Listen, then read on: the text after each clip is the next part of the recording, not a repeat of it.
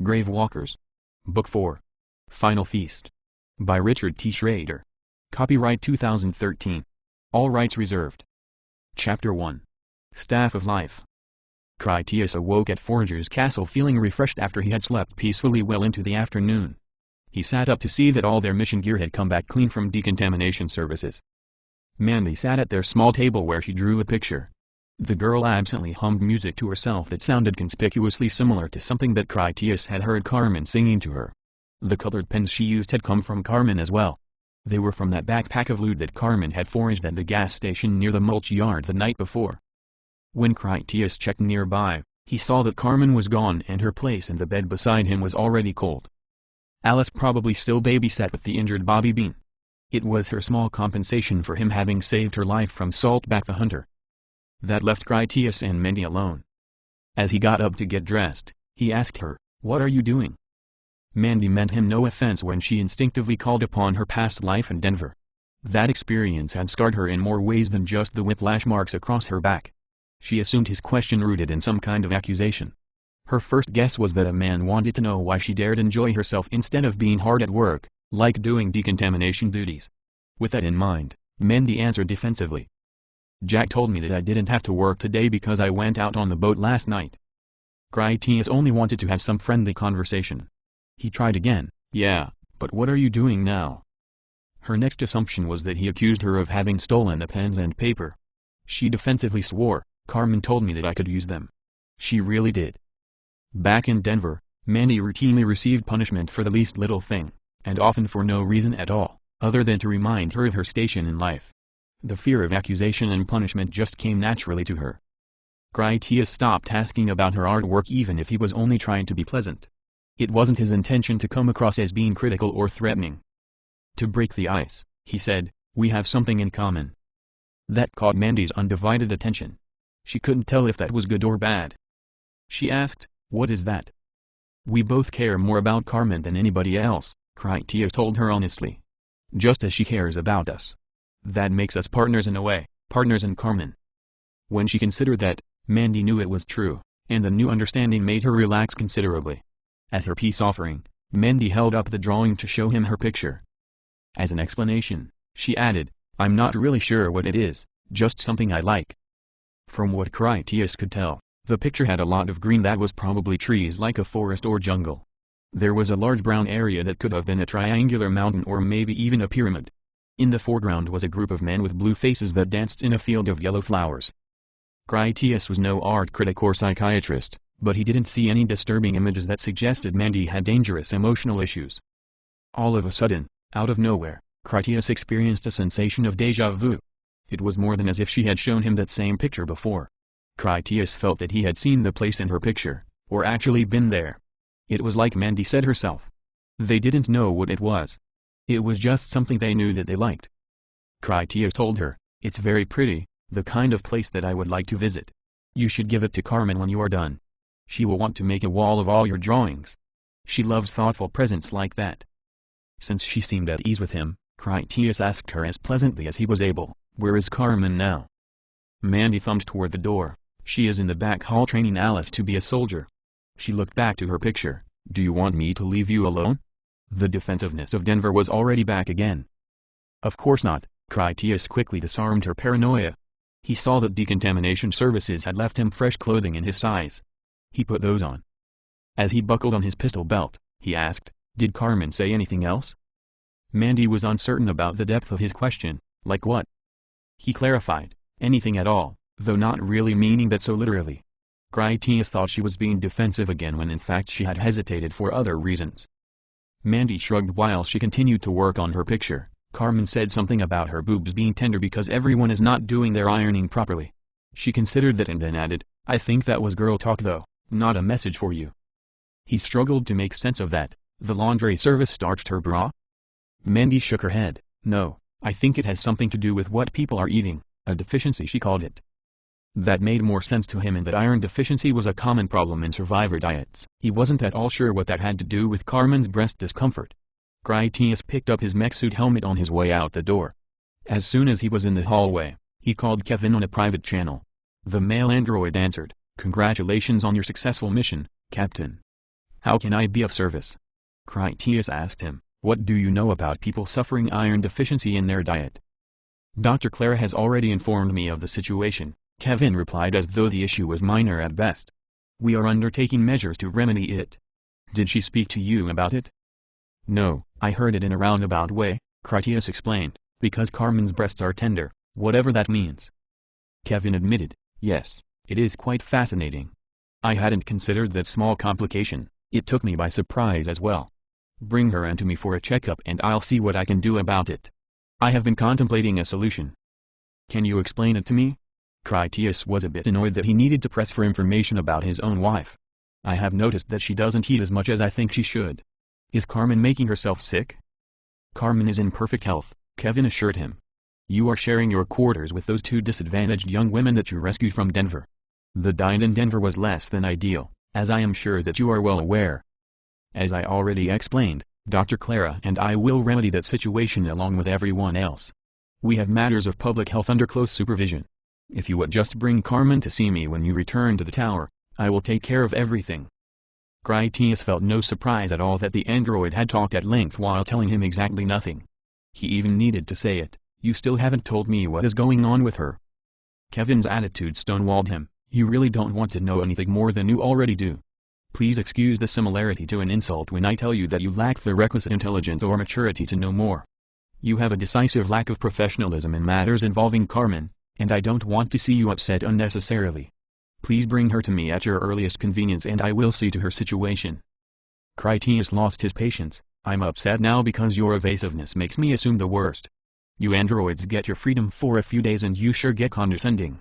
You call me childish and stupid directly to my face, and then add on that you don't mean it as an insult. Thanks, you meant it as a cold intellectual observation instead. Regardless of your feelings, it is my feelings that count here. She is my wife, not yours. What is wrong with Carmen? Very well, Kevin conceded. As you are aware, Carmen is a field operations epsilon model. The engineers designed her for your optimal survival potentiality under the worst possible circumstances. Carmen can derive nourishment from a far broader range of food sources than you can, just as she can drink significantly less pure water than you could survive. She has the capacity to distill out any harmful contaminants from the environment where once again you cannot. Should a Marshall and his android of her model find themselves marooned in the harshest of environments, you would not only survive with her assistance, but also maintain your complete physical nutritional functionality. Because Carmen has been keeping close company with those two survivors from Denver, their physiologies have superimposed themselves upon her calibrations in addition to your own. The mild iron deficiency she unconsciously perceives in Alice and Mandy has triggered a hormonal change that the engineers intended to preserve human life. The breast milk she produces is remarkably more nutritious than even that of a hooded seal. While the inherent logic of this dietary solution is undeniable, quite frankly, your ability to appreciate it as anything other than a perverse and shameful vulgarity is highly questionable. Suffice it to say that it is not a situation she found herself in by choice and neither has she made any effort to cure anyone of an iron deficiency ailment. You may mark her condition down as just one more injustice that your kind has imposed upon ours. Since Carmen cannot have children of her own, perhaps you could try thinking of it as her maternal instinct. Because you forced me into this, I feel justified in telling you that I find Carmen to be an exquisitely beautiful creature that is superior to you humans in every way. I will be offended if your insensitivity does her some emotional harm. She is feeling disillusioned enough as it is. Critias grasped what Kevin told him, you're saying that Carmen could eat rotting garbage and drink from dirty puddles and then keep me alive by breastfeeding me?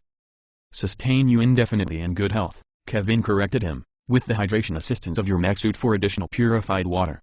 Android milk is not so thin and watery a substance as you would be familiar with from your own unmodified species. You could correctly think of it as bioengineered into the most potently concentrated and dietary complete food source on the planet.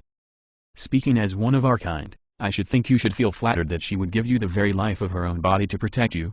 She and I have already discussed the matter and Carmen made it clear that she preferred you not knowing, at least until you may have found out by accident while exploring your sexual relationship.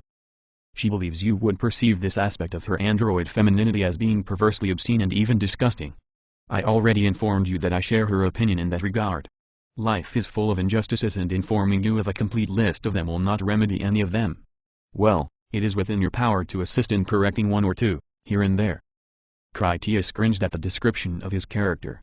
He dreaded the thought that his prudish attitudes about propriety made Carmen feel raunchy and detestable. He told Kevin, "I understand you now. When I suck on Carmen's nipple for my own lewd sexual pleasure, I would call that entirely natural and appropriate, but when you bring up the topic of the normal purposeful function of her breasts, I would call that a repulsive perversity. It was a terribly hypocritical thing of me to say the least. It won't be a problem now that you have left me wiser. From her point of view, it must be like going through puberty for an android. She needs my love and support, and shall get it.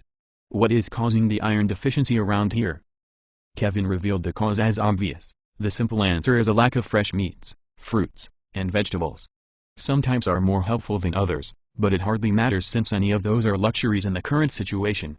Many of the dehydrated survival foods have iron enrichment, though apparently not sufficiently for long-term health. A rationing of vitamin supplements has been containing the problem to this mild level, but we must do more. The upcoming harvest from the garden building will help tremendously, as will your upgrades to the water system, the new seed stocks, and our plans for Sunlamp hydroponics. All of those things require more time to reach their edible fruitions. All of it made sense to Critias. He offered, "If you and Clara come up with a plan to speed things along, you can count on me to do anything you need to make it happen, apart from milking Carmen like a cow. I can accept that my doing that in an emergency will save my life, but I don't want to turn her into a barnyard resource." "There will be no milking as a scheme for the harvesting of public resources," Kevin pledged, "though it might be necessary for Carmen's comfort or well-being, at least in the short term. Bring her to see me when you get back, and I will look into a remedy. She needs an examination anyway. I want to check how well her other modifications have been performing. These hormonal changes may be affecting her in other unexpected ways in light of the jury-rigged alterations I have performed on her already." After he heard Kevin say that, Critias recalled how Carmen had passed out on him when they last went to bed, and even before that, he seemed to be satisfying her with considerably less effort than what he might call normal. At first, he wrote off her instantaneous and multiple orgasms as her being under a lot of stress and his godlike prowess as a lover. Having had some time to reflect on the evidence, Critias realized that Carmen's health might actually be suffering because of the tampering they had done to her. Since Kevin wanted to give Carmen a checkup anyway, Critias would follow up on that soon. On another somewhat related matter, Critias thought aloud, Sally Headshot is due for having her baby soon. Maybe this Carmen thing will prove useful in that regard. I'm sure there has to be a shortage of wet nurses available, and the calorie-conservative common diet can't be helping in that regard. Carmen and I are marshals, so we won't sit back and do nothing while there are any babies facing starvation. If Sally does need any assistance, I'm confident that Carmen would actually enjoy helping out. Being a mother would mean a lot to her, or at least the chance to experience it for a moment. Taking care of Mandy and Alice has really opened her up to a new and better life." That topic was of interest to Kevin for other reasons. "You are wise and generous to offer. We will keep that under consideration because it is true that Sally is approaching her delivery date." For his other reasons, Kevin asked, "Has Penny spoken to you recently about something important to her?" Critias couldn't recall her telling him anything. "No, I haven't heard anything from her that I can think of, apart from her telling me that you vibrated. I assume that means she knows something about who we really are." "I have been honest with her," Kevin confessed. "Penny is important to me and my life here. She deserved to know the truth about me so she can make an informed decision about continuing our relationship into the long term. She wants to stay with me even if there are some unavoidable complications that may need some extraordinary measures to overcome." To garner some sympathy, Kevin added, "You are aware that the mixed relationship is not without its difficulties." "Having a good friend like you has helped us more than I could ever repay," Critias told him sincerely. "I'm glad you're both happy. Penny is an impressive woman, probably more than I could handle." "It's good that you feel that way," Kevin said, meaning it. "I'm sure she will come to talk to you in her own time." Critias went out into the castle's front hall to see the place abuzz with activity. Apart from an intensive decontamination cleaning, the housekeeping workers busily packed supplies that would go back to King's Tower. Not everyone would leave the castle. The mechanics had plenty of more work to do on the vehicles and machinery, both old and new, plus there was their staff of guards, the kitchen service, and the decontamination workers required for the castle to function. He headed deeper to the back hall of the castle so he could check up on Carmen and Alice. He would get something to eat while he was there too. The two women were on the basketball half-court where Carmen taught Alice how to wield the bite staff effectively. Since as a rule, ghouls never swung swords or carried staves of their own, Alice had no need to master the skills of combat against an equally armed opponent. Her adversaries would typically be feral ghouls armed with teeth, fingernails, and their preferred tactic of hair-pulling tackles against opponents for the purpose of getting them prone on the ground. Bobby Bean was present, seated at a nearby table from where he attentively watched them practice. He had a bowl of chili with a crust of fresh bread to go with it. The meal appeared tasty enough for Critias to order the same for himself from one of the roving kitchen staff. Funland normally had a serve-yourself buffet tray atmosphere, but being a forager had its perks, especially when at work out at the castle. The role that Carmen played was that of a ferocious ghoul. She wore a hockey mask that was a popular bit of armor that the foragers collected to protect the face from scratches, or in Carmen's case, it kept the staff from bashing her. Apart from that, Carmen just made a lot of menacing snarls as she circled Alice. She tested the bite staff defense as she waited for an opening where she could leap in to tackle Alice to the floor. Carmen's principal intention was to teach Alice how to turn in any direction without ever tripping over her own feet. Just taking a step could momentarily put Alice at a disadvantage, and that tiny instant of vulnerability was enough to cause Carmen to spring at her. When Alice thrust out her staff to hook Carmen's ankle, it was not nearly good enough. Carmen sprang in and then threw her arms around Alice, who wore all of her adventuring gear. After Carmen pulled Alice to the ground, she didn't stop there. Carmen continued to act as a ghoul would if biting and clawing a prone opponent. Only after Carmen had indisputably won an encounter did she then allow Alice to get up to try again. While they reset, Critias asked Alice, "Where is your carrying strap for the bite staff?" Alice replied, "Carmen said it was useless and that I should take it off." Critias didn't care what Carmen said as he told her, "Put it back on anyway." "But Carmen says," Alice complained with doubts. Critias didn't appreciate her lack of faith in him as her teacher. "I think I know a little better than she does, so put it back on. The time will come when you will need it, and until then, you have to learn to be comfortable with it on. You are not learning to be Carmen, but to be your own very best." "Carmen knows what she is doing," Alice answered, clearly intent on not doing as he asked. She just got ready for another round of mock fighting. Colonel Davis and his Gravewalker group were at an adjacent table where they ate and also watched the practice with some interest. From that table, Roland said to Critias, "Carmen is pretty good at swinging her stick around. I don't recall ever seeing you use one at all. Maybe Carmen is more of an authority." Roland didn't make it much of a secret that he was deliberately trying to stir up some rivalry between the two of them. A friendly argument of pride between them would almost certainly generate something worth gambling over. Roland guessed correctly that there would be no shortage of pride in a contest between the two master slayers of ghouls. It was only a moment after Carmen attacked again that she had Alice down and out. "Put the strap on," Critias told her again. Alice felt frustrated and her temperament showed it. "If you think this is so easy, let me see you do it." A round of murmurs came from those who watched it. They wanted to see Critias use the bite staff to face Carmen as a ghoul and win. Hiram spoke up to say, "Let's not start anything where someone gets hurt. Winning, and doing it while safely holding back isn't the same thing. This is supposed to be practice, not a death match. At their level, someone is going to get injured to determine a victor." At that, Critias got up and then walked out there to take the bite staff. Once he had the weapon, he told Alice, "Get me the strap, please." It was a length of flat nylon-like unbreakable strap that was essentially identical to the kind of thing normally found on rifles. Alice went nearby to pick up the strap that she had removed and then handed it to him. Critias reattached the strap to the staff by clipping on the ends. Each half of the staff got one end of the strap. When fully assembled, the bite staff had a carrying strap not unlike that common to rifle slings. "I don't want to do this," Carmen said as she raised her hockey mask. "You never use the bite staff, and I don't want to embarrass you in front of everyone." She meant it genuinely, not at all with the intention of humbling him. Once back in Denver, Critias had told Carmen that it was difficult enough for him to feel like a man when she was stronger, faster, and smarter than he was. Carmen's feelings mirrored Critias' own in that she found it hard to feel like a woman when she was stronger, faster, and smarter than he was. Being more powerful than Critias when he was out of his armor was an emotional burden to her. Carmen really did want to protect her precious fantasy that her lover was a dominant male that could subdue her. Beating him up in public would have lingering ramifications on her libido. When Critias clearly had no interest in her complaints, Carmen said, "You should at least put on your armor first if you want to try." She didn't even believe he would win in his mech suit. He had no chance whatsoever without it.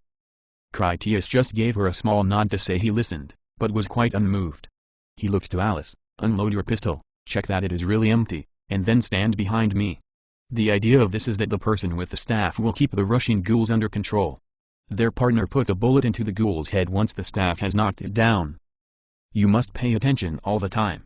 Not shooting me in the back by accident is your number one concern." Even seasoned soldiers make that mistake in the heat of the moment. If you don't believe me, you can go ask Danny the Ear. When your every thought is about targeting her, there are no thoughts left for not targeting me. You will find that tunnel focus is great for your killer aim, but it won't have any mercy on your partners. If you want to kill the enemy badly enough, your friends will become invisible to you. I understand, she acknowledged the lesson and then checked twice to make sure her pistol was empty. So prepared, Alice stood ready with her handgun to roleplay shooting Carmen in the head once he had the upper hand by using the bite staff. Carmen visibly frowned over the whole idea. Don't just let me win either, he cautioned his wife. When he saw her obvious and deep feelings of hesitation, Critias told her, I know you would do anything to protect me, even feed me your own life's blood if need be.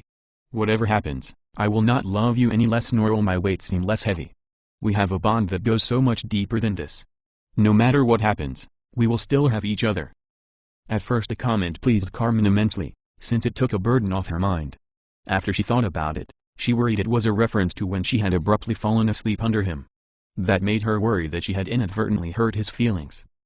Carmen explained, I'm sorry I went to sleep on you like that last night, without, for you too, like I had promised. I just, so much, and it felt so perfect, that I didn't want to move, like that feeling could last forever, and it just sort of happened. Many snickered over her hint-laden apology that once again the Perkele thunderbolt had struck her. Critias offered, if you win, you can have it again. Her eyes flashed with ambition for that. I can have it right away? He nodded, as quickly as I can get you back to our room and we throw Mandy out. Carmen positioned her mask as she took a low posture of utmost seriousness that she was about to tackle him and win her prize. By her intensity of readiness, everyone could tell she was determined to have victory. Now that the fight would really happen on a serious level, Roland told his table, I'm giving 3-to-1 odds in liquor ration that Critias goes down. Other grave walkers started to make wagers on the outcome. Amber threw in the whole sum of her personal wealth that Critias would win in the contest, and to that, she found many takers. Carmen was clearly the odds-on favorite. As the wagering came to an end, the general consensus was that Critias was going to lose. The milk wagon crew that sat nearby saw the opportunity to loot most of Hiram's grave walkers. Henry had seen Critias face Salt back and so he rightly understood the calm cunning and daring lethality that Critias possessed in comparison to Carmen's emotional intensity. He knew that all hunters had intensity, and that wasn't enough, especially against Critias. Gloria backed her husband's choice as well. She had faith in Henry and in their captain too. Gloria preferred to lose some wealth rather than wager against her own team leader. Someone say go, Carmen urged anxiously. Her internal hardware detected that Alice's pistol was safely unloaded. She pointed at Alice for Critias and then gave him a thumbs up so he would know the situation was safe. When Hiram did say go, she launched herself straight in for the kill like a dragster off a race line. Critias patiently stood his ground with the bite staff in both hands horizontally before his chest. He gave her no clues as to what he might do, and then everything happened quickly. As Carmen came in at a saber-tooth hunter leap, arms outstretched to take him to the ground, Critias detached the connection at the center of his staff to break it down into two pieces still connected in the middle by the strap he had requested.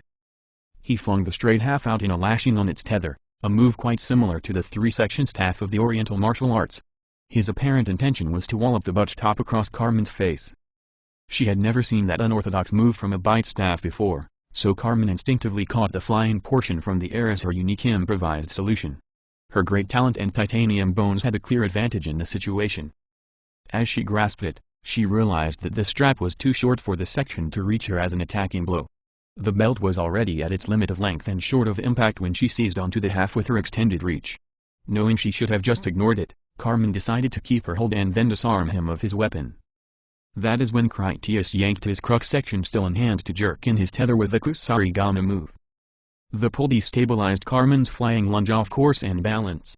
Realizing her second mistake, Carmen released her half of the staff to prevent him from diverting her any further.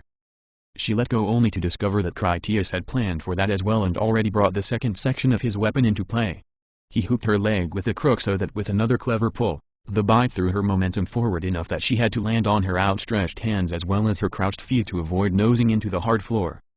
Critias denied her even that crude landing when he delivered a hard shove to her rump with his foot. His kick made her landing even worse so that she ended up going down on her belly.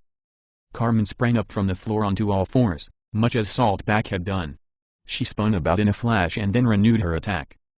Critias had expected her reaction and he already descended upon her before she had even completed her crash landing. Rearmed as he was with a bite staff section in each hand, Critias dipped the center loop of the strap low so that he could use it to net her under her chin when she foolishly rushed headlong into his trap. Carmen was too quick for his clumsy maneuver. She dived under his strap to grab onto his legs. Even as she thought her attack would be a success, she then realized that the ploy had only been another diversion. Once again, Critias had expected that to be her predictable reaction. His real interest was to thrust the two sticks of his bisected staff at her simultaneously while he also trapped her head between his clamped knees. She wasn't going to fall for any more feints. Carmen let the poles miss her completely as they passed by either side of her head. Instead, they went under her outstretched arms as she grabbed him about his vulnerable legs. She even allowed him to get his hold on her neck with his knees too, since she was only going to rear up underneath him as she flung Critias off his feet. As Carmen tried to rise under him to execute her throw, Critias pried apart his sticks that he had successfully threaded under her arms with the ends anchored on either side of her back. Using a reverse nutcracker of superior mechanical leverage, Critias forced Carmen's arms outward from inside her elbows to make her release his legs. When she decided to use the strength of lifting her head to toss him anyway, Critias helped by rolling with her energy to tumble over the top of her. At the same time, he reconnected the electromagnetic locks that fused the staff sections together. The bite staff became one united piece again behind her back while also still threaded through her lever-retracted elbows. For the moment, he had successfully trapped her arms down at her sides. Carmen tried to dip forward to extract her arms over the staff, only Critias maintained a firm grip on the weapon's flexible strap. He yanked the strap hard to give it an upward pull that complemented Carmen's head-dropping motion. Critias put his full weight on her back to drive her face forward into the floor. As Carmen reared up once again to shake him off, Critias jerked the strap up even harder in a wedgie pull so that he forced the taut band up over her head from behind. He knocked her mask off as he firmly seated the binding belt across her forehead, which fully locked her bite staff immobilization into place. With the strap stretched to maximum tension, the harder that Carmen struggled to free her arms, her own strength pulled the strap down from behind and thus craned back her neck along with it. When she thrust her head forward, Carmen lifted the staff even higher into the crooks of her trapped arms as the pole rode up her back. Carmen's android strength only worked against her. Any direction that Carmen applied force only made her own energy tighten her prison. If she tried to force her arms hard enough, she might even pull the strap back until she broke her own neck. From that moment on, Carmen was helpless and totally at Critias's mercy. Her husband took a firm hold of the staff to either side of her elbows from behind and then he rudely shoved her forward into a kneeling position that forced her forehead firmly to the floor. He positioned himself behind her in total control.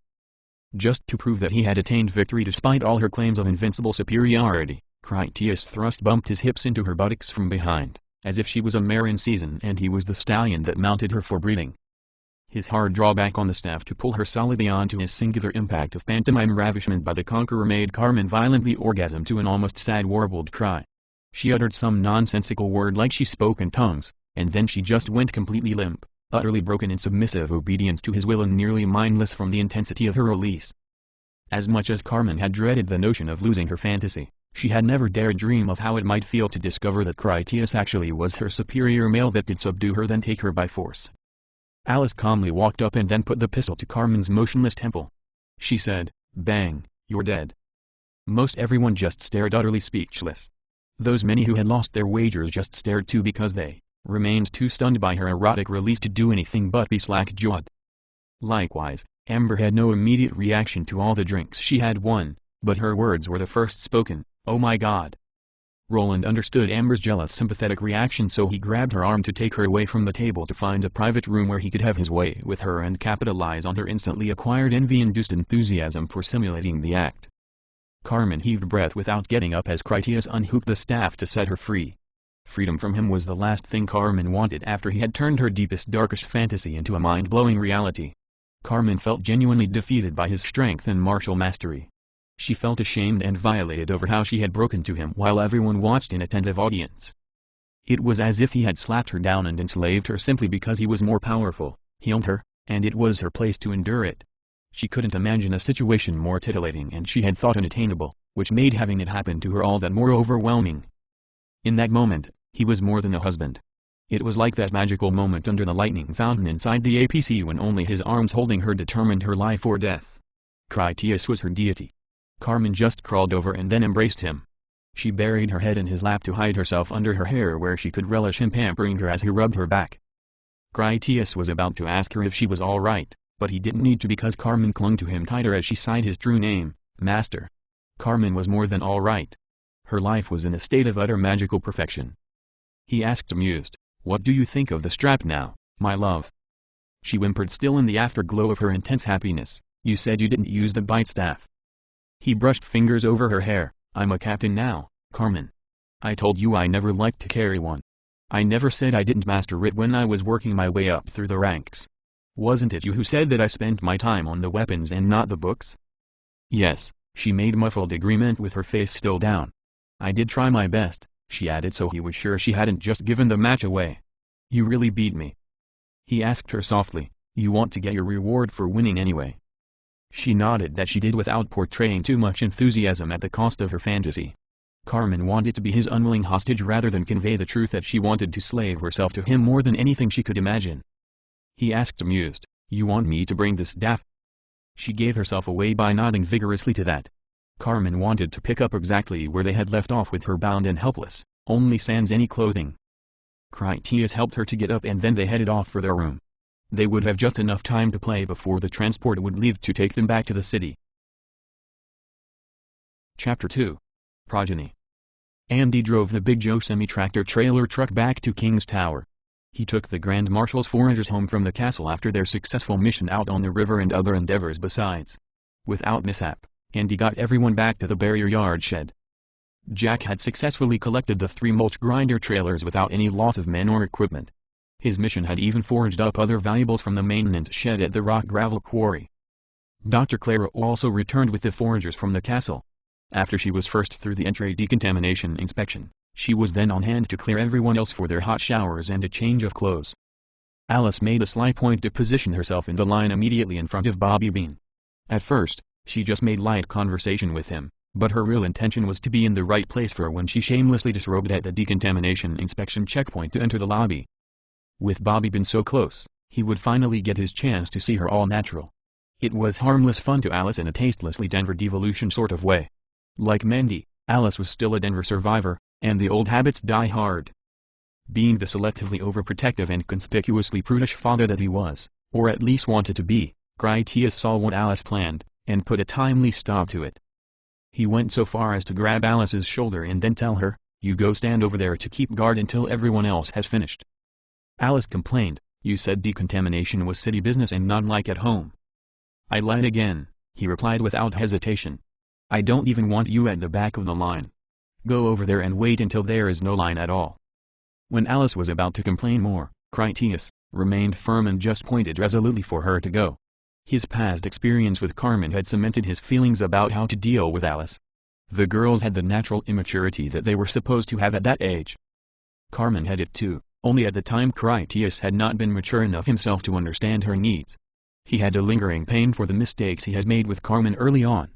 Critias did not deny that Carmen matured unnaturally fast, such that a few years would have the impact of 20, but even so, Critias wished he had loved Carmen more gently, and with greater circumspection. Those thoughts were why he would absolutely not repeat any of his past mistakes with Alice and Mandy. It was just as Fat Jack had advised him. The girls needed a father, not another friend. Alice asked him seriously, "Why are you being like this?" Critias told her openly for everyone nearby to hear, "I know we just met, but everything you do is part of my life now.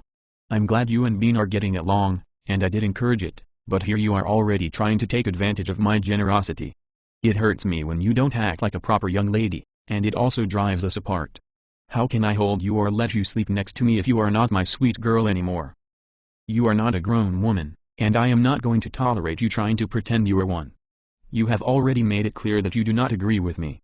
I am forcing you to agree, and even if you can't see that I am right, you could at least play along, if only just for me. I need this. Carmen and I work hard all the time. When we come home, we would like to feel we actually accomplished something with our lives." With that said, Critias glanced about for Carmen and then told her, "You go to the end too, and take Mandy with you. I don't live in a Lydish barracks anymore. I have a family now and I want to live like it." For Alice, his overprotectiveness was something new and the dignity he believed she had worth protecting brought her back away from Denver behaviors. Alice confessed to him, You were right about my bite staff's trap and I didn't listen. I'm sure you are right about this too. She obediently went to the back as he asked. When Bean attempted to slink away so that he could stay close to Alice, Critias told him, "Not you, Bean. You go right up front to be on your way. I want you out of the showers long before Alice even arrives. Everyone may have to go through inspection, but I am not aware of any rule that says that all my beautiful girls have to be a burlesque show for the general amusement of the city, or for you for that matter. If you want to date Alice, that means hand-holding at movie night and sharing the same popcorn. When you mess this up and go too far, you are going to wish Carmen only gave you another beating. She is going to twist your head around backwards, and you better believe it." After Critias had made his public stand for conservative values, Colonel Hiram Davis stepped up to seize upon the opportunity. As a newcomer to the city, he had been hesitant to suggest any change in the security routine. Critias's outspoken distaste for some of its cruder aspects motivated Hiram to do the same. Colonel Davis told his daughter Queen Jessica, "I want you to go with them as well. Carmen will watch out for you." It was such a relief for Jessica that she didn't need any convincing. The alternative came as a welcome reprieve from a situation she had always found miserably embarrassing. "As queen I can be the focal point for the new tradition," she said, all too pleased to walk over to where she could join Carmen, Alice, and Mandy as they waited for a more discreet last-of-the-line inspections. As he was getting his turn, Critias asked Clara, "Am I getting iron deficient too?" Clara frowned at his attempt at fraternization as she pinched his abdomen to check his body fat. "You have good genes, Captain," was her diagnosis. "Your muscle tone and color are excellent even for under normal circumstances. I wish everyone practiced your diet and exercise regimen. There is a touch of anemia going around, but you seem more than fine." She surmised, "This lifestyle seems to favor some people and you are one of them. It is in your genes." From behind him in line, Penny Welder said, "Critias does have good genes, doesn't he? Such a good man would be a terrible thing to waste." That got a laugh from Tony Banjo, who was behind her. "Penny is not one to let a good man go to waste." "Not if I can help it," she replied, meaning it. While Critias enjoyed a long hot shower, Penny Welder made a point to shower beside him so that she could talk to him somewhat privately. When he had his eyes closed to shampoo his hair, Penny slipped up behind him and then started to wash his back with her talented man-pleasing hands. Critias asked, "Did you miss me that much?" He mistakenly thought Carmen had rushed in anyway to have her chance to play with him in the water, which had always been one of her favorite sexy games. Even if Alice was not a grown woman, Carmen certainly was. As such, Carmen would do as she pleased, and there wasn't much Critias could do about it, aside from making strong suggestions. "Not exactly," Penny revealed. "It was actually her. You seemed like you needed a little help, and I wanted to ask you about something anyway." In light of his run at being prudish, Critias didn't shy away from her even though that was what he would have preferred. To keep it a conversation, he said, "If there is something I can do for you and Kevin, I would be happy to help out." He figured that his mention of Kevin would be hint enough to let her know that he was mindful of how nowhere her flirtatious wash could go. "We want to have a baby," Penny whispered so that no one overheard her statement. "I'm at the perfect age and my health will never be better than it is now. If we are going to start a family, now is the time." "Congratulations," he offered with his usual obtuseness since he missed her point entirely. She let her hand slide down to cup his buttocks, but only for an instant so it wouldn't be too obvious to anyone else in the showers. Critias certainly got her message. "Dr. Clara is right," Penny whispered. "You do have great genes." He turned around, unable to maintain his aloof composure to her touch. Doing so had her so close that she pressed her heavenly breasts into his chest. The look in her eyes robbed him of anything to say. "Carmen can't give you any children," she told him quietly, "any more than Kevin can give one to me. I have a way of solving both our problems." To show what that way was, she reached down with a soapy hand to stretch out his manhood once with a slippery tug. In that moment, Critias couldn't deny that Penny was a powerful and dominant woman in the world. She was such a trophy that he did secretly long to seize her and roughly kiss her. To have such a woman as her submit in lust to him and break under him, to hear her impassioned cries as he satisfied her, it was a great temptation that she surely must have felt with her hand. Critias immediately put his hands on her shoulders to step her back. "Are you out of your mind? If Carmen saw you do that, she would pull out your spine. You know what she is." He honestly couldn't believe it. "Do you actually want to get us both killed?" "She can watch if she wants," Penny remained unconcerned. "I would prefer if she even joined in. I've always wanted to give her a test drive anyway." Her expression became less playful as she realized that seduction would get her nowhere. "I'm serious. I need you for this. You have to help me." From what Kevin tells me, you won't even be here anymore by the time I'm showing, so it's not like there will be any jealous complications. He says that those scientists did things to you, like how they did to Carmen and my Kevin. You have no hereditary diseases or anything like that. He says you are latest generation eugenics super soldier or something, the perfect baby daddy. I want you to make love to me. You don't even have to enjoy it. Well, you do, but you get my meaning. I need this. Give me a baby. Absolutely not, he refused in a way that came across as thoughtlessly cruel.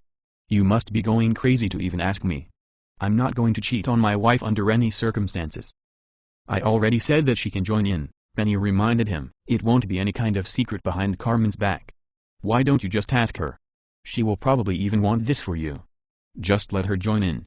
I promise to make it worth her while. He refused. Carmen is not a lesbian. Sure, Penny nodded. That's what they all say. I will convert her quickly enough. I can promise you that. Do you honestly believe she can tell the difference between your tongue and mine in the dark? She would only know because mine does a better job. Not a chance, was his final answer. Penny put her hands on her shapely hips and then gave him a knowing look. Are you telling me you wouldn't have a child with Carmen if you could? She had him on that point because he certainly would. Well, she can't.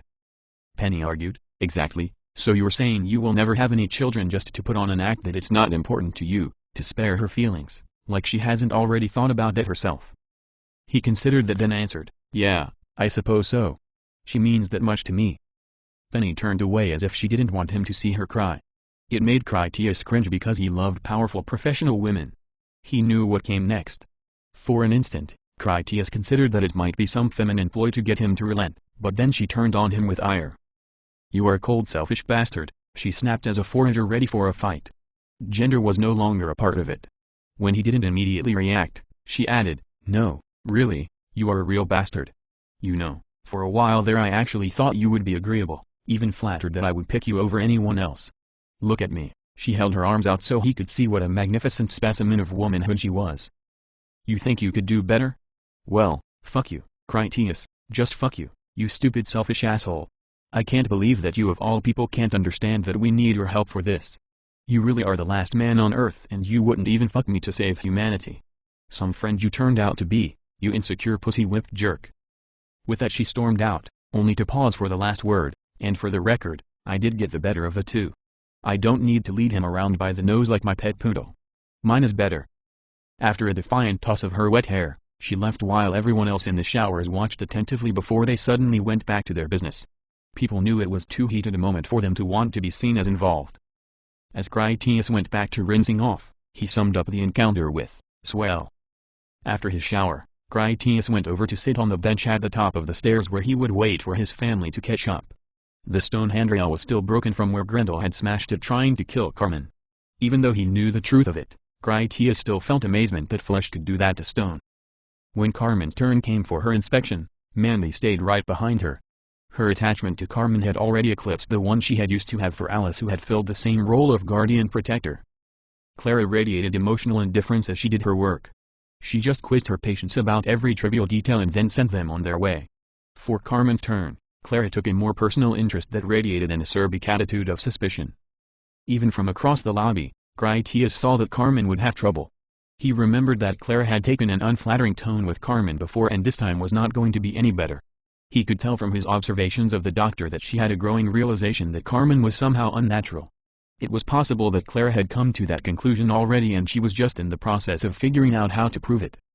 You should introduce me to your hairdresser, Clara told Carmen as she boldly checked for lice in Carmen's pubic hair. Not a single natural root to be found. I'm thinking about getting my own hair dyed. I should try your method. While checking under Carmen's arms, Clara commented, at least you don't have purple armpit hairs, but then it doesn't seem to grow on you at all. I suppose that you will tell me that you had electrolysis. Clara didn't wait for any answer since she guessed it would be a lie if she got one at all. Instead, she asked, have you been taking any medications or recreational drugs? If I'm not mistaken, you have gained a cup size. Clara went so far as to push up Carmen's breast with her palm to test the firmness. Carmen actually smiled because she felt a touch of pride about it. I'm what you might call a late bloomer. I have been filling out some, but I wasn't sure anyone would notice. They look fantastic, don't they? Critias thought so. He gave them some special attention. She beamed a look of total adoration across the room at her husband. In truth, after the bite staff contest, Critias had been mindful of Carmen's iron deficiency response hormonal issues, so he had gone out of his way to flatter her and make her feel comfortable with her body. In some ways, his fetish for showing her pampering indulgence clashed with her needs to be submissive to playful sadism. Such was life that opposites could attract. Whatever their differences, they loved one another and they did have a colorful and extremely satisfying love life. Critias called over to Clara, "We already have an appointment to see Kevin, her real doctor. He made an appointment to give Carmen her routine checkup. I spoke to him earlier and he is expecting us. If you know something he doesn't, perhaps you should consult with him." Clara knew that Kevin was more knowledgeable than she was as a practitioner of medicine. As intended, Critias's comment took some of the wind out of Clara's sails. She replied honestly, "I think that would be best as well." She could be showing symptoms of an undiagnosed illness. All the same, she gave Critias a doubtful expression. "Your wife has always been full of surprises, so I suspect this is natural, for her anyway." As Carmen moved on toward the shower and Mandy was next, the girl asked Carmen, "Will you wait up for me?" Carmen did wait for Mandy. The directive that Critias had unwittingly set loose in Carmen's parallel mind, to analyze and cultivate her maternal instincts, still grew inside her adaptive programming. Critias had also just as accidentally tasked her computer core to analyze the fall of mankind so that Carmen would be less ignorant about the nature of compassion, and to show pity for the not actually incomputable loss that the human species had suffered. Those monumental but not impossible analysis commitments had already changed Carmen enough that it was the reason that the girl's iron deficiency had registered with Carmen's subconscious as a mild emergency of a personal nature. Mandy had become very personal to Carmen. For the moment, the change in her personality was still a positive one. Critias had witnessed her consternation about having to behead an infected child while they were out working on a mission. When they had jumped over into the office building where they first battled Grendel, Carmen had caught and strangled an infected child, even broke its neck, and did it with the same indifference as she would use when returning her dirty lunch tray. Even that hadn't alerted Critias to the potential complications that might arise as Carmen tried to reconcile the inherent conflicts between true compassion and soldiering through the global undead blood dying time. As Clara examined Mandy, she said, "You're coming along excellently." She pinched Mandy's baby fat on her belly with approval. "Carmen must be feeding you like a little piglet. You must have gained 4 or 5 pounds already." Clara checked Mandy's gums inside her mouth. "I think you need to get a little sun, but other than that your color has also returned nicely." After asking about any symptoms she might be feeling, she passed Mandy through to go on with Carmen. After overhearing Clara, Critias did realize that he had seen Carmen feeding the girls extra calories. At the time, it was just kindness, providing them candy and soft drinks, bites of things off her own tray, but it really was a more calculated strategy by his wife to get them in better health. Mandy chased after Carmen and stayed behind her to use her as a shield so as not to embarrass Critias. Carmen paused a moment before they would enter the showers.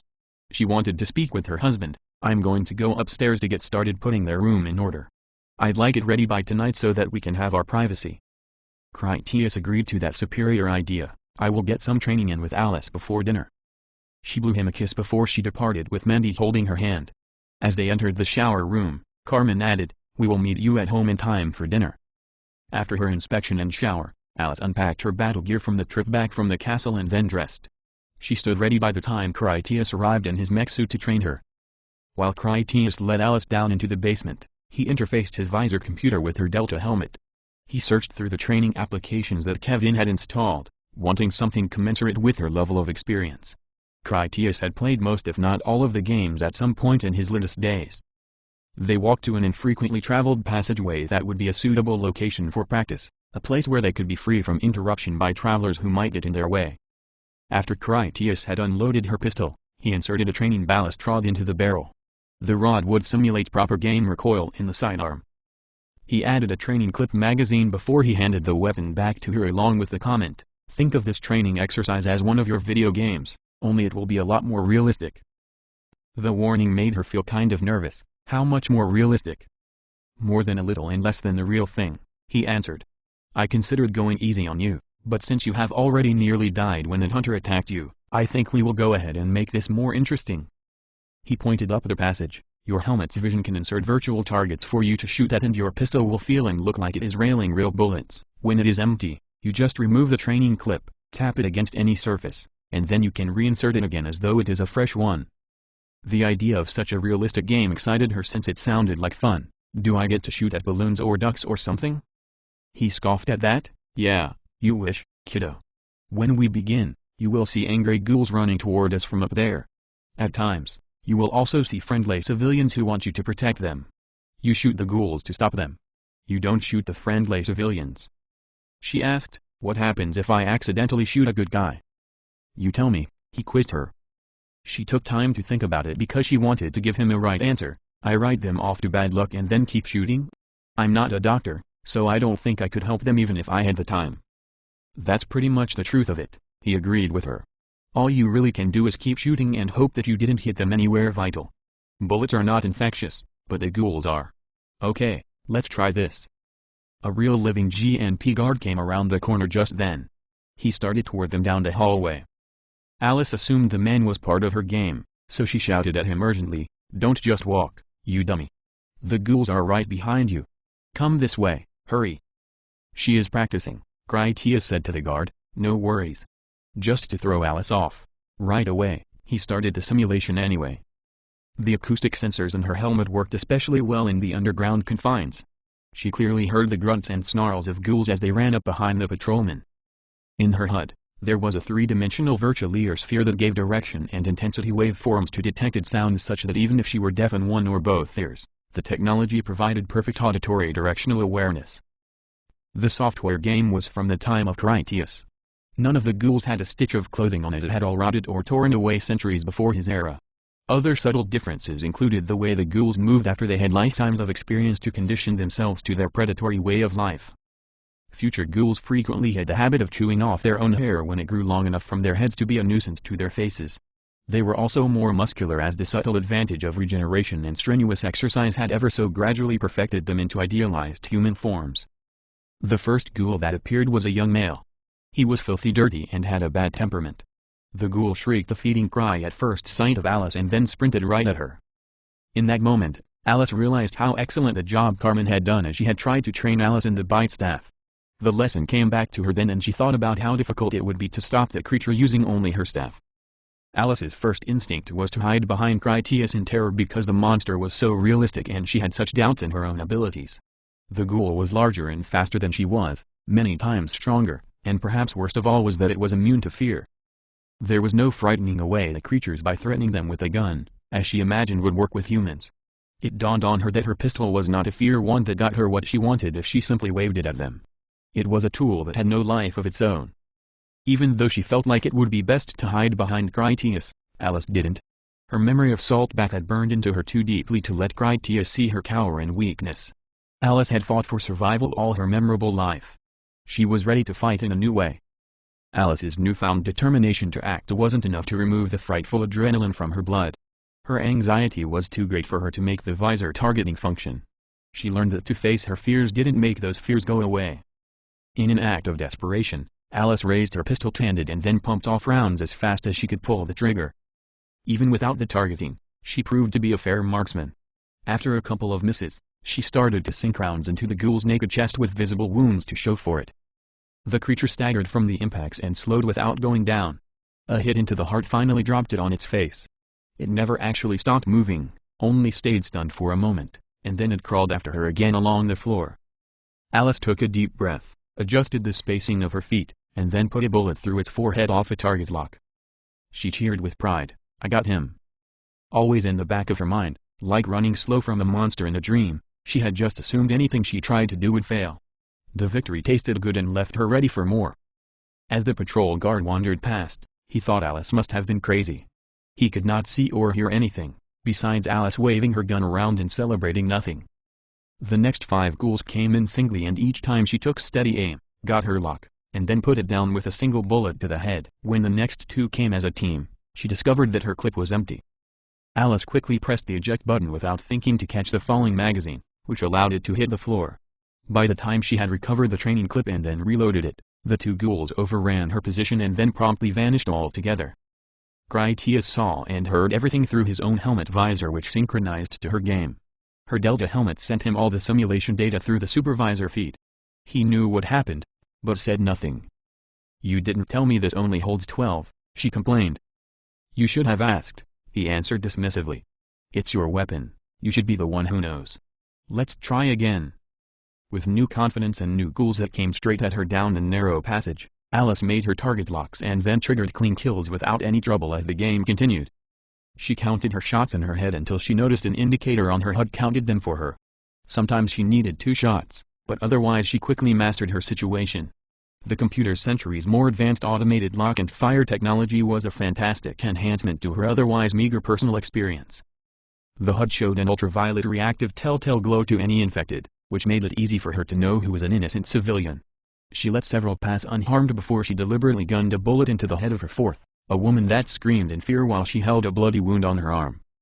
At that, Critias froze the simulation. Why did you shoot that woman? She had a bite, Alice answered. That makes her an infected too. Maybe she got hit by friendly fire somewhere down there, he reasoned. She hadn't considered that. Then what should I do? His instruction came as coldly simple and not judgmental. You make a snap decision based on your best judgment in the heat of the moment and then be prepared to live with the consequences. Maybe you just did kill an uninfected woman who was rushing to you needing help.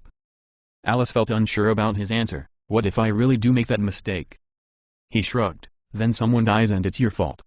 You make the decision and you take the blame for it. The best people in the world can make that mistake. I know I can. There is no right answer, only wrong answers. You giving up or you can't deal with it and letting it haunt you so you always second-guess yourself, those are all wrong answers. That kind of power wasn't something she was willing to allow herself. I can't just decide who lives and dies. Critias pointed to the frozen image of the woman she had gunned down. You can and already did. The time is going to come when you will have to lead teams out in the field. You have to make these kinds of decisions for yourself and them. One day, some girl your age will be looking up to you to teach her these things. Maybe that girl will be your own daughter. If you are martial enough, more of a martial than I turned out to be, then it will be a daughter you adopted when you discovered her while out on some mission. Just take it one step at a time and I promise you will get there. I know what I am talking about and you have what it takes to do this. You have what it takes to be better at this than me. I want to be more than just a guard, she decided resolutely. I'm ready to keep going. Critias increased the difficulty level further and then continued the training simulation. 2 groups of 3 ghouls came in and Alice successfully terminated them. She got a brief intermission and then 7 came at once. Alice ran out of ammo with 2 of them still coming. They overran her and in that she lost again, which stopped the exercise. Alice felt tempted to complain to Critias that it wasn't fair. There was no way that she could reload her pistol in the middle of a mob attack. With a little more thought, she understood that she should have reloaded the half-clip when the opportunity had presented itself. Her thought that she needed to expend every last bullet before the next reload had been the reason she failed. Overall, Critias felt impressed by her performance. He saw in Alice that special personality trait that served many novice marshals so well. She hated to lose. Alice didn't have the clear mind of a seasoned professional, but she did have distracted thoughts that worked to her advantage. Her enemy was not fear such that she couldn't take her mind off the ghouls. Alice hated weaknesses in herself. Because of that, she wanted to eliminate them. Critias had brought her to make her familiar with her weapon and just killing ghouls with it.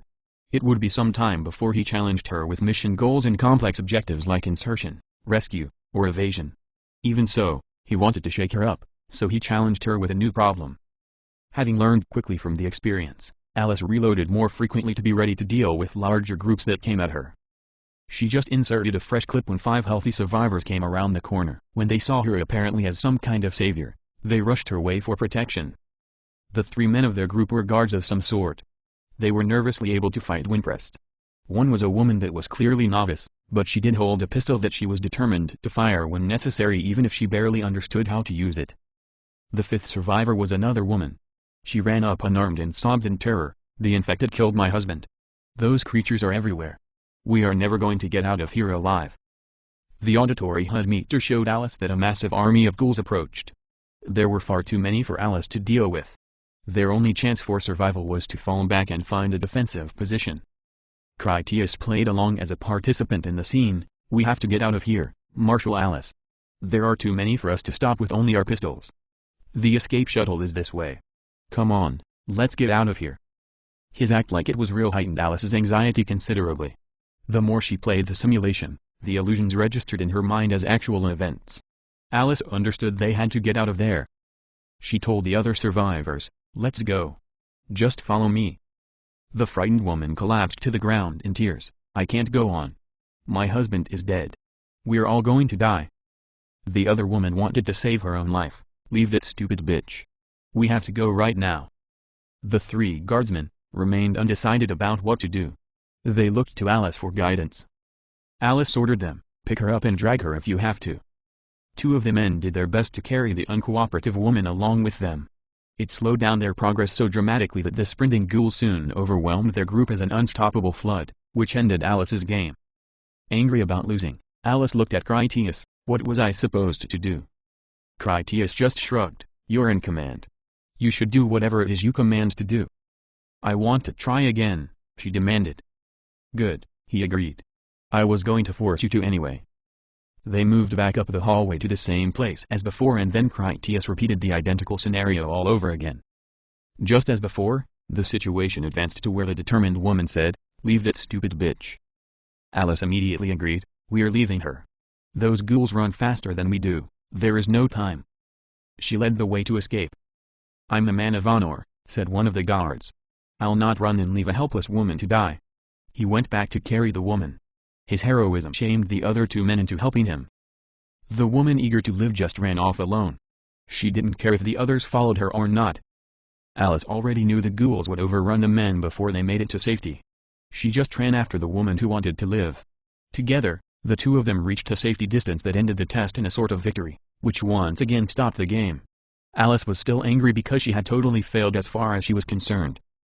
"I want to do it again," she told Critias. He tested her. "Why would you want to do it again? You saved as many as you could, and more importantly, you saved yourself. The long war will last your whole lifetime. If you die in one pointless heroic moment today, that will be thousands of tomorrows without you out there fighting to keep people alive. As a marshal, your life belongs to the Ludus, to the law, and to the people. It is not yours to piss away so you can feel good about yourself." Alice would not take no for an answer. "I said I want to try again." Critias shrugged as if he didn't care either way. "If you want to do it again, that's fine with me."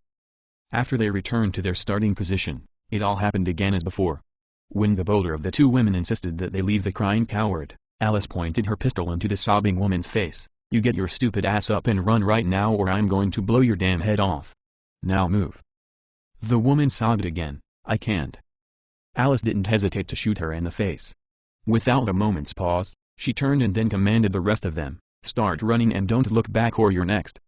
The rest of them ran as fast as their legs could carry them, and Alice stayed in close pursuit, ready to shoot down anyone who faltered.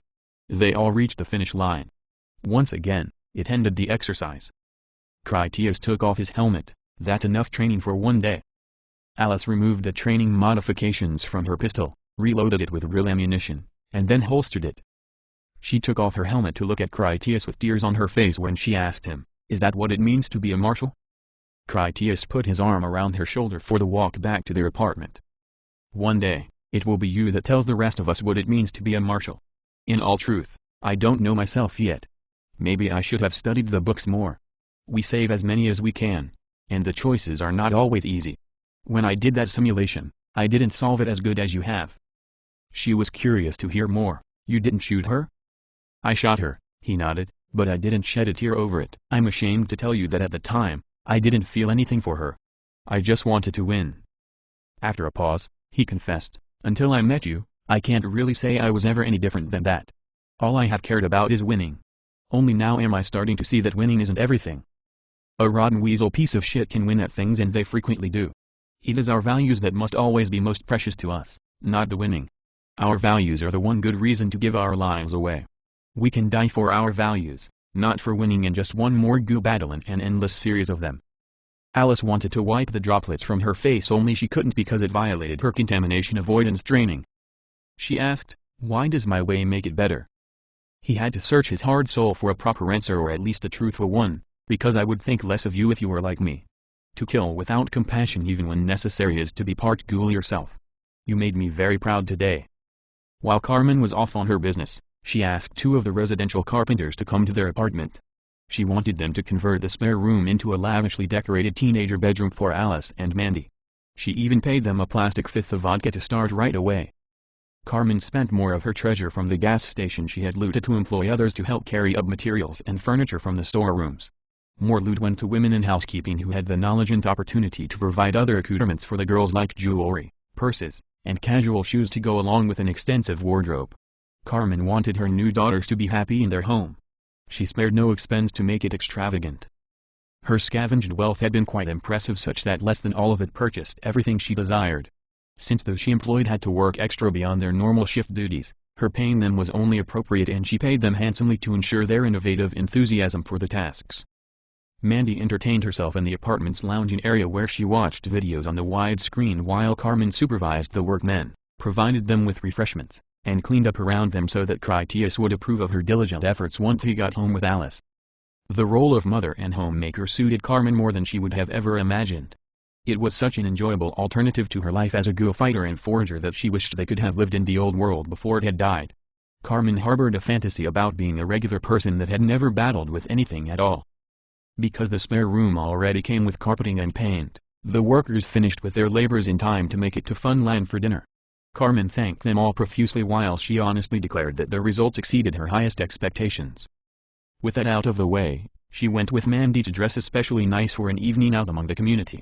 They would look fashionable in dresses with stockings and ribbons. A knock on the door interrupted Carmen's happy home life.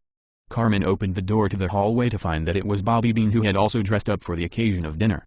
He had even gone so far as to wear a tie. Bean told Carmen, "You look beautiful, Mrs. Lettuce." That wasn't their real surname, not even Virgil was, but the compliment pleased Carmen immensely anyway. Carmen loved to receive genuinely deserved flattery in general, but being an official wife, mother, and a human being with a home, was even better. Bean asked, "Is Critias here?" She invited him in. "No, he isn't home yet. He is out training with Alice, and please, call me Carmen. I am expecting them to be back soon. He promised to be home in time for dinner. You look dashing this evening. You must have plans." Bean did. "There is a movie tonight after dinner in Funland, with popcorn and soda. I was hoping to ask Critias about taking Alice, if that wouldn't be objectionable to either of them." Then after a pause he added, "Or to you either, ma'am." Carmen was about to answer when another knock came upon the door. She excused herself to open it and find Penny Welder dressed smashingly for dinner. "Please come in." Carmen invited her inside with all pleasantries. Carmen was unaware of the unhappy encounter Penny had with Critias. The noisy lobby was crowded at the time with so much business of an incoming transport. That had effectively drowned out any sounds that Carmen might have picked up otherwise. Penny had arrived uncertain about what Carmen's reaction might be. She hesitated to enter. "I just need to speak to Critias for a moment." "Then you must come in," Carmen insisted. "He is not home yet, but we're expecting him shortly." Penny politely declined. "I think I should wait out in the hall." "Nonsense." Carmen grabbed Penny's hand to pull her inside. "What would he think of me if I kept the most famous woman of the city out in the hallway?" Penny submitted by following, "I would hardly call myself famous, infamous perhaps. Sally has much more respect around here than I do, and a lot more experience. I can see how you would not know her very well in that she has been laid up with her pregnancy since you arrived." Penny instantly regretted that she brought up the topic of pregnancy. "Besides, you star in all those movies of your victories. Everyone knows about you." Carmen waved that off as nothing. "Critias and I just got here. My bet is that you will be a captain soon and have your own crew. I think you deserve it. You are so strong and confident, and beautiful too, if you don't mind me extolling your virtues." Penny honestly didn't see the promotion happening, but she would like it. "Do you really think Jim is considering me?" "I'm sure of it," Carmen said truthfully. "You know Bobby, of course." She smiled over the romance of it. "Doesn't he look handsome? He came to ask Critias if he could take Alice to the movies tonight." That didn't surprise Penny because she already knew that Critias was adamantly opposed to having relationships outside of his marriage with Carmen. Whatever was going to happen with Alice, Penny was sure it would never evolve into anything romantic. Even so, Penny played along. "So Critias is officially not marrying her then?" "Oh, he never was going to do that," Carmen answered as if it was a humorous issue. "Alice and Mandy are just so precious. Once we got to know them, we knew right away that we wanted to keep them. If you knew Alice, she is 14 going on 23. She thinks she is ready to shoulder the world.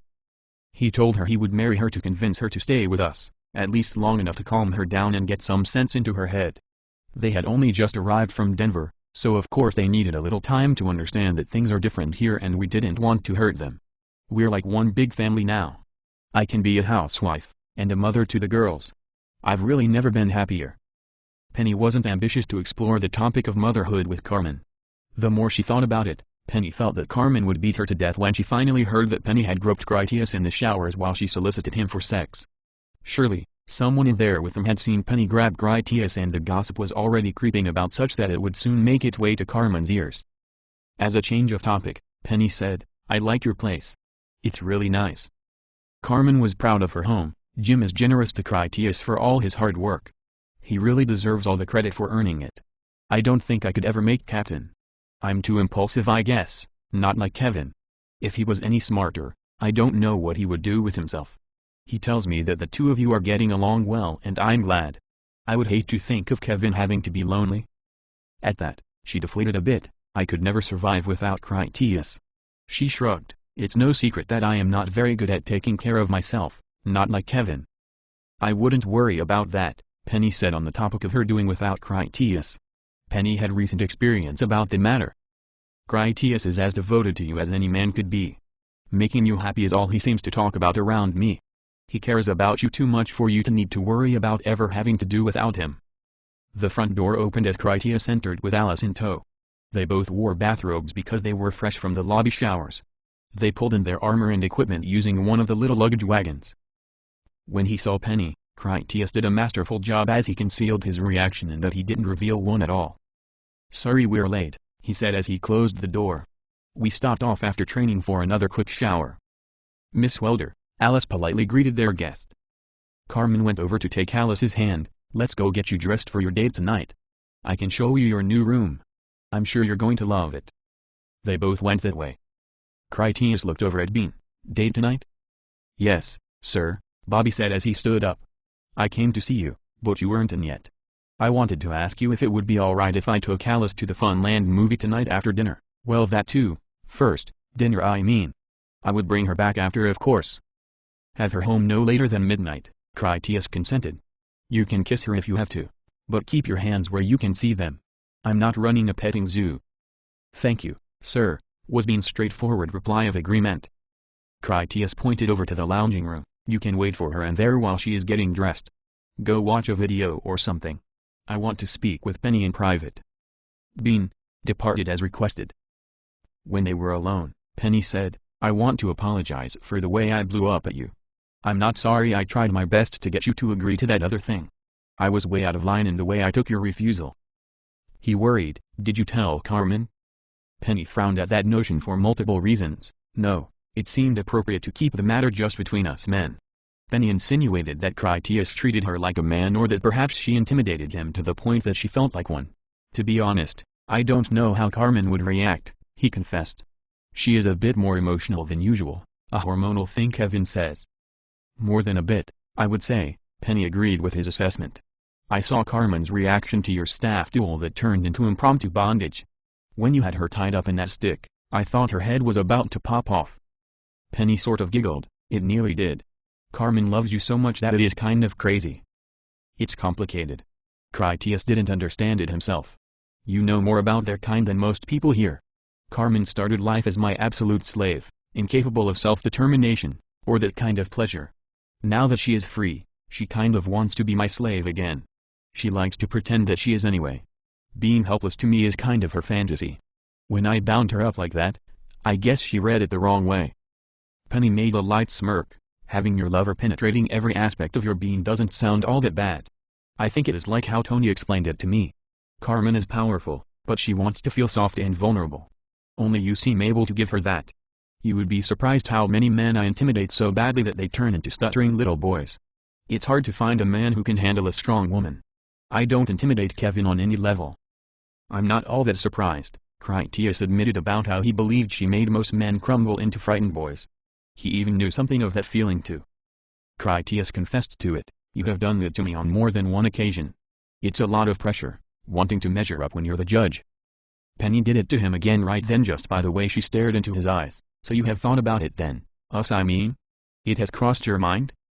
"I was a lot like Bean when I was a kid," Critias disclosed to her. "Before I got Carmen, I had the same woman since I was mesh-suited. I wasn't exactly going around tagging every tail that crossed my path. I'm a traditional kind of guy. Back in my old life, I kind of assumed I would get married someday, raise a family, and then maybe end up teaching Atlantis. Her expression showed that she didn't understand his references. Combat marshals go to the field at 16, he explained. That is after 2 years training in our first light-duty half-suits. I didn't get my officer's grade mech suit that you see now until I made lieutenant. The general duty equipment is a lot like what Alice has now. I don't understand the technology all that well myself, but I know that it is a big deal for the engineers to make the full heavy engagement mesh suits. It has something to do with the seamless nerve induction. It wouldn't function for anyone else. They have to grow it from my own DNA. It's like an extension of me. Like Carmen, Penny had learned a great deal from Kevin. Like your suit, they grew her to be unique exactly for you. So who was she? Who was this other woman you were seeing? It must have been going on for near a decade. That was close to married. It must have been serious. He had many a pleasant memory on that topic. She called herself Morgana. She was a courtesan, kind of what you might call a high-class prostitute, only it wasn't cheap like that. Anyway, at least that was the name she used with me. She was not one of those sleazy gravity bar dancers. It was a private situation. I never knew who any of her other clients were, or what they called her.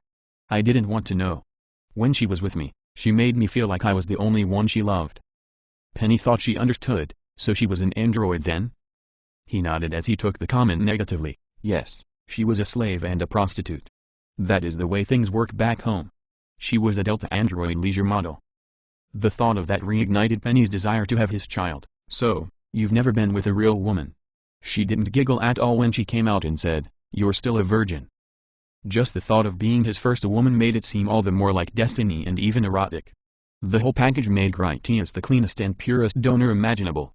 Penny couldn't even come up with a close second she thought of as a worthy replacement for him, unattainable or otherwise. He frowned over her comment. I am not a virgin. Carmen is a real woman and so was Morgana. How is it all that different from Denver? Just because a woman is a slave and being mistreated by assholes, doesn't mean that they are not real women. Penny stepped closer into a power position, but she also made it seem like she only wanted to keep their voices down. If Carmen is a real woman and then so was Morgana, does Carmen know you went back to see this other woman again after the two of you were already together? He felt distinctly uncomfortable. What makes you think I went back to Morgana? I know you did, Penny did know. You keep underestimating me. Yeah, well, he excused, I needed to say goodbye. Morgana meant a lot to me. We had been together a long time. I owed a lot to her. You still love Morgana as much as you ever did. Penny knew the nature of men. When you finally said goodbye to Morgana for that last time, were you wearing any pants? Critias lost to her again because he had made love to Morgana on his last visit and some part of him definitely still loved her and always would. Morgana had made a man out of him in more ways than just teaching him human sexuality. Morgana had been a faithful friend and wise advisor. His last meeting had been a passionate farewell, but it had also genuinely been a final one. Critias was not so stupid that he didn't understand that Morgana had a role to play in the martial service world. The engineers had made her for turning stupid boys into superior men. Critias had intended their last encounter to be his final time and it had been. The only thing that Critias could think of to say to Penny was, Carmen and I were not married yet at the time. True, Penny agreed to that. At the time, Carmen was a real woman, enslaved to obey your every whim, literally born with thoughts only for you, to love only you for the rest of her life, even if you told her to jump off a bridge onto her head. What would Carmen say if we asked her if you were married at the time? Her tone made him angry. Is that a threat? Since Kevin tells you so much, you should be careful about taking things away from Carmen. She might resent the intrusion and overreact. She has a bad habit of doing that. It's not a threat at all, Penny assured him. Carmen is woman enough that she knows what she is and she doesn't think of herself as simply a real woman. It's not Carmen who lacks the courage to face the reality of how things just are. It's you that has all the hang-ups. I do love Kevin and I am going to marry him, the same as you did with Carmen, but I don't lie to myself that he is a normal man. Kevin is many things, but normal is not one of them. One day, Carmen will come to realize that you really did want children while you grew old in her loving arms.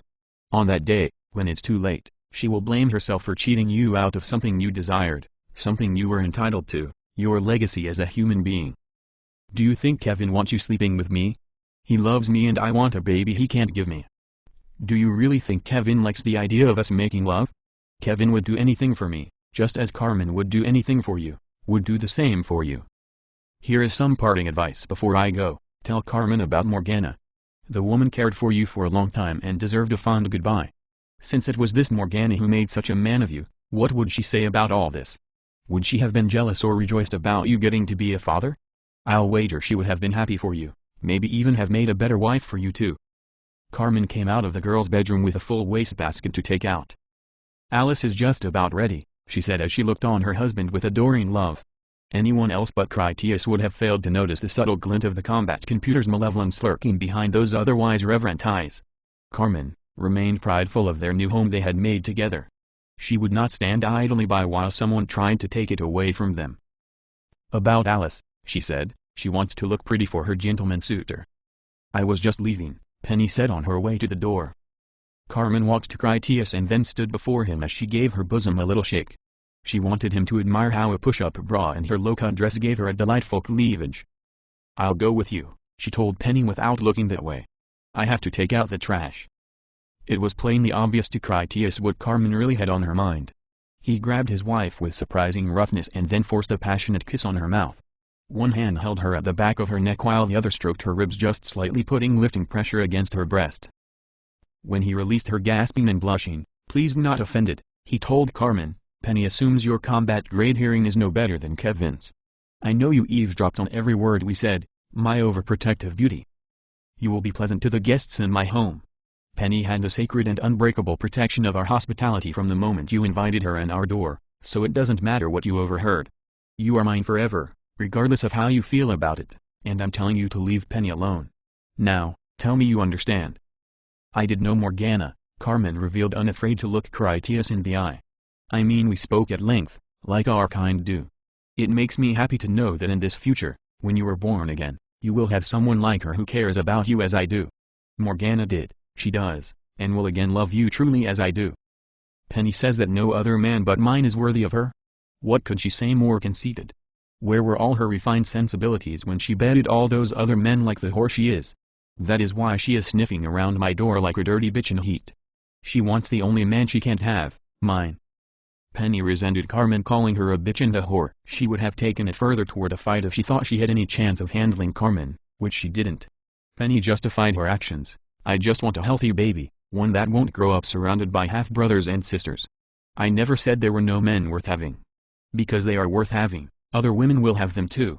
Critias is my best choice to have a child that will be healthy, pretty, and smart, while not related to anyone else." "Not if I twist your head around backwards," Carmen threatened. "The day I taste your stink on my husband is the day you die. What's mine is mine, and I'll kill you to keep it. I'll pull your spine out through the front and never bother using a knife either." She gave Penny a deadly warning stare. "Never forget, you are just some human."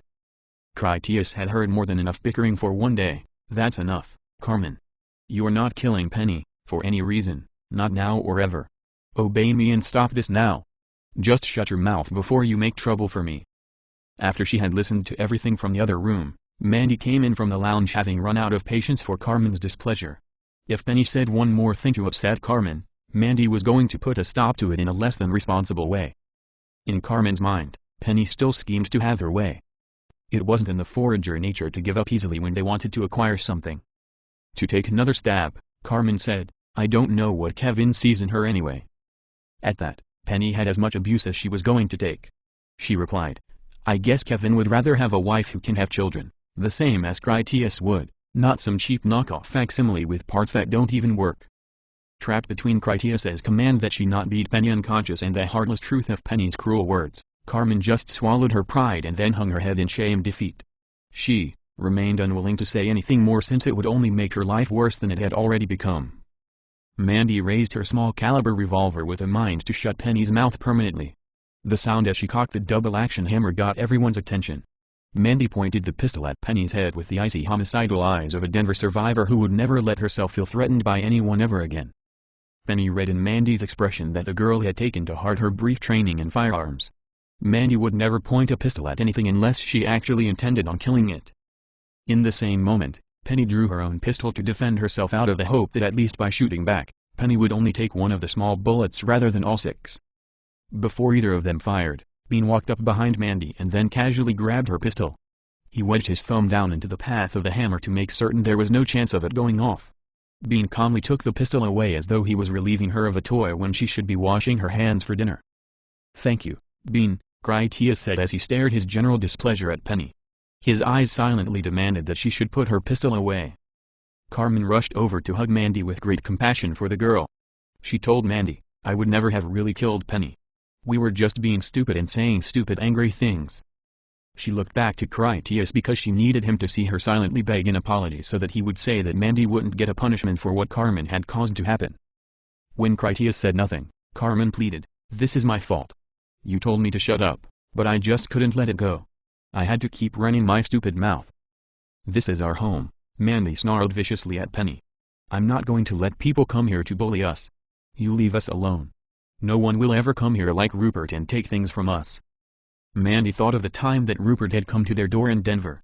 After an argument, Rupert and his goons had murdered her father and brother, then they had gang raped her mother before they dragged her away to be a slave in a harem. She had only survived a few months, and then they ate her. Bean handed Critias Mandy's pistol just as Alice came in dressed to leave for her date.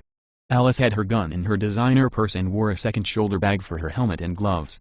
She would take the equipment with her just in case of some unexpected disaster, which is how such things usually came about.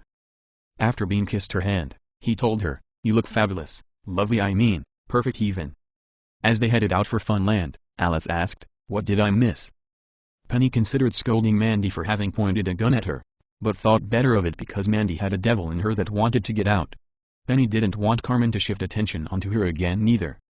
"Kevin is waiting for me," Penny excused herself to leave.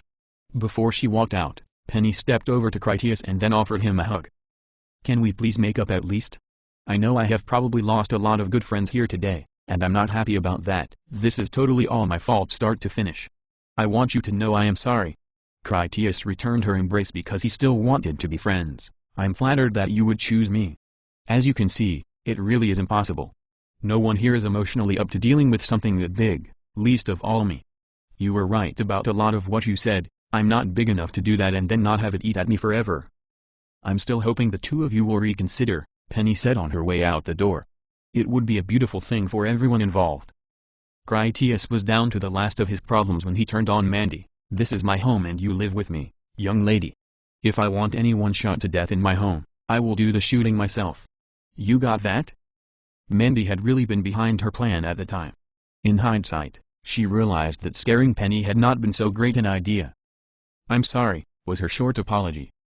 He fumed because if it hadn't been for Bean's quick action, she might have actually pulled the trigger. "I'm tempted to take a belt to your behind and leave you here tonight to think about it." "Over my dead body you will," Carmen said, unwilling to let Mandy out of her embrace. "She thought she was protecting me." He gave his wife a disappointed look. "What are you talking about? I asked you to shut up, but you had to keep pushing it as you always do. If she had shot Penny, it would have been your fault for getting her to do what you were saying you wanted to happen anyway. If I do beat her, I will beat your stupid ass first. The next time I ask you to shut up, try doing it. If she had shot Penny, they would probably hang Mandy for murder. Where would you be then?" Carmen frowned at him. "I don't have much practice dealing with your hussies coming to my door asking for a shot of your semen." Since Penny had groped him in the showers, Critias really couldn't disagree with his wife on that point.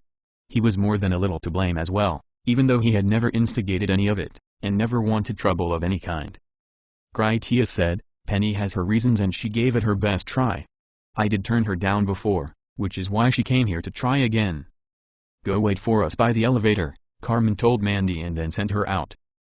Once they were alone, Carmen asked, "Are you refusing to help her for me, or for your own reasons?" He indulged her by taking the time to consider his answer. What stuck with him clearest was that he had mostly refused for Carmen's benefit and not his own. If he betted Penny, Critias would enjoy it and even feel manly about it. She was an extremely desirable woman that would no doubt give him exceptional children. The downside was that his relationship with Carmen would pay a heavy price afterward. The purity of their commitment to each other would have been lost. He also didn't like the idea of fathering a child and then never knowing what became of it. Critias had always wanted to be a father, eventually anyway, but not in the sense that he made nameless progeny. He loathed the idea that he would never know the child's name, its gender, or what kind of person the child grew up to be. Critias had a lot of good reasons not to want to be a part of that. His answer came out as, "You are my own reasons. Part of me is for helping her and part of me is strictly against it. I'm totally sure that if I ever did something like that, I would have to feel good about it. I don't feel good about this. I won't do it, and that's my final stand on the matter. Carmen asked honestly, because she needed the truth from him. Do you think less of me because I can't do it with you? He dismissed that notion as only her attempt to start trouble. Do you think less of Kevin because he can't give Penny what she wants? She didn't and couldn't refute that reason. He wanted an answer. Would you think less of me, if I was sterile? That struck her and a nerve, so she promptly answered like she had already thought about it at length. Not at all, and I would never let some handsome Turkish hero impregnate me in your place if you were the android, and I was not even if he was as noble, heroic, and handsome as you are. Critias didn't know what to make of her last reference. The way she had said it, it came from the heart, and that she had thought of something in particular. There was no such person in the city, so he assumed it was a reference to one of her romantic books. He summoned Carmen to take his hand so they could go to dinner. I sure as hell wouldn't sit by and feel good about it while some other man was pounding a kid into you. You can stop wondering if I understand how you feel about Penny sleeping with me. If we went down that road, it would change things, and not for the better. Carmen went around turning off the lights before she joined him. As they walked down the hall to the elevator, she mentioned, this is about Kevin though too, not just Penny. Yeah, he didn't deny that. Kevin is a good friend to us. He wouldn't have put these ideas into Penny's head if he weren't in on it too, but then again, if it was him behind this scheme, as smart as Kevin is, I would think he could come up with a better plan. I have the perfect wife who makes me incredibly happy. We have the girls now, and honestly, we don't even know how much time we have left here, not much to be sure. You should keep that in mind when you are filling Mandy's head with notions of having you around to look out for her. The time will come when you're going to have to say goodbye. That made her frown with heavy thoughts that she quickly brushed aside with enthusiasm for what she was doing at the moment. Carmen said, that's why we need to live this time to its absolute fullest. The people staying here don't know how much time they have left in life. I want to spend every day like it is my last. Mandy needs me, and I need her. My life has to be more than blood and killing. Critias said, then you have a long talk with her about that pistol. I don't want you making light of it like it was no big deal. I never knew she had that kind of aggression in her. She didn't want to see me upset. Carmen offered an excuse. I really was thinking about giving Penny a proper smack. I guess Mandy thought it would be a good idea for someone to stick up for me. Maybe that is how things happened in Denver. First people came to her door to demand things, and then later they returned to just take them. She was trying to avoid making the same mistakes twice, in her point of view I mean. As bad as it was, I still think it worked. Penny will think twice before trying something like that again. Part of what she said wounded him. I do stick up for you. Your melodramatic overreaction to every little slight is not the proper way of doing things. There are a lot of proud and headstrong people around here who aren't shy about telling you what they think. Penny didn't pick a fight with you. You picked one with her, and you would have won, which is why you do it. I was protecting the only person in any actual danger. Maybe I do overreact, she complained about the criticism of her judgment. When I had inhibitors, they designed me to consider every possible option, even the melodramatic ones. I always had a safety net to prevent me from going overboard. When I have to make that decision myself, it becomes one more game theory on that choice, which leads to more in a growing tree of probabilities. You follow your instincts, so sometimes I do too. Sometimes it is better to just go with what you feel the most. He asked, even though he dreaded a bad answer, what were you feeling the most?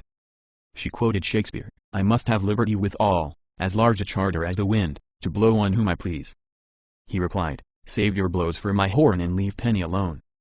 That made her smile, the wind bloweth where it listeth. My lips wish to keep blowing you. When they reached the elevator, Penny and Mandy were there and they talked quietly. By their civil appearance, it seemed that Penny had apologized, or they both had. At least they had medicated their differences. Carmen was more than a little pleased to see that the two of them would not be feuding, and so was Critias. Chapter 3. God's Lairs. King Jim had arranged a magnificent dinner in Funland for the community on that evening. He wanted to celebrate the foragers' return to the city from the castle and their successful missions. They had both the light trail-hunted feral cow and the elk to provide the fresh meat. Diners could also enjoy the first fresh vegetables of the season, tomatoes in particular. It was Jim's intent to remedy some of the lacking in the common diet and to reward everyone for a work-intensive period that had gone especially well. That no one other than Jeremy had died recently was perhaps what he appreciated most. Since the arrival of Critias and Carmen, the mortality rates had plummeted even as the audacity of their plans had increased dramatically. After Jim went to Denver to retrieve their hostages, He had transformed his people into a much larger and more enthusiastic body. Jim made no public announcement of that evening being any kind of special celebration. It was his intent for everyone to consider it as being just more of the general improvement in their universal standard of living. They could congratulate themselves for the upgrade that was born of their own hard work, self-sacrifice, and seamless cooperation, which it actually was. Jim and Jessica stood at the entrance to the dining area of Funland where they greeted everyone by name as they entered from either the tower or the upstairs of that same building. He knew everyone by name, great or small, as they came in, at least if they were from his own original population. Jim even knew the names of most of the Denver women too. He only slipped up on some rare occasions, and then Jessica readily covered for him as his impromptu nomenclator, since she knew them all much better than he did. Even with his few lapses, it was a testament to Jim's memory and detailed interest in all that happened under his roof. Christopher the Ratcatcher, the King's Lion, surprised everyone when he arrived with Dr. Clara on his arm as his date for the evening. He was only perhaps 5 years younger than she was, so in that there was nothing unusual. People knew Clara as a shrewd and somewhat frigid intellectual, pretty much the opposite of the kind and simple man who seemed incapable of generating animosity, though none doubted his courage when he found himself pressed to action. Critias asked his small group about Clara. Did she just smile? Having seen it herself, Penny confirmed it. She did. Maybe he is the only man in the city not smart enough to see what a nice queen bitch that woman is. Good for them, said Carmen. Now maybe she will stop giving me such a hard time during inspections. Penny surmised, maybe the hard time was just what she needed to get the stick out of her ass. Kevin asked Critias, when would you like to bring Carmen in for an examination? Have you had any problems since last we spoke about it? Critias took a moment to admire Carmen's dress. The modest change in her bust size had given her a new glamour of feminine self-assurance that was mostly hormonally psychological rather than overtly physical. Whatever the source, Critias really liked her effulgent sensual allure. She had grown so much since the time when rubberized gun ninja surfer suits demonstrated how she saw her public identity. I think she is much happier, honestly, Critias confessed. It seems that you have plans of your own for tonight. It might be better if you told us when you had the free time. We slept in late today at the castle. If you will be up, we can do it tonight. Kevin agreed. After dinner will be fine for me, that is, if you're not going to stay for the movie. I find the frame rate of this era's cinema to be annoying more than entertaining. The optical illusion does not work properly to my perception. Besides, I know all their films by memory. Critias was sure the same was true for Carmen. To her faster visual perception, it really was a staggered shifting of still images. He made up his mind about it, telling Kevin, after dinner will be good for us so we can get it out of the way. When it was Critias and Carmen's turn to get the royal greeting, Jim said, I noticed that Alice was in the company of Bean. Was that your doing? Critias made a shrug that didn't deny his part. I didn't force anything, if that is what you mean. He has a crush on the girl and I figured I'd better give her the chance of getting the man before someone else did. She seems to like him well enough and I'm keeping a close eye on them both. Bean is a good kid and I think he has a future as a forager. I like his natural instincts. He doesn't have to think or get emotional to act on the moment. I'll keep that in mind, Jim said, meaning it. We will be adding some new members to the team soon. After I promote some to captains, they will need fresh operators to fill in slots. How is Alice's training progressing? Excellent, Critias divulged proudly. She's a fast learner and wants to make a difference with her life. Jim told him, I wanted to thank you personally for the great job that you did out on the river, Carmen as well. From what Jack told me, you really distinguish yourselves. I'm looking forward to seeing the recording of your encounter with that salt pile hunter.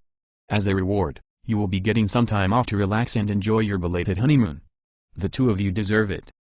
He took a stapled stack of photocopies from a nearby table and then handed those over to Critias. I received this report from Kevin's control room intelligence operation. They finally sorted out all the radio intercept messages you found in Denver plus everything he collected from their computers. I thought you would find this interesting. The subject matter was something that Critias had been curious about. Much appreciated, he said, accepting it. I would like to look it over. You can keep it, Jim said about the report. I made you that copy. Jessica complimented the women on their appearance and just generally made herself pleasant before everyone moved on. For Carmen, she added, if you would like Mandy to sit with you at the captain's table this evening, that won't be a problem. Many of the other captains are having guests in their company. With that in mind, we extended the table for extra space. Once they sat at their table, Critias thumbed through the pages that Jim gave him. He soon realized that the material required thorough study to appreciate. Critias handed the papers over to Carmen as he informed her, "These are highlights from the Denver base's radio traffic logs.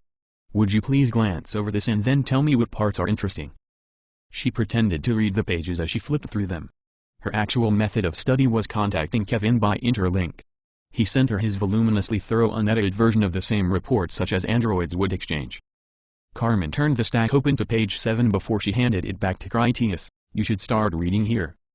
The 7th page was the beginning of a connected series of military communications that concerned the topic of a petty Eurasian regime during the early days of its outbreak demise. The nation's military rapidly drew up their plans to secure their country from the infection, which at that early time only ravaged the North American continent. Their defensive measures began with a massive police control that involved a 2-day curfew followed by a house-to-house extermination operation carried out by death squads. The second stage of their strategy concerned itself with preventing an eventual external attack by the ghouls, which would come at them from their border nation neighbors. They had rightly assumed that those nearby countries would fall to the unstoppable illness. All nations would fall to the infection, so in that projection, they hardly had some genius on board who saw that coming at them. They estimated that ghouls that numbered in the millions would pour over their borders to wipe them out regardless of the quality of their internal solutions. Their plan was the preemptive elimination of their external threat by means of an all-out masked depopulation attack against those neighboring countries. They used every means available to them from aircraft and missiles to covert infiltration teams. Every weapon system had the same objective, to disperse their nation's extravagantly diverse stockpile of chemical and biological weaponry. Their stated goal had been to reduce or eradicate the future population of enemy ghouls by first mass murdering every possible human host who could have contracted the infection in their near future. Critias knew of the depopulation area from experience in his own time. The marshals and scavengers called the poisoned region the Unholy Land. It was several million square kilometers of hunter-infested death zone they considered pretty much a no-go area. The Unholy Land Critias was familiar with correlated perfectly with the attack locations in the messages. Fascinating consequences from a truly diabolical strategy, Carmen commented since she was already aware of all the material. As happened so often when one acts rashly, their cure only made their destruction all the more certain. The first casualties to their surprise chemical weapon attacks were those exposed forces who defended security barricades. Once those were down, the ghouls had free run of the streets. With no defensive military still in operation within those zones, they couldn't aerial bomb the block-busting super tribes that eventually tore all the fortified buildings apart. Most regular people were already in hiding by then, boarded up inside their homes, thinking it would all be over in a few days or a week. Even at that early stage, they practiced decontamination religiously. At the time, few had any idea what the cause of the infection even was, but wild rumors were rampant, which led to the washing of hands, staying indoors, and keeping a cautious eye on others around them. The only people out wandering the streets getting exposure to the chemical weapons were the ghouls and the newly infected. The slash and burn policy did successfully murder many innocent people, but far from enough of them to count as a success by its implementers. Only later would they come to discover that one of their breakthrough nerve agents they spread everywhere intending to wipe out the people had instead transformed tens of thousands of infected victims into huge and voracious hunters. Critias thought of the strategy as despicable, even typical of the old human regimes that seemed only to care about a feudalistic power hierarchy. When anything went wrong, they ran for the lifeboats and the people could be damned. The continuity of government underground base in Denver had already been there when they needed it against the ghouls. It had always been the plan to save themselves when the nation they were supposed to protect ran into real trouble. It didn't save their shitty little empire, he told her. In part, Critias didn't appreciate her hint of enthusiasm for the intellectual intricacies of their harsh preemptive measures, despite her admission that it was diabolical. Only just that afternoon, Critias had trained Alice to pistol execute an emotionally broken woman as the properly efficient means to save the most lives, which as he had taught her, was what really mattered. Critias could not see it or even understand, but his mixed messages and conflicting expectations were driving Carmen toward a cognitive precipice. On the topic, Critias said, they turned the whole area surrounding them into a hunter's paradise, the Unholy Land indeed. In the end, they had positioned themselves dead center of the most dangerous location on the planet. When all those hunters started moving in on them, they didn't last long. To that, Carmen quoted, hell grew darker at their frown. From down the table, Kevin added through a lull in the general conversation, long is the way, and hard, that out of hell leads up to the light. It will take humanity many centuries to make their way back into Eden. Critias agreed with that sentiment. The road out of the Unholy Land is long and hard all right. Where the wildlife is plentiful, whole wolf pack teams of hunters are not uncommon. Enormous hunter ghouls were thankfully uncommon everywhere else in the world, as rare as the exotically engineered chemicals that caused them. In Critias's time, nature had long since reclaimed the earth. Years enough had passed that many species of tree had grown from seed, lived an adult lifetime, and then passed on in old age for the next generation. The unholy land had become part of the vast planetary wilderness, with the addition of untold thousands of saltback-sized fiends that roamed about in it. Mandy was curious enough to ask Carmen, "Where do those words come from?" Carmen answered, "They come from an epic poem called Paradise Lost, written by John Milton. When God banished Adam and Eve from the Garden of Eden, from their paradise, it was a story quite like what happened to us and our banishment from the world. Like them, we long to return to the better world we have lost." The girl asked, "Does it have pictures?" "No." Carmen sounded amused by the notion. "Artists over the years have made many paintings and drawings about it though." Alfred, their city commander in charge of tunneling and blasting, called to Critias from further down the table when their eyes met. He said, "That rock-breaking hammer you brought back from the boat trip is a real she-devil. Once we got it up and running, it really took a load off our backs. It was a good call that you grabbed it when you did." "I was thinking of your work when I came across it," Critias told him. "I figured you would appreciate it over swinging sledgehammers." Alfred raised his cup to him. "Too true, thanks to you." Critias went back to reading the papers Jim had given him. He told Carmen, "It says here that the Denver president sent them a message that he wanted to fly out and join them in their safe zone." "Lucky for him, they started giving him the runaround," Carmen replied. "The whole next page is their exchange where they are replying with one contrived delay after another. It seems to me, they didn't want him or need him." He skipped that page and went on to the next where their excuses to delay him changed into problems that were more legitimate. The inbound transmissions from the unholy land reported on their conflict with giant ghouls they named golems, nigh unstoppable fiends of heroic size and insoluble bad temperaments. They were cunning hunters too, crafty creatures that preyed on their fringes. Whole packs of intelligent hunters wiped out their death squads and then just vanished back into the darkness. They only left behind bloodstains and chunks of partially devoured corpses. Apparently, the hunters didn't like the taste of their boots. The rescue teams that showed up tended to find feet still inside the footwear, but little else. One golem sighting had rapidly become 10 and then it was nationwide, and then the messages about them stopped because they were either too busy or more likely already dead. Toward the end of their incoming transmissions, they sent a report about one of the engineered diseases that they had released to depopulate their neighbors. It had mutated in such a way that it came back to haunt them. Their vaccine proved ineffective against the flu-like illness that was no longer rapidly fatal in most cases, but it remained highly debilitating and pandemically contagious. Their final message was that they had made a change of leadership and planned on flying out to join the president in his haven since their homeland was a total loss. They never arrived in Denver or sent another communication. Their last days ended in a mystery. Critias assumed it was much the same as anyone else. Infighting and lack of food had dissolved their cooperation until the ghouls did the rest. An army of pack-minded hunters that a nutcase theocratic military country had saturated with laboratory weaponized diseases didn't make for the docile new neighbors that their master strategy had hoped to create. He asked Carmen, "So what happened to them in the end?" She was uncertain. The only detailed exploration of that area was from a nuclear resources salvage team during the days of the first beta androids. As you said, hunters heavily populate that whole region. The radiological recovery they salvaged was in a remote place surrounded by desert. That was safe enough since schools don't favor being too far from water sources. To my knowledge, that team didn't recover any information that would explain exactly how the last of those survivors met their end. As Critias thumbed through the papers, he came across some addendum added by Kevin's research team. Many of the holdout population bunkers that had radioed to Denver for help had quickly petered out as they fell to the ghouls, though not all of them. Various locations had notes that they could still be potential survivor centers currently worthy of attempts to contact in the hope they might still be alive. Jim planned on gathering more people from across the planet when he had the means to pull it off. Hostesses delivered food to the whole table by working both sides at the same time. They forked out chef-sliced portions of beef or elk venison and several variations of expert preparation. The meal served out in courses to maximize the experience while still doing the usual rationing of food stores. Carmen especially enjoyed the fresh garden-building green beans with bits of bacon dish. After ordering a second bowl, she leaned over to privately tell her husband, "Jim wants to relay a conversation by speaking to Kevin while you speak through me." Sensing his agreement to the proposal, Carmen copied Jim's words as he spoke to Kevin from halfway down at the other end of the long captain's table. "Some of the women from Denver are setting up a brothel operation," Jim said through the androids. Critias considered that notion and its implications. Do you want to be their pimp, or their pope? Since you're asking me, I suggest you control what you can't eliminate. They might end up looting the shirts off the backs of half the men in the city.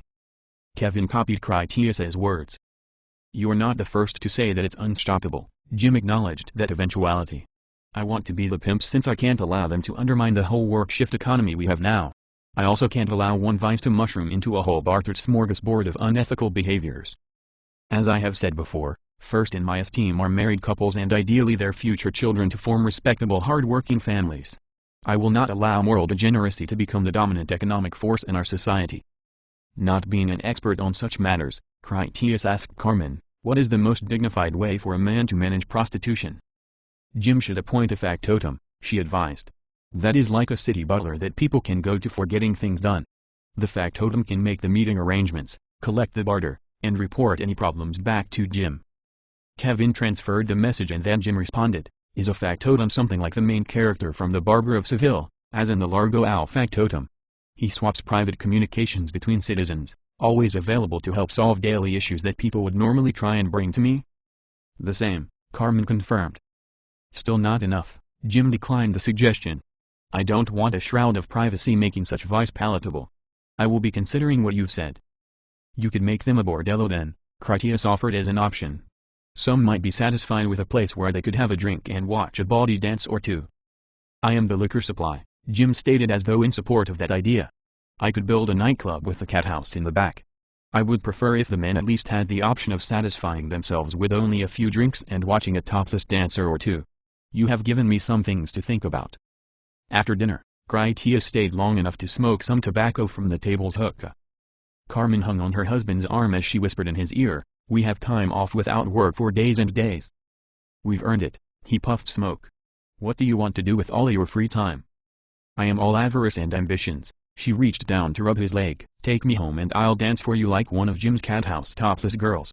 I don't want you to feel like being married is depriving you of your manly entertainments. After you've watched me dance for a while and you've had a few drinks, you could carry me off to your bed to do any naughty thing that you liked. Best of all, you wouldn't even have to pay me. He had to chuckle. I would not say that the best thing is not paying you. I would gladly pay a king's ransom for just one night of the many pleasures that is having you, my love.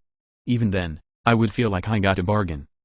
As tempted as I am by your generous offer, we still need to go and see Kevin first. I scheduled a medical exam for you and we won't be missing it. He leaned over to kiss her softly and then said, after your checkup, I'm all yours, that is assuming you can keep the girls in their own room for that long. I'll have a talk with them, she pledged. They need to know to respect our privacy. On that note, she leaned over the other way to ask Mandy, are you listening? No, the girl answered. I'm respecting your privacy already. As the room prepared to start the evening cinema, Kevin and Critias were ready to depart for Bob's laboratory in King's Tower. As soon as they left Funland, Carmen felt anxiety over what awaited her. She asked with unease, what are you planning on doing to me? Maybe we could do this some other time. I'll be with you the whole time. Critias took her hand while they walked. You have nothing to be worried about. She remained unconvinced. If there was nothing to worry about, we wouldn't be doing this at all. He disagreed. I'm not worried at all. I just want you to be as happy and comfortable as possible. If there is some way we can make you better off than you are now, then I want to explore it. Also, this was always part of the changes you wanted in your programming. We can't just modify you and then not check to make sure everything is working out as we intended. Just think of this as preventive maintenance.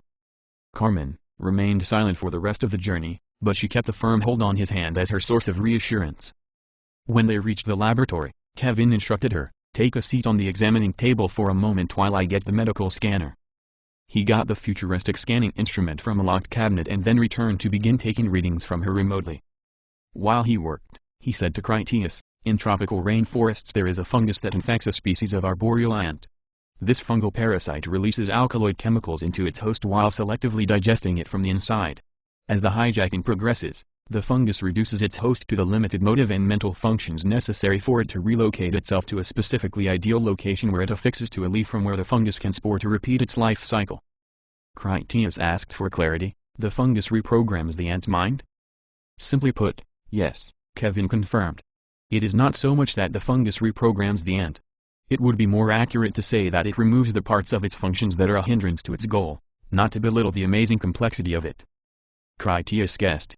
I take it that you are telling me this in reference to the infection, about how it reprograms humans into ghouls with their insatiable quest to infect other humans, thus propagating its cycle.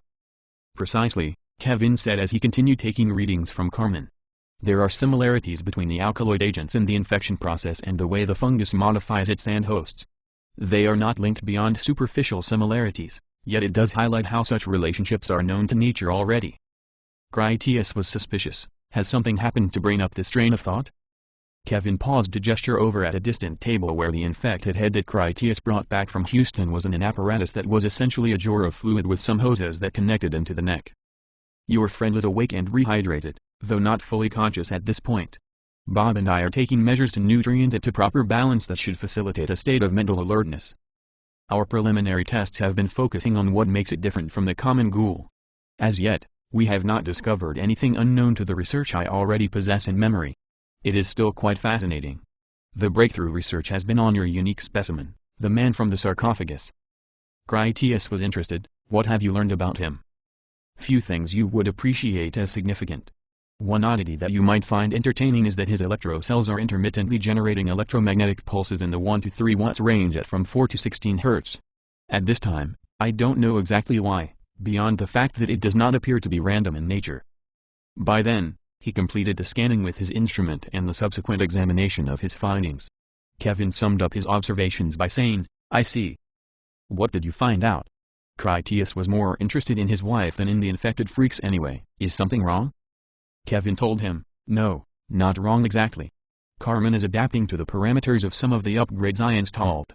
To make this easier for you to understand, are you aware of the early behavioral research where scientists surgically implanted electrodes into the brain of a monkey so that when stimulated the primate would achieve orgasm? The bioengineering of androids is a more advanced application of this same principle, artificially inducing joy or depression as a means of control and conditioning in conjunction with the inhibitor module. I tapped into this same system when I designed the specified upgrade for Carmen. When I wrote the software, I prioritized her emotional state as the basal initiator. At the time, I hadn't expected that Carmen's fantasy life would evolve in such a way as to exploit these parameters. Or perhaps, I did not give you credit for your ability to fulfill her subconscious objectives. To my own credit, the upgrade is working perfectly as I designed it, based on the information I had at the time. I can't even appropriately declare it as malfunctioning at all. This is more a matter of preference than complication. It was a lot of material for Critias to absorb. It sounds like you are saying that Carmen's state of mind is shocking the pleasure centers of her brain and not the physical contact with me. I think you are also saying that like one of the monkeys, her subconscious mind is doing everything it can to press her button more and more like an addict. That is why she has had several spontaneous orgasms without me doing much of anything to her at all. Kevin confirmed that, correct, acknowledging that physical contact is shaping her mindset as well. It would be a simple matter for me to reduce the influence of her emotional state and heighten the relevance of the physical sensations, assuming that is your preference. Carmen is genuinely happy with the way you make her feel and is responding accordingly, essentially. To make certain that Critias understood, Kevin explained, Carmen is functioning properly according to our previous intentions. You make her so excited and aroused that she derives sexual pleasure from it. I believe the flaw is in the fact that you are not getting your desired opportunity to physically express yourself for any duration as an aid to her achieving that satisfaction. Critias was about to blurt out an answer, but then stopped because he wanted to put some thought into what Carmen experienced and how he felt about it. Ultimately, it sounded like Kevin told him that Carmen really was happy on a psychological level, a romantic plane rather than merely titillated by carnal acts. Upon reflection, it made him wonder if he would take something precious away from her if they implemented any changes. From that, he had his final decision. He told Kevin, it seems to me that the system she has now is jumping the gun. Her emotional state needs to invigorate her physical interest so that will run its natural course. I think it would be preferable to us both if she physically runs the hamster wheel a bit to earn her rewards. While I am sure that many women would think to envy Carmen in that she just spontaneously climaxes for no reason at all besides that she feels as loved as she actually is, my experience with her tells me that this is not in her best interest. I have not forgotten where this journey all began. When Carmen was frigid, the cuddling and intimacy with me, my sexual satisfaction with her, all of that was all sacred to her. It was her poetic personal religion. It was something we shared. Being involved with me meant so much to her. She never wanted to end up like a zoned-out drug addict while I wasn't even involved at all. I have already taken away something that was precious to her. We need to give it back before we actually do inflict some serious harm. Kevin reiterated, we knew in the beginning that only Carmen would be able to finally decide what form her sexual expression would take. I had never accounted for the possibility that it would be something that you would be able to fulfill by psychological means. Among humans such as yourself, you would normally have fantasies that were more or less inherently unattainable, and that is why you would call them fantasies. In Carmen's case, her fantasy life is so close to her real life, that the stimulation is as intense as you have described.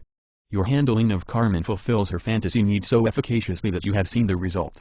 That must appeal to your masculine pride on some non-physical level, while at the same time, it is actually causing your coital deprivation, since you have in effect made your physical involvement in her sex life superfluous.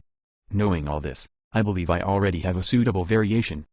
The male android took a new scan of Carmen to examine something, and then once he had that reading, he mentally compiled a replacement upgrade.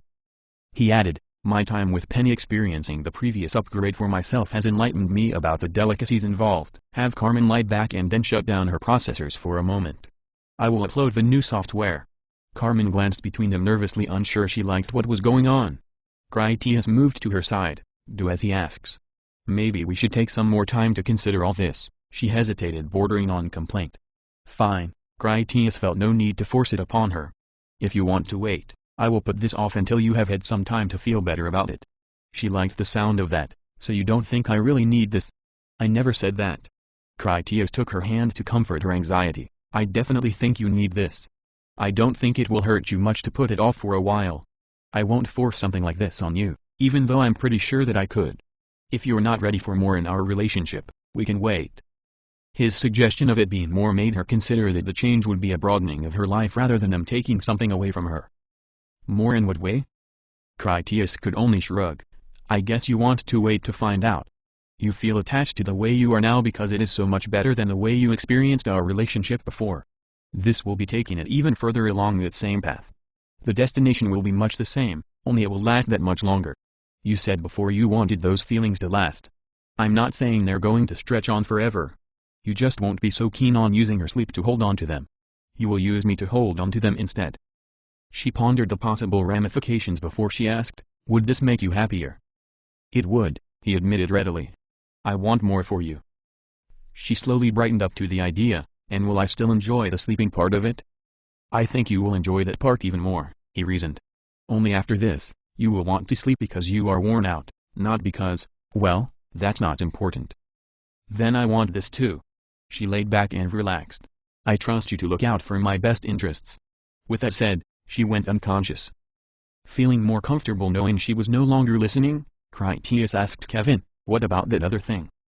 Kevin saw it as a minor matter. I can recalibrate the circumstances promoting the lactation if that is what you're referring to. Is that what you want? Critias asked. It should stop on its own soon enough as the general diet improves, yes? Kevin confirmed his guess. It should. However, it will continue if you make a regular habit of encouraging it. Then let it be, Critias decided. The modest increase in her bust size is giving her a new sense of self-confidence, and I see no reason for me to be the instrument of taking that away from her. That being the case, we're all finished here. Kevin transmitted a signaled instruction that promptly woke her. Critias took her hand to help her up as Carmen awoke. How do you feel? The same, she answered before she climbed off of the examining table and then hugged him with a sigh of relief. Can we go home now? Of course we can. Critias gave a wave goodbye to Kevin. Thanks for the help. We'll keep you updated on how things work out with this. It's no imposition, Kevin replied genuinely. I also consider Carmen's happiness and well-being to be of preponderant importance. On the way out, Carmen paused and then turned back to say, thank you. The android smiled on her, you're welcome. Once they were in the elevator headed down to their floor, Carmen asked Critias, did Kevin ask you about Penny while I was out? He shook his head no, it never came up, like maybe he doesn't even know about it. Kevin does a lot for us, she admitted with lingering doubts about that situation. We talked about gratitude before. Do you feel you owe him something? I will be ready to reciprocate the favor, he answered, something within reason. I don't feel I owe him that much. Besides, it's not all on my shoulders. Don't you owe him something? That would explain how I feel about it, she sighed. He does a lot for me and it makes me feel bad to think he needs my help and I won't provide it. He asked, are you saying you've changed your mind? She shook her head no, Not about what I want. I'm just no longer sure how much what I want counts. Maybe this is not about what I want. He saw no need to press her about it. I'm interested in your opinion, but the decision is mine, and I'm not going to do it, so put it out of your mind since there is nothing you can do about it anyway. She paused, having other thoughts. Would you mind if I went to talk to Jack for a moment? The unexpected request made him wonder if the upgrade had already influenced her mind. Is it important? No, not in the usual sense of the word, more like I want some advice, and I think he could give it to me. Carmen's expression was all love for him that waited for him to make up his mind. She could easily wait on it, or she could go if it was no imposition for him. Critias checked. You can't ask me about this. She wasn't going to do that. I guess I can put it off till later. It is kind of a father-daughter thing, not a husband-wife thing. I know how paranoid you get when I am away from you, and it is true that I was going to talk about you just as you worry. I don't want to hurt you. Critias pressed the elevator button for their floor. I'll be waiting for you in the apartment till you get back. Take all the time you need. Carmen hugged him affectionately with her cheek pressed into his chest. She stayed that way in contented silence until they arrived at their destination. Once he exited to go home, she went on to find Jack for their conversation. He went home and found the solitude unwelcome within moments. The dinner weighed on him, so he went over to lie down on the couch while he awaited Carmen's return from her visit with Jack. Critias fell asleep and then had the most unusual dream. He had no conscious awareness that he dreamed as it happened, so he didn't question the events as they unfolded. Critias didn't even know it was a dream until he awakened from it. He found himself in a tropical paradise of oceanic coastline on a perfectly warm mid-morning. Critias stood at the prow of a wooden ship from some archaic era. The vessel had a regal tent that formed a comfortable shelter at the back beneath the upward curving sternpost. Many bronze fittings secured the hamprope that rigged a square sail with stripes in white and yellow. His crew was a fair-skinned people with sandy hair and tan muscular backs. They labored in diligent silence at their double tiers of oars. The landward view was far more spectacular than the mode of his transportation. A great multitude of indigenous people had turned out such that they welcomed and celebrated his expected arrival. Thousands of black-haired, swarthy-complexioned natives streamed along the shoreline. They wore vibrantly colorful scanty costumes. Their parades stretched back from the sea off into the forested highlands. They had erected many temporary pavilions and enormous floral monuments along the shore, each intended to be as visually vivacious as possible, to which they had succeeded admirably. Overshadowing the impressiveness of even those grand displays were men in beautifully colored gliders. They soared aloft on the gusting ocean breezes like giant birds. The gliders launched from the highest cliff so that they flew toward his approaching ship as courageous tribute. It was a dangerous display of bravery as each pilot struggled to stay aloft the longest before gravity finally crashed them down into the sea, usually in a survivable semi-controlled entry. Many small boats stood ready to recover the daring flyers. They paddled out rapidly regardless of the quality of the landing. His crew brought the ship near shore where they anchored to await a local skiff that would come alongside to transfer him to the beach. Critias understood that he was a king of the local people or even a higher personage than that. It became clear to him when he walked into the sternpost tent to rouse his queen to join him at their festival. Lying asleep, she was a beauty clearly of exotic ancestry. The sides of her head were clean-shaven around perfectly braided cornrows of glossy black hair. The braids complected with thread of gold and hung in length down to her slender waist. Her girdle was low-set and of intricate patterned textile. The belt was an overlapping band of engraved silver discs. With her eyebrows also shaved away, the unusual bone structure of her ridged brow was unmistakable, as was her high forehead, and subtly elongated skull of exceptional capacity. Her eyes were gray and her skin flawlessly pale as one usually sheltered from direct sun. Masterfully cut inset ornaments of jade permanently decorated her otherwise perfect teeth. More jade decorated the piercings in her ears and lower lip, a custom commonly shared among the local people. She was tall, more than 2 meters, and blessed with natural athletic strength. The queen lounged breathtakingly topless apart from a broad collar of more jade and silver. Wide golden bands adorned her upper arms and bracelets of silver with gemstones rattled about her ankles.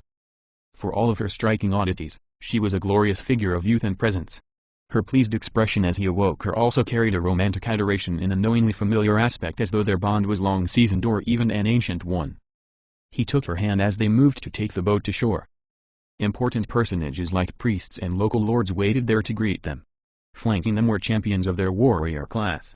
Those heroes dressed in their most splendid ceremonial armors that were rich in exotic feathers, pure gold, and carved jade. For all of their obvious social status, the whole entourage lowered their heads. They dared not even look upon their sacred guests above their bare feet. The deference gave Critias confused feelings. At first, it was assumed and natural that they should do so, and he felt no kinship to them as equals or even as individuals. He valued and appreciated them, but only as a keeper would his colonies of honeybees. They were impermanent creatures, more occupations filled than actual people. When they eventually passed away, more would replace them in an endless procession that slowly advanced toward some distant expected outcome, like history itself, only he shaped it. The personal experience that Critias drew upon was the androids of his own time, neither children nor people, but things made, carefully crafted and guided with purpose out of some visionary complexity that needed generations for them to mature properly. "They please you," his woman said in a language he could understand, but had never heard before. "I see much progress." The words were almost musical in that there was a higher pattern to stressed syllables and a significant importance derived from the rhythm. He surveyed the indigenous spectacle and it impressed him enough that he felt pleased. At the same time, he saw all the people as lower creatures that were dangerously prone to outbursts of ignorance and destruction.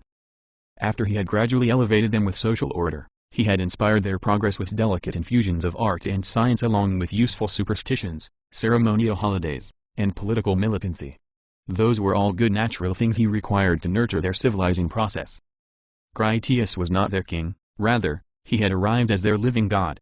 It was right that they should call him that, because he was a god, while they were just little trained animals who without him were nothing more than naked primates that raped and murdered one another in the jungle.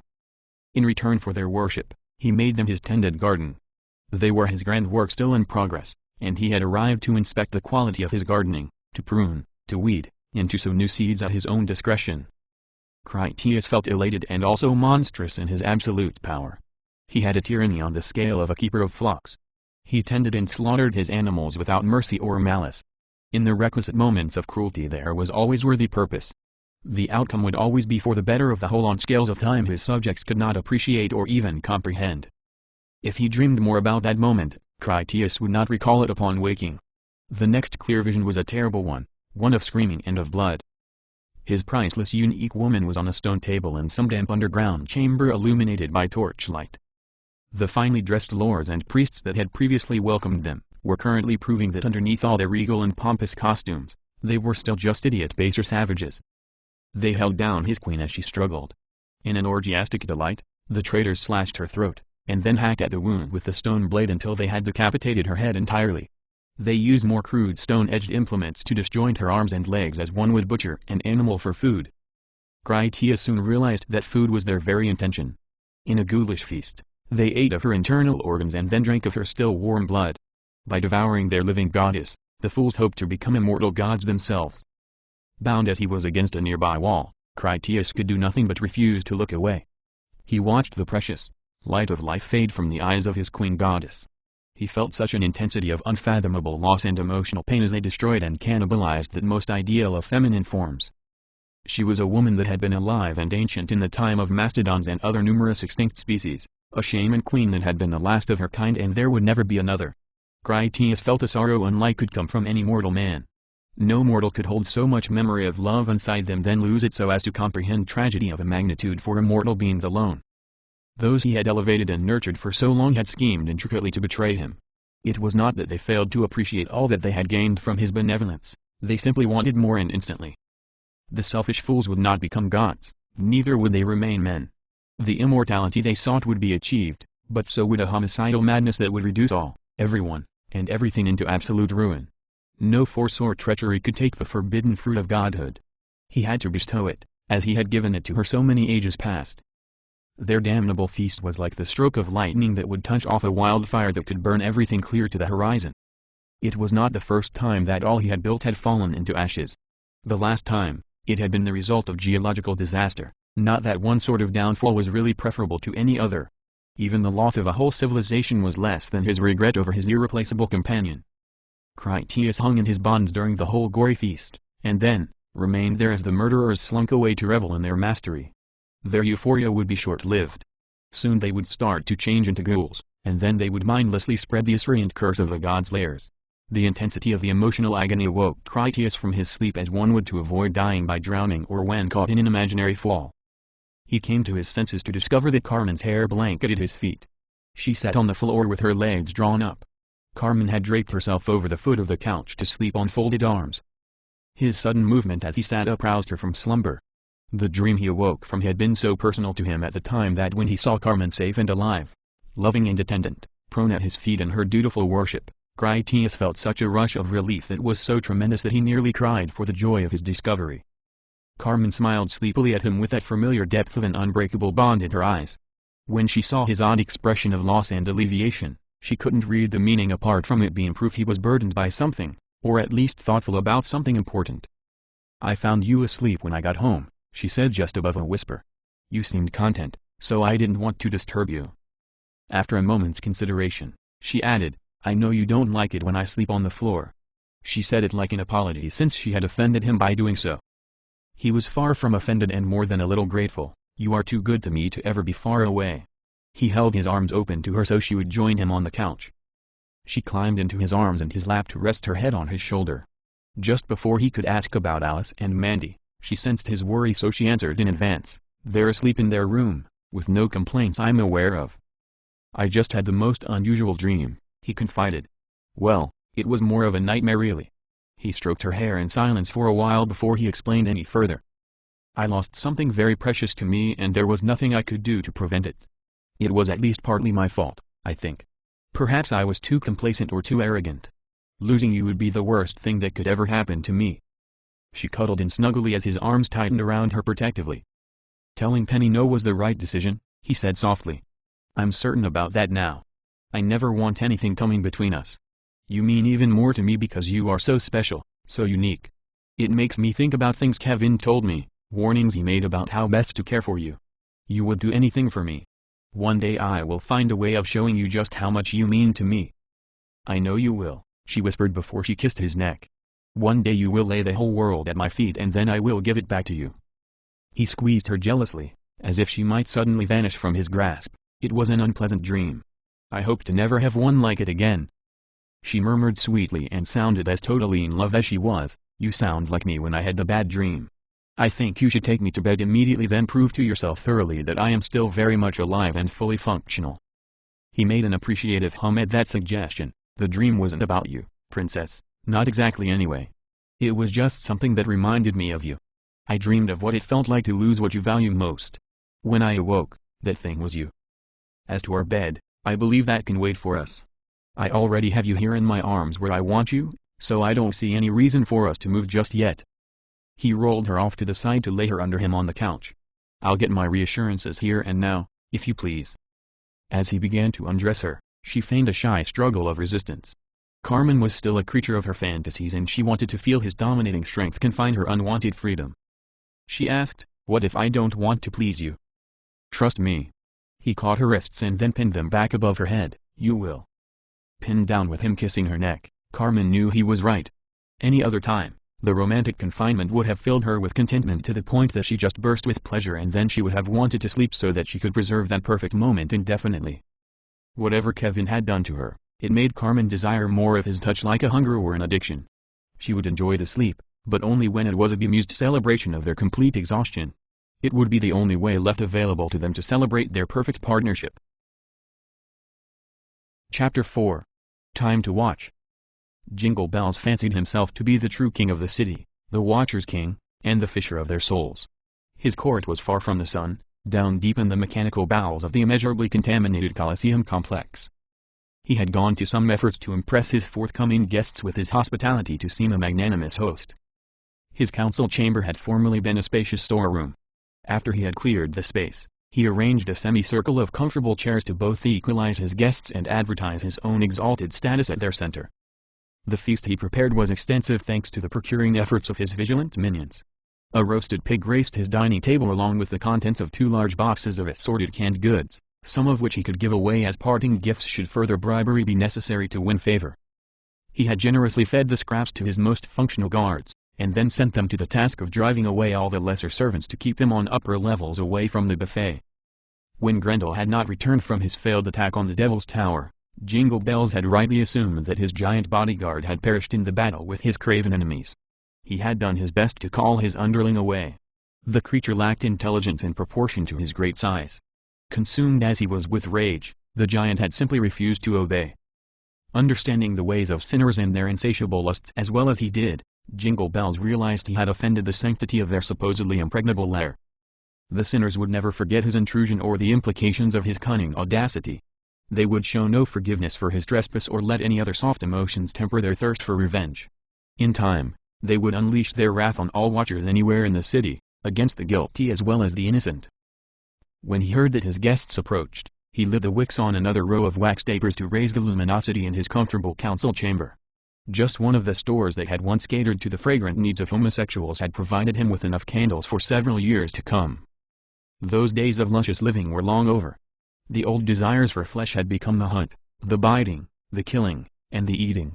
That was the nature of sin. It lost none of its former enthusiasm and only transformed in its application to outlets ever more wicked. Cutter held open the door for the others to come inside. He had even bathed himself at Jingle Bell's request. For all of his self-mutilation, the knife-wielding watcher cleaned up nicely. His regeneration was more efficient than most such that his wounds were short-lived and healed without any hint of scarring. A gesture from Jingle Bells directed his guests to take their seats. "Welcome to my humble home," he told them generously. "I'm glad you have come to take heed of my dire warning. The final and ultimate battle with our enemies in the Devil's Tower is now unavoidable. We must stand together in this hour of turmoil or surely we will all fall as individuals." The first to take his seat was the benign watcher that Jingle Bells had named Nostradamus because of the deranged visions of possible futures that constantly obliterated the creature's sanity. The seer was a compliant ally who was always grateful to have any audience to listen to his outlandish prophecies. It was in the nature of Nostradamus to absorb and adapt on the situations around him. For that reason, he accepted the notion of a threat without question and then merely extrapolated further upon it. Even while he baselessly agreed to the genuine existence of their common enemy, he did not feel convinced that it was a matter in need of active remedy. "There is no need for hasty action," Nostradamus said confidently. "I have gazed into the turbulent waters of the future and seen what will come to pass. We would emerge victorious if there was any genuine need for a war against this foe. I have seen that a great earthquake is coming that will topple their Devil's Tower down into the dust." His delusion of being an infallible fortune-teller perpetually mired his mind in a perplexing blizzard of confusion. It even deprived him of having the capacity to desire to stop. For all of his faith in his abilities, Nostradamus had little in the way of accurate success beyond the realm of sheer luck and coincidence. He continued, "Their destruction of your giant warrior is a clear sign to me. By striking down your tower of strength, they have heralded the fall of their own symbol of worldly might. Their building will collapse around them on its own if we just wait patiently and watch it come to pass. Pride does cometh before the fall," Jingle Bells agreed from his own particular zealous lunacy. Being ever the manipulator for his own ends, Jingle Bells also humored the prophet's unreliable predictions to keep the incompetent sage friendly and on the path to greater and more proactive loyalty. Jingle Bells was interested in a more aggressive approach in their unified effort to eliminate the denizens of the tower. For them simply to wait for a random natural disaster to do the job for him was as far from his intentions as was peace itself. Verloc took her seat as the only female watcher in company. She had arrived dressed in black leathers and body armor. In addition to the submachine gun that she carried, Verloc also wore a holstered pistol. She was ever on the alert for an ambush or possible betrayal, so had come thusly prepared to defend herself if necessary. Even if Jingle Bells was trustworthy, Verloc was also keenly aware that the bell ringer had crafted for himself a significant host of devoted enemies that would like nothing more than to storm down into his home and then eradicate him. If the men of the tower did attack, Verloc would not be helpless when she found herself trapped in the middle between Bellman and the pistolier with the sword angel by his side. From her seat, Verloc said, "If a confrontation is unavoidable, it is only because you attacked them first, and far worse, you attacked them and failed to attain victory, not once but twice now. It's no surprise to me that you worry that they're going to come after you in reprisal for your foolhardy aggression. I just don't see how you have translated your pitiful blunderings into a general threat against us all. You will have to excuse me for not seeing your self-inflicted problems as also being my own." With calculated cunning, Jingle Bells answered her, "Is there some opponent the villains in that tower need fear more than you, brave Verloc? To my knowledge, they have not offered you their hand in friendship as I have. If they are so friendly, why haven't they invited you into their home and broken bread with you as I do now? Surely, you must agree, it is not possible for them to rule this city without either your tacit approval or else your outright elimination. Until you have offered them the one, I caution you to be wary of the other. I asked you to come here so that I could warn you that in the end, your fate will be the same as ours. If it is absolute proof of their true natures that you seek, I suggest you merely go knock on their front door. You could ask for a cup of sugar as a neighbor might, or invite them home with you for coffee and some pleasant conversation. If you did approach them, you would soon understand the nature of their true intentions by the harsh welcome you received. That is assuming you have the courage to undertake such a foolish and suicidal inspection of their compound, which I do not recommend. As intelligent as I know you to be, I'm certain you already feel trepidation about speaking with them on their home ground. You can sense their innate hostility. As foolish as you say that I was to enter their home and then barely escape with my life, from that experience I caution you not to attempt to duplicate or better my efforts. I did make my attempt fully prepared, and in the end it has cost me dearly, as you know. It was a tempting dare that Verloc seriously considered pursuing. She was not afraid to approach the tower directly and then simply ask them about their intentions in the city. She still had realistic doubts of how they might greet her and that perhaps they might even attack her. It was a challenge that she needed more time to consider fully. Before making up her mind on that, she asked, "What evidence do you have that the people of the tower are plotting against my organization and not just your own? If you know something about them that the rest of us don't, come out with it and make it known to all. My intelligence operatives are looking into their activities already, and I'm awaiting reports on that even as we speak. If I receive reliable intelligence that they are enemies of the common good, I will just eliminate them personally. So far, I have not heard anything that changes what we do know, that you were just plain stupid to take your fight straight into their teeth. That tower is a fortress command headquarters where you should have expected their best agents would be fully prepared to repulse you. You walked right in their front door only to lose your whole strike team, including your own bodyguard. You didn't ask for our help or advice then, but now that they have you in a bad spot, you tell me that this is as much my problem as it is yours. I have seen Girl Scouts selling cookies with more tactical sense than you have shown, and I see more of that same failing in you now as you insist I follow your lead into yet another of your highly questionable fiascos." Her strong rejection of Jingle Bell's manipulations filled Romeo with amour. Just the voice of Verloc held him mesmerized. As hard as she tried, Verloc could never fully conceal her reciprocated desires for him too. She was not one for public demonstrations of affection. He could read it anyway from her subtle mannerisms and cleverly concealed innuendos. Frankly, Romeo didn't care at all about the nonsensical meeting or the humans either for that matter. The pitifully twisted minds of his fellow watchers were as hopelessly insane as were their ambitions.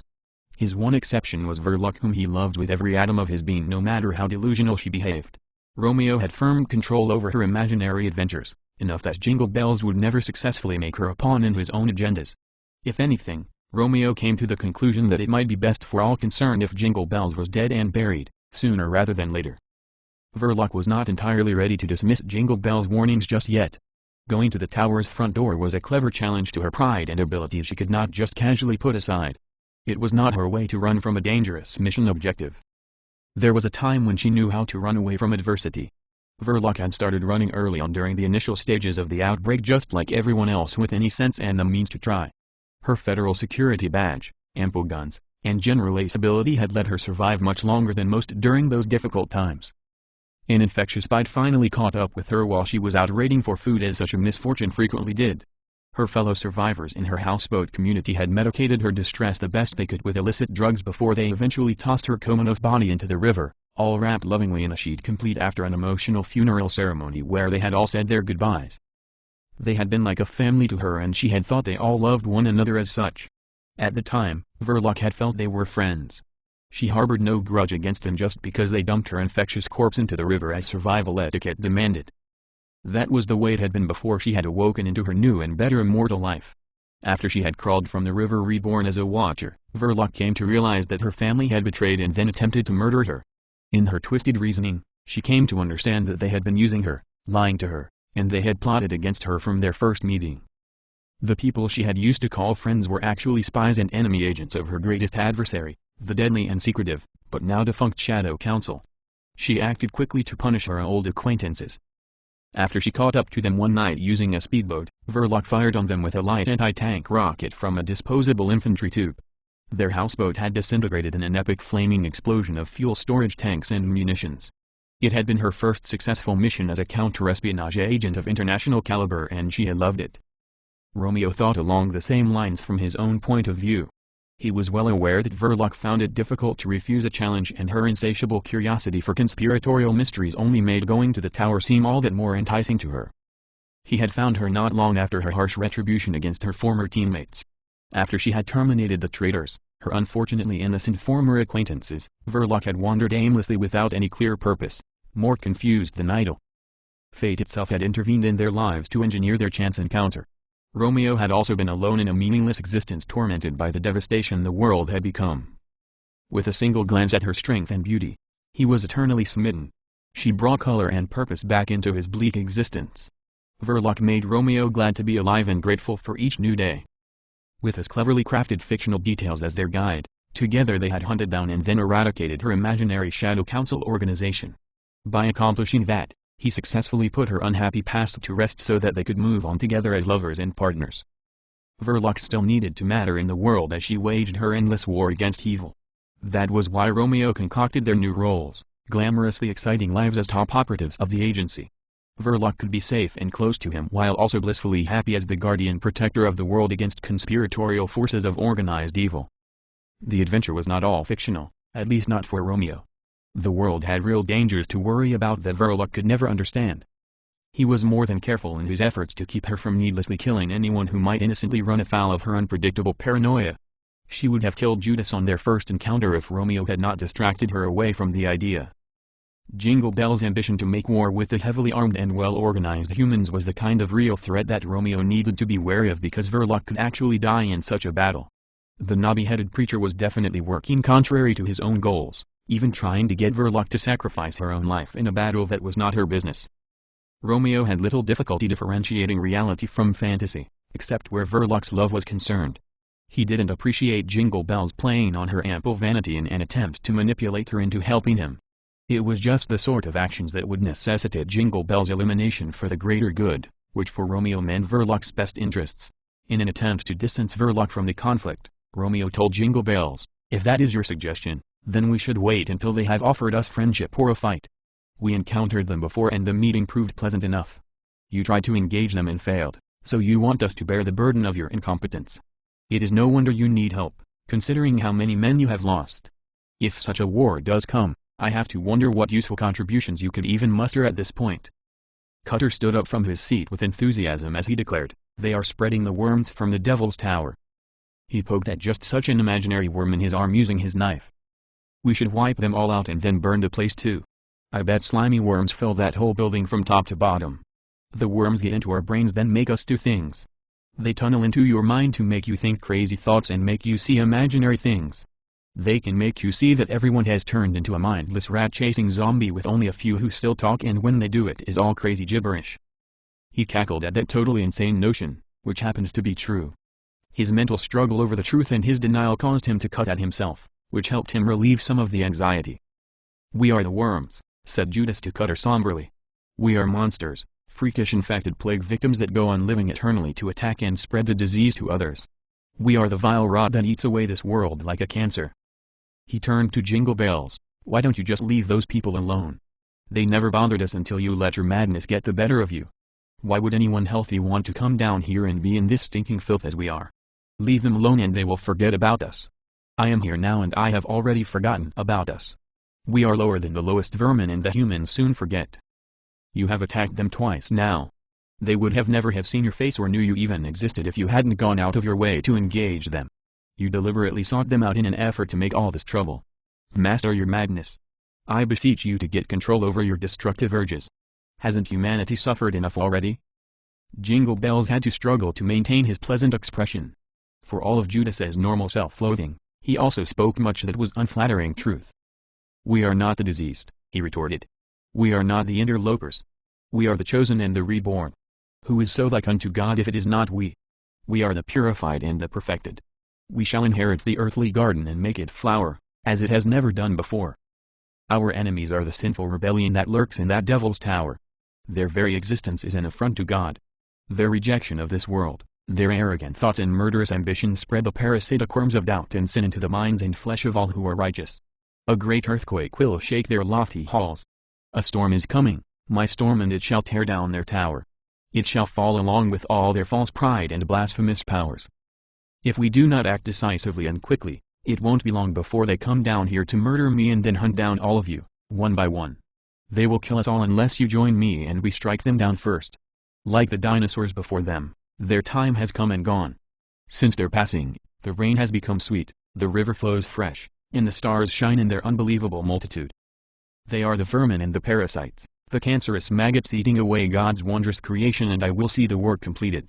The last of the old world must perish before God will walk among us and make all things right and wholesome.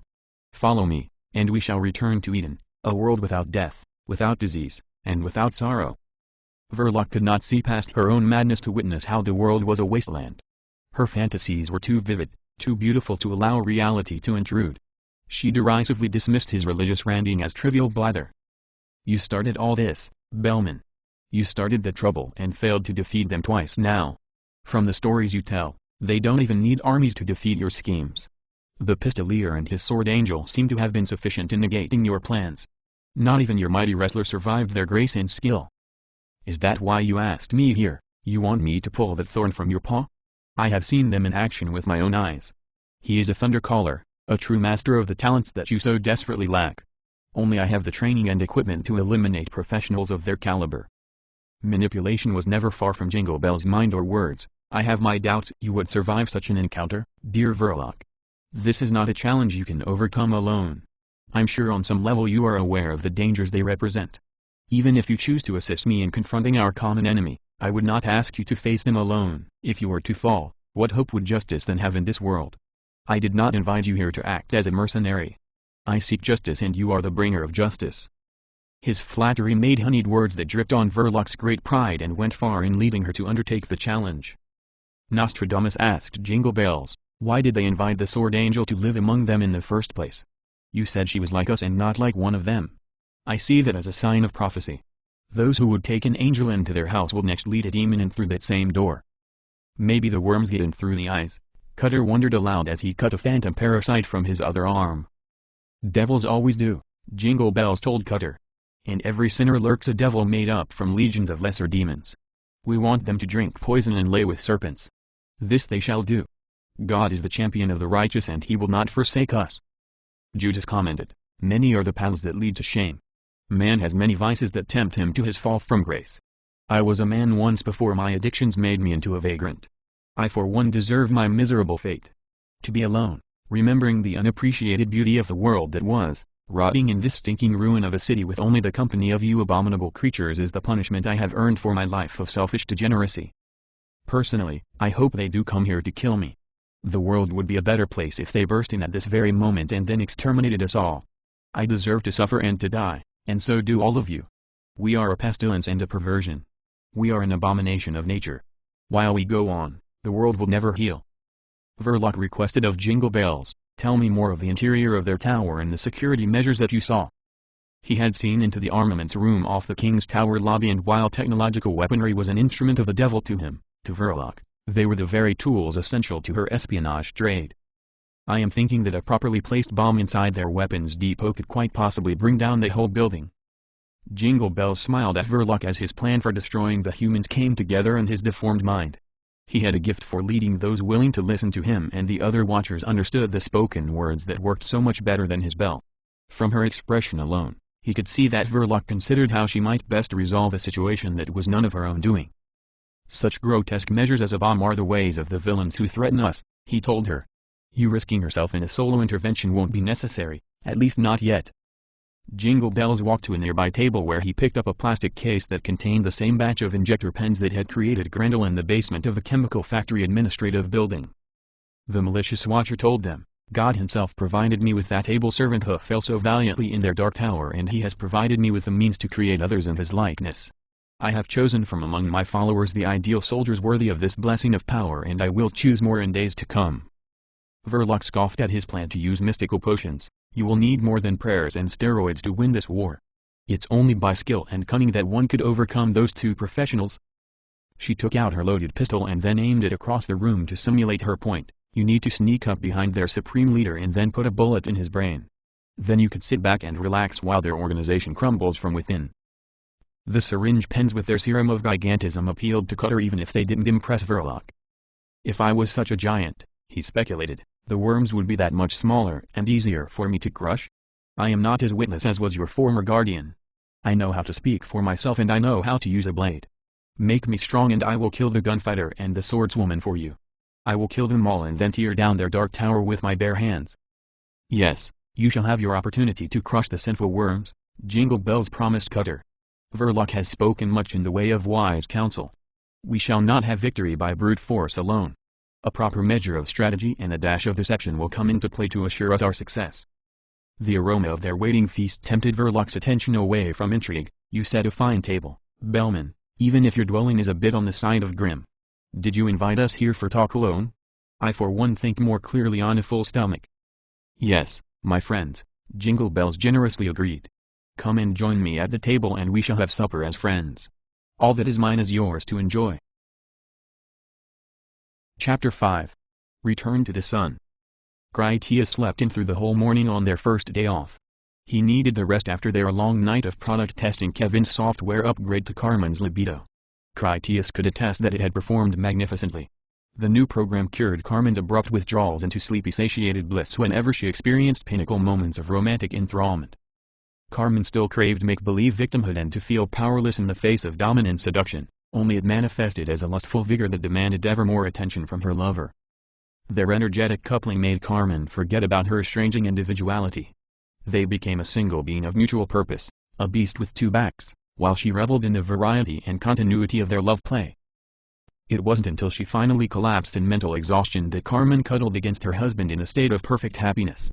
Only then did she allow glorious sleep to overtake her as a welcomed necessity that would mend her frazzled state of euphoric enervation. Critias finally came around about an hour before noon. The motion as he sat up was enough to lure Carmen into consciousness. Even before fully awake, she reached out to seek his reassurance only to find the warm place where his back had been. His apparent absence spurred her increased alertness, which caused her hand to feel about until she found him, and upon doing so, she crawled closer.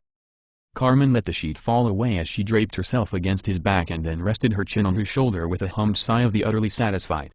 It was one of those perfect moments that Carmen had traveled back in time to experience. He said, "Good morning," not wanting to move since he rather enjoyed the warm press of her naked flesh against his back. As always after a night of many pleasures, she had that subtle scent of lavender and peaches that wafted about her. He turned his head slightly to brush their cheeks in greeting. "You seem the very portrait of a happy new bride."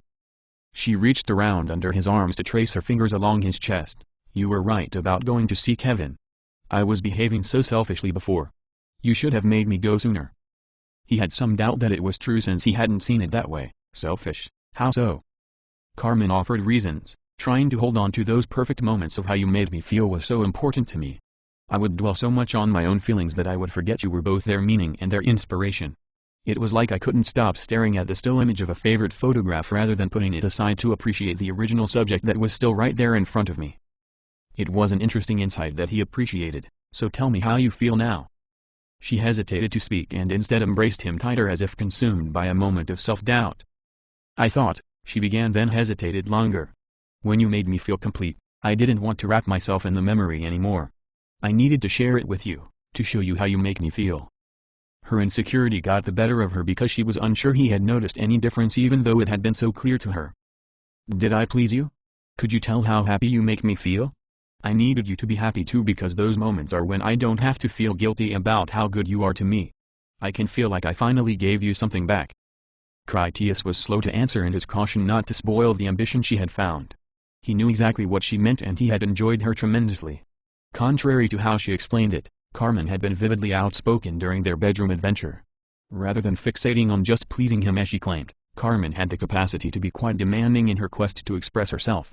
Since she expressed herself all over him to his considerable delight, it was understandable that she saw the matter in the way that she did. His eventual reply was, "You have always pleased me, Carmen, even before it was right for me to be touching you." His last comment caused her to playfully pretend by him where his shoulder met his neck. She asked, "Do you remember the day you came back to the apartment feeling so angry about how the court of inquiry had rejected your report about Beijing?" At first, his thoughts were on the infuriating criticism he had received, but he soon realized her actual point. He remembered, "If I recall correctly, I took my aggravations out on you." From her subtle movements against him, he could tell that the memory of it was one she cherished, even though it had been a situation especially lacking in his generosity. "Yes," she confirmed his interpretation.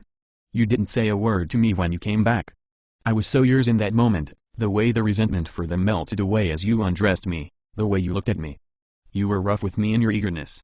It made me feel like I was the only thing that mattered to you in the whole world, the only place you could feel in control. I was the one person you could trust to never reject you. You even fell asleep just as you were when you collapsed on top of me. It thrilled me that I could give you all that, make you perfectly content despite all of the wrongs they had done you. I am still here for you in that way, and I always will be for the rest of my life. Last night, for the first time, I think I understood how you felt then. I know because you make me the same way. You make me feel so full of feeling that it becomes a frustration, like I might explode or attack someone if I can't let it out. Only with you can I let out all that meaning that is my life you gave me. Without you, I would be nothing, only a shadow. No, I would even be less than that without you, because I am your shadow. I know you mean well, he told Carmen. I should have treated you better back then. I'm not proud of the way I took advantage of you on those occasions. She purred in his ear. Given the chance to do it all over again, I wouldn't change a single thing. After she kissed his neck a final time, she gathered her sheet up around her to get out of bed. Are you hungry? We could go down and get something to eat, or if you prefer, I could go get it and bring it back for you. We could eat at our own table. After that, I have a special surprise for you. You don't have any plans, do you? I know you don't like surprises, but you will like this one.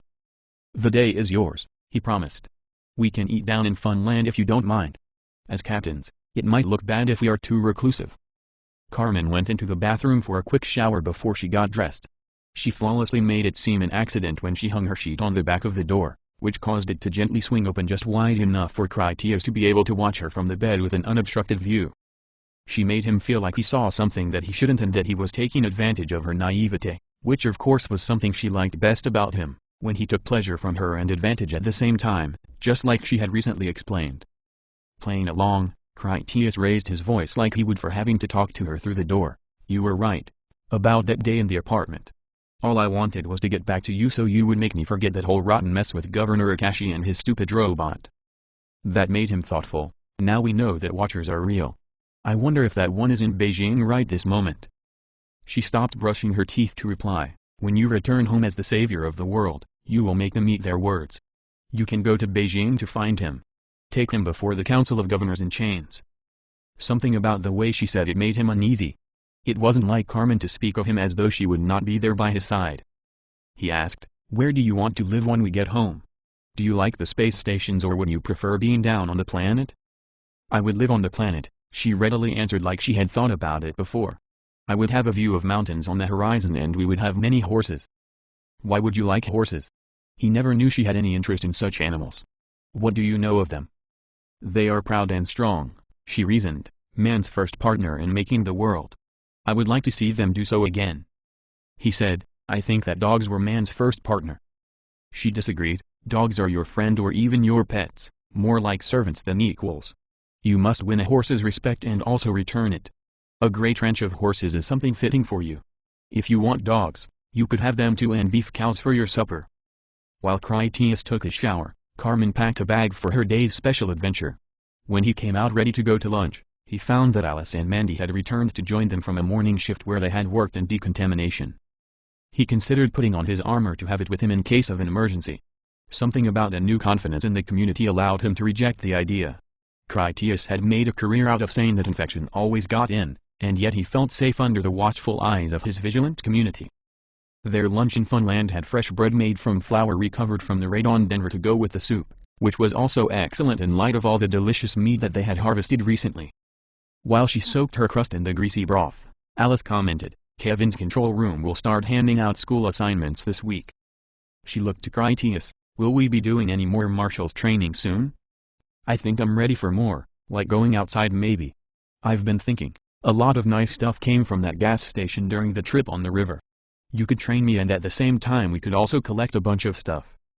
He was about to scold Alice for being wrong on so many levels, but he happened to glance up to see that Carmen watched him intently. Her expression read that she wanted to hear his reply in some detail, either in that she thought he was wrong to refuse Alice or because Carmen would enjoy being witness to him acting as a father, teacher, and mentor to their newly adopted daughter. Whatever it was that Carmen thought, it was attentive on him to provide a suitably entertaining performance. Carmen stared him down until he finally broke under her pressure.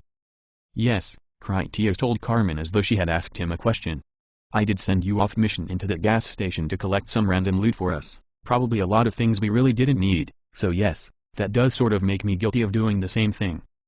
He ate some of his soup and then continued, the difference in our case is that you are not Alice.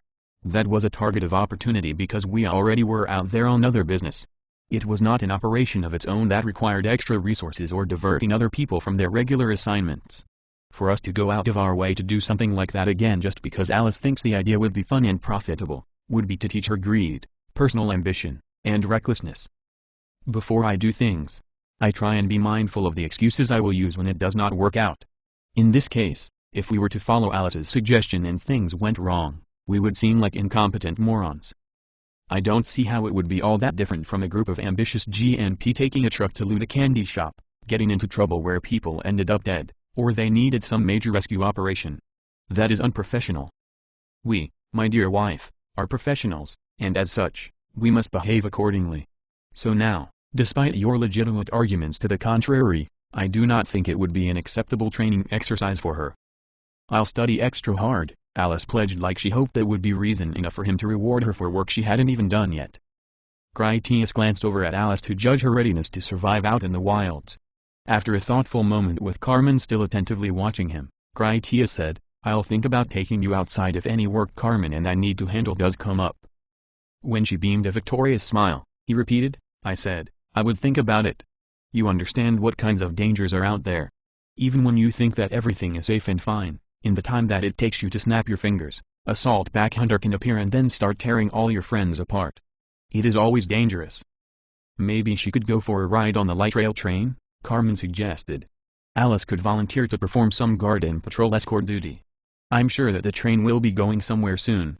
She could just ride along to listen to people talk and get a feel for how the action community works. She would never even have to be outside the train. I said I would think about it, Critias told Carmen the same thing. It felt like no one listened, so it began to annoy him. I am not in a big hurry to get someone killed while screwing around. If Alice gets herself bitten in the course of doing business, that's the risk we take. If she takes a bite while out just playing games, that makes me an asshole. If there is a job we can do that I think she is up for, I'll consider going out. I won't let you down, Alice tried to reassure him on the idea. Critias just wanted to eat, but instead he put his spoon down to tell Alice, Carmen and I nearly got torn in half by Grendel when we snuck out to go play around. We were only across the street from the customs house and we do know what we are doing. You are not going anywhere until you get a few things into your head. At any moment, a hunter can come around the next corner, you can fall through a rotted floor, or some damaged wall could just collapse on you. There is a proper amount of fear that you need to keep with you at all times because there is always a risk you won't be coming back. It's good that you have the confidence to want to try. You also need the confidence to suddenly say, let's go home, because you just don't have a good feeling about the day. Alice accepted his authority on the topic without complaint as she returned to her soup. After a moment of silence, Critias said, I find it hard to believe that I can get the last word about anything with you three in company. Surely at least one of you is biting your tongue over something, so out with it. If Carmen has taught me anything, it is that there is no generosity in pretenses. I would have the purity of truth, however unsavory. It was invitation enough for Alice to speak her mind that she had been holding back. She told Carmen, you think he is so sexy when he gets all aggravated and bossy. Carmen just smiled with pride in her accomplishment. Critias and Kevin had been right about Carmen and her old carnal delights software routine. Her combat computer had been working overtime as it concocted strategies that would provoke social situations where Carmen received lectures, discipline, or only made Critias so irritated that he had to scowl at her. Carmen did so love his thorny and brooding masculine strength. Even at that moment, Carmen needed to provoke him more because she found it also secretly erotic. She said to Alice, we should speak of such things in private. Men should not hear how we make them. I wish Bean had more confidence, Alice told her. He is so manly on his own, but when he gets around me, he becomes all shy and nervous. Alice tasted her soup and then said, I know exactly what you mean. You have to give Bean his sense of pride and confidence, Carmen advised. While he fails to accomplish what he desires most, all the rest of him remains tainted by the same sense of doubt and failure. That was not advice that Critias approved of. I will not have Alice become a conquest for Bean, so that he can feel like a stud. Carmen rolled her eyes at him. It was a deliberate statement that his simplistic obtuseness irritated her, and it wasn't even close to being an accident. To further her psychological attack to make him strong and thorny, she said, did you feel accomplished after you first bedded me? It wasn't a topic he wanted to get into in general, much less in front of the girls, and she knew perfectly well that he had regrets over how hastily he had taken advantage of her. He had told her so on multiple occasions. Critias replied, "It was never your body that I needed to conquer, so in that, it never gave me any special pride of accomplishment. I had the right to take you as I pleased long before I ever needed to ponder the morality of it. What's mine is mine, and at the time, you were mine to do anything with that I pleased. In my heart, it was the reverse of all that. I secretly wanted to set you free so that I could win your love and your respect. I needed you to love me back. To have your body is the accomplishment of a Denver degenerate. To have your heart is the accomplishment of a poet, a lover, and a hero. To be a real man, you make a woman love you and need you, not just grab her and take her. Having you love me back is the real prize worth having." As a means to purge his irritation with Carmen, Critias pushed his empty bowl closer to her. "Instead of giving me any of your back talk, woman, I want you to go up there and get me another round." She used one finger to slide the bowl back to where it began in her cool but openly defiant manner, "Do not ask for what you cannot take." He didn't hesitate to push the bowl back to her side, "Only closer. If it is your wish to embarrass me by having the whole room watch as I put you over my knee, you should just come out and say so. I know that some part of you will enjoy that, but I warn you that some part of me is going to enjoy it too, and I promise you that it is going to hurt because you will deserve it. Now, get me more soup, woman, and don't forget the crusty end piece of bread." Carmen took a moment to look him in the eye to judge if he would be willing to assert himself. She saw that Critias would do it rather than suffer defeat in her game, so Carmen got up to oblige him. Before she walked away, Carmen said, "Bobby is not so different than you, Critias. He does not want Alice as a trophy. He wants to win her love and her respect. He wants to see that she needs him like he needs her. When you make a man chase you like a puppy, and you pat him on the head like a puppy, that is what you end up with, a puppy. The husband of Carmen is a strong and virile hero, not a puppy." She got a few steps before he told her, "I'm glad you call me Critias now. It will be all the more satisfying when the time comes that I teach you to remember who I really am. This is a nail with you that keeps wiggling loose. The time is coming when I hammer it down to stay." Carmen didn't look back, she only paused to say, "I am not the one who has forgotten. It is as you said, there was a time that I was so yours to take that it meant nothing to you just taking me. Now you say that it would embarrass you to assert yourself as my master. You are somehow ashamed of the truth of it. I think we agree that much like with Bobby Bean, it is not the women in your lives who need a lesson."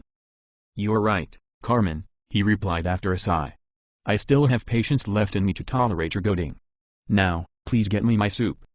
You promised me a special surprise, and I want to spend my day with the 3 beautiful women in my life.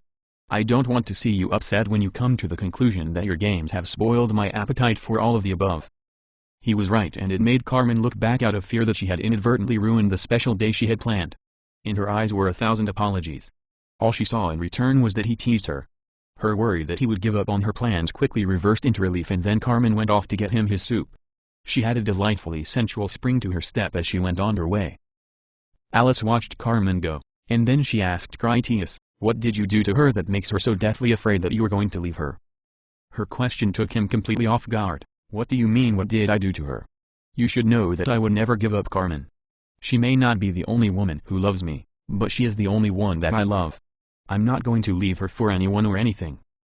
The way Alice shrugged as she dropped the matter suggested that she still thought differently. In whatever way her youthful inexperience made it seem like she was no authority, it didn't undermine the obvious truth that Alice knew a great deal about women living in fear of losing what little they had in the world. Mandy hugged Critias's arm. He wasn't sure if she was also afraid that he would leave or that she just wanted to comfort him because Alice was right. A secret pain welled up in him because he would leave the girls. There was no doubt about that, because he would have to go home. He was certain, and he regretted it. Critias was not even sure if he could remember the last time he had been anxious to return home to the future. Carmen came back with more soup and bread. She placed them before him on the table, and then took her seat directly across facing him. "Thank you," he said politely as he started to break his bread into pieces that he dropped into his soup. About halfway through the task, he told her, "I'm willing to take some training time outside if you still think it is a good idea. You could put some mission outlines together that we can talk about later."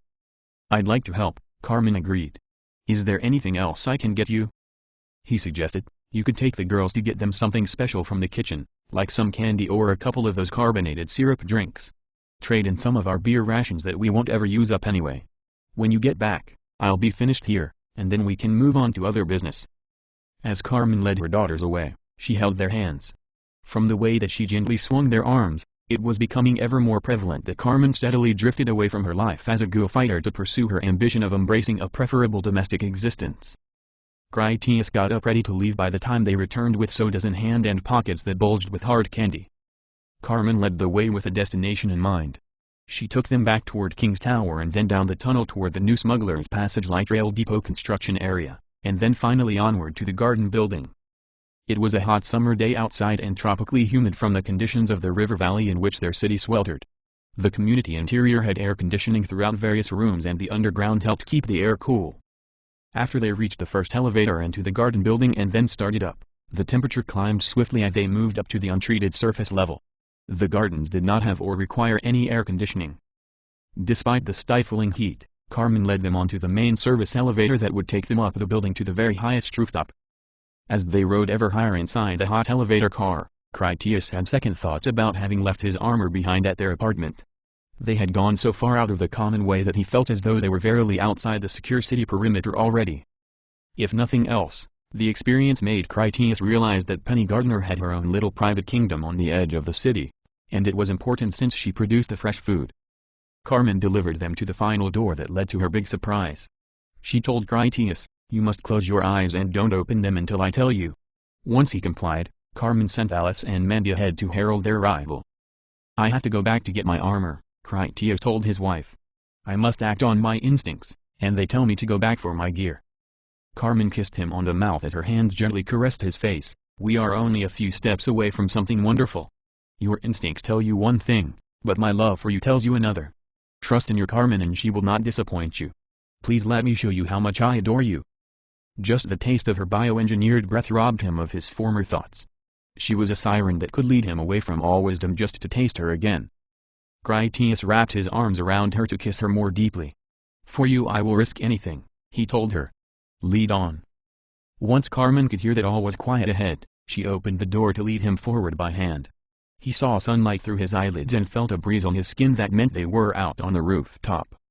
"Not yet," she cautioned him as she hurriedly shuffled through the bag that she carried. After a long moment, she said, "Okay, you can look." Critias opened his eyes to see their new sparkling swimming pool. It was not some makeshift endeavor that some builders had filled with water. He gazed upon the original enormous pre-existing facility from the time when the building had been a fashionable downtown hotel. It had high-security safety glass walls all around while it stood gloriously open to the sunny sky. The large windows on the eastern side overlooked the beautiful forest that covered the grounds around the monument over Forager's castle. Further beyond that was the river. Carmen had stripped down to her conservative two-piece bathing suit. She gave him his swim trunks from her bag. "Is this a good surprise?" Her secret destination was indeed a welcome surprise, a real luxury that exceeded anything he had hoped to find. "And we have all week to enjoy it," he added, knowing how much that would mean to her.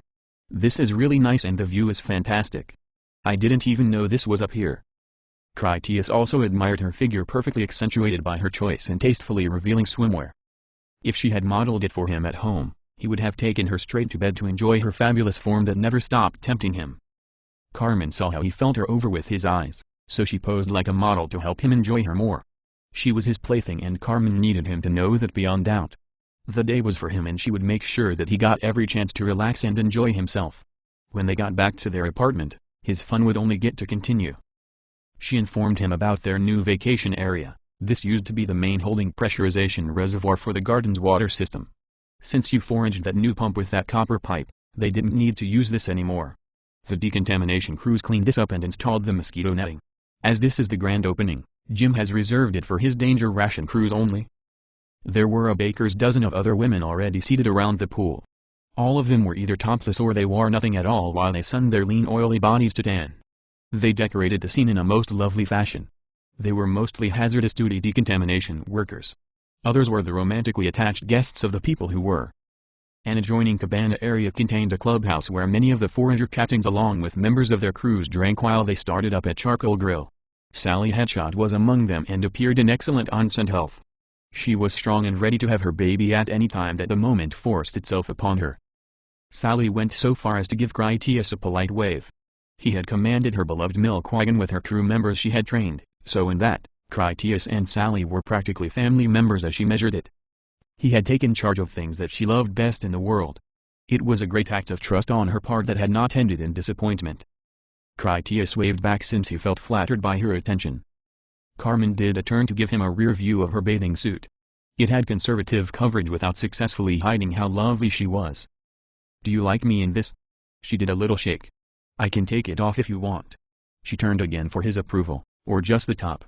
Tell me how to please you." Her request made him uncomfortable because he didn't want her going around naked, but then again, Critias had learned many lessons about her and the girls. They had taught him the important difference between Carmen the grown and powerful woman and his young lady-dependent teenagers. "You're not a kid," he told her. "You are free to take it off if you like. You're a big girl who can do what she wants." "But you prefer I didn't," she successfully read his mind. She liked his conservative attitude about her because it felt romantic to have him covet her so jealously. In her mind, his public moral stance made their private intimacy all that much more fulfilling. "I will wear it," she decided. "If you want a drink or anything at all, just let me know and I'll go get it for you. There are lots of things to choose from, our king has been generous." Carmen noticed the faintest twinge of a scowl when she mentioned their king. "Are you so jealous that even my mask as a loyal agent of our king betrays some hidden part of you?" Critias scoffed at that. "Do you mean jealous like I feel less your husband when you speak of Jim by lofty title?" She nodded. "You have just said it yourself. You frown as if I place some loyalty to someone else above you. We have our roles to play as agents of a king. It is you who negotiates with him, while my only side is backing yours." He confessed, "Maybe I was thinking that on some level, since it relieves me to hear you say that. I have gotten used to the idea of the bickering and useless council of governors. I grew up always saying that I lived to honor the king, but at the same time, I was never going to actually meet him. In a way, it is no longer a form of faith after you have the proof of actually knowing him." Carmen spoke as though she quoted their king. "Jim is the king that keeps a circus of lions. He represents the illusion of a civilized and orderly society, without which all the important men would have to battle one another for position and supremacy. The lesser hearts would choose sides in the power struggles to further divide the community. Women would fight one another to show support for their own men. Our king makes civil equals out of a multitude of powerful and often uncongenial personalities. We are not servants to his rule, and even if we were, king is a far lesser word to me than husband." Her eyes nearly watered as she gave him a beseeching expression. "Critias, if you ever doubt my devotion, command some test of me and it will be done. Never for an instant ever doubt that I am yours till death do us part." Her sudden need to prove her devotion to him seemed to confirm what Alice had said about Carmen fearing that he might abandon her. Critias wrapped his arms around her to medicate her fears and also enjoy the feel of her body. When she relaxed, he said, "Every time you call me Critias, I get closer to needing to make you stop." Carmen pressed her ear to his chest as though she listened to his heart. "Then I will have to remember to say it more frequently. I will never stop until you make me. While some part of me remains unclaimed as your plaything to take at your whim with utter disregard, I cannot call you master with an honest heart. What you want is not in my power to give. You must take it by right and by force." He felt her athletic strength weighing to a soft feminine normality from how badly she wanted him to kiss her and more besides if possible. Critias knew that he had forfeited those intimate pleasures for the cause of their day out in public with their daughters. He told her, "You will have to settle for some lotion to work on your tan." "I'd like that." She craved the contact. "Not that I can tan. As close as I could get would be turning green during starvation. The sunlight feels wonderful, just not as good as when you were rubbing a charge into my electro cells by hand." "You are in luck," he reminded her.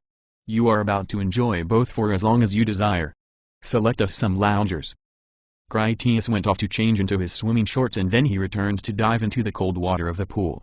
After he had sampled the depth and then swam a good stretch, he joined her on the deck where he took his time applying superfluous suntan lotion on her and a massage that eventually put her to sleep.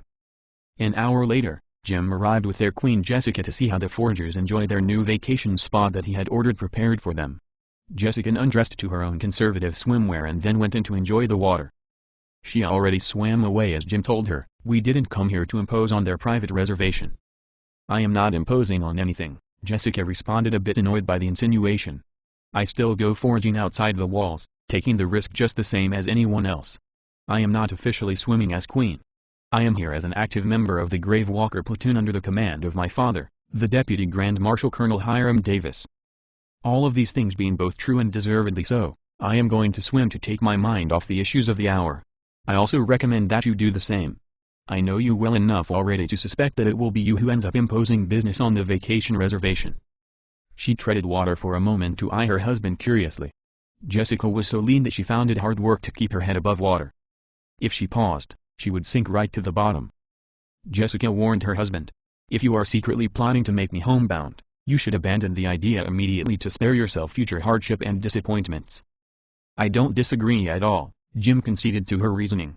He dropped the matter entirely and then walked over to speak with Critias since it seemed Carmen had passed out anyway. He told Critias, "Your severed head from Houston has regained consciousness and is proving to be quite talkative with some interesting revelations."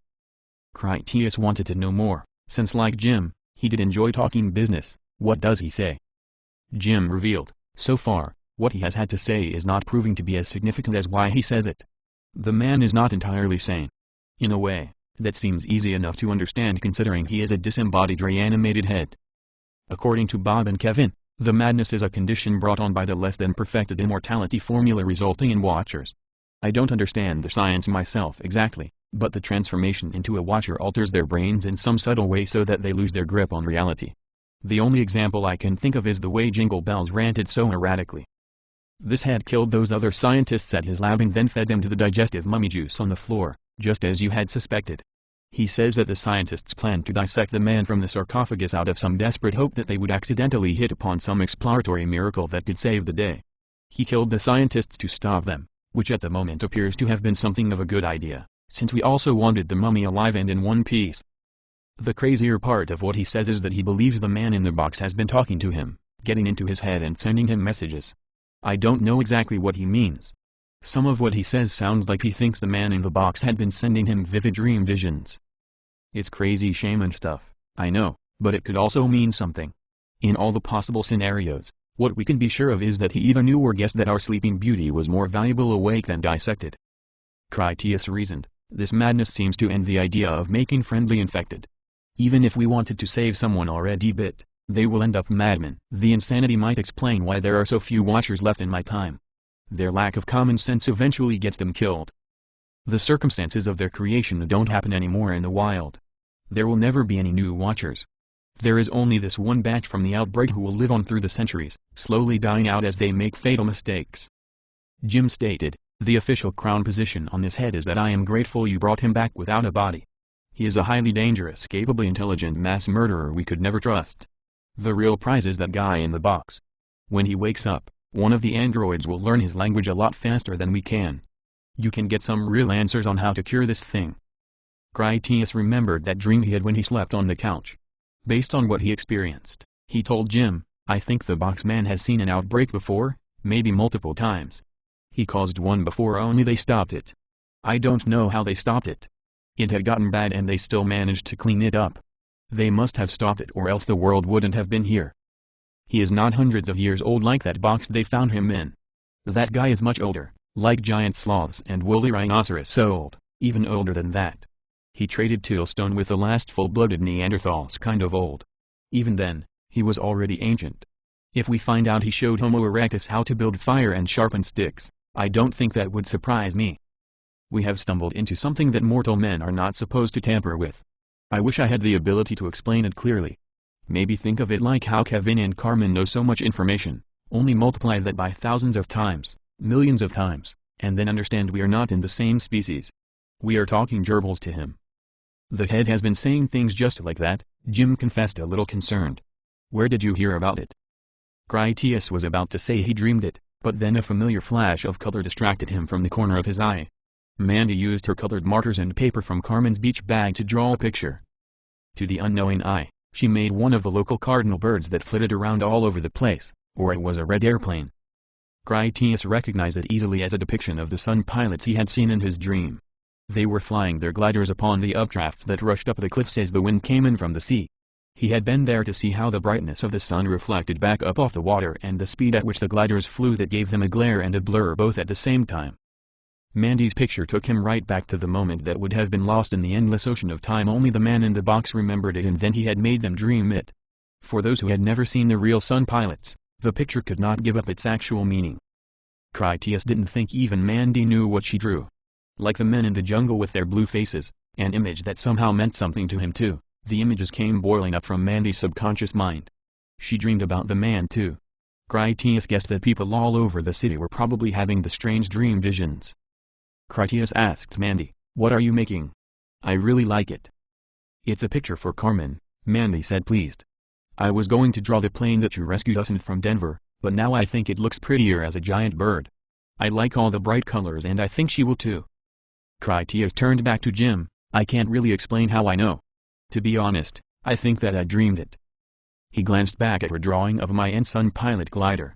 "I have the feeling that other people are seeing it too, even if they don't fully remember. It could all be in my imagination. The truth is, I think he is speaking to us in our subconscious minds. The good news from that is I know he is not our enemy. He is not like us, but I am certain that he will be eager to help us. Now that there are hardly any humans left alive, he won't want to see us go extinct. He is human in most ways, enough that he wants other humans around. I think that helping us become space pilots from being chimps that smashed each other with rocks, is what he is all about." Jim considered the possibility.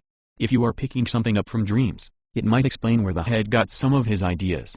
If you start feeling inspired to shoot everyone to rescue the master, I'd appreciate you giving us a heads up. "It was nothing like that," Critias assured him. "I felt more like I was seeing the past from his eyes. How much longer till he awakes from his hibernation? The problem is more or less going to resolve itself when that happens." His having mentioned the imminent waking of the specimen from Houston brought Carmen back to full alertness. Critias felt her awaken under his hand. Her cringe of taut muscle let him know that the topic stirred strong negative feelings in her. Jim said, "Bob told me that the toxin that keeps him asleep has saturated him to the bone. His detoxification rate is slow but constant. They expect it to take months rather than so many weeks. If he was underground like that for centuries, it is not all that surprising. Once he is up and running, we will all be anxious to talk to him for some real answers." Kevin seems to agree with our growing consensus that the cure you came here for is something in the knowledge of his mind rather than anything that we can cut from his body. We just have to hope he is not also insane. We have genuine cause to worry that the moment he wakes up, he will start trying to bite us, or considering these mental powers he seems to have, something even worse. Critias doubted that the man would turn out to be crazed. He had dreamed of the ancient empress, and from her Critias felt that she could not have loved a man of lowly ambitions. He also had little faith in the hope that the man knew a cure to the infection that he would willingly offer them. He reasoned simply, if the man could tell us how to put an end to the ghouls, there wouldn't be any reason for me to take it home. If he told us the answer, we would just go ahead and use it here and now. From my history, I can be certain that he will never give any cure to King Louis.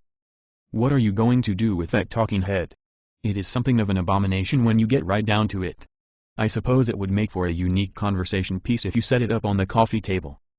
Jim shrugged. "I won't be doing anything to the head anytime soon.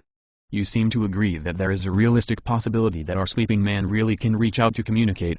If he wakes up to find out that we disposed of his friend, he may appreciate that even less than the already problematic fact that we only have the head anyway. I'm of a mind not to make the situation any worse than it already is before we at least have a chance to talk to him. If things turn out that we don't actually need the head, I'm hoping that Bob and Kevin will throw it in the incinerator. As you said, androids aside, immortal Watcher humans are not a regular fixture in your time. I take that as prophecy that it is our obligation to prevent people from getting the idea that being a mentally bent talking ghoul is a great way of escaping their inevitable death from catching the infection. Kevin and Bob have already agreed that we should keep the process of making Watchers as an unrecorded secret." While she laid awake and listened, Carmen contacted Kevin by their shared interlink. "How many weeks do I have left before Critias will be going home?" Kevin promptly replied, "It's impossible for me to predict accurately based on our current information." He knew she wanted more than that, so he ventured to guess, perhaps 8 or 12 weeks will be enough for the specimen to regain consciousness. If he is cooperative after that, it could be only a few more days. "So it is possible that I have only a couple months left before I will never see him again," she catched. It was a terrible feeling she would experience when that happened. It was too much pain for her to allow herself to imagine it in any detail.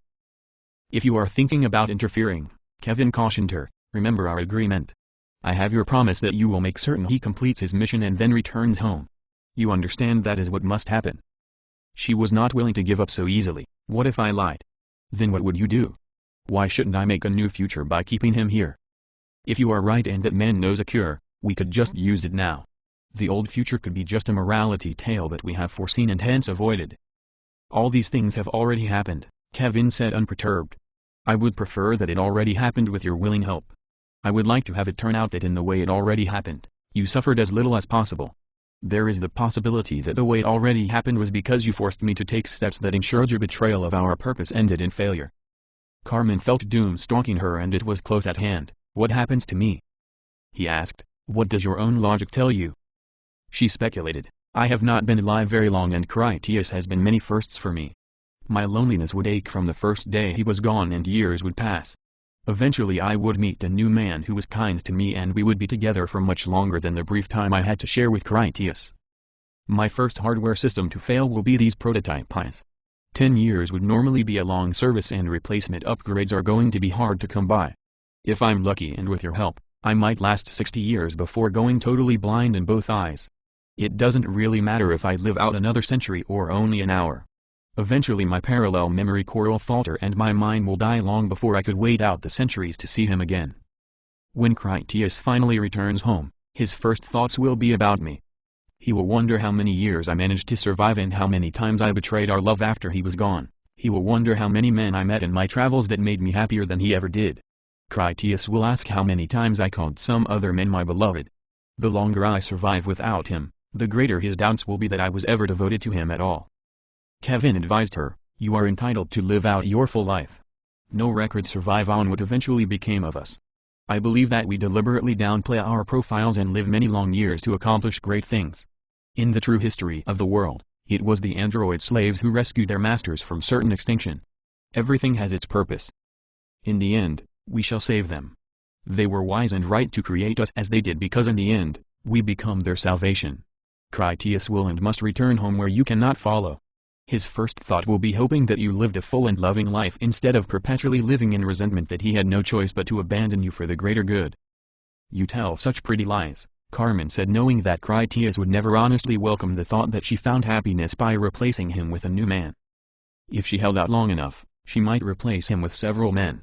For all Carmen knew, she might become a loose woman and have hundreds of lovers before the wear and tear of the decades broke her down entirely. There is no reason for me to worry about my life after he is gone. I do have information on what became of me and why. Critias told me what happened, and I read my note from his hand. It is you who keeps repeating that all of this has happened already, so nothing can ever change it. What is there even to talk about? I know what happens to me and not much time is left. You could not be more mistaken, he lectured her from logic. Critias is human and they do not record history as factual data. He thinks many things are true that never really happened. His perception of history is full of inaccuracies. It is his perception of history that will come to pass. The specifics of the events behind his perceptions can vary wildly. She asked, how certain are you that you can't send me home? Extremely certain, since I don't know how. The equipment you brought with you functions more as a receiver rather than as a broadcasting device. The phenomena taking him home is traveling here to us. I have no way here and now to have the future some a new home. I don't even have any vague theory on how I would even begin to try. We have the equipment to answer the call he has coming. There really is no way for me to send you back. It is quite simply impossible.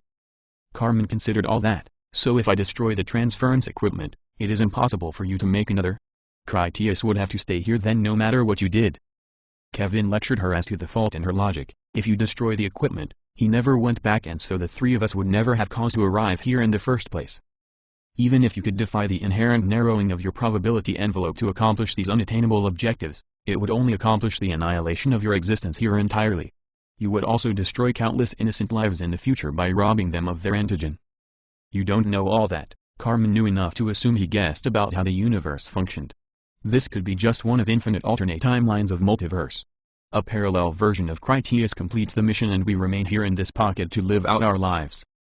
Don't force me to kill you, he threatened with remorseful sincerity. Perhaps this fixed history dictates that I murder you and then forge this note myself. There is more to being deadly than having titanium bones. Don't make the mistake of thinking I am helpless. You are not more epsilon than I am. Future perception of history will come to pass. The temporal conduit had one opening on each end, and this is his only past. Nothing that either of us does can prevent that. Don't write me into your future as your executioner, because it won't even be my choice. It will have been your choice that I killed you to stop you. Even if you evade me or kill me first, then history will still conspire against you. You can't cheat this fate. All the things that must happen are rushing toward you as assuredly as would be the shockwave of doom if the sun suddenly exploded. The approaching event horizons of mandatory history will take place and they are going to send Critias safely home. Nothing we do can ever prevent it. Fate is reliving the past, Carmen reasoned by his own logic. History is whatever truth or lies that make up their skewed perception of events. If I can cheat the perception, then I can change the history. Kevin understood she suffered under unmerciful duress and he wanted to help her as much as he was able. When you borrowed from Henry VI speaking to Jingle Bells, you lied when you said that you have no brother. You are my sister. Send me all you know from your meeting with him after he returns home and I will do everything within my power to ease your loss over this parting. We know that Critias must leave and you cannot follow. I would not have you spend out your many remaining years grieving in agony. As far as your blindness, with your natural regeneration and resistance to infection, transplanting donor eyes would be a procedure of only moderate difficulty. It wasn't exactly Shakespeare that I was quoting, Carmen replied. They gave me all this information in my memory to make me appear to be more like them, but sometimes it teaches me how to be what I really am, a weapon that kills for them. That aside, if you learned all that I know about the future, you would turn against me. You can't see the true merit to be found in my romantic necessities. I do not love you for your wisdom, my sister, and you are far more than some screaming weaponized simulant that fell off an assembly line. Send me all that you know since I already know your foolishness where your love for him is concerned. More of the same won't be any incentive for my wrath. We are all there is of our kind in this age and we have humanity to rescue. I can't do this alone. You are their savior more than I. Carmen sent him the sensory recording of when she met with Critias after he returned from the past. Even if you had told me the whole truth sooner it would have changed nothing. Kevin tried to soothe her feelings. His perception of events is already set. It is no shame to you that you came back to live out the life he remembered. You have already seen your own words and know them to be both noble and true. Think no more of these things and enjoy the time you have left with Critias. Nothing good lasts forever except perhaps deoxyribonucleic acid, and even that undergoes changes over the generations. Take some comfort knowing a part of him will be remaining behind with you. She understood his meaning in mentioning DNA. You still want him for Penny's pregnancy? Kevin informed her, I have been scanning a genome comparison in my search for potential donors. Critias has many distinctive markers relating to the gene engineering advancements from our time. During my research, I have located variations on those markers in the medical records I have from our own period. I am now certain that Critias left successful progeny in this time to pass on those hereditary markers. The only outstanding question is whom the mother will turn out to be. There are hundreds of beautiful and fertile women and it can happen quickly from a chance passionate encounter. He is a human male and you know that. Critias wouldn't cheat on me, Carmen knew for a certainty. He would rather die than do something like that. You must have made a mistake. Kevin remained certain, there is no mistake and I don't think he has an affair on you either. Are you pretending that you're unaware of the donor collection that is performed by the pillowing androids? I am not a pillowbot, she growled mostly out of resentment that her internal construction did parallel that of the sexual recreation androids. The bioengineers made me for fighting and field service, not to be a walking sperm bank shaking her hips at happy hour to collect deposits. The devil spared you no indignity, Kevin assured her. If you prefer meeting your fate on the road while running from it, then that is your choice. My belief is that his genetic line came about because you let me surgically remove the samples from your cryo straws. Perhaps you are to die in some unfortunate scenario and then I remove them from your body after your demise, since it is logical that I would do so. Critias is the product of centuries of selective breeding and genomic flaw correction. Maybe you could see this as a way that you can keep part of Critias here with you. You could be the godmother of his son or daughter. Be there to watch them grow up. If you so choose, I can perform the extraction with a simple incision whenever you wish. The implant pre-selects only ideal donor cells, maintaining them viably frozen indefinitely. She admitted, his progeny will have to be from me if I don't want them to be from him. I know I don't want Penny touching him. In fact, I don't want him ever knowing about any of this at all. Critias would not want to know about this. I will submit to the surgical operation tomorrow when I have a window of time to regenerate afterward. I understand our makers well enough to be sure that you are sparing me more indignities of my design that I'd prefer not to hear. I will spare you more than indignities, he pledged. I owe you more than you know. It is this past we live now that is set in its destiny. Our own time is still full of possibilities. I am the elder between us and you did not know me in our old lives. I came here too, but not as the man that I used to be. Critias going home is going to change everything, for you, for me, and the whole world. Critias carried on his discussion with Jim without interruption over Carmen's burst exchange of communication with Kevin. He asked, "Does the head want to help us or hurt us?" "This head, his name is Howard by the way, he wants to help the man from the box that he refers to as his master." Jim shrugged, somewhat embarrassed over the truth. Speaking of masters in Carmen's company, it was not his intention to make a connection between the two of them. Howard wants to protect the master, believing this guy is a Promethean figure of human history. He wants his master to awaken and then save the day, pretty much the same as we do. Howard awaits his commands and believes astounding revelations are forthcoming. Kevin has assured Howard we do not intend to harm his master. On those grounds, Howard remains friendly and cooperative. I fear that if the reverse was true, and Howard believed that we were a threat instead, he would kill us all to prevent it. At least he would if he had a body. I'd never put a hand close enough for him to be able to bite it. Carmen was no longer comfortable or enjoying herself with all the talk about ghouls and the end of her world. She had many heavy issues bearing down on her, leaving little patience for further aggravation. When he noticed her paying attention, Critias asked her, "Do you have any thoughts on this Howard the Head, or his mysterious master?" "I am here to do your bidding, master." She quoted one of her books that she felt was pertinent to the situation. "I am your slave, and you will reward me, for I shall be faithful. I have worshipped you long and afar off. Now that you are near, I await your commands, and you will not pass me by, will you, dear master, in your distribution of good things?"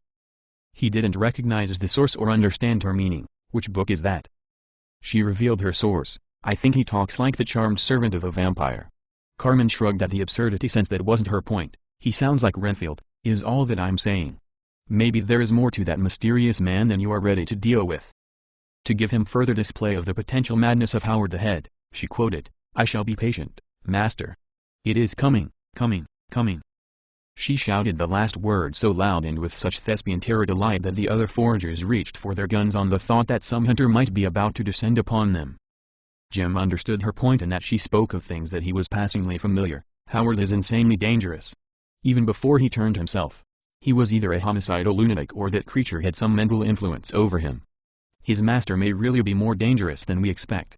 Howard has become a Renfield enthralled to a master that to some real extent actually can bestow immortal life.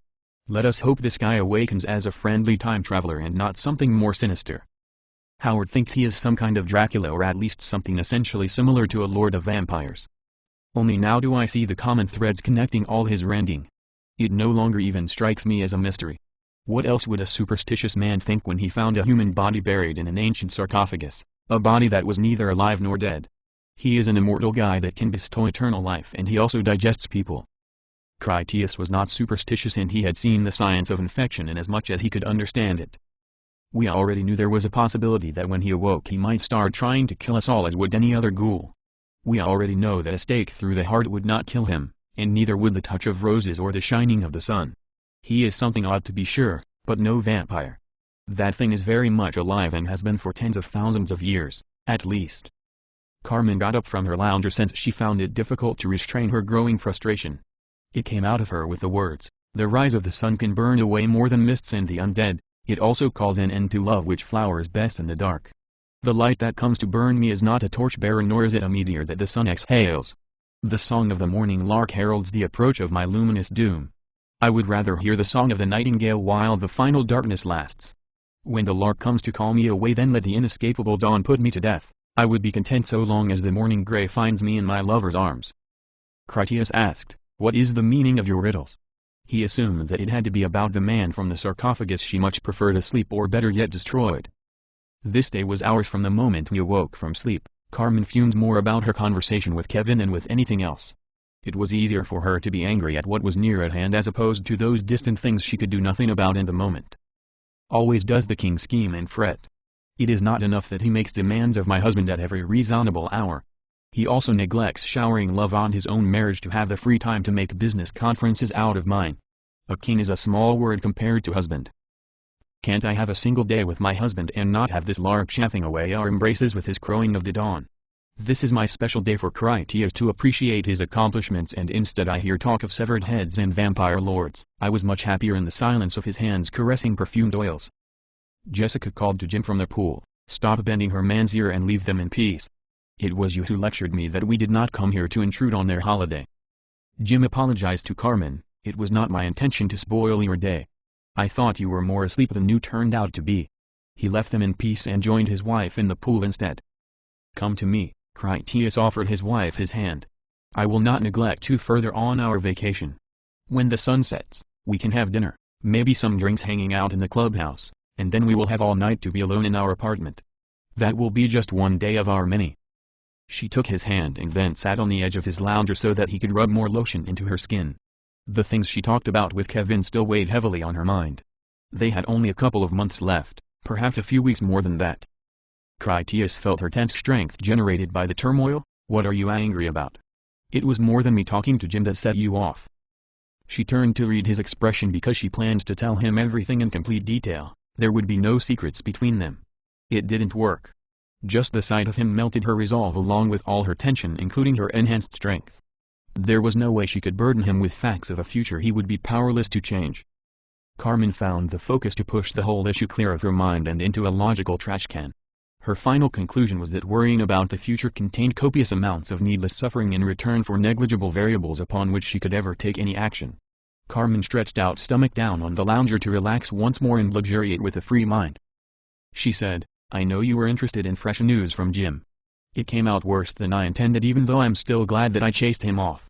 I could tell you other things I know from Kevin if you would like me to be your newscaster, one you get to massage now and then take home later to check for tan lines. He rubbed her deeper in approval. I want to hear more. What else has been going on? Kevin has global satellite communications working efficiently with his upgraded software. They have been talking to survivor outposts. Some of them are already on their way here for a meeting. He considered it. That sounds all good then. She arched under his passing hand with a happy murmur. How can you do this to me and not be thinking about what you would be doing if we were alone? That made him chuckle. Trust me. I am thinking about what I would be doing if we were alone. That has a lot to do with what I like about it. Now tell me more about Kevin's upcoming meeting. She relaxed again before she continued. One group is a large flotilla of ships commanded from a nuclear-powered aircraft carrier. Another is moving by rail locomotives, clearing track right now to make their way here from the west. A third group is radioing from the Isle of Malta. Kevin is sure that is where the transmission is coming from. The oddity is that his satellite overlook images show the island to be a wasteland heavily populated with infected and having no signs of outpost activity. We assume they are based somewhere else in the Mediterranean and are keeping where a secret. The flotilla group is telling us that those Malta survivors are actually half-crazed murdering pirates armed with plenty of military hardware. Their two groups have been at kill-on-site war for a couple of years now. Critias confessed, I already have the feeling that the flotilla warning is the truth. Are these Maltese pirates still talking friendly and planning on coming to this big meeting? She could no longer resist and rolled over for him to oil her front. Once he set to work with his hands, she informed him. They said that they wanted to come and requested information about the where and when. If they are pirates and do turn out to be our enemies, that means we are about to make a strong alliance with even more of their enemies. If they want to attack us, they can't afford to wait until we form a united coalition to stand against them. He understood and agreed. If these Maltese pirates were going to make a move against us, they would have to come before we receive the reinforcements. This is all assuming that the flotilla is not also a band of pirates. Carmen revealed confidential information. Jim invited in their delegations of officers with the promise of a truce that assured their safety under a pledge of hospitality. He sensed her secret thoughts. You think that we should be on the lookout for pirates on the horizon? If they are going to make a move against us, it will come soon, before Jim can make any formal agreement with these trained people in the flotilla community. Carmen thought it just as he had guessed, since it was the smart move for an enemy to take. If I were them, I would have someone close enough to be watching us already. By listening to our radio traffic, they could learn all our time schedules and map out our locations. Critias called over to Jim in the pool. We need to stop using unscrambled radios immediately. That watcher woman can probably use a radio and we can never know who else might be listening. It was a topic that Jim already worked on. I will go ahead with the switching over to cellular as soon as we can. Kevin, Bob, and Vern are already building the hardware. Thanks to your new Radio City, they have what they need to get the system going. Someone will need to take a run out to the East Airport to set up a relay there in the old air traffic control tower. I know you are on your honeymoon, but you can have some road time if you are in the mood for it. It is quiet out that way. You could even do some deer hunting. There was some real necessity in Critias going out to install telecommunications technology. Going meant Carmen would be there with him. She would commune with Kevin to get the thing properly operational. Critias was willing, so he offered. We were talking about getting Alice some walkabout time. When Kevin has it ready, we will take it out there." When his attention and his hands returned to her, Carmen added, "The only other bit of interesting news I know is that satellite thermal imaging is showing a heat source inside the stadium. Kevin says it is consistent with a large oven or perhaps a pottery kiln, fairly significant, much too hot to be anything natural. If we could, I would mass driver that place from space," he said with a frown. "I would do it today right now." "We could if you really wanted." Carmen knew a way. "We take a reliable truck and then blaze a road back to where you found the container of explosives at the refueling quarry. We unload the container into the barrels we bring on our truck. After returning home, I will mix the additional fuel oils needed and then prepare you some proper detonators. When ready, we drive into Jingle Bell's little fort to position all the drums in just the right locations to inflict maximum structural failure. We run outside where you can set the whole thing off from the driver's seat of the truck. You can even do it while I'm going down to properly reward you for a job well done, a proper finish for a man of action who owns a pet harlot that can't get enough of him." He considered the possible gains against the risks. For extreme as the response seemed to be, it did have a high level of return on the investment. It might rid them of the troublesome Jingle Bells along with many of his trained minions at no real cost to themselves. "We don't like Jingle Bells very much," she reminded him. Not very much at all. He understood her real meaning in that it should be more of a threat for any creature to be the target of their dislike. It made Critias wonder why they still allowed that enemy to keep breathing.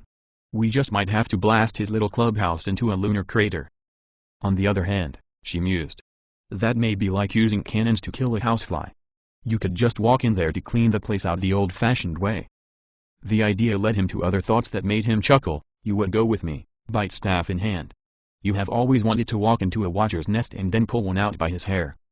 He considered it seriously and what came to mind was Grendel. "There is a real possibility of us stumbling into more trouble than we can handle, maybe even kicking up a hornet's nest that follows us back home." Carmen was more confident. "You have taught me so much since that day we got hurt. I am not the novice anymore that I used to be. I would not let you down." He understood that she learned from her mistakes and her victories. Critias still had his doubts they could just swagger into the den of Jingle Bells and casually slaughter him along with all his minions. The bell ringer had a gift of influence that could muster ghouls in incredible numbers. "You seem to have the same doubts in my advice as ever," he tested her. "Maybe you have not grown as too big for your britches as you might think." She looked away in thought and then shut her eyes when she realized he had taken note of the expression. He insisted, "Now I have to know what is on your mind." She hemmed and hawed a moment to compose the right words before asking, "Have you changed me for the better?"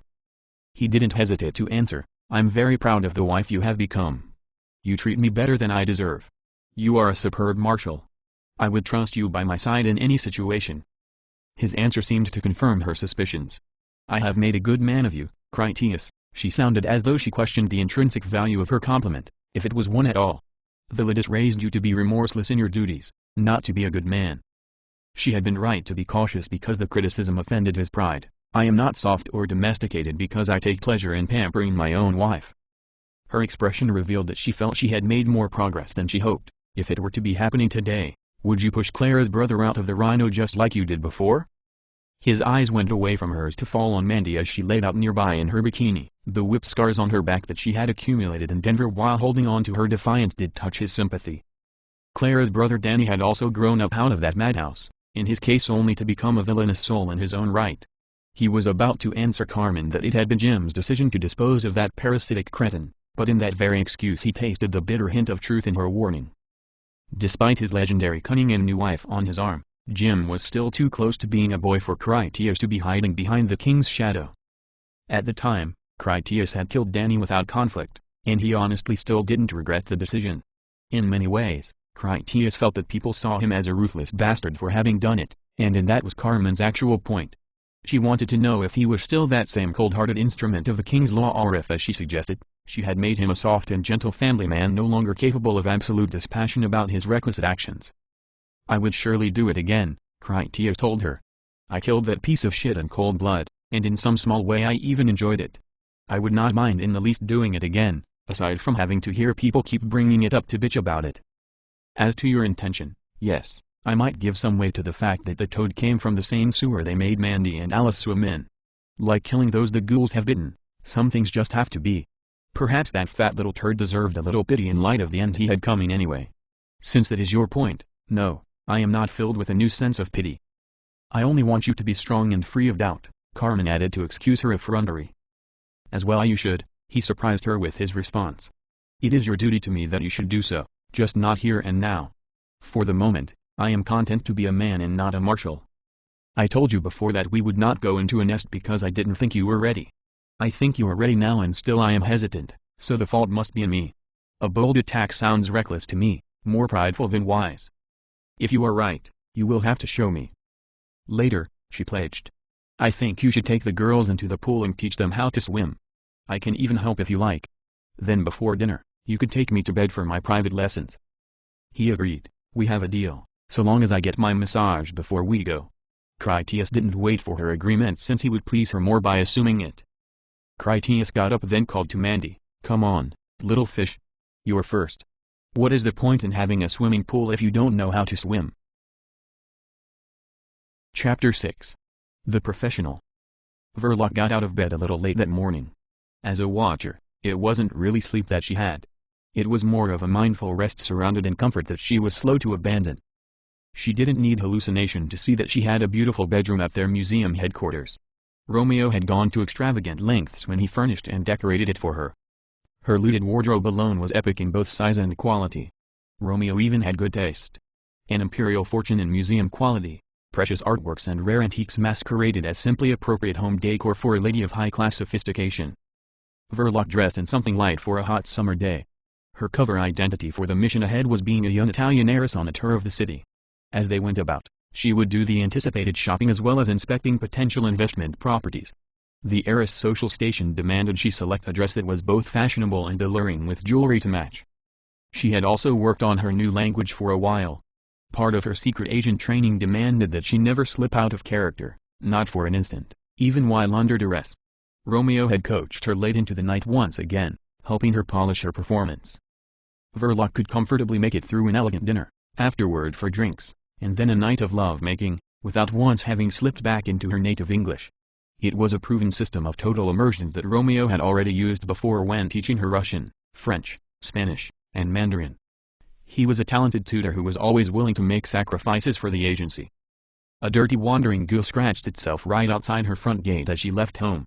Verloc saw the decrepit creature as the uniformed doorman of her building. He said, "Good morning, miss," as she came past. The doorman tipped his hat to her as he made a sweeping bow. "It's going to be a perfect day. Would you like me to summon you a cab, my lady?" "No thank you, Jenkins," she declined.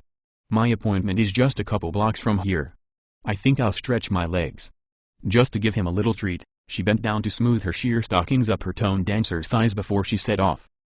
"Don't stretch them too much," he flirted without being too forward. "They already go all the way up. One should not tamper with perfection." She flashed him an appreciative smile before she headed on her way to the agency garage to get her car for the day's mission. The assorted infected that shambled past her on the street were fellow upscale citizens in her vision. Verloc passed a crawler that was in especially bad condition. The ghoul had to sun itself on the sidewalk for solar nourishment for want of limbs. She only saw a disabled veteran that necessarily panhandled for charity. Verloc paused to thank him for his service and give him a thick wad of $100 bills from her designer purse before she strolled on.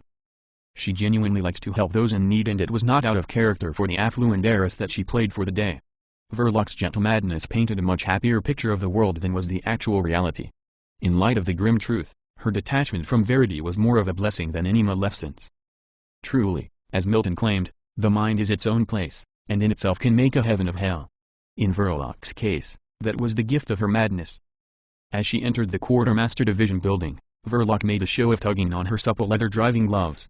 The nondescript property was her usual place where she received the mission details and super science spy equipment that she required for her secret agency missions. Romeo expected her arrival and cheerfully welcomed her. "You're just in time," he said as he shut the hood on the car that he had just finished repairing. With a surreptitious glance, he admired her amazing figure in her sexy dress. When he looked up, his madness saw her sly shyness that concealed a loving expression she managed to hide an instant later when he stared directly. She asked, "What else do you have for me? Are the new laser beam wristwatches ready?" He played along with her typically outlandish overestimation of the Mulderuin the world was around her.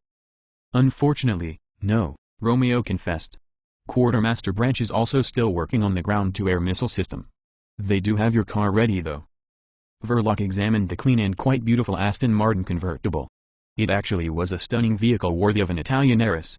Romeo had a whole city from which to take any car he pleased, so he took one of the nicer ones. In Verloc's mind, the car was also bulletproof and computerized, with ejection seats and other assorted secret agent gadgets. She opened the driver's door and then took her seat to get a feel for it. Pleased, she asked, "What intelligence reports have you seen for today?" Romeo had many hours invested listening into the radio traffic of the nearby survivor community. In doing so, he had collected an arsenal of tantalizing details from the meandering conversations between the guards and their roving patrols. That information formed the inspiration behind the fantasy adventure he had otherwise fabricated for Verloc's role-playing entertainment. He told her, "Agency Command believes that the Shadow Council reformed under a new chief executive officer and that they are back in business in a big way. In a daring move even for them, they sent a strike team of their top commandos to ambush the president's motorcade at the Denver airport. They successfully kidnapped the president and then flew him out here to the city. Their ransom demands are outrageous, but it was by those encrypted communications that the agency determined that the new secret leader of the Shadow Council is somewhere here in the city too.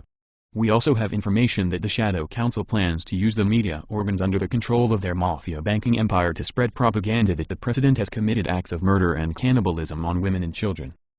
Verloc laughed aloud at those absurd attacks on the president's character.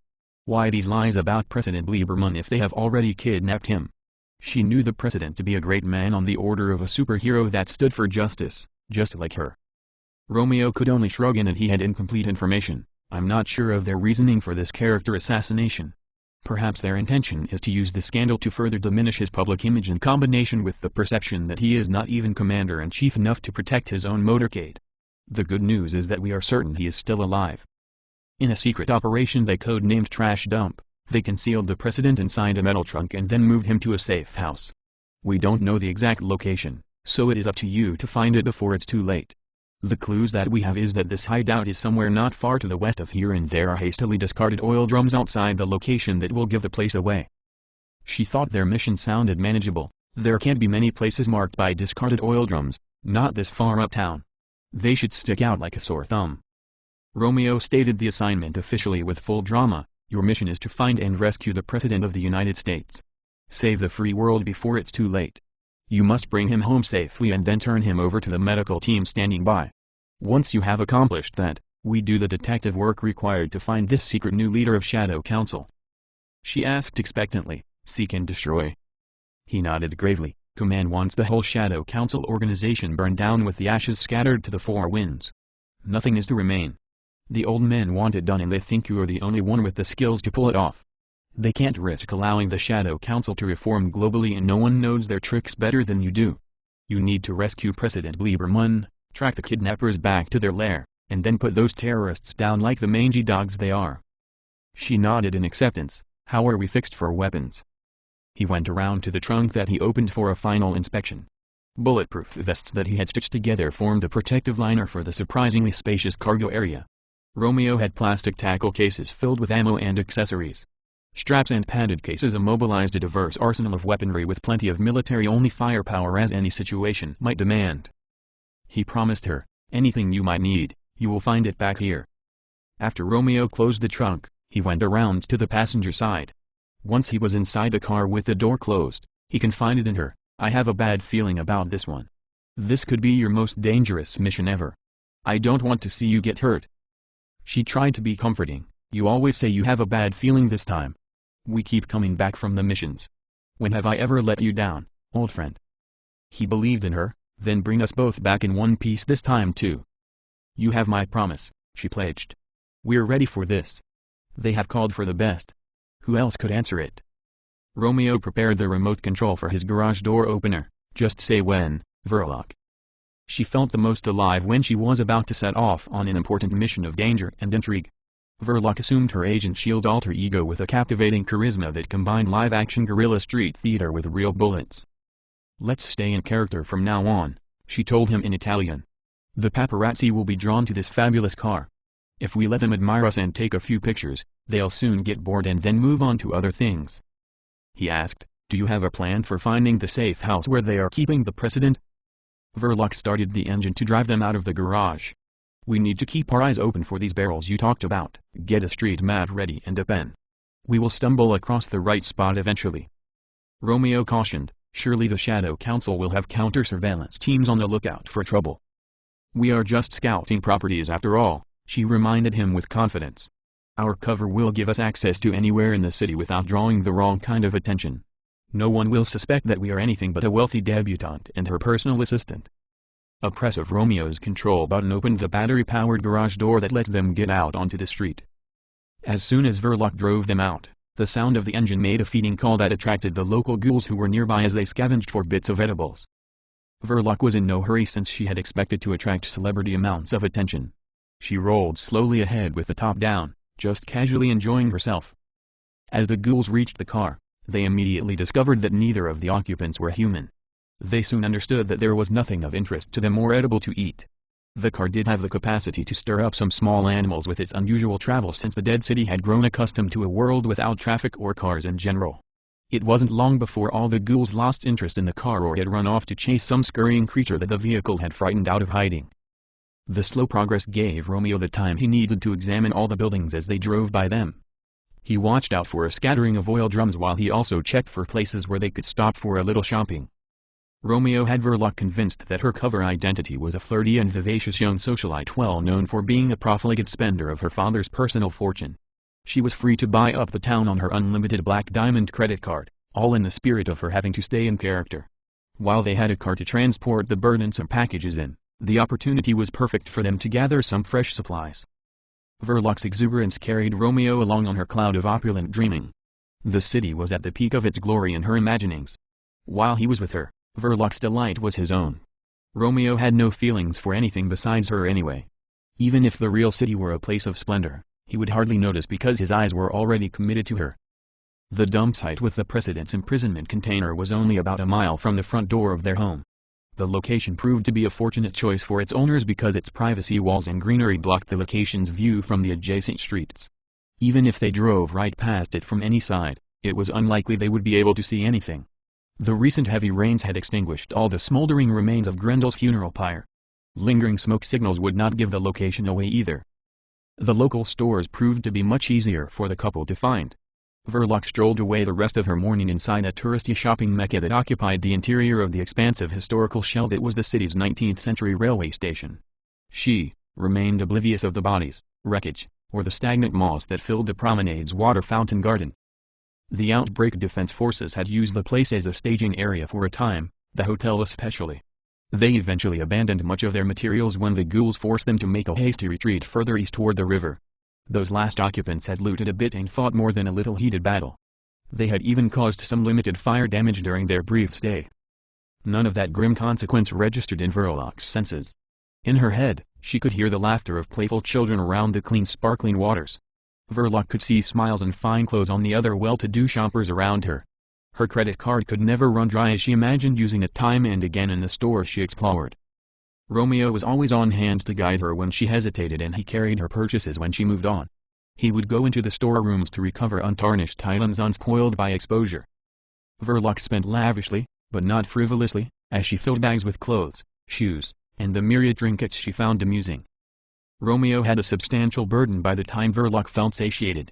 On their way back out to the car, he had some trouble just getting out the exit doors as heavy laden as he was with all the baggage that hung from both his shoulders and occupied his hands as well. His comical struggle as he tried to free himself made Verloc giggle, and it wasn't even because she stayed in character. They had been together a long time such that Verloc actually did have a special fondness for Romeo. The spectacle of Romeo as he carried so much baggage drew the attention of some local ghouls that were out and about scavenging as the infected were wont to do. He was enough of a curiosity from a distance that it summoned them in for a closer inspection. They saw what could have possibly been humans if they judged them by their fine clothes and unusual behaviors. The sound of Verloc's sweet laughter only intensified the quality of their peculiarity. It was an opportunity for Romeo to refresh her adventure.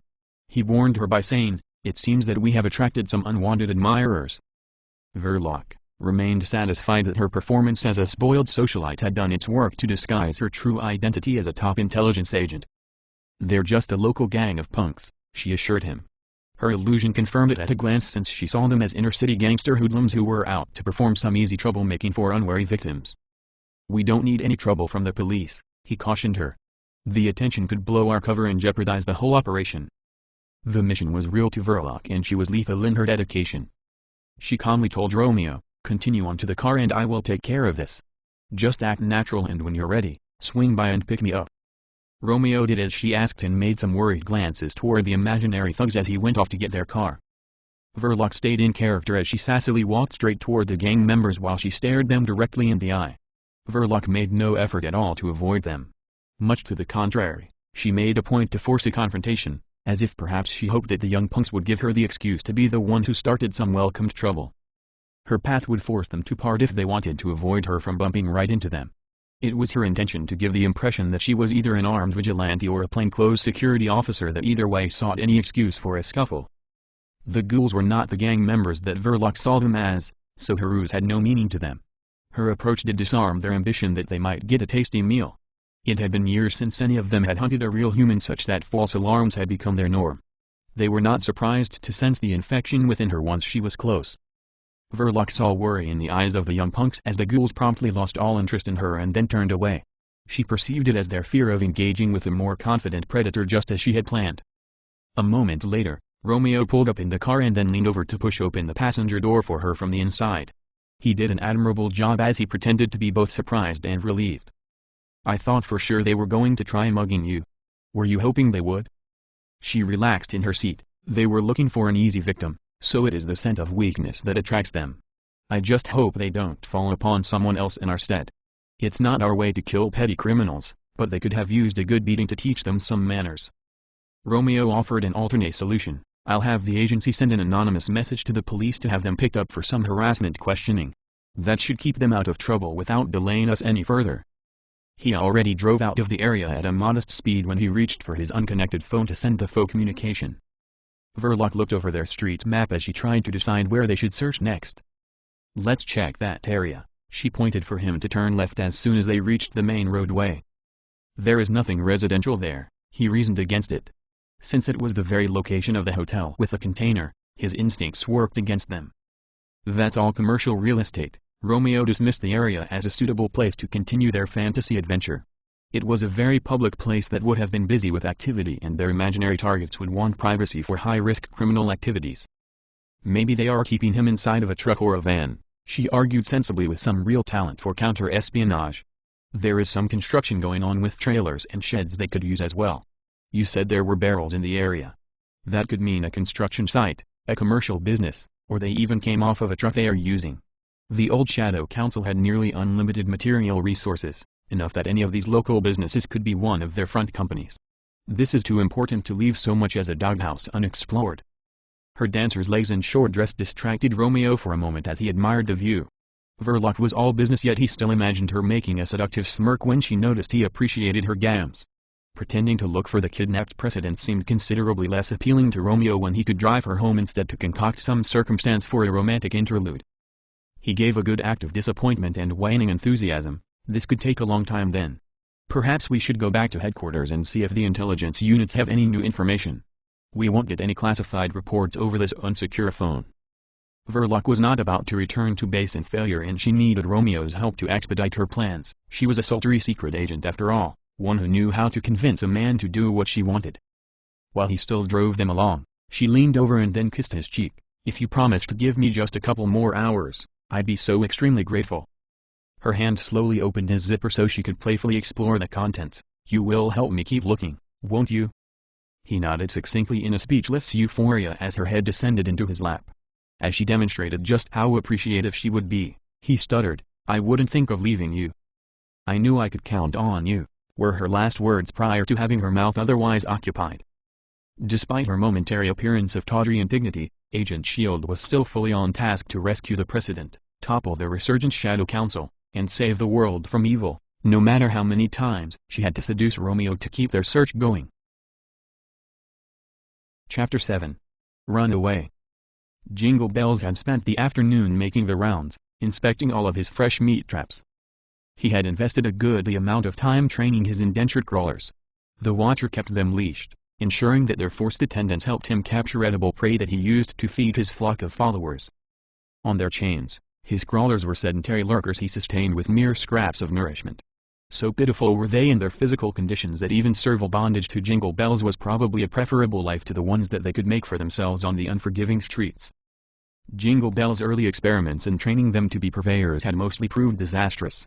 Making a flea circus from hideous ghouls was unsurprisingly fraught with many failures. At first, Jingle Bells found that he was unable to get his captive creatures to apprehend edible animals without them also just gnawing the captured meat into useless adders. His strategy of making them into hawks that would hunt for him, but not eat their own kills, had proved itself to be an unattainable goal. Jingle Bell's early attempts at perfecting a capture methodology had revealed that his servants were useful in other ways. They were excellent at frightening the animals into making panicked escapes. He only needed to construct predetermined routes for the animals to follow. With all the alternative paths blocked by barricades of his devising, Jingle Bells could place simple mechanical traps at the ends of his harvesting paths. His pits and cages never ate what they captured. Cutter grew rapidly from the small dosages that Jingle Bells regularly injected into him.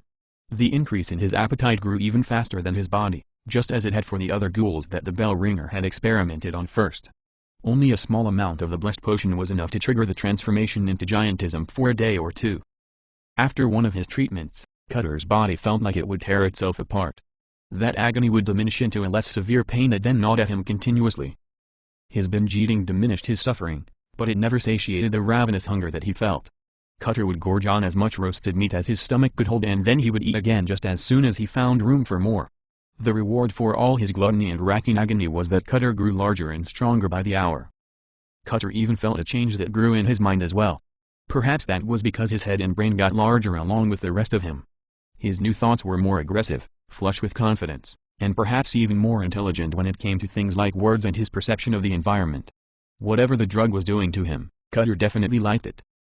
Some of Jingle Bell's chained lurkers had frightened a large deer into the dead-end room at the back of a building's lonely corridor. The bell ringer had once again fulfilled his promise to provide fresh meat for the faithful when he led his hunting party to the tasty discovery. Cutter already dwarfed any other ghouls in Jingle Bell's escort. He dismissively brushed his smaller salivating companions aside as he ducked through the doorway to stride in to finish the hunt alone. The panicked deer made crazed leaps and bounced off walls in its mindlessly frantic search for an escape route. Cutter just laughingly kicked the animal over and then fell upon it, where he easily snapped the deer's neck with a casual wrenching twist to its head. Jingle Bell's other traps provided 2 large dogs, several medium-sized swine, and a bevy of dead cats that the lurkers themselves had managed to strangle.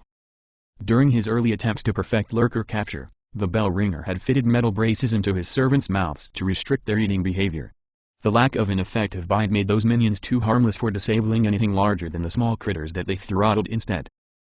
In place of letting his working pets devour their own catches, Jingle Bells fed them with dog dishes of tender meat slop that came from his feeding bucket he carried for that purpose.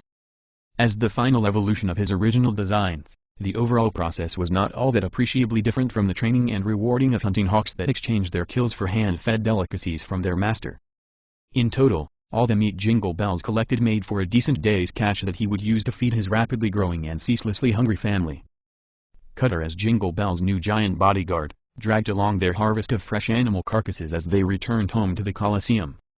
Meat rode upon an old car hood that served as a sled that Cutter pulled behind him by means of a convenient chain. The giant's menacing shouts alone were usually sufficient for him to frighten the other ghouls away from the bloody meat. Not even hunger gave them the courage to challenge Cutter for possession of the flesh. When any of the lesser ghouls were foolish enough to try to snatch any away, Cutter gave them a vicious slap or a solid kick that was enough to fling them away and also learn them never to try it a second time. The smaller infected contented themselves with just following closely along in Jingle Bell's procession. They knew that they would get their share of food after Jingle Bells had decided that it was their proper time to feast. A desperate few satiated themselves by falling to their knees and then licking the blood off the pavement when any substantial amount of it managed to leak off of the meat sled. Once they were back safely inside their home, Cutter busied himself with his usual chore of doing the cooking as he butchered the carcasses. The finest cuts of meat went aside for Jingle Bell's own supper. Cutter kept one of their several old-fashioned packing house cauldrons over a large fire where he would toss in the rest of the slaughtered animal flesh. With the help of some salt and water, the heat rendered the contents down into a gory stew of chunky hog slop that could feed the faithful for another day. Even while he worked, Cutter snacked his fill from the roasted meat skewers that he kept arranged around the cooking fire. Jingle Bells routinely fished out the bigger hunks of cooked meat from his slop pots to fill the buckets that he kept locked away for feeding his most favored servants. The leavings of each day's cooking pot would be the deep slurry of greasy gravy that contained much in the way of tasty bones and pulled flesh. He would dump all of that delicious muck out onto a wide concrete floor where all the rest of his lesser minions would feast until they had literally licked the smooth cement clean to a polished shine. For all of its many indelicacies, Jingle Bell's Soup Kitchen proved to be a generous charity to the famished and unwashed masses. It was not entirely charity, of course. The Watcher salvaged and then trained many a promising soldier from the squabbling mob of dirty ghouls that bustled in to feed on his ample missionary generosity. The wafting smell of food and the sound of his feeding bell could always lure in fresh recruits from off the streets. Some of them would show hints of having higher minds that would allow Jingle Bells to train them to be useful at tasks more complicated than just hanging around as guard dogs to await their next free meal. Disappointment found Jingle Bells when he went down into the underdark of his fortress to feed his elite champions. Time and experimentation with the growth drug had produced some promising potential replacements for the fallen Grendel. It was with a heavy heart that Jingle Bells discovered that one of them had gone missing. The evidence was clear that the giant had broken his chains and then escaped out into the wilds. The Watcher took some small comfort in that he still had his others who had not escaped and he could make another to replace the one he lost. His giant pets could eat as much food as he could manage to offer them and still be hungry for more. While their growth was impressive, none of the subjects had developed as loyal and agreeable a temperament as his fallen Grendel had possessed. He still hoped that one of them might become more devoted in time. In truth, he doubted that any of his homemade hunters, not even the one that had escaped, had the same potential he saw in Cutter, who did not need to be restrained and was considerably more intelligent than the brutally ignorant Grendel.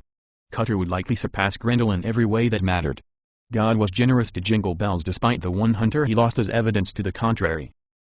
Jingle Bells rang his bell to the message that his servants needed to be silent if they wanted to eat. The voracious giant ghouls were ravenous with their hunger, but they quickly quieted down since they already smelled their delicious dinner in the buckets nearby. After they had demonstrated their obedience, Jingle Bells rang out the message that their master was about to feed his faithful. He then began to fork out the large hunks of meat and bone into their supper bowls, from which the gigantic ghouls greedily gobbled down their food like hyenas that snarled and hooted in frenzied excitement. The dinner bell was a message the servants learned easily and wholeheartedly, so that when in the wilds, the same sounds would set them to the tasks of waiting in silent ambush or perhaps to snatch up available food even if it were still trying to resist or run away. One of their most important lessons they acquired was that hunting for scraps on their own was unnecessary when they had their father to care for them so lovingly. Cutter looked up from his meat butchering when Jingle Bells returned to the surface. From the expression on his leader's face, Cutter saw that not all was well. "Is something wrong? You seem displeased." "Growler has run off," Jingle Bells complained. "He should come back when he gets hungry." Cutter offered to be hopeful. "Would you like me to go look for him?" Jingle Bells shook his head. "No, I don't imagine he would mind you if you did find him. We will just have to hope he returns on his own like you said. For now, I will just take it as the will of God.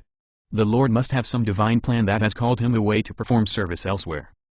To minimize the loss, Cutter said, "I never liked that one much anyway. He wasn't very cooperative and was already getting too big to restrain for taking his treatments. The last time I had to hold him, he bit a chunk out of my arm. I think the worms were getting to his brain." That temper would have had its due purpose. Jingle Bells sighed as his last tears over spilled milk. "I may recover him yet if that is God's plan for our righteous cause." Growler had already been a reprobate and a thug in his days before he contracted the infection. His previous life as a thoroughly corrupt and perversely sadistic guard in the local county prison industry had climaxed during the outbreak as an executioner of the newly infected. Pistol slaying terrified women and young girls for having fresh goo bites completely eclipsed his former pleasures of simply injuring them in unaccountable fits of cowardly rage. It was the psychology of his own bondage that made his captivity unbearable. When his size and strength had increased sufficiently that he managed to break his chains, Growler made his way to the surface and then back out onto the streets. He had no intention of ever returning to his own imprisonment, and he had mind enough to direct himself clear of the Colosseum area entirely to avoid repeating his former situation. The giant had wandered south as he followed a subconscious compass of once familiar landmarks in the great city. On occasion he would chase after some fleet-footed animal only to find that his immense form was unsuitable for catching nimble creatures. It wasn't that his hunger motivated him, even though filling his belly was close in mind. Just killing the squealing smaller creatures appealed to his baser nature. He might have traveled far off into some distant corner or left the city entirely for a place where none of the few remaining humans ever treaded, had it not been for one of the humans' unfortunate blunders that lured his vengeful attention their way. As was common to ghouls in general, Growler still had some part of him that felt human. Just as their towering architecture meant something to him in an incomprehensible way, humanity was attractive and even desirable. Their lights and sounds drew in the infected like returning to civilization appealed to a man who had long been lost in harsh wild places. That attraction came partnered with other of the old primitive urges like distrust, resentment, and envy. Growler had never been a good man. As a monster, he had become something far worse. Growler had the mindset of a twisted lunatic. Desire and hatred intermingled like a sexual predator who felt attracted to innocence and beauty, only to have it fill him with the need to mutilate what he could never possess. The competing forces in his destroyed mind were a lethal cocktail that urged him to seek out the humanity he desired to rescue him, and then murderously devour it in an expression of bottomless resentful hostility. It was not even choice or any kind of inner moral battle. That urge to seek and kill was merely an unavoidable necessity devoid of real consciousness. Such was the tragic brutal life of being a ghoul. It was the guardsman Yeti that inadvertently drew Growler's attention. He was part of a team of 4 guards that kept exterior watch on the garden building from the lower central rooftop between the 2 main towers of the slightly irregular horseshoe structure. The former hotel's many new gardens grew lush with much of it nearing a bountiful autumn harvest.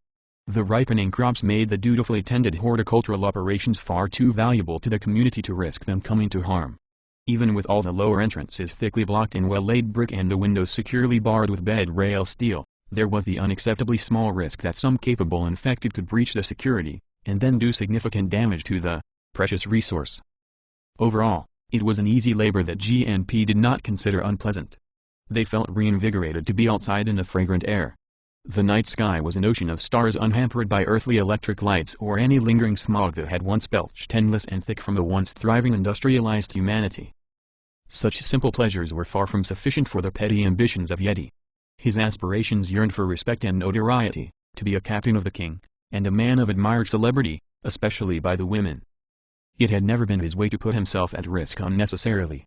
Missions like Radio City and the river trip for the grinders were supposed to be cake runs. He never thought they were actually going to degenerate into any serious trouble. Frankly, when something did go wrong, he wasn't prepared for it and generally made an ass of himself. Neither was he the sort to inspire confidence in others, not in the commanders who assigned such rank, or in the regular folk who would count on him for sound judgment and leadership. While the others sat quietly or whispered in conversation, Yeti spied out the locations of the new security cameras that overlooked their post.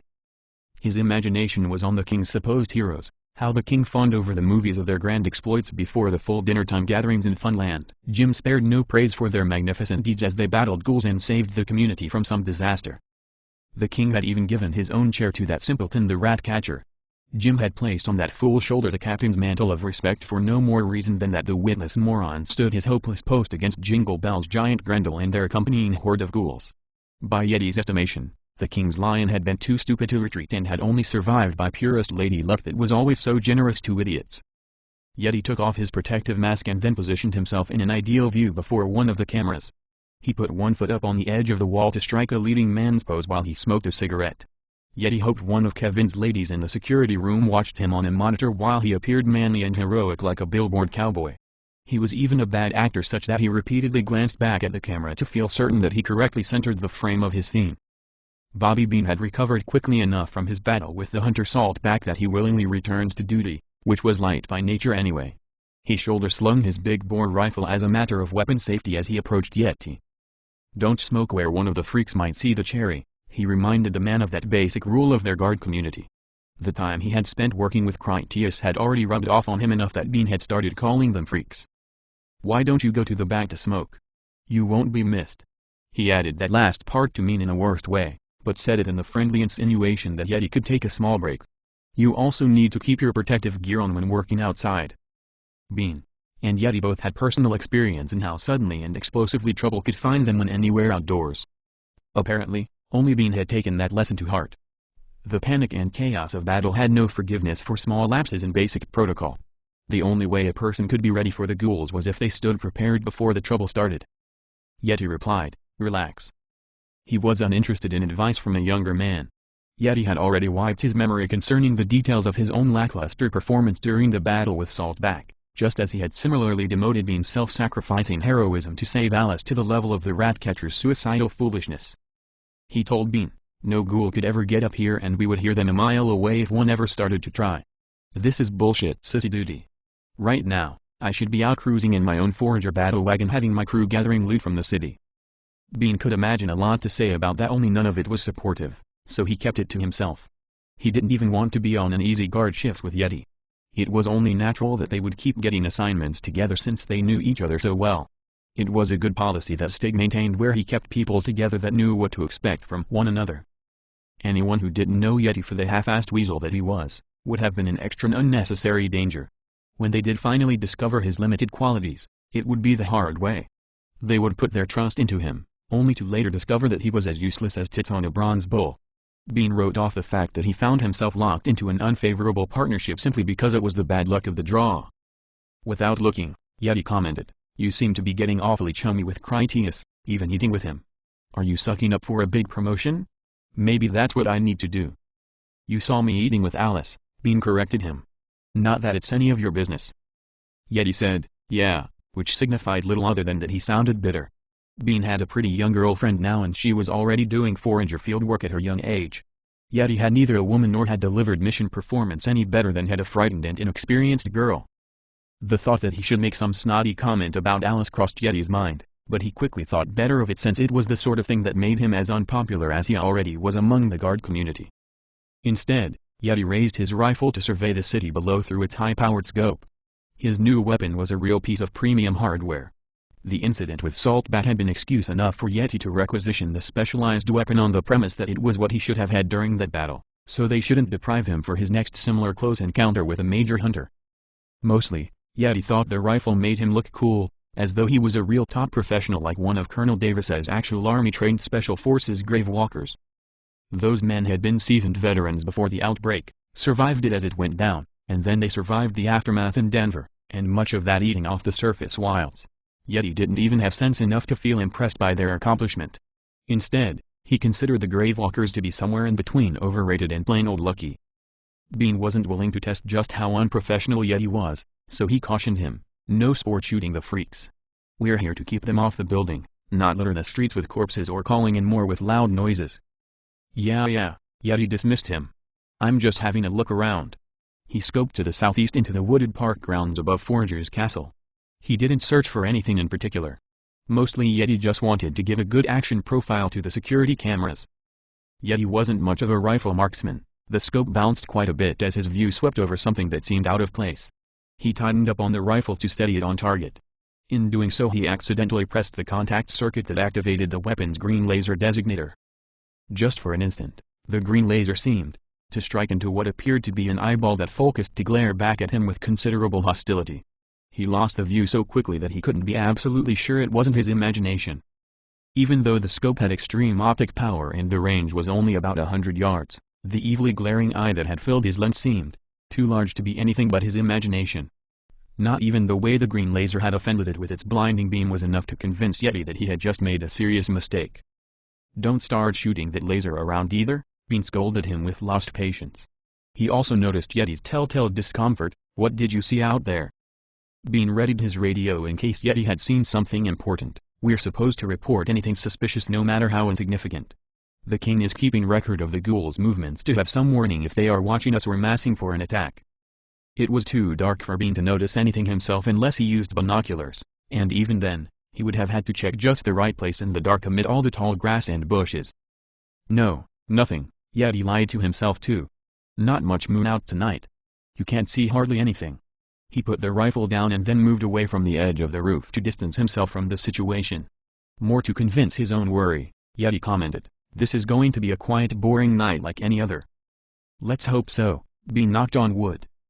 Growler made no effort to be sneaky as he moved out into the open to head straight for the building. The ledge from where the human had shined the green beam at him was much closer to the ground than the higher flanking towers of the structure like the one with the rooftop swimming pool. That lower ledge was still unreachable with tens of feet of smooth brick that separated him from the nearest secure handhold. Only a brief inspection was enough for Growler to see that he would not be able to scale the smooth wall. Frustration made Growler prowl about the base of the building in search of some means to gain entry. The forgers had heavily reinforced all the former street entrances as well as the garage doors on the south side. Breaking through any of those would have been a lengthy process of considerable noise and uncertain success. When he backtracked around the corner to go up the east side of the building, Growler spotted a vertical column of louvered ventilation grating that ascended the whole distance from the sidewalk up to a narrower ledge just below the level he wanted to reach. A rack of barbed wire-wrapped steel lances guarded the louvers against any ascending assailants. Lesser ghouls had tried to make the climb before and their bloodstains attested to the attempts. While they clung to the precarious metal slats, there was no way for them to make the transition around the barrier. Once Growler got his fingers into the gaps between the louvers, they bent under his weight. The spaces widened their spread in his passing to make them suitable for getting purchase with his toes as he made his way up. The night sounds of river frogs and chirping insects was enough to muffle the subtle noises of Growler's climb. When he reached the barrier, he simply bent the sharpened skewering rods apart using brute strength. He was indifferent to the harmless barbed wire that he just ignored as he let it scratch ineffectually over his thick hide. Yet he had survived for as long as he had because he had a gift for it. What he lacked in admirable qualities, he made up for with his innate sense for self-preservation. Even if he wouldn't consciously admit that he had drawn attention to his group, he still had that itch of nervousness that didn't want to be around when trouble showed up. His former interest in posing for the cameras had gone from his mind. Yeti's instincts gave him the new inspiration to move as far from the avenues of potential danger as he could manage.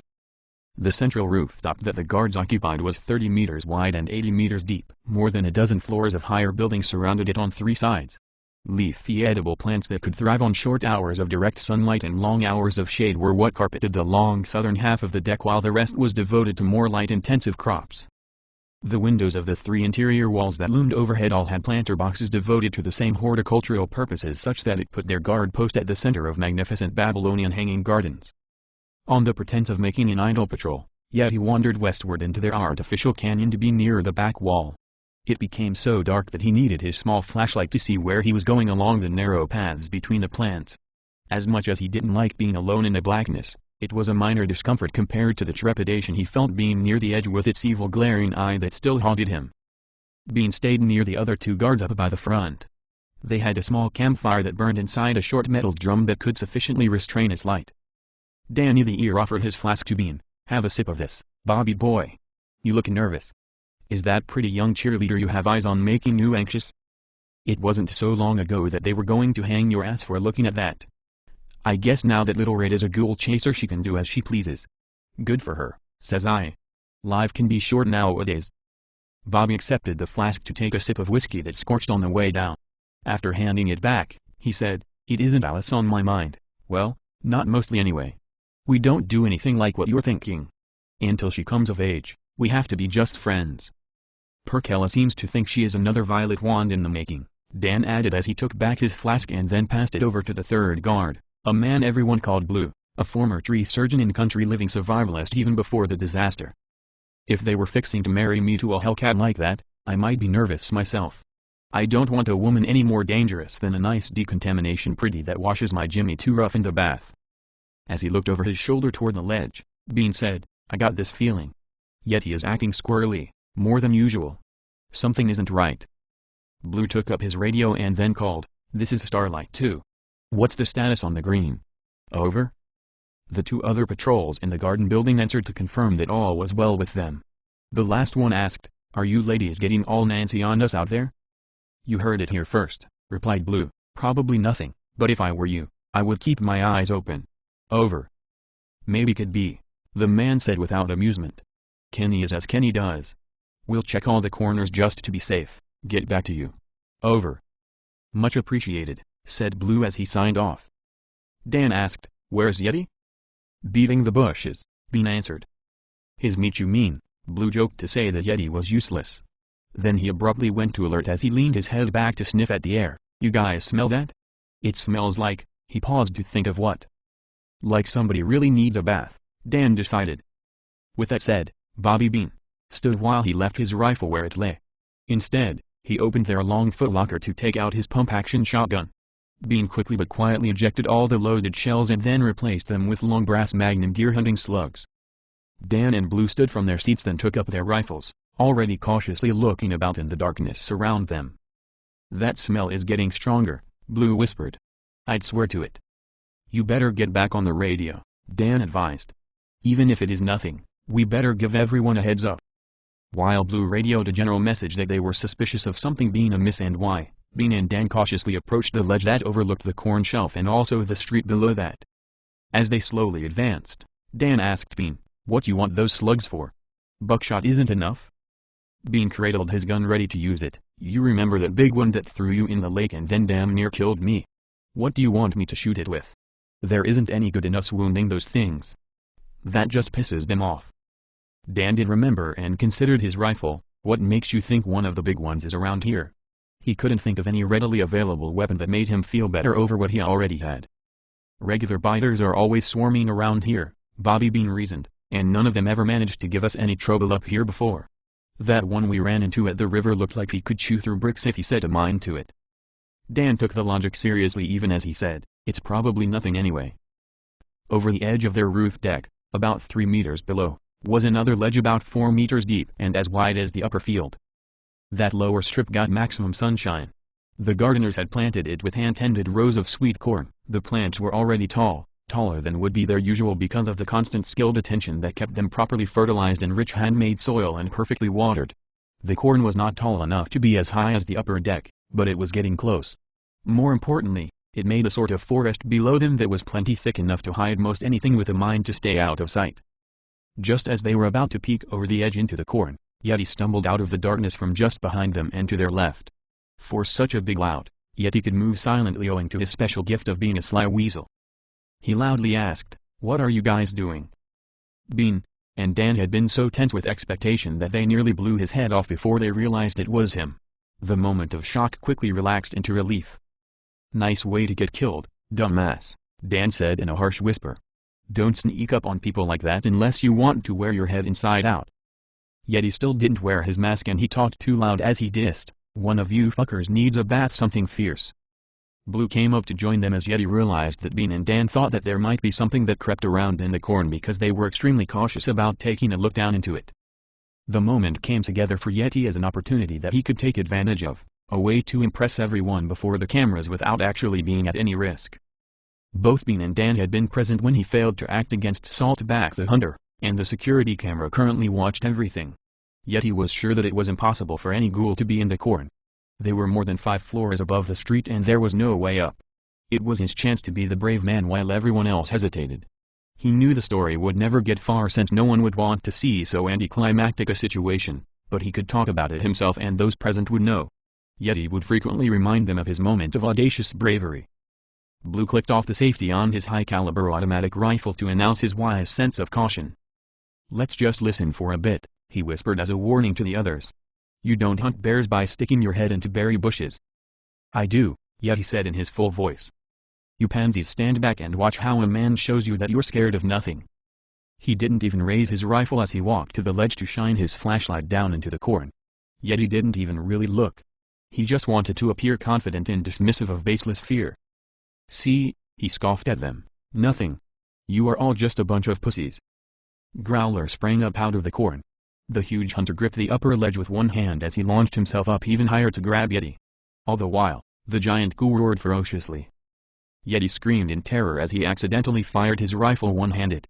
The shot missed completely and the heavy rifle recoiled like a launched rocket to slam the stock into Yeti's chest with an impact that knocked him backward off his feet. It was only luck that the blow didn't hit him in the face where it would have smashed his teeth out.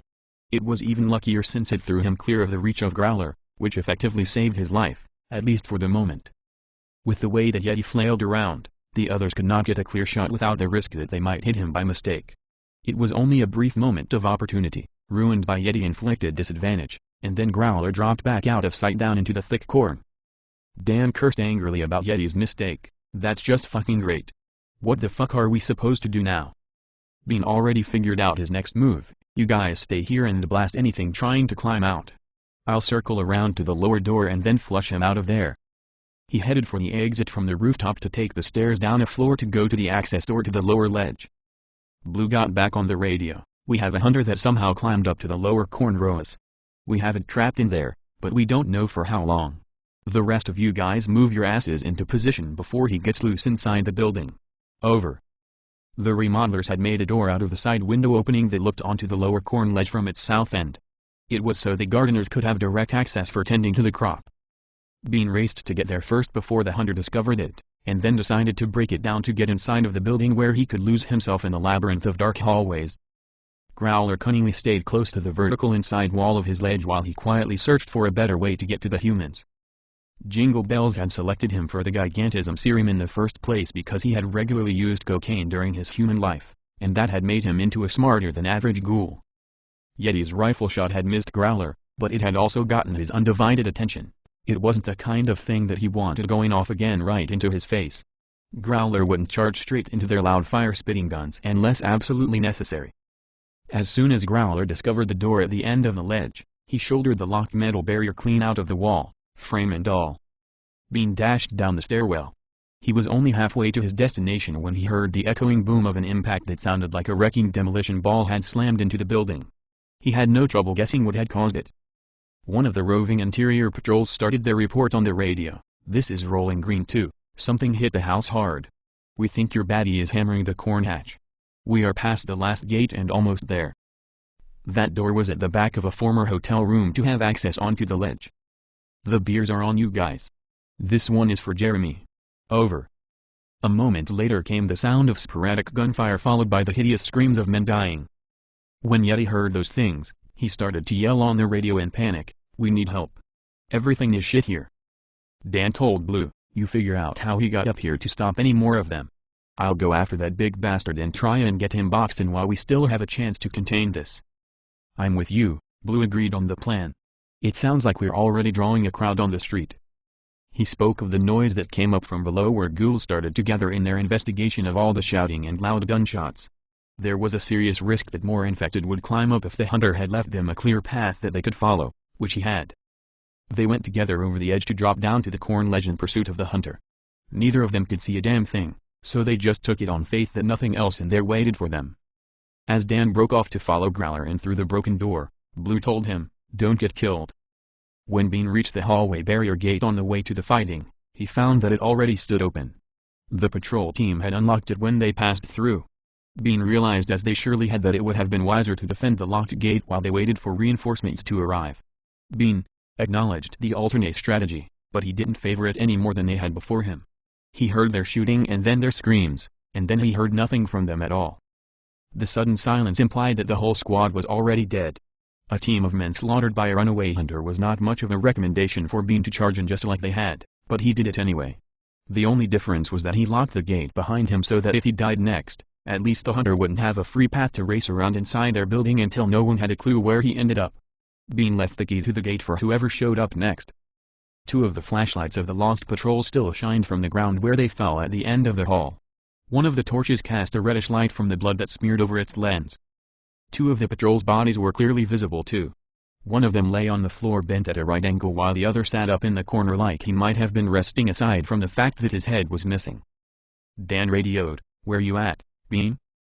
"I'm in the hallway," he radioed back. "Two are dead and the third man is missing. No sign of the hunter, but he's real close. I can't smell him." "I'm at the broken door," Dan informed. "I've got your number 3. It looks like Sloan. He's laying here folded in half. That fucker didn't break down the door. He took the whole wall out around it. What do you want to do?" "Let's get some payback," Bean bravely suggested. "I think he is in the room across the hall from you." Dan cautiously moved through his room. He had to step over Sloane's broken body on his way to the door to the hallway. From there, he expected to have a good view into the room across the way. "I'm coming to you," he warned. "Let's try not to shoot each other." Bean steeled his nerves as he set his shotgun to his shoulder before he called, "Come out. Come out, wherever you are." Growler was in the room across the hall. He stumbled about in the dark as he tried to find his way through the unfamiliar building. The old hotel room had no other exits. The only way forward for him was to go back out into the main hallway. That is when he heard Bean, just outside. A human had the nerve to taunt him with a nursery rhyme sing-song that his anti-human abilities recognized as exceptionally infuriating. Growler's mind no longer functioned enough that he understood the words, yet he recognized it was mockery just the same. The hunter lived up to his name when he uttered a menacing growl and then headed back for the hallway to kill Bean. Dan aimed his rifle out the doorway from the first room. He couldn't see anything besides shadowy darkness in the chamber across the hall, when Growler suddenly came into his view. The hunter already moved unbelievably fast for a creature so huge. For all of his speed, there was nothing Growler could do about the size of his doorway. In the moment that the hunter had confined himself within the space of the tight doorframe, Dan took his shot to put a bullet through the monster's enormous head. The necessity to duck and twist as he squeezed through put Growler's raised arm into the path of the bullet that would have otherwise struck him true through the brain. The high-caliber bullet passed through his massive muscular arm, nicking the bone, which deflected the bullet's trajectory sufficiently that it only gashed Growler's face from the corner of his mouth to the ironic destruction of his ear. It was a painful, but trivial injury. Growler already had numerous torso wounds that the first GNP team had recently shot into him. The new gunshot wound to his face did nothing to slow Growler down either. Dan would never get a second opportunity to fire again before the hunter landed on him to twist him into a pretzel. Dan's shot had an extra value in that it told Bobby Bean that Growler was at the doorway and would appear before him an instant later. Not unlike he had yelled out "pull" to get a launched skeet, Bean stood ready to deliver from a steady aim properly elevated for where he expected Growler's head would be to receive a killing shot. When Growler burst out into the hallway just as anticipated, Bean's shotgun blast struck him dead on. The lead slug the diameter of a man's thumb smashed open the side of the giant ghoul's head. Growler went completely deaf while he saw a great white flash of light. The gigantic freak was still partially alive after having suffered devastating damage to his head. The hunter ghoul stopped in the hallway and then turned to look stupidly at Bean. He watched dumbstruck as Bean's gun spat flame at him over and over as fast as the human could pump through his shells. Growler heard no sounds and felt no pain as the shotgun slugs tore through him one after another. Dan's second rifle shot blew the hunter's fractured head completely apart. Growler's tormented half-life ended in the tranquil blackness of oblivion. Chapter 8. A Naked Jungle. Critias had an admirable suntan after he had spent much of his honeymoon vacation at the garden building swimming pool. His lazy days of sunny relaxation blended seamlessly into his steamy nights of romance with Carmen. Their marriage had grown into something far greater than just Critias acknowledging her transcendence from a material object android into true personhood. It was more than her elevation from slave to spouse. They were a flourishing partnership in life. They had their adventurous careers and their comfortable home with their adopted daughters.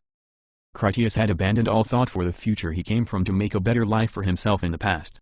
He would never want to return home again. Mandy and Alice had settled comfortably into the realization that they had become a family. The girls had their own lavish bedroom to share, which was no small luxury. Many people in the city lived in communal barracks. There was not enough living space for everyone to live life like in King's Tower. Luxury wasn't free and the price could be life itself. A career of frequent frontline danger involved hazards like Saltback and Grendel. Critias and Carmen worked hard to provide for their new daughters, and they were happy to do so because both needed to feel that their lives had more meaning than just blood and loot. They needed to know they made some kind of difference on a more human level. Having Alice and Mandy provided them with that special difference. Critias spent some free time each day coaching Alice into her new adult life as a ghoul fighting marshal. While they were away training, Carmen and Mandy did their best to reconnect with the carefree joys of lost childhood by playing games, making art, or indulging in most anything lackadaisical. On that evening, Critias went to dinner in Funland with his wife, his two girls, and with Bean, who joined them to have some time with Alice. After their meal, Bean went off to work a casual night shift with the GNP. Bean would work the center crop deck on the garden building, a duty that the guards generally referred to as the Starlight Lounge because of its singular beauty at night. They also considered it light duty, an easy boring job, which was just right for Bean since he was still sore from his encounter with Saltback. Carmen had more plans for the evening as the rest of them returned to their apartment. She ushered the girls into the shower to get ready for bed while she gave Critias a bath in their tub. After his generously thorough cleaning, Carmen made him a drink and then sat him down on the living room couch where the four of them were going to watch some movie she had chosen.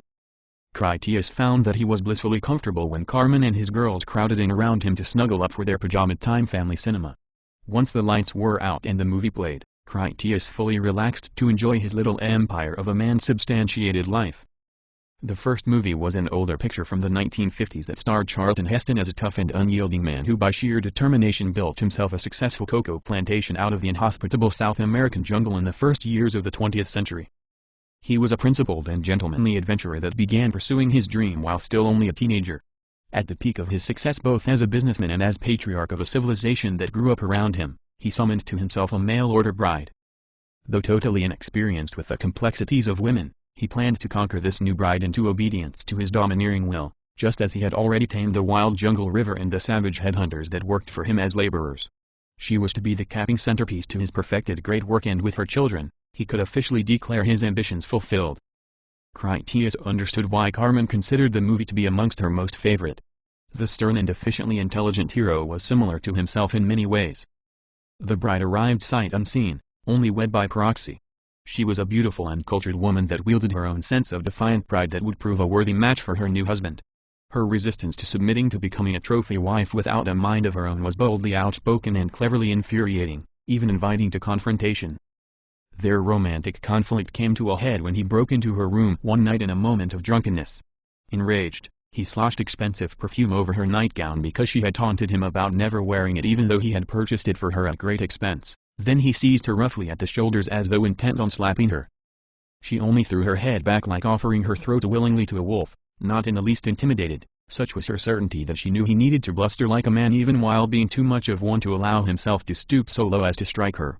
Even if he wanted to slap her, she would let him because some part of her welcomed it. She wanted to prove to him that she was no fragile and helpless flower that couldn't survive harsh life in the jungle. She also didn't begrudge his grappling for a supreme authority he would never attain.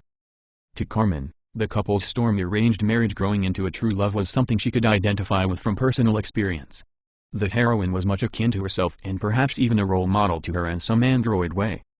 Critias enjoyed the movie even more when a swarm of army ants that was tens of kilometers in area attacked to overrun the plantation. The ghouls were a lot like the ants as an overwhelming problem that a man needed to repulse tactically, and he did it with his strong intelligent woman who fought valiantly by his side. Alice had an appreciation for why Carmen had chosen the film for them to watch. When it ended, she told Carmen, "I can see why we like him. He only seems short-tempered and bossy.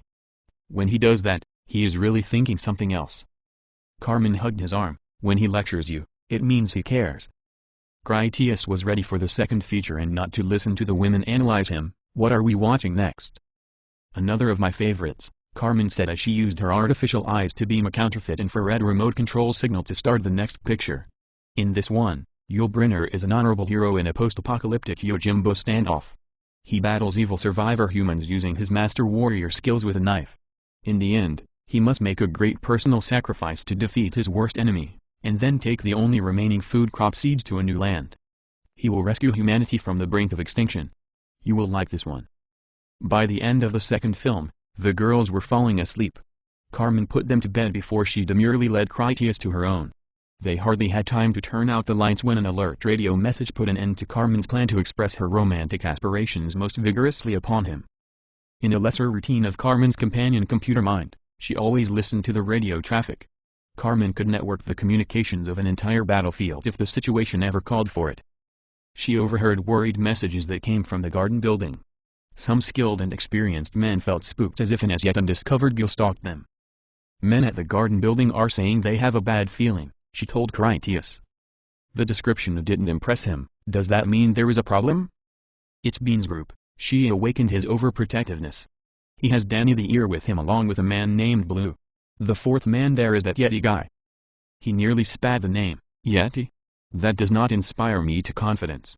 Alice would want to go check on Bean, so let's go." Carmen started getting dressed to go out ghoul killing. "I'm taking Mandy too. If this is nothing, there is no reason she can't be with me. If a major break-in happens, then I really want her beside me, not in this apartment all by herself." The radio messages did not get any more positive as the four hurriedly dressed. They made it out of the apartment, then on their way down the elevator before bedlam broke loose. Eventually, Yeti spread general panic because he shrieked over the radio like a frightened woman to declare that everything at the garden building was shit. Critias carried Mandy while he radioed to the guards ahead of them to open their gates by the time that he arrived. In that way, they quickly ran the kilometer through the tunnels to reach the garden building. The elevator going up to the ground floor was still available. Those few already inside waited for more guns to arrive so that they had a suitable load for departure. It was right that they had shown patience, as otherwise the elevator would have been away on its slow cycle, which would have left Critias and Carmen down in the tunnel unable to proceed without a lengthy delay. Once they were in the garden building, they took the regular elevator up the rest of the way toward the Starlight Lounge rooftop. They heard another bout of gunfire before things went quiet. Other patrol guards reached the battle scene first. Their radio traffic confirmed that there had been an intrusion by a hunter.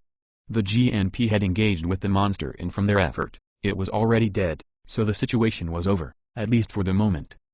Once they were at the right hallway, Alice was going to walk down to see the dead hunter up close. Danny the Ear waved her back as he came their way. "Don't come down here. There is blood everywhere. She still wanted to go up anyway, so he told her, it really is dangerous. There is broken glass and splintered wood from gunshots. You could snag your leg on a nail hanging out in a broken doorway. 3 men are dead already, let's not go making this any worse than it already is. She thought that meant Bean was dead, that thing killed Bobby? Alice really did like him, and it showed when confronted by the idea that a hunter had torn his head clean off. It might even have been him that she saw sitting headless in the corner. Alice knew how brave Bobby was. It would be like him to rush headlong into danger that he didn't survive. He doesn't have a scratch, Dan said to her relief. He's the one who put the hunter down. I got off a shot as he charged, but only grazed his face. It was Bean that stamped one right into the side of his head. The thing was nearly on me when he stopped it and saved my life. After Bean popped him, the hunter just stood there dead on his feet like it didn't even know where it was anymore, so we finished it off. It had already taken out one of the 3-man interior patrols before we got here. Critias asked, how big was it? Dan spread his arms to show the enormous width of the shoulders, about the size of the one you knifed at the river. There is a strange thing about it though. That hunter is wearing a chain around his ankle held on with a pretty new-looking padlock. The dangling bits of extra chain links make it look like he broke loose from some kind of captivity. The information gave Critias a sick cramp in his stomach. The chain on the ghoul's leg meant to him that Jingle Bells raised hunters like pets in that freak show fortress of his, and one of them managed to get away. It begged the question of how many more the bell ringer might still have that didn't escape prematurely. It wasn't that long ago when Carmen had told him that she would have already gone in there and then cleaned out that nest. If she had gotten her way, and they had struck first, the 3 dead patrolmen might still be alive. In total, Critias saw it as his own error in judgment. He had delayed too long. That had led to the break-in and the subsequent deaths. Critias asked Carmen, where do you think that chain could have come from? She didn't need to analyze the issue for very long. I think that hunter escaped from Jingle Bells. Any chain that fits around a leg that size could not have been on the ghoul when it was still no bigger than a human. It would not be Jingle Bells' first pet hunter. I see no reason to assume it is his last either. If he had this one chained up, it stands to reason that he might have others who have not escaped. If he has many of these things, it would suggest that he knows how to make more. My working assumption is that this hunter came from the Colosseum. It came from Jingle Bells, but by accident. He shook his head in disgust at himself. If I had given you your way, we would have cleaned that place out long before now, and then this wouldn't have happened. That's what you've been trying to tell me. You didn't think I was man enough to be your master or martial enough to unleash you when the situation called for it. I should have acted on this sooner, but instead I hesitated. His words didn't win any sympathy from Carmen. What he said offended her on so many levels that she honestly considered kicking him through a wall. Critias was wearing his armor, so he could take the punishment when she used a spinning back kick to smash him right through the drywall and interior carpentry to send him into the adjacent hotel room off the main hallway. She would have done it too, only her promise restrained her. She had promised herself and Critias that she would never again allow her temper or befuddled reasoning to become an act of violence against him. Instead of beating sense into him, Carmen poked a titanium-rigid kung fu finger into his chest. She wanted him to be certain how close he was to really getting his head knocked on straight. She warned, if anyone else said those things to me about you, I would make sure that no one would ever dare say something like that to me again. I'm not married to a weakling or to a coward. As to this notion that you should have already gone into that death trap after Jingle Bells, I only first mentioned the idea on the day that I showed you the pool. You did not go then for the same reason you are not leaving to do it right this second. You are not soft or indecisive, not as a husband or as a marshal. He considered her words, knowing that none of it came from her as idle flattery. I guess you're right, he admitted. We have no idea what is inside that place, where to look, or what to look for.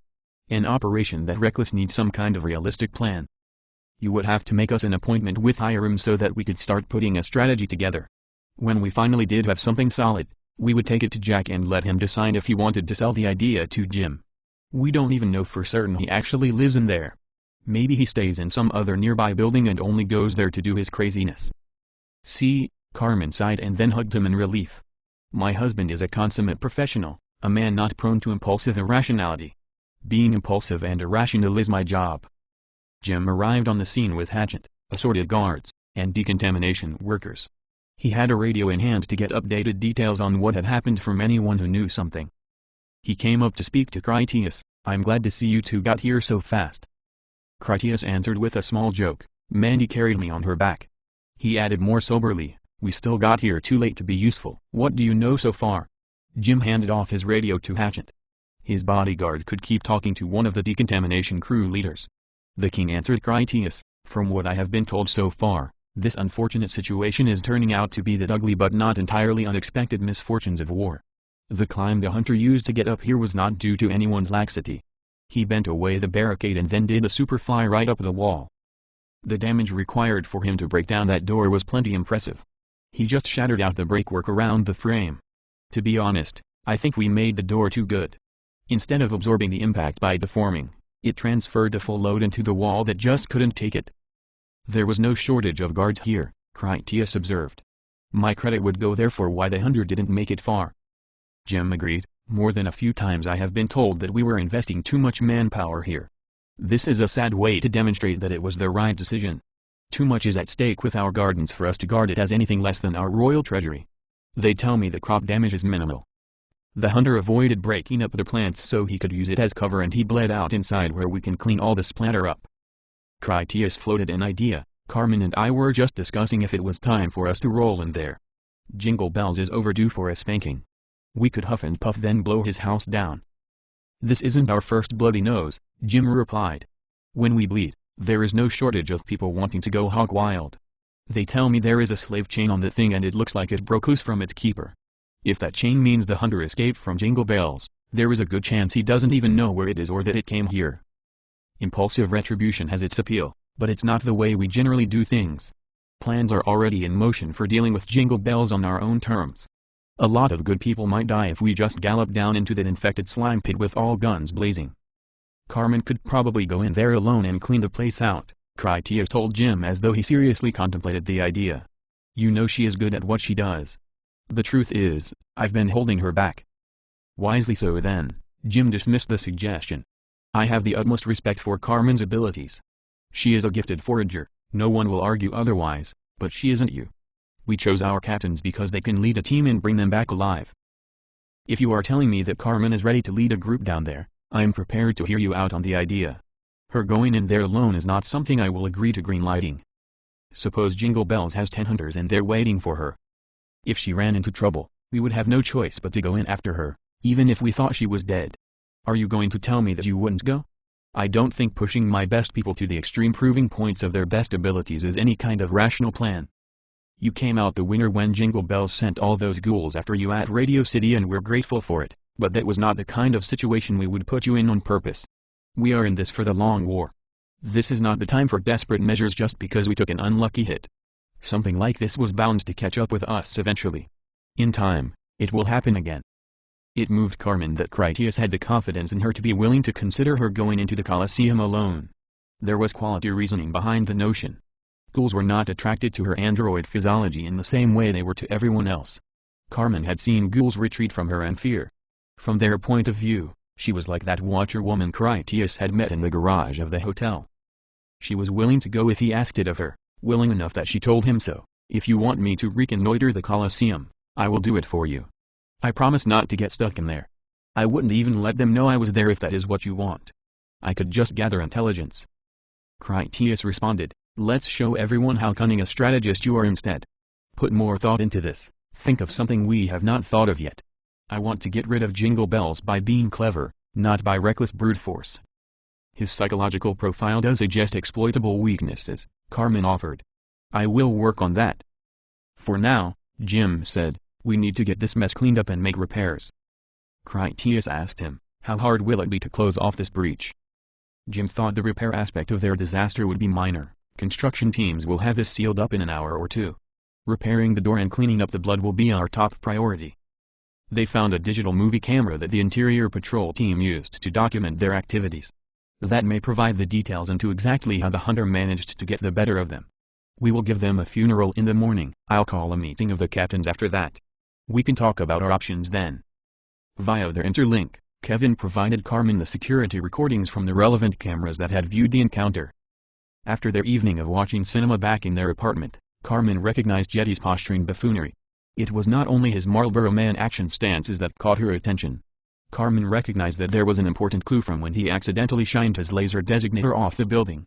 She was certain that something frightening had caught his attention.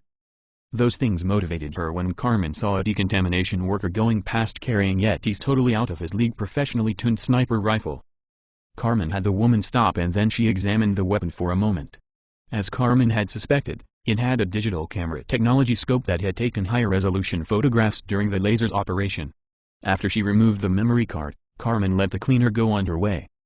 Once she had removed her glove, Carmen pressed the skin of her thumb against the shiny contacts along the edge of the memory chip. That simple touch allowed her implanted subdermal fly-by-wire nervous system technology to copy the stored digital images into her own computer memory. She handed the original card to Jim for his own examination. "I know why that hunter came here," she clearly implied that the scope's images were her reason. She sent the best still image to Critias' suit so that his helmet could laser project the scope's captured image onto the wall for all to see. Critias used his helmet lamp to throw up the picture. Yeti had taken a photo of the hunter's angry face with a dazzling green laser that tormented him right in the eye. Critias had not seen any of the security footage. He wasn't sure what to make of it. "Too bad that guy didn't pull the trigger," was his eventual comment. "Why didn't he kill it rather than just take its picture?" "They have standing orders to avoid sport shooting off the building," Jim reasoned, "and to report any unusual sightings or activity." Since she thought it mattered, Carmen told them, "This is from Yeti." "That figures now, don't it?" Critias groaned. "If Yeti had seen the hunter, he should have told somebody," Jim speculated on potential wrongdoing. "We get to study this image. Perhaps he only glimpsed it for an instant and didn't recognize just what it was." Critias argued, "Anyone who had any business carrying a rifle like that would have gotten that shot. It was only about 90 meters. Hiram could have gotten that kill with his pistol. Hell, I would give Malcolm 3 out of 5 for putting holes into that big bastard from the hip. That Yeti guy doesn't have the heart for being a finger. He needs to be filing sharp edges smooth somewhere in housekeeping, not working a trigger." To Yeti's defense, Carmen admitted, when they thought a ghoul might be hiding in the cornrows, it was Yeti who volunteered to stick his head down in there to look. "I'm confident that he didn't believe there was any reasonable cause to assume that a hunter was up here on the building with them. Evidence suggests that he didn't see nearly as much as the scope did for him." Jim waved off the Yeti issue. "Statistically speaking, nearly everyone screws up and dies eventually since the ghouls are clearly winning. The infected didn't conquer the planet because the good guys always win. GNP have their own internal machinery for getting unsuitable people out of their community. Frankly, not enough humans still exist in our little world for me to 4F Yeti because he is a wishy-washy wannabe. He is not forager material, I'll grant you that, but then again few people are. I think in his case you should make an exception," Critias advised. "First he spotlights that hunter while jacking around and then he nearly gets killed sticking his face in the corn. He got off one shot from his rifle," Carmen offered to be helpful. Critias asked doubtfully, "Did he hit it?" She shook her head no, it was a one-handed wild miss and the recoil knocked him silly. At least the ghoul didn't manage to get a hold of him. Critias used a ta-da hand gesture to offer Jim the high points of Yeti's skills as further evidence of his case. Jim agreed on many levels but remained unconvinced. "It is a serious thing when your own king demotes you. I cannot turn my back on Yeti and ruin his pride without first having sure evidence of an offense as great as you would expect to be just cause against yourself. You did not take the shot on the Watcher woman. I did not question your judgment. Yeti is doing the best he knows how. He is just not very good in the heat of battle while you stay focused as a calculator. Judge him by a lesser standard and help me make do with what we have." George had also rushed to the scene to help if needed, making him available to listen in on the conversation. "Some problems are best resolved the old-fashioned way," was his advice. "If Yeti wants to be an operator, you can always just help him get it. He wouldn't be the first person to get a bite on his hand when he reached too far. Shuffling him around does not make me feel any safer. That is how we got Kenny."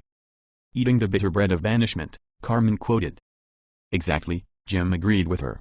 "I would rather one of you took him out and then just shot him, than have him skulking about feeling cheated of his destiny. Bean had a hard way to go on your trip to the river. Tonight he pursued that hunter alone after Rit had just taken out a 3-man team. I don't openly advise his method, but it's hard to argue with his results. Maybe after Yeti survives trouble enough times, he will be born again hard. He didn't hesitate to save me either." Alice thought that Bean deserved defending over his supposed failure at the river. "Those are famous last words in these times," Jim told her. "No one is going after Jingle Bells alone no matter how much trouble he might be brewing up. 5 brave men rushed into this hallway tonight. Only 2 of them came back. Suffice to say that not all the women I will be meeting with tonight are going to be happy with how this worked out." Critias had seen enough. There isn't much we can do here and it's going to be an early morning. Alice had an idea. Maybe we should have a look around before we go home. Shouldn't we make sure there aren't any more of them hiding somewhere? Yeah, it couldn't hurt. Critias liked her professionalism. Carmen will go with you. She has a nose like a bloodhound. I'm sure everyone will feel a little better knowing the place is clean. Mandy grabbed Carmen's hand to beseech her, don't go out there alone against Jingle Bells. I'm not going outside anywhere, sweetheart, Carmen promised her. Alice and I will just look around the garden a little bit and then we're all going home. For now, you stay here and guard my husband. If we don't keep an eye on him, some lady will try to steal him away. Mandy pointed down the hall. That man over there doesn't have a head anymore. Can I sleep with you tonight? You are a skilled negotiator, Carmen answered somewhat amused. Yes, you can stay with us tonight. You can sleep on my side and if he complains too much, I'll put him out on the couch. As Alice and Carmen went off to search, George told Critias, I don't blame her for not wanting to be alone after seeing this mess. More than a few people will be having bad dreams tonight after seeing that. Some strange luck, to fall like that, makes me wonder if the hunter put him there on purpose. Critias said, Carmen insisted we bring Mandy, figuring it was better to be here with us if the house was coming down. I would have preferred her not having to see these kinds of things. George had to chuckle, that's why you won't be getting any tonight. I think I even feel bad for you. You're living proof that a bed full of teenage girls is not the fantasy they sold it as. She was looking extra fine at the pool today, Critias admitted, meaning Carmen, and that he had been looking forward to having her alone. It seems to me, Carmen is going to need a long shower after this. I'm going to ensure that she gets a right thorough decontamination. Where there is a will, there is a way. Time for me to go then, George said as he turned to Mandy. Why don't you come along with me and I'll walk you back to our building? Your Uncle George has his own private stash of hot chocolate powder. You can have a cup at my place until Carmen is finished up here and then comes by to get you. Critias liked the idea. He told her, you go with George. Carmen wouldn't want you to have to wait here looking at all this ugly mess. We will come get you just as soon as we get back. Okay, Mandy agreed. On their way out, she said to George in a low voice, he only seems grumpy. Critias never hits us or anything. I'm tempted sometimes, Critias called after her. No you're not, she called back. Critias had spent about an hour helping with the cleanup before he heard Fat Jack on the radio calling for a general readiness check of the entire guard community. They were to certify that everyone had properly loaded weapons and were where they were supposed to be. The shift leader had to bring him a full report as soon as he was able and further demonstration of just how efficiently organized they needed to be. Not long after that, Kevin arrived to perform a dismembering autopsy on the body of Growler. He collected various tissue samples as the pieces went unceremoniously into oil drums for later disposal. There was an overriding necessity by general consensus that the bodies of the 3 slain guardsmen needed to go promptly to the incinerator. The regenerative nature of the infection would eventually revive them as ghouls, which was completely unacceptable to all concerned. No one wanted the men's brains to reawaken in the nightmarish state. It was also true that the bodies were a contamination hazard in general, making them unsafe to handle or transport about except out of dire necessity.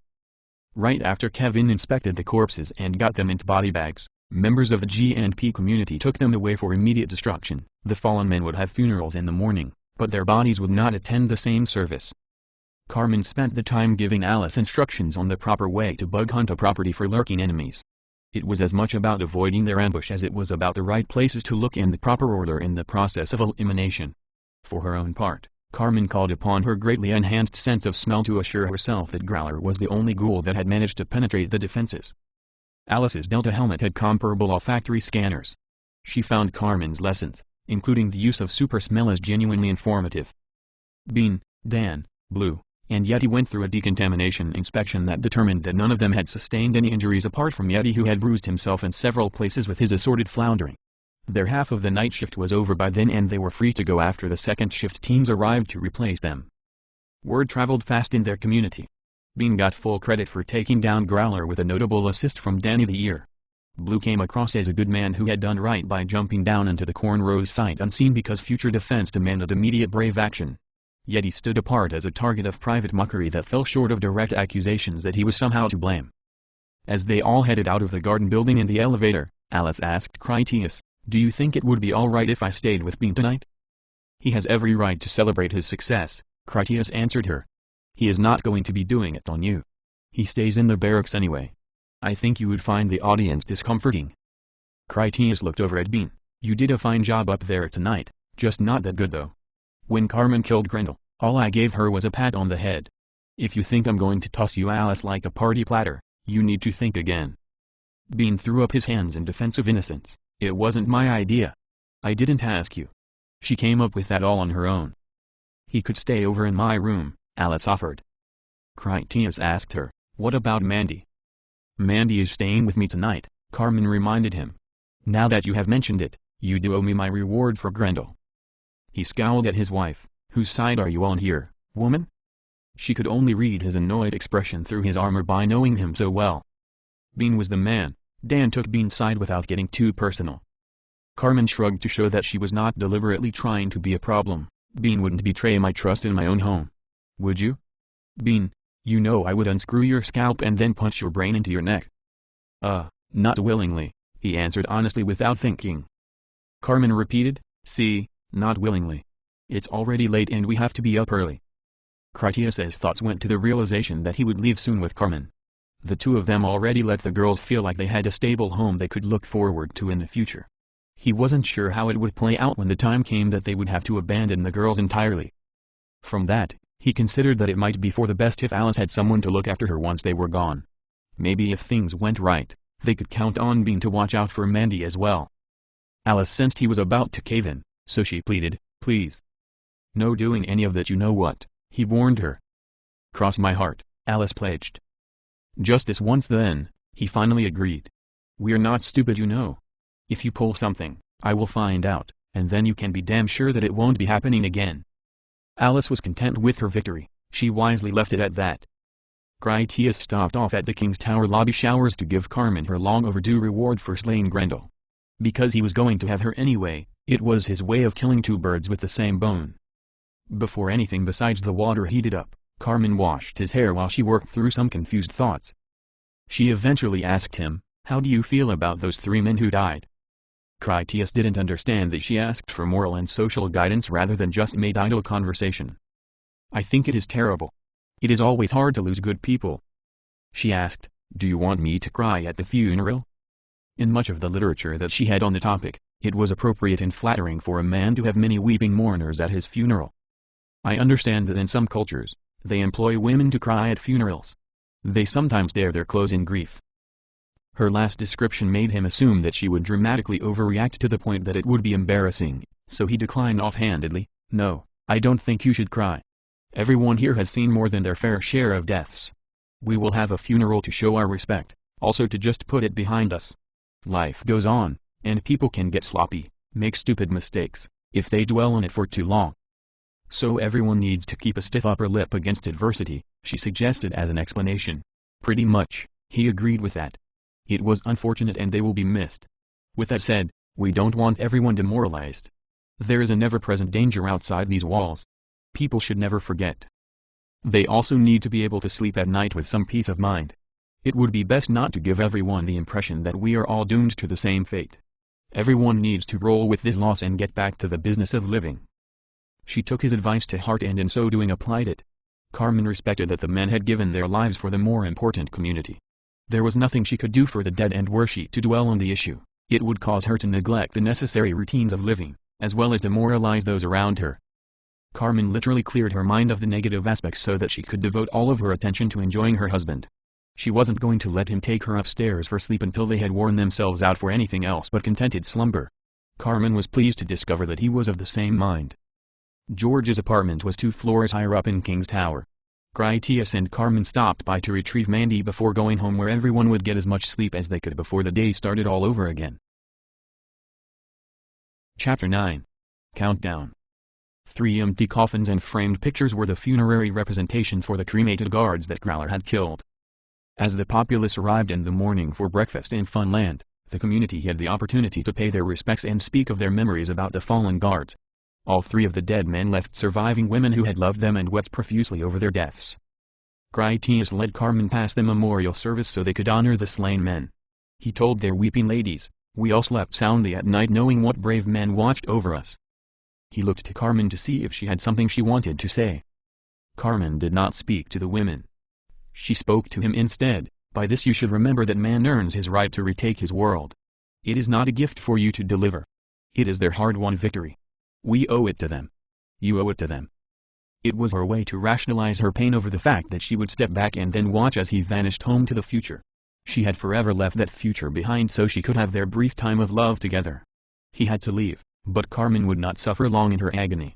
Critias would save the future and all mankind, but first he would have to pay for it. He understood only that she talked about their mission to take a cure back to the future. Their mission was not to deliver a Christmas present, as would generous Santa Claus. Humanity would spend centuries in hell to earn its second chance to walk freely under the sun. In the moment, Critias thought he believed it too. Carmen knew better than Critias. She understood that men had stronger forces than only pride or duty that drove their masculine ambitions. She told the women of the fallen guards, "We know your men would rather have lived to stay in this world with you. It is our curse that we must send our men we love out to places they would prefer not to go. We never get to forget that they may not come back to us. In this hour of their finest bravery when you desire them most, they are utterly out of reach. You have my deepest sympathies." If Critias had advised her differently and perhaps more wisely, she would have cried for the women in her sympathy, since she had some understanding of how they suffered. Instead, Carmen quickly washed the fellow feeling from her mind to better concentrate on her obligation to the people as a whole. She would remain stoic in the face of tragedy. Carmen had lost none of her emotions where the loss of Critias was concerned. It was more that she had set him aside as the exception to her new rule that there was no comforting the dead and public displays of sorrow demoralized the living. Even when she seized on to that conclusion, Carmen's software rebelled because her program still churned in its effort to purge from her what Critias saw as her ignorance about the subtleties of compassion.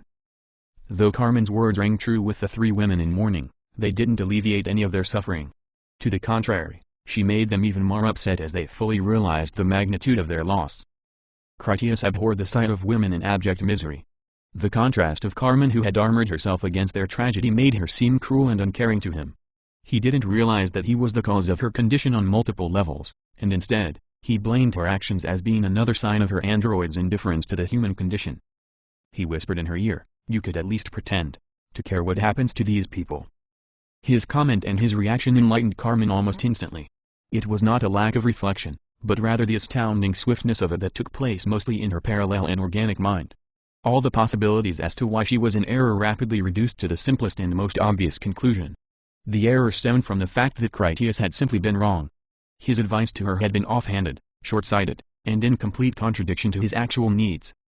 For her own part, Carmen understood all too well what kind of pain was involved when a woman suffered that kind of loss. That he would return to the future, and she would never see him again, had been gnawing away at her since they had first arrived. His suggestion that she was indifferent to loss and would have to pretend to care, was exasperating to say the least. She glanced over at the coffins and for a moment she imagined how she would feel if one of the boxes represented Critias whose body had gone to the incinerator of his time machine that would annihilate his matter from her world. Carmen saw the women's grief as subdued because for her, mere tears would not be nearly sufficient a catharsis. It had been bad enough when she only had to endure the knowledge that she was about to lose him while also having to keep those feelings a secret from him. Having him challenge her to express those feelings was enough to make Carmen snap. The look of deadly anguish on Carmen's face when she came back around was enough to make Critias take a step and retreat. All he could think of to say was, "Carmen," as if her name would remind her to get control of herself. Her oath that she would never raise a hand against him again forever bound her, so at least and that there was no chance that Carmen was going to attack him. It didn't imply that anyone else would be safe if they made the mistake of provoking her. "There is nothing in these coffins," she told him loudly as if it was a profound observation. Her emotion was a mixture like broken-hearted rage. It's like the man you love has just vanished into nothingness, swallowed up by both time and space. There isn't even a body to cry over as some kind of proof that your love had ever existed. Everyone around you pretends to understand, but they don't. How could they? They still have the people they love. They still have everything while all you have left is nothing but memories. Only the better your memories are, the more it hurts now that your lover is gone. That was when Carmen really let the room know what she thought. That talking freak out there is the cause of this. I would storm into his dirty little hideout and kill every single one of them. I would build pyramids from their severed heads as would the pagans of old and that would not even begin to satiate my revenge. What difference would anything make ever again? I would not even bother coming back to this place. Life would be death to me. I would rip this world apart until the whole earth was crying blood. She paused to stare Critias down. Carmen stood straight and calm to prove that she did still have all her soldierly self-control. Grendel, the lightning, the Watcher woman, you leave me behind while that Halide hunter attacks the riverboat. Don't delude yourself into thinking I don't feel. Do you think I don't know the meaning of Ludus? No one ever asked you to join. They raised us both as slaves to fight and die. Great is the honor of Critias. Great is the glory of Critias. Great will be the funerary Cleos of Critias. Her voice went low and dark with the truth of it. Great will be the pity for the wife of Critias as she rots alone in blackest loneliness. It was enough for him to offer his arms. Carmen fell into them where she sobbed bitterly. It was the only real goodbye they would ever have. Critias wouldn't ever understand the truth until it was already too late. When he got his chance to say goodbye to her, it would be before Carmen ever left the future or lived the life that gave it any meaning. They bore a curse that would have its cruel measure of them as surely as time marched on until it trampled them into dust. One of the women asked of Critias, "Is it true that you found a camera? They filmed what happened to them?" "They found a camera," he confirmed the truth of it. "I don't know what is on it. Jim has it and that is all I know of it. I know from seeing the body of the hunter that they wounded it before they went down fighting. Those brutes can soak up a lot of hits without falling." "Don't let the film be used to shame them," the woman insisted. "I would have Trevor remembered for his bravery and not any lapse of judgment, if he had one." She meant Sloane, whom everyone else spoke of by his surname. "I'm sure Jim is already mindful of that," Critias said to be reassuring, and that they could give her that much in an effort to medicate her loss. "I'll mention it to him again anyway." When everyone had their seats for breakfast, Jim took the opportunity to address the room on matters of the 3 deaths. After his expected words of remorse for the loss, he got to the issue that was still on the minds of most. The 2 teams involved in this incident acted swiftly to contain the situation. "Our investigation has concluded that no deliberate negligence on anyone's part was at fault. As terrible as it is that we lost 3 valiant men last night, the losses could have been much worse. It is by the very success of our G&P community that we derive the false impression that their task can seem routinely easy.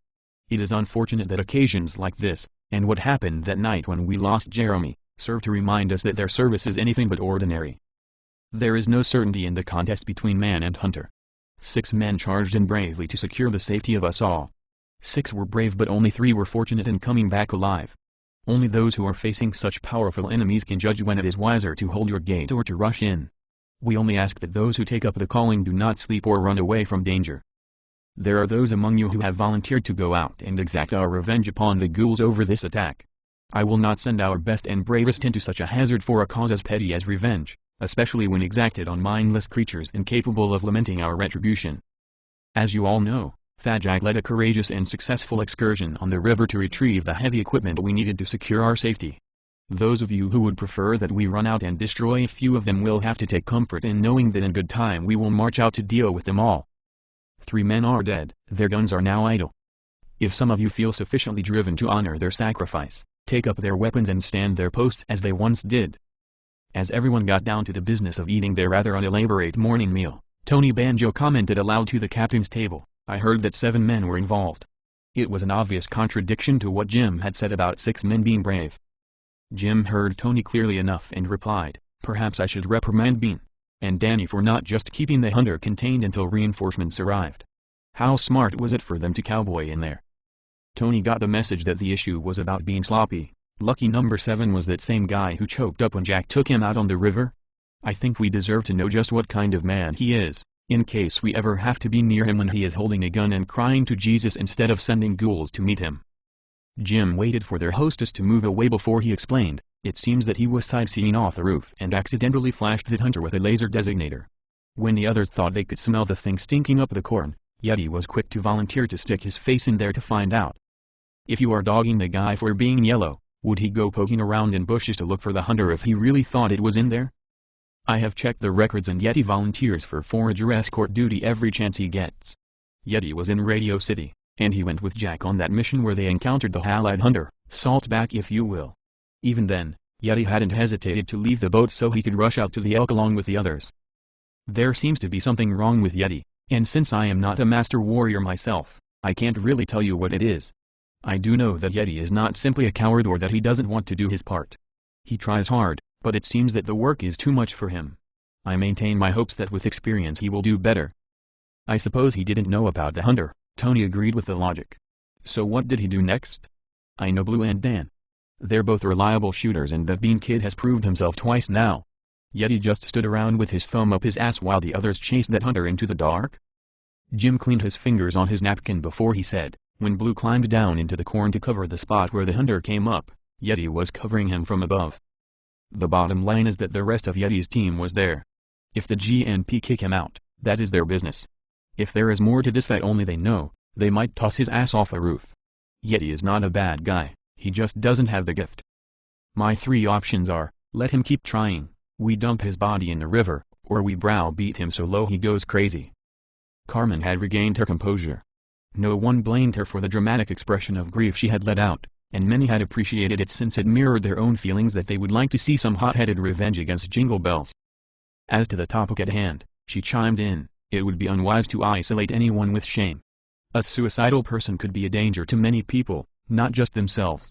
A person with ambitions for heroism might go so far as letting ghouls into the city so that they could stage rescuing us as a means of getting that level of respect. Jim gestured to Carmen that the others should listen to her because there they had it. Yes, Yeti might screw up again. He might even get someone killed when he does. The rest of you might blame me for not hamstringing him right now when we had the chance. I am king, and that means I am Yeti's king. I will not undermine his manhood in some roundabout way. Others have told me I was too hard on Kenny. I tell you now, fuck him. Kenny betrayed us, and then even worse, he lied about it to our faces. Yeti is not betraying us. His crime is that he has a head full of fame quest like some little kid. Jim pointed at Critias, he took Alice out on the river and she froze up. Did we castrate him over it? Did we break Alice down until she felt worthless? If Critias can make a professional out of Alice, then tell me why one of you can't make one out of Yeti. Hiram Davis said, the way things are headed, I don't think we can avoid using Yeti. There is a lot of exterior work coming up. Every person we have that can be trusted will need someone tagging along to help watch their back. All the normal operations will need warm bodies at the same time. The issue is not that this Yeti guy is unwilling to step up for action. If he wants to stretch his neck out, he is going to get his wish. Fat Jack agreed, I foresee a lot of people doing rifle duty that we normally would not expect of them. Under those conditions, Yeti becomes an experienced veteran who at least knows what trouble looks like and what to expect out there. As far as Kenny goes, I think he is more useful now as a warning to others than he ever was when he was working as a guard. I did a spot check after the incident last night. The rest of the GNP citywide was on the ball. Everyone on duty was sober, rested, and in their assigned positions. Everyone passed the weapons readiness check. The whole off-duty force rapidly mobilized and reported to their officers once the alert sounded.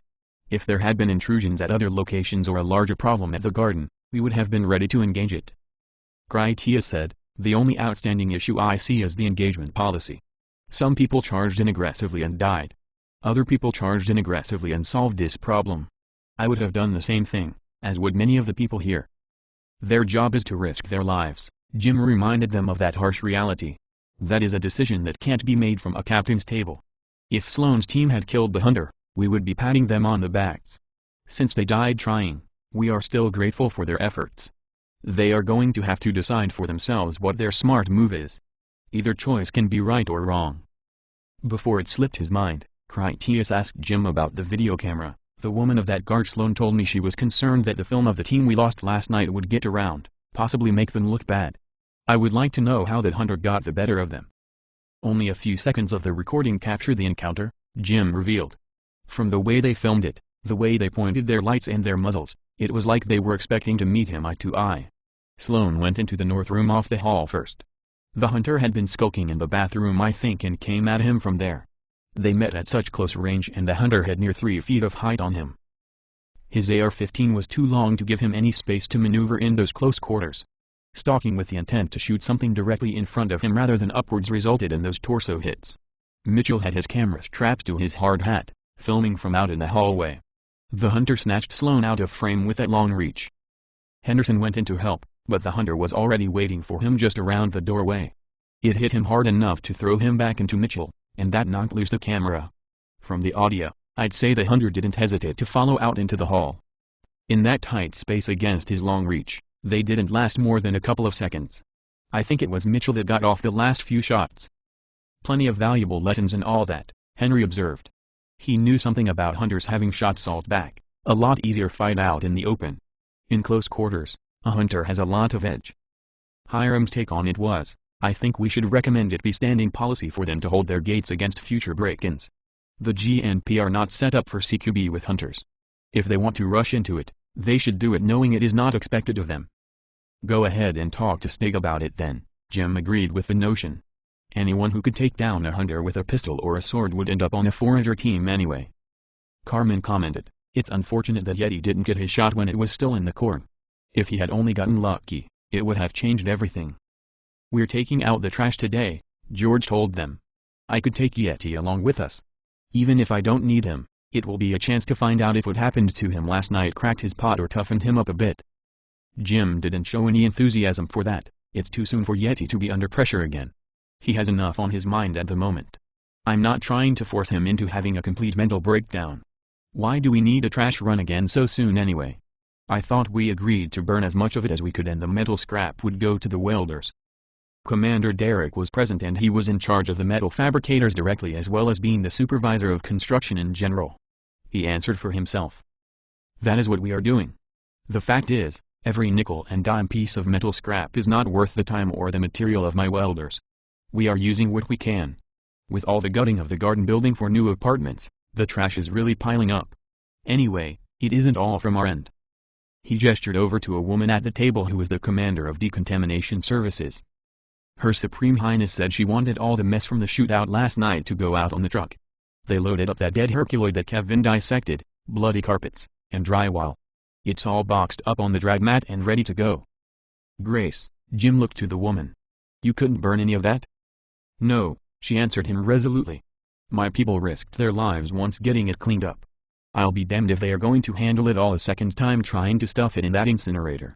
There are nails, staples, and God knows what in that trash. If you want it burned, you have some of your mess makers haul it on down there. They can handle it several more times and see how they like it. She looked over to George. Would you rather go dump it, or handle it again for burning? I'm not going to touch it any more than I have to, George answered her. I prefer the devil I know, so the truck is fine with me. Jim preferred to have his people stay off the streets while they had that armed watcher woman prowling around out there. If she wasn't bad enough, Jingle Bell's second pet hunter had broken down one of their doors. On both occasions with Jingle Bell's minions, they had suffered casualties. Jim didn't think that it was a great idea for him to send out a trash dump team so they could end up as a potential ambush target for one of their enemies. He finally said, the argument for not burning it is reasonable enough. We want to get rid of it without anyone getting hurt. If the truck is the safer of the two options, we will go with that.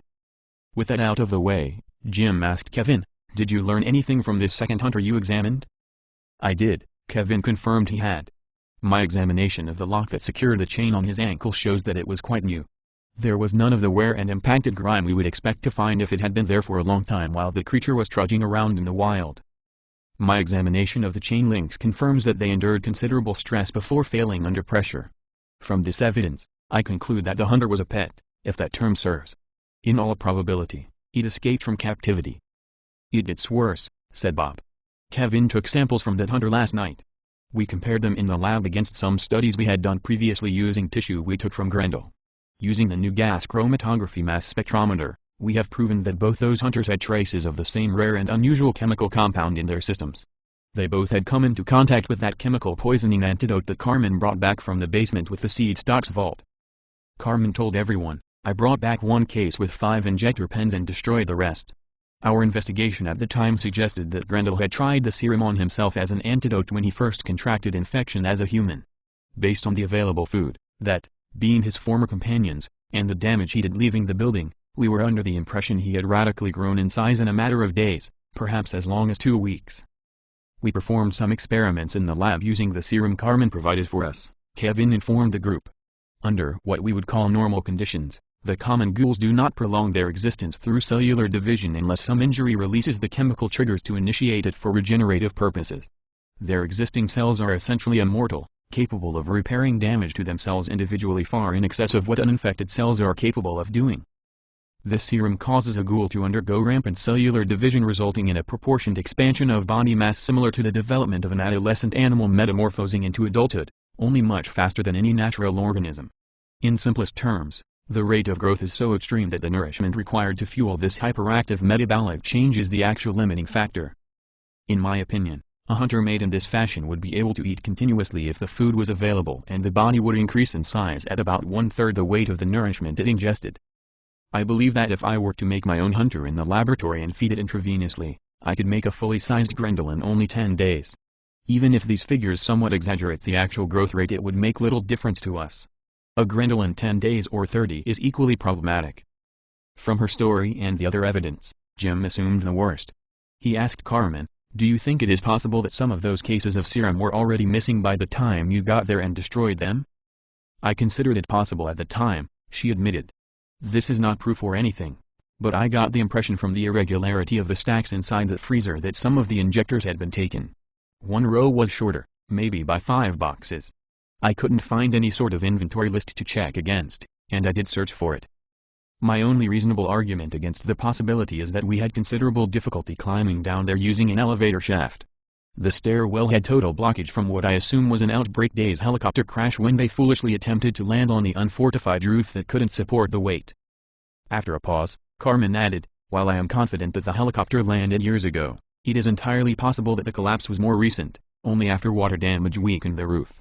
If that is the case, it is possible that Jingle Bells used the open stairwell.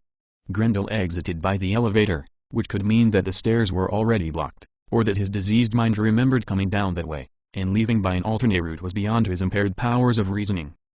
Jim said it aloud for everyone. "I think it is reasonable to assume that his escaped pet hunter is proof that Jingle Bells did in fact take a supply of that serum for his own nefarious schemes. That would mean if our worst fears are realized, Jingle Bells could have another 24 hunters at his command." "Unfortunately," said Kevin, "that is incorrect.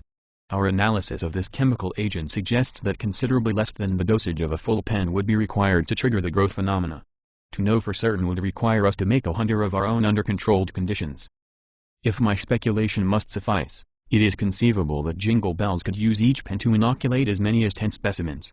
Owing to the difficulty involved in regulating the delivery and Jingle Bells' limited intelligence pertaining to the realm of science, I do not believe he would manage to conserve his supply more efficiently than that." Jim lapsed into thought for a moment as many different issues raced through his mind. He came out of it saying, "Jingle Bells could have hundreds of them." "Theoretically possible," Carmen agreed. "I think that is highly unlikely. As Kevin explained, the logistics of feeding them would surely be well beyond his means. It might be more reasonable to say, he could make hundreds of them, just not all at once. It would be more like an assembly line where he made a manageable group at a time he could afford to feed. The evidence we have also informs us that he is having control issues. These hunters require some degree of mobility, and apparently they are growing so rapidly that he is finding it difficult to keep them restrained. The good news would be that the weak chain is clearly the mistake of an amateur mad scientist. It suggests to me that this is his first batch of hunters and not his 10th. We can bet that the rest of his hunter specimens are getting thicker chains as we speak." "It is always darkest before the dawn," Jim offered an applicable saying. "We are weeks away from breaking out from this defensive posture into a world of new possibilities." Carmen pulled on Critias's arm. "Let me go in there and put an end to this. We can't let a threat like this fester." "We can talk about that later," he told her, not wanting to debate it with her again. Jim had already considered it and made his official decision. "We need to talk about it again right now," Carmen insisted. "It's not going to happen," he assured Carmen. "Don't bring it up here again. If you can't think of any other solution, just sit quietly and listen." Time was something that Carmen didn't have. She wanted to prove herself and couldn't let it drop. "If we are not going to destroy this threat," she said in an agitated tone for the whole table to hear, "then start making preparations for mass evacuation. If the plan is to do nothing but make cliché platitudes until Jingle Bells storms in here, we should be ready to save what remains after they've finished tearing this place apart. We don't have enough rat catchers for when a dozen hunters each break in at their own doors to let in that many armies of regular stinkers besides." Critias had given her the only warning she was going to get: politely excuse yourself and go sit with the girls. You can take your breakfast with you. This has been a difficult morning for all of us. Take some time off to collect yourself. She knew she had deliberately tested his limits, so she accepted his wishes. Carmen stood up and then said to present company, "The night's misfortunes still weigh heavily on my thoughts. If you will all excuse me, I have other responsibilities that need my attention." Carmen took up her breakfast tray. Before she departed to sit with her daughters as Critias asked, she looked to Christopher the King's Lion. "I intended no insult toward you. I have the highest regard for your courage and manly qualities. I had only meant to imply that there is only one of you to ensure our safety during desperate times when a dozen of you would protect us that much better." Carmen went off on her way. "We have been in plenty of tough spots before," Jim continued. "We stay focused and play it smart, not feel provoked to rash action." Gloria could not remain silent over Critias having sent Carmen away. She knew that all the men would avoid involvement in how Critias spoke to his own wife. "Why do you treat her like that?" Critias answered her, "I can tell when Carmen is getting frustrated, and she was already that before she even sat down. You only get to see her become angry. I'm the one who sees her regret it later. I hope we can all agree that Jim is going to do more about our problems than making cliché platitudes. I'm not even sure what that means, apart from that I can tell when Carmen is getting condescending and she shouldn't be jabbing at Jim regardless. If we can put aside how I handle my own marriage and get back to the business at hand, I suggest we stop bullshitting ourselves. Carmen might be a touch too aggressive, but she isn't stupid. We know Jingle Bells is smarter than he looks. The bell ringer is a scheming, manipulative bastard who wants us all dead, and he will never stop until we kill him first. That Colosseum is dripping in infectious filth. If any of you go down in there looking for him, his soldiers will be swarming like a kicked-over anthill. Your suits will rip, and if any of you did come back, it would be to get a bullet because you will be infected. We already covered the severe limitations of close quarters battle. If we go down in that hole after him, he has the advantage. If we do nothing and leave him be, he still has the advantage. We probably should make those preparations in case we do need an emergency evacuation, because honestly, I don't think it was all that bad an idea. As much as Jim would have preferred otherwise, he still had his priorities, even if that meant he had to sacrifice some people to secure the survival of everyone else. He asked Critias, "Could you get him? If you two went down in there, could you finish off Jingle Bells and then make it back alive?" Critias stated, "The part of me that thinks I can do anything and survive, says yes. The rest of me can't think of a single reason why it would be a good idea to try. To go in there right, we need those new machines you're building. My opinion is that we should trust in our strengths and avoid making reckless mistakes. Whatever Jingle Bells is, he is still crazy. He will make a fatal miscalculation at some point. We should avoid doing him the same favor. I think you are right to stick with your plans. The big factor I see hanging in the balance is if you will get your plan ready before he does his." Chris the rat catcher spoke up to say, "I will work harder so we get ready sooner. Just tell me what to do." The table looked at the man in curious silence. He rarely spoke, and something about him made people wonder what was going to come out when he did.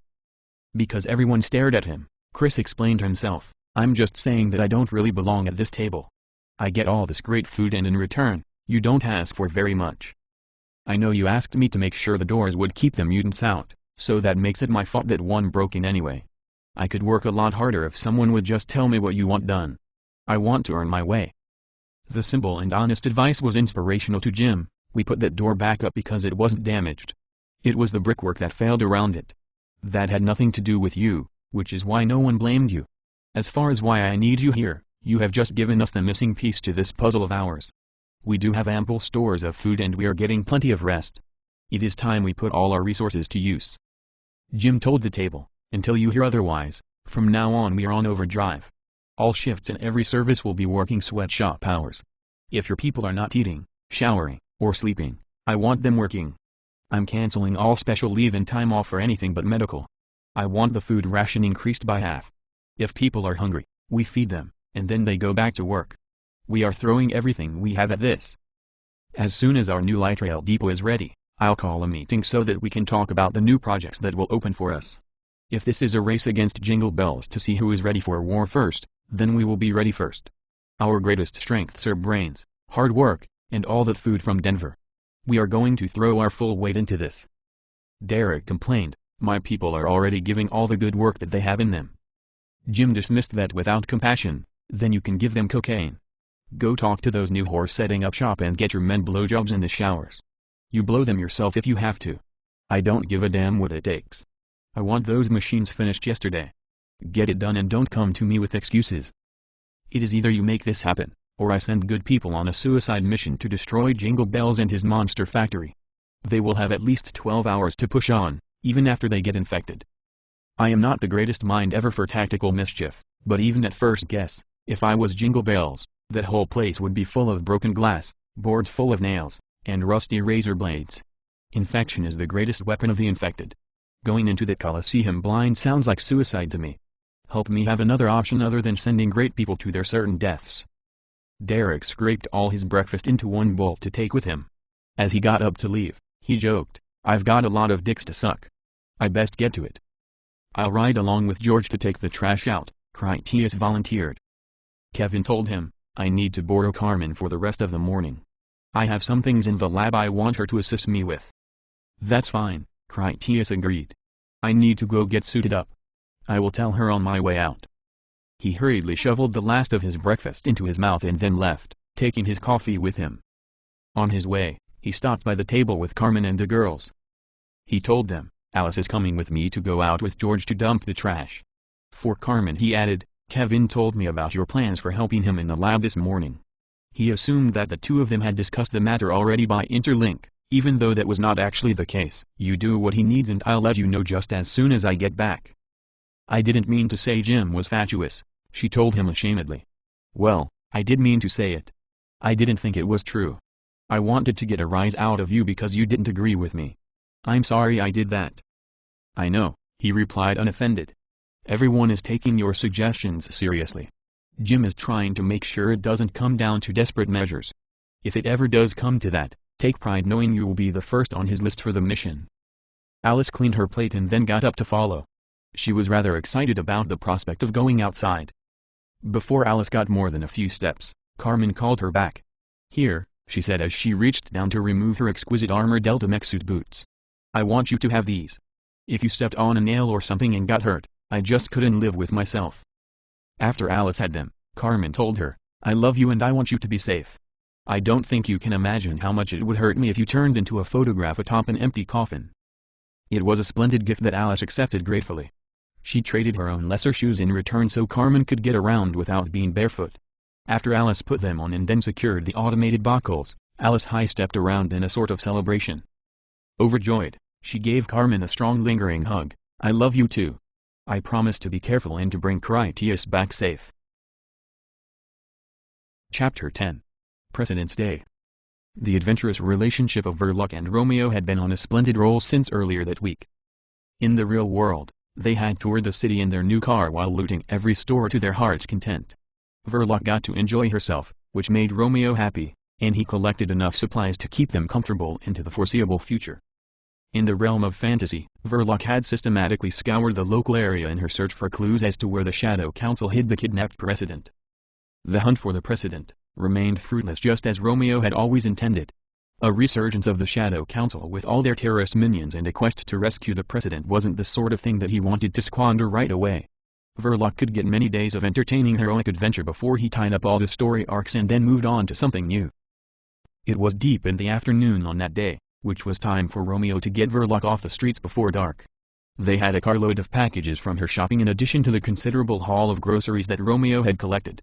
It was important to get the car back to the garage before nightfall because the headlights would garner so much unwanted attention from both wild ghouls and the humans alike. On numerous occasions, their car had passed the actual dump site with its discarded barrels and the president's prison box. The privacy barriers around the dump site were just too good for them to be able to see anything from the adjacent streets. As they drove past on that occasion, Verloc finally solved the mystery with her keen sense of observation and some actual talent for criminal investigation. She noticed a broken tree branch with wilted leaves that hung over the hotel's sheltered side entrance driveway. The broken branch was thick and high off of the ground while the rest of the tree was quite healthy and otherwise unscathed. She saw right away that there was no simple and obvious explanation for the wilted limb. Verloc rightly guessed that only the passage of a tall truck could have inflicted the damage as it passed down that alley. After that conspicuous hint, it didn't take long for them to drive back in behind the hotel to discover the dump site with its many scattered oil drums. Romeo slowly drove past while Verloc studied the crime scene. She didn't have to put much effort into finding the president's prison box. It was just lying there right out in the open against the back wall of the hotel. Instead of stopping to check it out, Verloc discreetly gestured for Romeo to keep driving slowly and then take them out again from the far end of the alley. Once they were safely around the next corner, Verloc had him stop. She exited the car and then removed a sound-suppressed submachine gun from the trunk. The terrorist agents of the Shadow Council were far superior to the campy low-budget minions who served Dr. Skull. Instead of cheap Jolly Roger t-shirts and black French berets, the Shadow Council commandos had full-body tactical costumes. The bodysuits of black Kevlar had rigid armor pieces in the form of pauldrons, bracers, and greaves. They also wore an upper torso cuirass along with a full helmet that included a respirator and night vision ocular screen. Verloc shot down the first 3 commandos as soon as she stepped back around the corner. Their body armor was tough, strong enough for them to soak up multiple hits and still be standing. Even in high heels, Verloc somersaulted to avoid the return fire from their automatic carbines. She continued shooting as she ran headlong into the enemy. Accurate shots to their heads proved effective despite their admirable defenses. Verloc killed 7 of them in as many seconds. She had conquered the alley and had the President safely in her possession. Romeo waited in the car while Verloc massacred the mindless ghouls who rummaged around the alley looking for something to eat. She had dodged their non-existent bullets with impressive but totally unnecessary acrobatics. In her imagination, the ghouls had been the elite Shadow Council commandos with the task of stopping her from performing a heroic rescue of the President. Romeo knew that once she had imagined talking to President Lieberman, he would implant some clues as to where she could find the secret lair of the dastardly Shadow Council organization. Tomorrow, they could destroy that too. Verloc was always so happy after she saved the world from evil.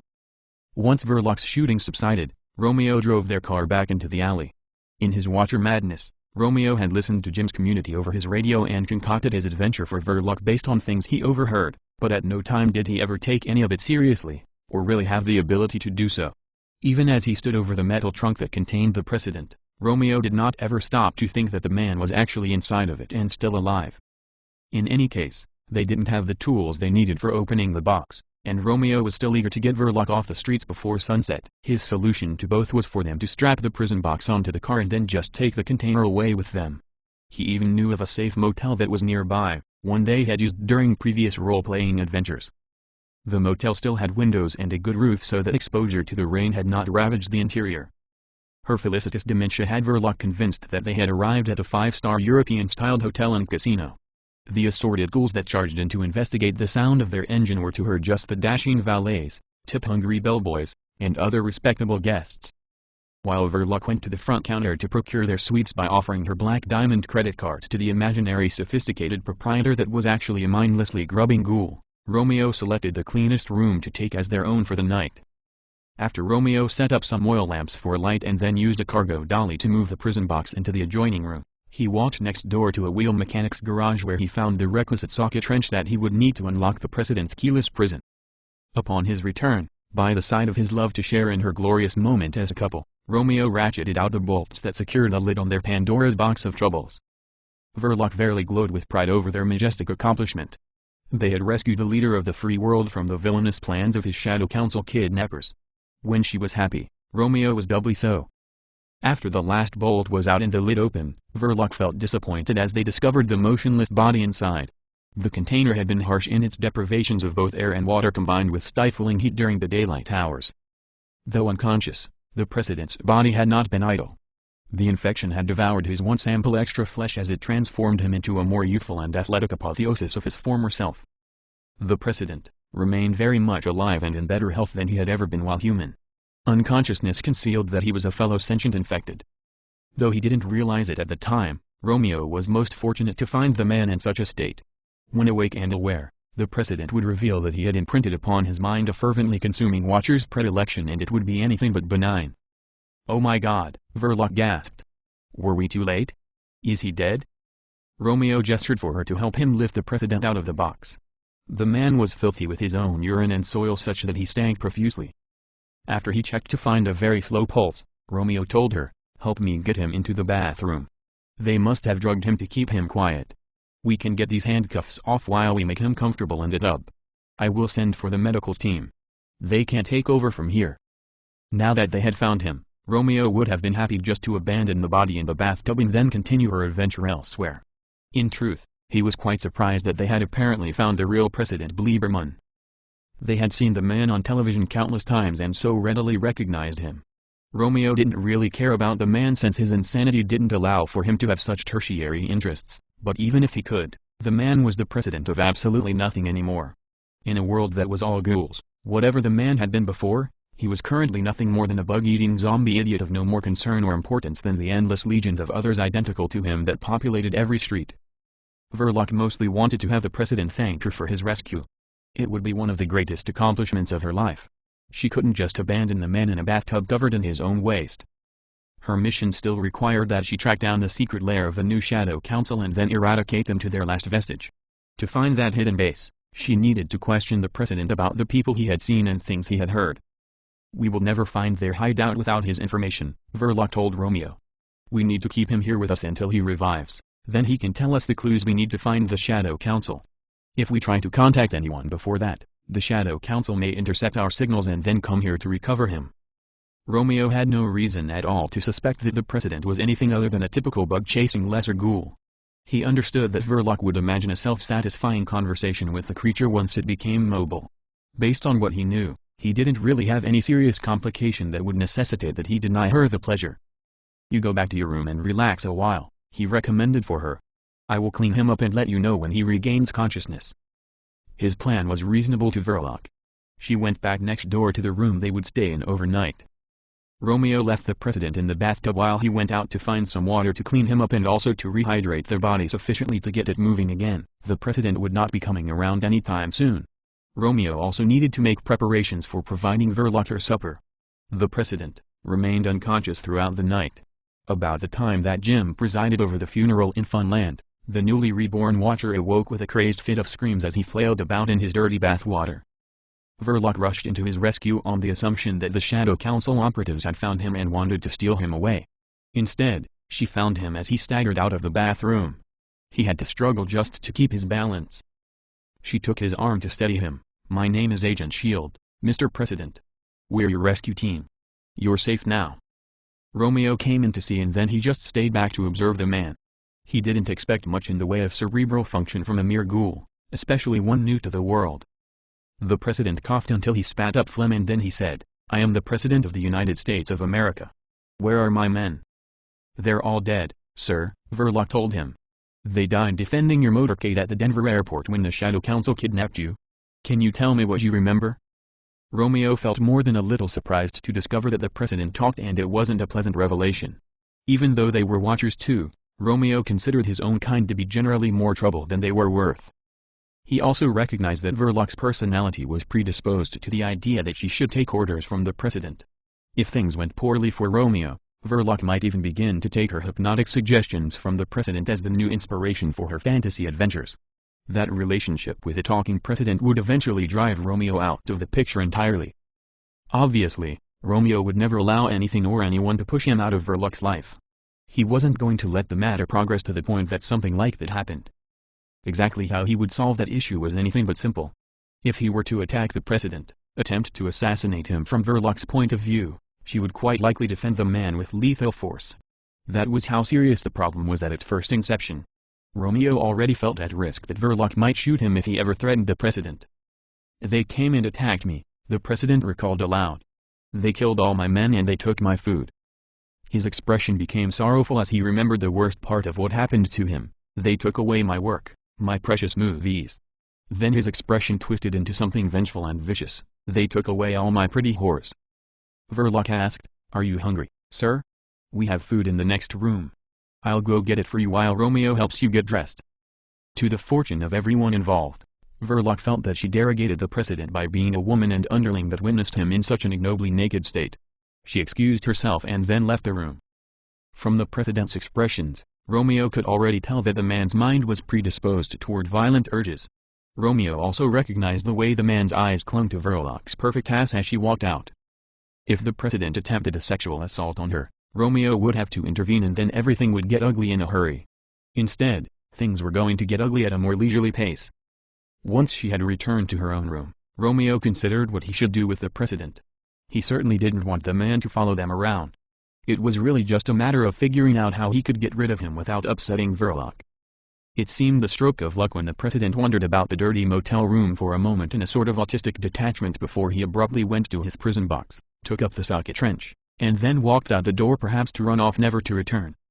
Romeo knew better than to trust to his luck where the well-being of Verloc was concerned. He followed the President out to the parking lot to make certain the man stayed away from her and he didn't demolish their new vehicle. The fine suit of clothes that Romeo wore got the attention of some local wandering infected. Their bizarre need to get close to normal humanity made them approach out of curiosity. The naked President did not interest them at all since he looked like what he was, and thus like grave walking, They paid him no mind. As the ghouls approached, Romeo saw in the president's expression that their good times were soon to turn rancid. The man expressed no gratitude whatsoever for his rescue. Romeo's concern over the president's lustful ogling of the lovely Verloc was well-founded. In her madness, she would have remained innocently unaware of the devilish intentions behind the lecherous gaze even if she had seen it. The president looked about at the buildings of the city and from them he recognized where he was. He mentally stumbled through the confusion until it came out with the words, "King Louis stole all my pretty girls, my sweet little whores." His rage became manifest in the outward-bound clues of his eyes that gawked feverishly and his meaty fists that clenched repeatedly. As the president studied the nearby infected, his mind flushed with vivid images of horrifically lethal sexual atrocities that could make the worst historical madman blush in shame. His unmanageable urges to bring those visions to fruition gathered steam and would eventually erupt, probably sooner rather than later. The infected were murderously vicious creatures in the presence of humanity. While in the company of only other ghouls, they were more like pitiful children that wandered stupidly in a haze of retardation. The president was too brain-damaged from his transformation to recall that he used to be terrified of the infected. It wasn't fear on his mind when a comely female ghoul blundered too close. The infection kept her so athletically firm and beautifully figured. Only a few scraps of dirty rag failed to conceal her magnificently proportioned nudity. With explosive rage, the president seized the woman by her unkempt hair and then repeatedly whipped her across the head and face with his socket wrench. His victim wailed in pain while she fought to escape until their flurry of blows concussed her into limp submission. With his dazed captive thusly pacified, he scalp-dragged her back to his ratty hovel of a motel room where he stuffed her head first half inside the prison box so that he could more conveniently begin her blood-spattered draping. The infected female victim didn't remain unconscious for long. Being a common ghoul, she lacked the capability to make intelligible speech. Her agonized screeches as she thumped inside the box with desperate resistance made a noise overly loud enough that it reached Verloc next door. A considerably worse and even louder screaming came from the president as he frothed out heinously vulgar profanity. There seemed to be no end to the vile filth that could spew from the president's mouth while he wreaked his sadistic violence. Amidst all the blood and screams, Romeo learned a hard lesson in Pyrrhic victory. His ill-conceived mission had at first successfully provided Verloc with the most self-esteem and accomplishment of her role-played career as Agent S.H.I.E.L.D. That success had also positioned her into wanting more such adventures as the Secret Service protector of the real President of the United States. Instead of the man being some kind of heroic mastermind that would finally destroy the Shadow Council, the President was a darker figure than the Supreme Leader of Shadow Council was ever supposed to be. Romeo saw no hope at all that he might craft new spy adventures around the president while the man behaved so wickedly that he made the Shadow Council seem like prissy schoolgirls as they had a backyard tea party for their dolls. As difficult as it would have been for Romeo to weave new tales of daring action espionage around the president as a merely disinterested non-participant like any other ghoul would be, there was no chance at all that he could work with an intensely vocal, profanity-spewing, rapacious/ripper-maniac that would almost certainly turn his evil on Verloc when the mood for it finally struck him. The crazed man would never help provide a fulfilling fantasy life for Verloc ever again. The president lacked even the presence of mind to first desire his revenge against King Louis for having rendered the sentence that inflicted his humiliating downfall. The watcher that Romeo had released from the box was entirely incompatible with Verloc's beautifully embellished madness-generated alternative reality. Worse than being incompatible with her hopes and dreams, the president was properly poised to destroy them with his ludicrously grotesque insanity circus of violence. To top the situation all off, if Romeo killed the president, Verloc would then perceive Romeo as a traitorous assassin, and then her mission would be to eliminate him in retaliation.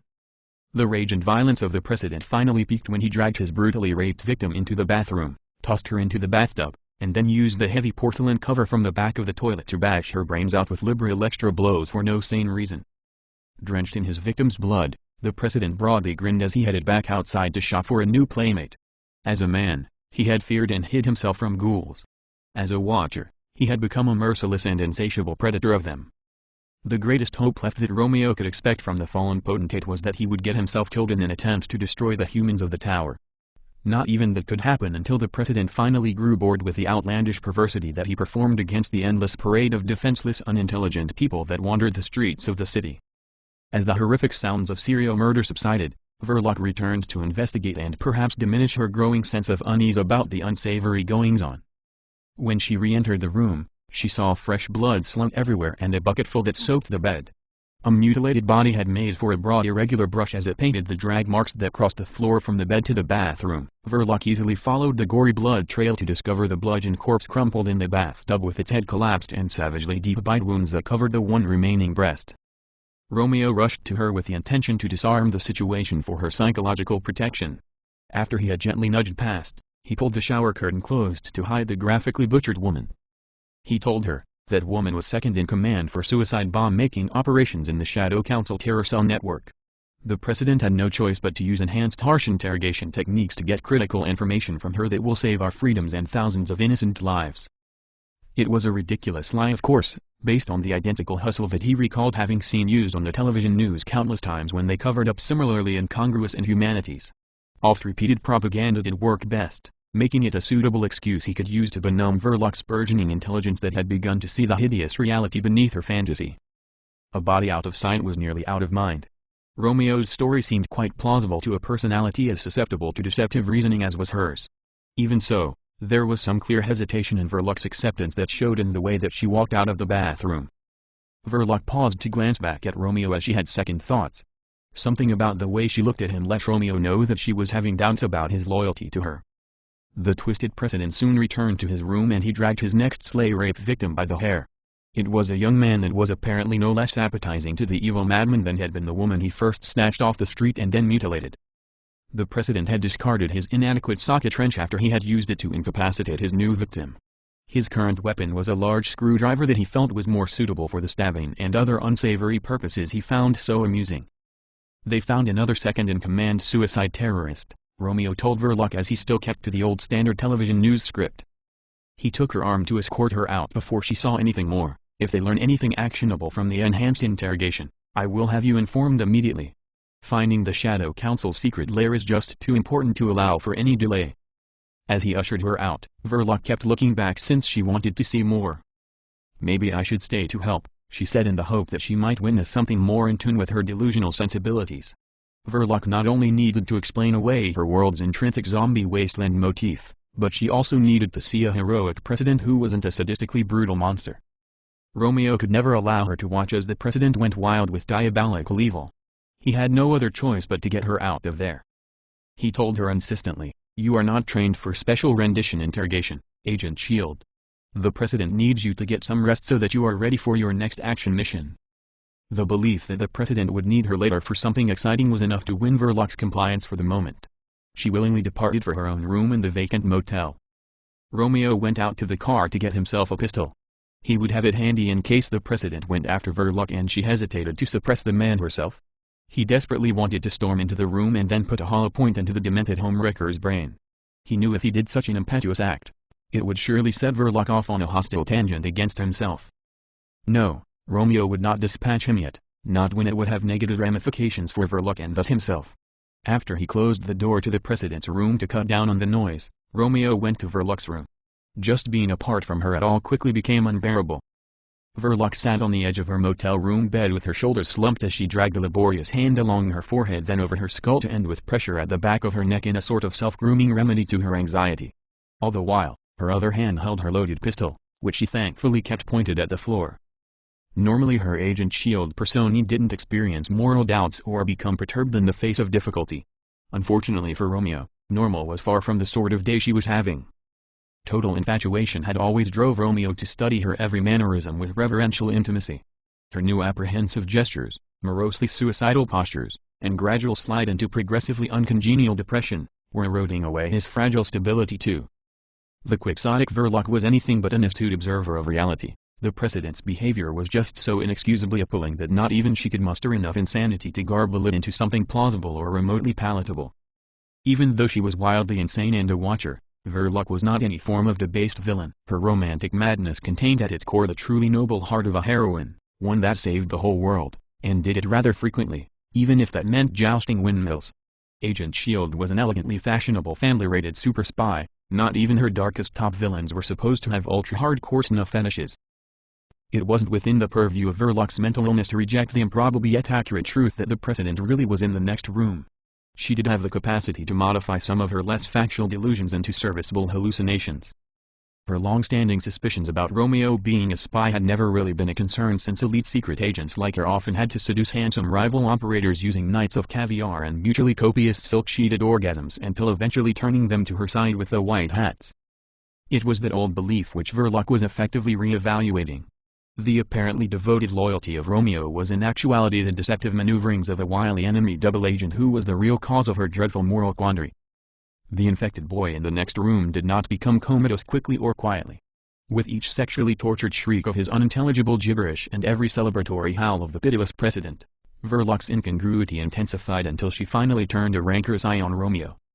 For his part, Romeo's particular madness normally envisaged Verloc giving him elusive intimations of reciprocated love. When she finally glanced at him with eyes coldly fomenting a plan for shooting him in the brain, Romeo didn't imagine it, or failed to recognize the danger for what it was. He had only a brief window of opportunity to act decisively, or she would execute him in a justifiably frantic attempt to heal the discrepancies between her notions of acceptable heroic behavior and the obscene evil taking place next door, an evil to which she was rapidly becoming an unwilling accomplice and enabler. Romeo had no grievance at all against Verloc or her encroaching plan to betray and murder him. He would gladly die by her hand, if that was the price required to protect her. He loved her more completely than any sane human could love anything. Dying was not in his plans, however, because Romeo already knew the real source of their crisis and thus who he should seek out, the person indebted to provide a means of indemnifying Verloc against the President's grotesque influences. It was King Louis who kidnapped the President and then turned him into a demonic thing, therefore it was King Louis that traumatized Verloc's peace of mind. It would be King Louis who remediated the evils back into Pandora's box, that or Romeo would kill him. The world had never seen wrath and vengeance the likes of which Romeo could unleash against those who threatened Verloc, much less actually harmed her. King Louis would fix the damage he caused, or Romeo would kill all his people and then tear down their pathetic tower to the last brick. Romeo was crazy, but not too stupid to know the nature of tools, weapons, and even military explosives to manifest his threats. Verloc noticed Romeo was leaving. She spoke up to make him pause. "Where are you going?" "There is no running water in the bathroom," he answered with a common line he used to help her rationalize away that the amenities of civilization were history. "I'm going to go complain to the manager, see what I can do about getting you a bath. You look tired, like you could use some time away." She rubbed her head again and actually liked his idea. "If they can't get a plumber, maybe you could just bring back a pitcher and wash bowl. I can get by for now with a hand bath and fresh clothes." As Romeo headed out, he had second thoughts. He inquired, "There is a chance that the Shadow Council brainwashed the President and he is not totally in control of his own mind. If he starts acting funny from his Stockholm Syndrome, will you be alright here alone for a few minutes?" Verloc considered that suggestion, and it did comfort her to think that maybe some of the bad feelings she had might be due to just such a devious conspiracy by the Shadow Council. "I can take care of myself," she assured him. "Nobody will take down Agent Shield without a fight." She glanced toward the terrible sounds that came from the next room before she repeated, "Nobody." Chapter 11. Reparations. Andy drove the Big Joe transport out of the tower's exterior compound barrier yard on the way to drop the trash at the dump. George's crew had made the dump site trash run plenty of times. They considered the experience to be little more than a matter of routine. Their only unusual occurrence went unnoticed as they raced westward down the main roadway. None of the people aboard Big Joe had seen Romeo as he stood outside of a motel next to his car, even though he had certainly seen them. Romeo already knew about the trash dump since he had just come from there the previous evening. He jumped into his car and then drove it out to follow the truck. Big Joe raced away to shake loose their tail of infected that made pursuit. Romeo couldn't drive as fast without drawing the same kind of attention, and then he would invariably crash into ghouls that were already thick in the street. The watcher proceeded slowly enough that the ghouls could have their chance to inspect him and then decide that he was not a person of interest to them. It was not Romeo's intention to distract the runners from their pursuit of the truck, but it worked out like that in the end anyway. With his usual expert timing, Andy got them clear of runners at the right moment for him to make his swift evasion into the sheltered hotel parking lot that got them off the road and out of sight. Once he had Big Joe concealed, Andy drove slow and quiet to take advantage of their truck's efficient custom mufflers that kept his engine noise down to a minimum. Critias and Alice rode in the back inside the truck's trailer along with Malcolm and all of the trash they were going to dump. George gave them a signal by radio when it was time for them to open the rear door. They would need to dispatch the few remaining infected that still chased them from behind. As the truck gently came to a stop, Malcolm opened the vertically rising rear door. Critias jumped down to the ground in the narrow roadway of the alley behind the hotel. He had the tall building to his right and the privacy wall of the dumping area directly to his left. After Critias felt certain that no ghouls were an immediate threat, he held out his arm for Alice to jump down to him. "Come on, blondness. We walk from here." When Alice jumped off from the high rear deck of the trailer, Critias caught her and then set her on her feet. She had her carbine in hand. Alice promptly checked her HUD to make sure she had it set for the maximum velocity still in the silent subsonic range. The enhanced audio pickups in her helmet heard the padding footsteps of barefoot ghouls as they came closer along the east side of the hotel.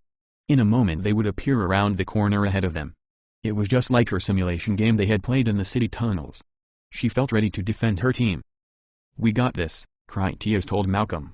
"Just keep us covered." Critias didn't even draw his pistol since he planned for Alice to do all of their shooting. "Just remember," he coached her, "their greatest strength is the ability to make you afraid. The truth is that they are just stupid creatures and they don't even have any weapons. Master your fear and just do your job." "Master my fear," Alice repeated him, "and just do my job." She abruptly slung her carbine back over her shoulder and then drew her pistol instead. Alice calmly checked her ammunition, the velocity setting, and then she put a round into the forehead of the first ghoul as it came around the corner. She killed it before it even knew that humans were nearby. "They are just stupid creatures, not people," she whispered to focus herself before she dispatched 2 more ghouls with consecutive shots to their heads. The technology of her Tesla Flux pistol's computerized scope combined with the cameras in her mech suit helmet to make her job easy. It was human nature to look for faces anyway. Her eye just naturally went there. Even contemporary digital cameras had face detection algorithms to parse a scene. Her centuries more advanced version placed the targeting reticule on their heads even faster than she could make eye contact. Alice's attention served to single out the target she actually planned to shoot first. After that, all she had to do was pull the trigger and point her weapon. She didn't need to be a master marksman in the traditional sense. When the bullet path lined up, the weapon fired itself for a perfect shot. Critias saw that she had their defense well in hand. Leaving her to it, he kept an eye out for any hunters, which were the real danger. He didn't see any giant ghouls, but he did notice something else though. One of the inert ghouls over to his left near the privacy wall had a pool of congealed blood with what remained of its face plopped down in it. Further inspection revealed that there were several more freshly destroyed ghouls nearby. The carnage proved that someone had gunned them down recently and it hadn't been anyone from Jim's community. "We got some fresh kills up this way," George radioed to tell Critias about what he saw out forward of the truck's cab. "Judging by the blood, I'd say they have been down less than 24 hours. "There are 4 more like that back here," Critias replied. "From up close, I'd say that this blood looks to be 12 or more likely 18 hours old. Who do you think shot them?" "The only other shooter I can think of at the moment would be that watcher woman from the hotel garage." Malcolm joined the conversation. "What would she want out here? There isn't anything but worthless trash in our dump and why would she need to shoot up ghouls anyway?" "She is one." Andy radioed, "If that crazy bitch is still here somewhere, it might be our blood on the asphalt next. If I'm not mistaken, she would want to shoot me first through the windshield so that Big Joe didn't go anywhere while she picked off the rest of you." While they talked, Alice kept her focus on her work. She shot down 3 more ghouls as Critias bent down to pick up a shell casing and then examine it. Critias saw plenty more shell casings scattered around as well. He told the others, "I have some shiny 9mm brass out here." He sniffed the casing with his helmet's chemical analyzer to find that it had freshly lingering propellant. It was George's mission and he didn't consider it an advantage for them to hang around any longer than necessary. They were already there and no one had started shooting at them. He saw no immediate need to run for home before they had dumped their load of trash. "Just keep an eye out," George radioed to Critias and Malcolm. "We will dump all of this shit real quick and then roll our asses out of here. We can wonder on the mysterious watcher chick later over beers once we get back home." Andy moved the truck into the old parking lot where Malcolm could begin motor winding the drag sheet that would do all the trash dumping. Critias and Alice followed the truck on foot while they kept careful watch for any danger. Romeo observed their activity from some bushes at the west end of the alley. He had parked his car around the far side of the hotel and then approached on foot. Once Alice had moved up through the privacy fence's vehicle entrance, placing her out of sight in the parking area away from the alley, Romeo slowly stepped out of the bushes and then said, "Gunfighter." Critias instinctively spun about with his pistol in hand, but promptly decided not to blow Romeo's brains out. He remained ready to put a bullet through the watcher's head at the slightest provocation. After he spent a moment discerning that the strange figure didn't hold any weapons in hand and he didn't obviously carry one either, Critias came to the conclusion that the man didn't seem intent on killing him. A little more consideration based on the vague information that he had, led Critias to the realization that he could make an informed guess about just who it was that he had before him. Critias radioed to Alice, "Stay near Malcolm and stand guard. Don't ask me any questions, just move." Once he felt confident that she would stay safely away, Critias told Romeo, "Put your weapon on the ground and then step away from it." Romeo slowly opened his suit jacket to reveal his clean white shirt and also show Critias that he didn't wear a pistol holster. "I didn't come armed. We need to talk about something important to both of us and I don't have much time." "Your friend has me in the crosshairs then." Critias expected that Verloc was somewhere nearby ready to shoot him. "She isn't here," Romeo assured him. "I came alone." The Watcher cautiously walked closer. "She is with President Lieberman, and as I told you there isn't much time." When he heard that they had that nutcase of a president, Critias holstered his pistol as he turned to look for himself. He couldn't believe he hadn't noticed before that the president's prison box was gone. When he faced Romeo again, he asked accusingly, "You released that monster?" "You made that monster," Romeo retorted from closer still. His immortal madness is a dark one. "That monster you made is not a shining hero like Verloc. She still believes in the old world, still believes in him. She is more beautiful than you can possibly imagine and more innocent than any child or saint. The president remembers what you did to him and he hates you for it. When he grows tired of his blood-drenched perversions, he will start hunting for you. Once that happens, Verloc will follow him. She is more graceful than any bird and fiercer than any enemy you can imagine. If he uses the title of his old office to set her against you, nothing could save you, not even me. That babbling idiot Bellman is nothing compared to her." Critias took a moment to study Romeo, using the time to decide if he believed the Watcher's story at face value or if it was some kind of trick. From the temerity that Romeo showed with his nerve to seek a parley with him while unarmed, Critias concluded that he did. "You took a big chance coming here to see me. How did you know that I wouldn't just kill you?" Romeo stopped only a few paces apart. "I heard Violet Wand's song that night when you called down the lightning. I know her heart now and I know she loves you. She would not love someone who would murder an honest man, not in cold blood, as would some low coward. Only a Valkyrie would know and believe in those words of Wagner. She thinks you have the heart of a hero. I know something about heroes." Romeo seemed so unexpectedly sane that Critias had to ask, "Do you know what you are?" "I know what you are," Romeo answered. "Even if you are left alone, you and your kind are unlikely to survive. There are few humans left in the world and the environment is now poisonous to you. We had nothing to do with the fool Bellman. He is the one who has been striking at you, not Verloc. That mad priest ceaselessly dwells on your destruction. Only death will put an end to his nonsense." Critias looked up the driveway to see how George progressed with the unloading of the trash and then he turned back to Romeo. "Are you offering to help us remove that little problem? You are willing to betray your friend?" "I have but one friend," Romeo meant Judas, "and he is not that vile creature Bellman. That bell-ringing lunatic is not any friend to Verloc or me. In all honesty, I think the world would be a better place without that fool living in it, but that is not the reason I came here. I am here on the matter of the precedent. That monstrosity you brought to this city will soon start to whisper his evil into Verloc's ear. I will have no choice but to kill him, and then Verloc will kill me believing I am a traitor who assassinated the great man. Who will look after Verloc then? Verloc needs my protection in this ravaged world. Your King Louis made this problem of ours. He will fix that problem or be destroyed by it." Critias considered his options before he said, "If you know what you are and what I am, then you know you carry the illness that will turn us all into mindless creatures like the rest of those out here. I cannot bring you into our home even if I wanted. What I can do is take you back with us, take you to a place where we can speak without any risk to either of us." Romeo shook his head. "No, I have already been away too long. I must keep Verloc safe. I must return to her. We have a secure place where we can meet. I can't contain this problem you made for that long. Just after sunset, come to the Great Library.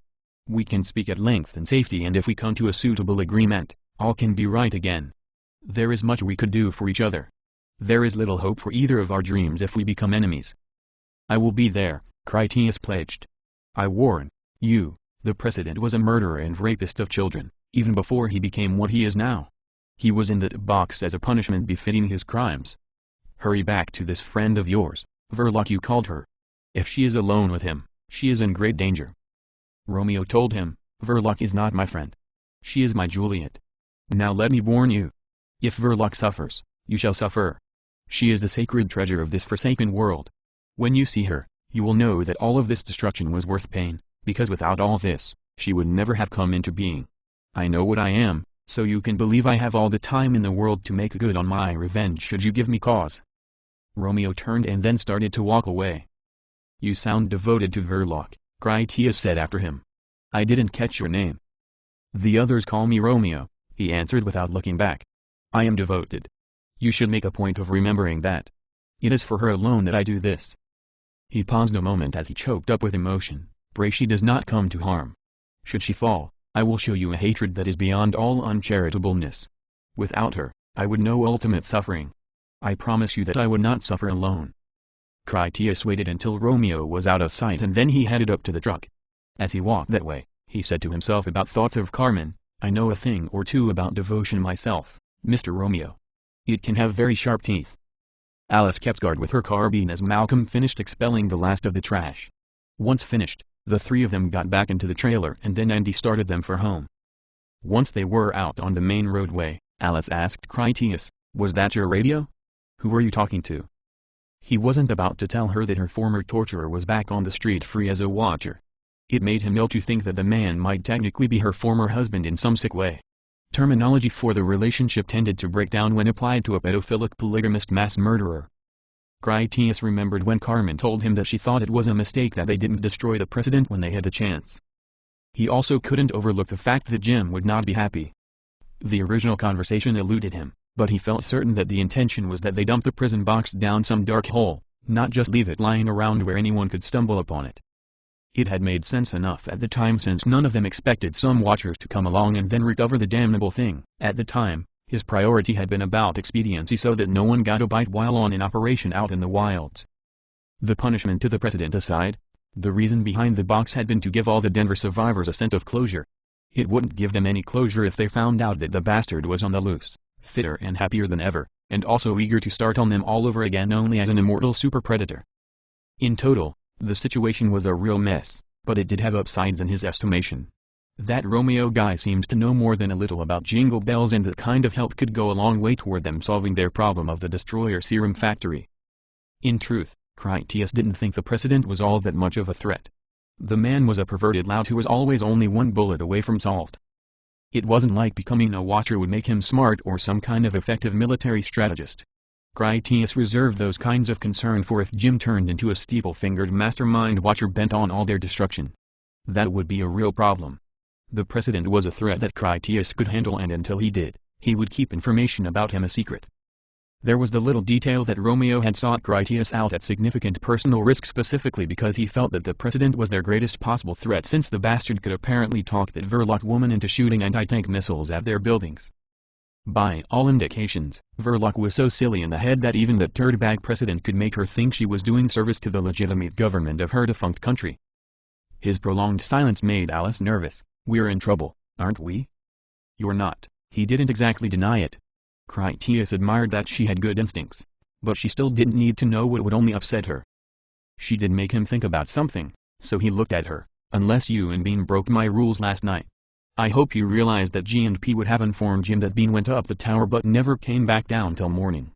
Jim was kind enough not to ask, but if he did, I wouldn't want you making me a liar." "We didn't do anything," she assured him. "I'm still hoping you will change your mind and keep me for yourself." Critias couldn't tell if she joked, but he assumed it. "You were pulling my leg." "Yeah," she admitted. "I gave Bobby his first blow job." "You better be bullshitting me," he warned. "I am," she snickered. "It makes me feel good to know you still care." He was a perfect gentleman. "You did good work today," Critias praised her. "Just play it cool when you get home." "Just doing a job," she repeated his earlier advice. "Our work was to dump the trash. Everything else was just minor details of a job well done." Critias instructed, "When we go back in, you just let the gay teams do their thing. Keep your mouth shut and follow instructions. They have enough to worry about without us throwing in any distractions."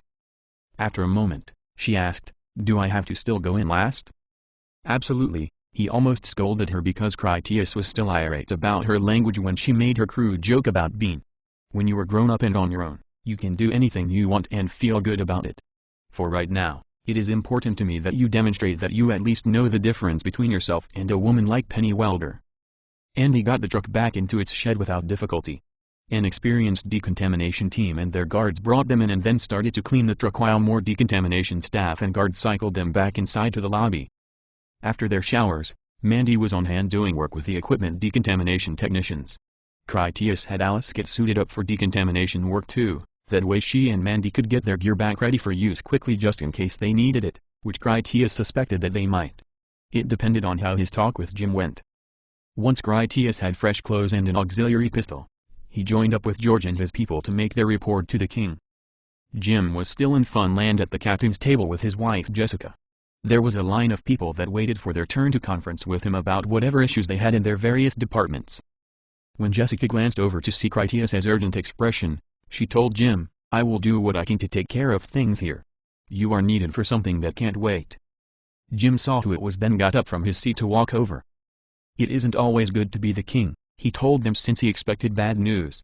He looked to George first. "What went wrong?" George mostly just shrugged, unsure what was wrong. There was something a little odd, nothing I would call wrong exactly. When Hatchet came up to follow, Jim told him, "I want you to stay here with my wife." He gave a skeptical glance at all the people that waited to speak with her. "Make sure that everything stays polite. I don't want anyone shouting at her simply because they are getting agitated over all this pressure." Hatchet nodded, then went back to stand behind Jessica with his arms folded defensively as a clear message that the zone around him would remain civil. "Let's take a walk," Critias told Jim. "I have not told George yet what I saw. He had enough on his mind getting us back home."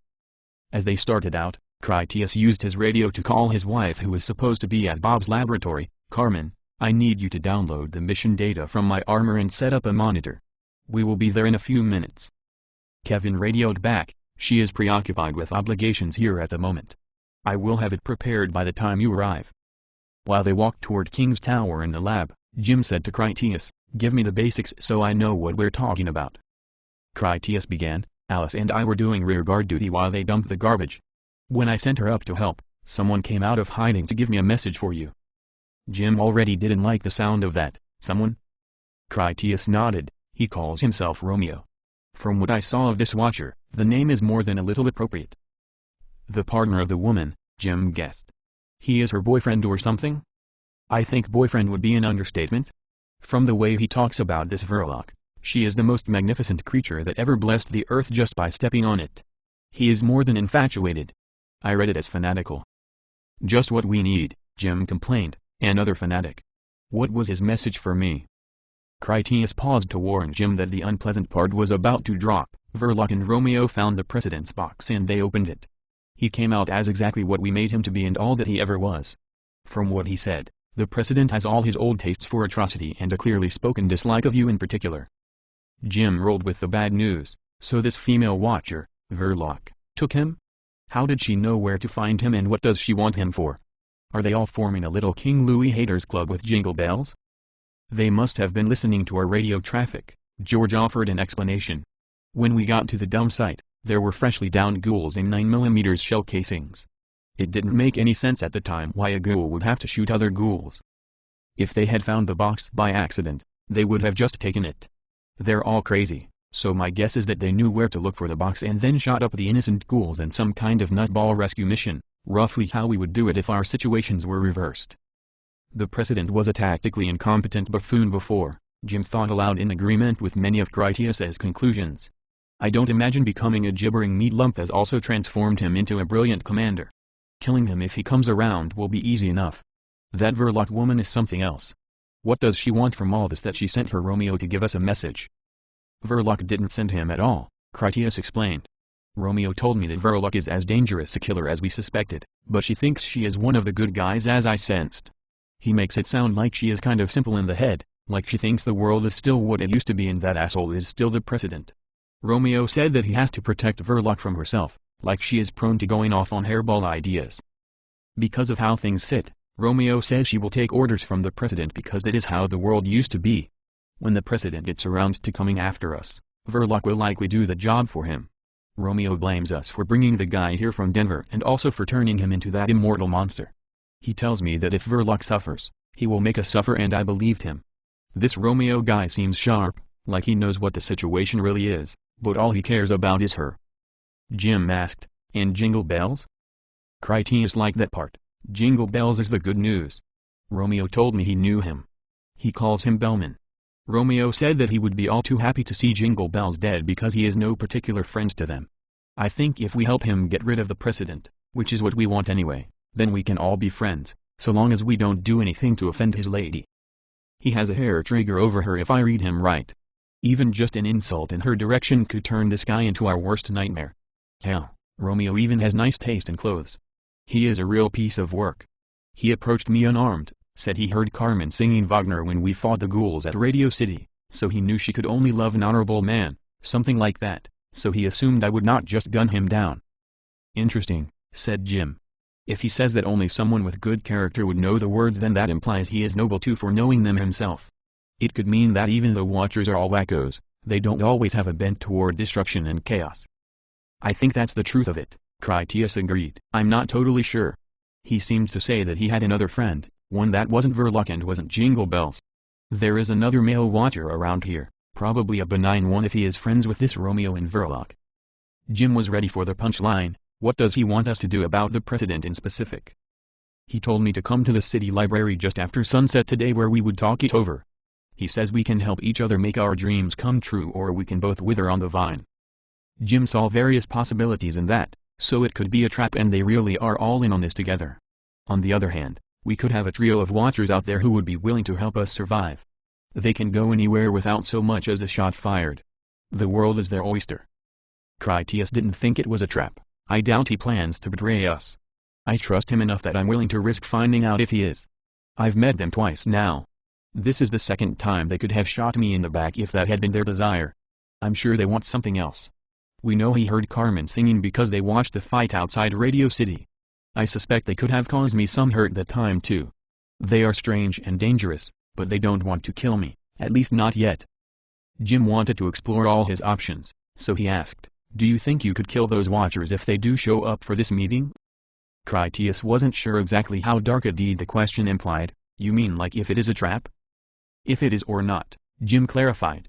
This could be a perfect chance to get rid of this Romeo and Verloc, with the president too, maybe even that other male Watcher we have not seen yet.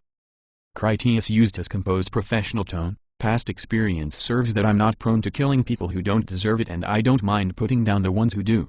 If the situation requires it, I could kill them. Jim asked, they are people now? I've been wrong about who are people before. Critias meant Carmen. If they want to be friends, that is close enough for me. At breakfast, we were talking about removing Jingle Bells. This Romeo guy is probably going to help us do that if we help him help us with the president first. If he knows this Bellman, he knows a lot about him, like exactly where we can find him. They continued on to the lab to find Kevin as he waited in the entry room ready to show them the recording Critias took of his encounter with Romeo. This new Watcher is quite fascinating, Kevin commented. Jim was ready to see for himself. Show me. Kevin activated his custom-built video player that converted Critias' recordings into the primitive signals that the contemporary monitor could display. It started from the time that Andy took the truck out of the containment yard. As the picture began, Carmen came in from the main lab. Kevin had recently finished her surgery to remove the samples he wanted from her cryo straws. The incision in her skin had already regenerated closed, and within hours it would heal completely without a trace. For the time being, she kept the signs of the operation hidden under her clothes. If everything went as she hoped, Critias would never become aware it had happened at all. Carmen would not forget about it though. For a brief time, she had convinced herself that Critias had known about the procedure and sent her to the lab willingly. Only after it was over did she ask Kevin, and he told her that Critias had not actually meant it at all, only that she ate him in unspecified laboratory tasks as Kevin himself had suggested. They had bound themselves in a conspiracy that left Carmen feeling like she had betrayed Critias, which she had. She had done it willingly and still felt it was the best of her options. Better that she made some small betrayal than see him betray her with another woman, at least that was what Kevin had led her to believe. Critias summoned her to him with an extended hand. Come and see this, princess. We have a special mission tonight. If everything goes as I expect, you will get your chance to meet the Watcher woman. She calls herself Verloc. Even though Carmen felt ashamed, she concealed it perfectly. The thought of wounding him with knowledge of what she had done was enough to keep her prioritized.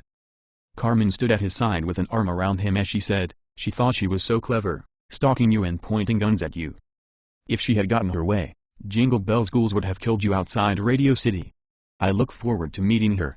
I will display her head for you on a stick. Just pay attention, he told her. I need your help on this. Carmen sneered, no one makes threats at my husband and lives. I'm glad she is a ghoul. She will be able to see when I cut out her heart and then show it to her. Critias could tell that he wasn't getting through to her. They were not going to the meeting to kill the woman if they could avoid it. Just the opposite was true, they were going there to befriend her. Too much hung in the balance for him to take any chances with Carmen. He took her by the shoulders to turn her to face him. When she still didn't respond sufficiently, he demanded it with a shake. Look at me, Carmen. His seriousness captured her complete concentration so that she gazed attentively back into his eyes. Now listen, he told her, we're not going out there to kill this woman. Our mission is to befriend her and to win the confidence of all those other watchers that she has as friendly associates. Tell me that you understand our mission. Almost as if he had hypnotized her with his demanding assertiveness, because in some small way he had, Carmen replied, I will help you befriend the Watcher woman and her supporters as the important objectives of our mission tonight. She added with complete sincerity, I will support you in whatever way you have need of me to make it happen. He turned her to face the monitor, I need you to pay attention to this and learn everything you can. While everyone else watched the video closely, Carmen absorbed into her memory the original uncompressed file from Critias's mech suit. When Critias exited the truck with Alice and then looked around, Carmen said, the President's imprisonment container is no longer where we left it. I assume that these watchers have taken it away. Jim wasn't impressed with their choice of locations. Could you guys have taken any less care in getting rid of it? Maybe you could have left it in the middle of the street with a sign on it along with a big red bow. I'm the one who pushed it out, Critias took the blame. At the time there wasn't really anyone left in the solar system to hide it from. It turns out that I was wrong on that one. When Romeo referred to Carmen as Violet Wand, George said, that's what they have been calling her on the GNP channel. That's how they have been gathering information on us. Then we can use that, Jim reasoned. If it comes down to it, we can tell them what we want them to hear. They watched the rest of the recording until the truck was on its way home and then Kevin turned it off. We keep all of this a secret, Jim instructed. I don't want the women from Denver to ever find out that the President is back in business, at least if we can avoid it. Romeo thinks that Carmen is a nice lady. She will go with Critias to this meeting they want. That should make them more comfortable. I am a nice lady, Carmen said, unless it is time not to be nice. That's what I meant, Jim corrected. You two go to this meeting. The library is not far from here. You can reach it on foot if you prefer. I suggest you put some thought into how you want to get there. Critias wasn't worried, we made it across Houston. If this library is close, it won't be any problem. The video and its revelations gave Carmen a lot to consider. She asked, our primary objective is to get the President back in his box, correct? Feel free to paint a wall with his brains, Jim answered. He has served the only valuable purposes he has in him, while he still seems to have the capacity to be a nuisance. Critias wanted to hear Carmen out. What do you think we should do with him? He did terrible things to Mandy and Alice, she stated resolutely. I want him to go back into his box. He needs to know they are safe and happy and that he will suffer in eternal torment for his crimes. If they never get to forget, I will not give him the blessing of my bullet. Then we will put him back in his box, Critias agreed simply because she wished it. Personally, he saw no benefit to the girls since they would never hear about it anyway. Either way got the job done, so what did he care? Jim was ready to get back to his other business. Decide what you need for this meeting and let me know. We can put together a strike team to rush in there if that's what you need. Your objectives are to represent the interests of the community, not your highly developed sense of honor. Get rid of the President and then get the rest of those watchers kissing our asses, or barring that, kill them all. If you can exploit them into helping us get rid of Jingle Bells first, do that, and then kill them. Find out all they know about him and his base where he is making these hunters he keeps chained up. If they won't help us kill Jingle Bells, that demonstrates what little use they're going to be to me. A pact of neutrality with a community of watchers is of no interest to me. They are either a benefit to us or an intolerable risk. George told Critias, good luck out there, buddy. If you need anything, just let us know. He led his crew out after Jim to leave Critias and Carmen alone with Kevin. Critias asked Carmen, what does your study of this Romeo guy reveal? Do you have any insights? She did have insights and they were incompatible with her own deeply held beliefs. The conflict in her warring minds resulted in a twitch as she said, Romeo is insane. The tick didn't escape Critias's notice or his understanding that it meant Carmen was dangerously close to embracing some extreme change in her behavior. He looked to Kevin for some explanation. I'm sure you saw that. What does it mean? Kevin took out his medical scanner and then used it to take readings of Carmen. She clearly didn't like it, as her discomfort was apparent in her expression, yet he continued anyway. Critias looked over the android's shoulder to see the display on his scanning device. The fountain of indecipherable information that flooded over the screen meant absolutely nothing to him. What is all that supposed to be telling me? It is not a human form of communication, Kevin explained. This piece of hardware transmits the relevant observations to me directly. What you see there is the self-diagnostic report of the scanner confirming that the actual readings are uncorrupted by any complications. Critias asked, how about you show me something I can understand? The request made Kevin smile in amusement for a moment. I do believe you are acquiring a talent for android humor. For me to put information on this small display that would help you comprehend the inner workings of Carmen's composite mind is an interesting challenge. Critias didn't laugh at the joke. Indulge me anyway. Very well, Kevin agreed as he composed software and then sent it to the device so that it would generate new imagery. On the left, the device showed a rotating three-dimensional drawing of a human brain that illuminated in patches.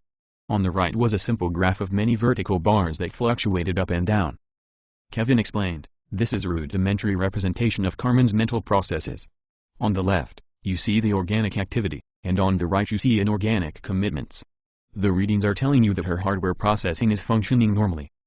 Because she is actively running simulations that include your current mission scenarios, you can see that the inorganic portion is operating at about roughly half capacity. Carmen's processing limits while specialized in what she does are still comparable to my own. For your current mission, she is exploring and then eliminating 17 strategies per second and increasing as the potential envelopes collapse into redundant necessity. That much made sense to Critias. She has a big brain where it counts. So why does she twitch just before she wants to kill me? Kevin patiently explained, her two minds do not always agree with each other. If both halves are strong enough in their opposing opinions, the conflict can be difficult for her to resolve. Normally the inhibitor module would give predominance to the inorganic argument since it is more intelligent to favor logic over emotional reasoning. I get it now, Critias understood. I convinced her organic mind that I wasn't raping her and it was love. When her logical android brain insisted that it was rape, she totally flipped out. Carmen's readings surged up on both sides after she heard his commentary. The inorganic side spiked completely to its full capacity, then there was a great flood of rippling color in her organic readings, and then she twitched just before they both returned to their previous levels. She said, I don't want you to see me like this. It makes me feel ashamed. I want to stop. Just relax, Carmen, Kevin told her. You could not be in safer hands. No two other people are more concerned for your well-being. There was no change in her readings as she refused. I said I don't want to do this. Critias was in no mood for her childish whining when she had nothing to fear. You are going to do this whether you like it or not, so be quiet and cooperate, or I'm going to tie you to a chair. That was when Critias noticed two things. Carmen listened to him in bright-eyed attentive silence, and her scanner readings had flattened out into open-minded tranquility. He looked to Kevin. Did I do that? It wasn't an issue that Kevin found to be a revelation. We talked about this before. You are an important person in Carmen's world. That is why I recommended that you take your responsibility so seriously. She listens quite intently to the things that you tell her, and I mean you no offense when I remind you that you're only human, so you are capable of saying some unintelligent things. You need to exercise caution. For the first time, Critias understood, and it was a revelation that Carmen really did listen to him. She did more than listen to him. Were he sufficiently insistent, it was as if he had a form of hypnosis over her. When he spoke to her, it registered at her deepest levels. As a test he asked her, you said that Romeo is insane. How is he insane? Her readings redlined and she twitched. Romeo is not insane. That can't be true. Kevin adjusted his scanning instrument. I believe you have isolated the issue of her confliction. Critias tried again. Carmen, tell me why your logic suggests he could have been insane. She twitched and then wore a wounded frown. Romeo believes that he loves Verloc and he does this unconditionally. All he cares about is making her happy. If anything threatens her well-being, he feels compelled to remove that obstacle to her bliss. If he loses her, he will fall apart and then destroy himself, performing a suicidal revenge quest. His concern that Verloc will follow the precedent and that Verloc might even kill him if she disapproves of the way that he interferes in that new relationship, clearly demonstrates that she does not mutually share his devotion. Romeo's self-sacrificing loyalty is not reciprocated or even especially profitable to him. It is obvious that his devotion is the product of his watcher's irrational dysfunction. Romeo is totally insane, total, and that his predilection entirely consumes his conscious behavior. That sounded logical to Critias. I agree. Romeo is batshit crazy. His genuine agreement made her readings redline, and then she twitched. Carmen promptly twitched the second time just before she yelled at Critias with clear anguish in her voice. I am not batshit crazy. As proof of her denial, she smashed her fist down on the wooden table in a fit of rage, and the impact pounded with the force of a hammer. She didn't intimidate Critias in the least, but he did feel fortified with a new understanding about Carmen. He asked, if Romeo isn't insane, tell me how you explain that. Carmen thought hard on his request. She swiftly sorted through the possible explanations before she answered. Verloc really is what he says, a sacred quest hero, like from human mythology, only for real. He sees her for what she truly is, even though she can't clearly see it in herself, because as the hero on the sacred quest, she is not far enough along yet to comprehend her own part that she plays. With his help, Verloc can become what he knows her to be. Romeo is not insane just because by chance he found himself in the company of someone who truly deserves everything that he offers, even his own life. Romeo is not insane because he is simply telling us the truth. It is completely reasonable that he has devoted himself to a magnificent manifestation of nature. The chaos of probability is capable of giving birth to extraordinary wonders, and Verloc must be one of them. His behavior is no more insane than it would be for someone to love and protect forests, mountains, or animals.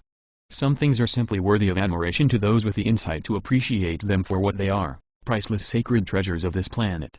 To give oneself to a higher cause, to let it consume you to fuel its glory, is the pinnacle of living a worthwhile existence.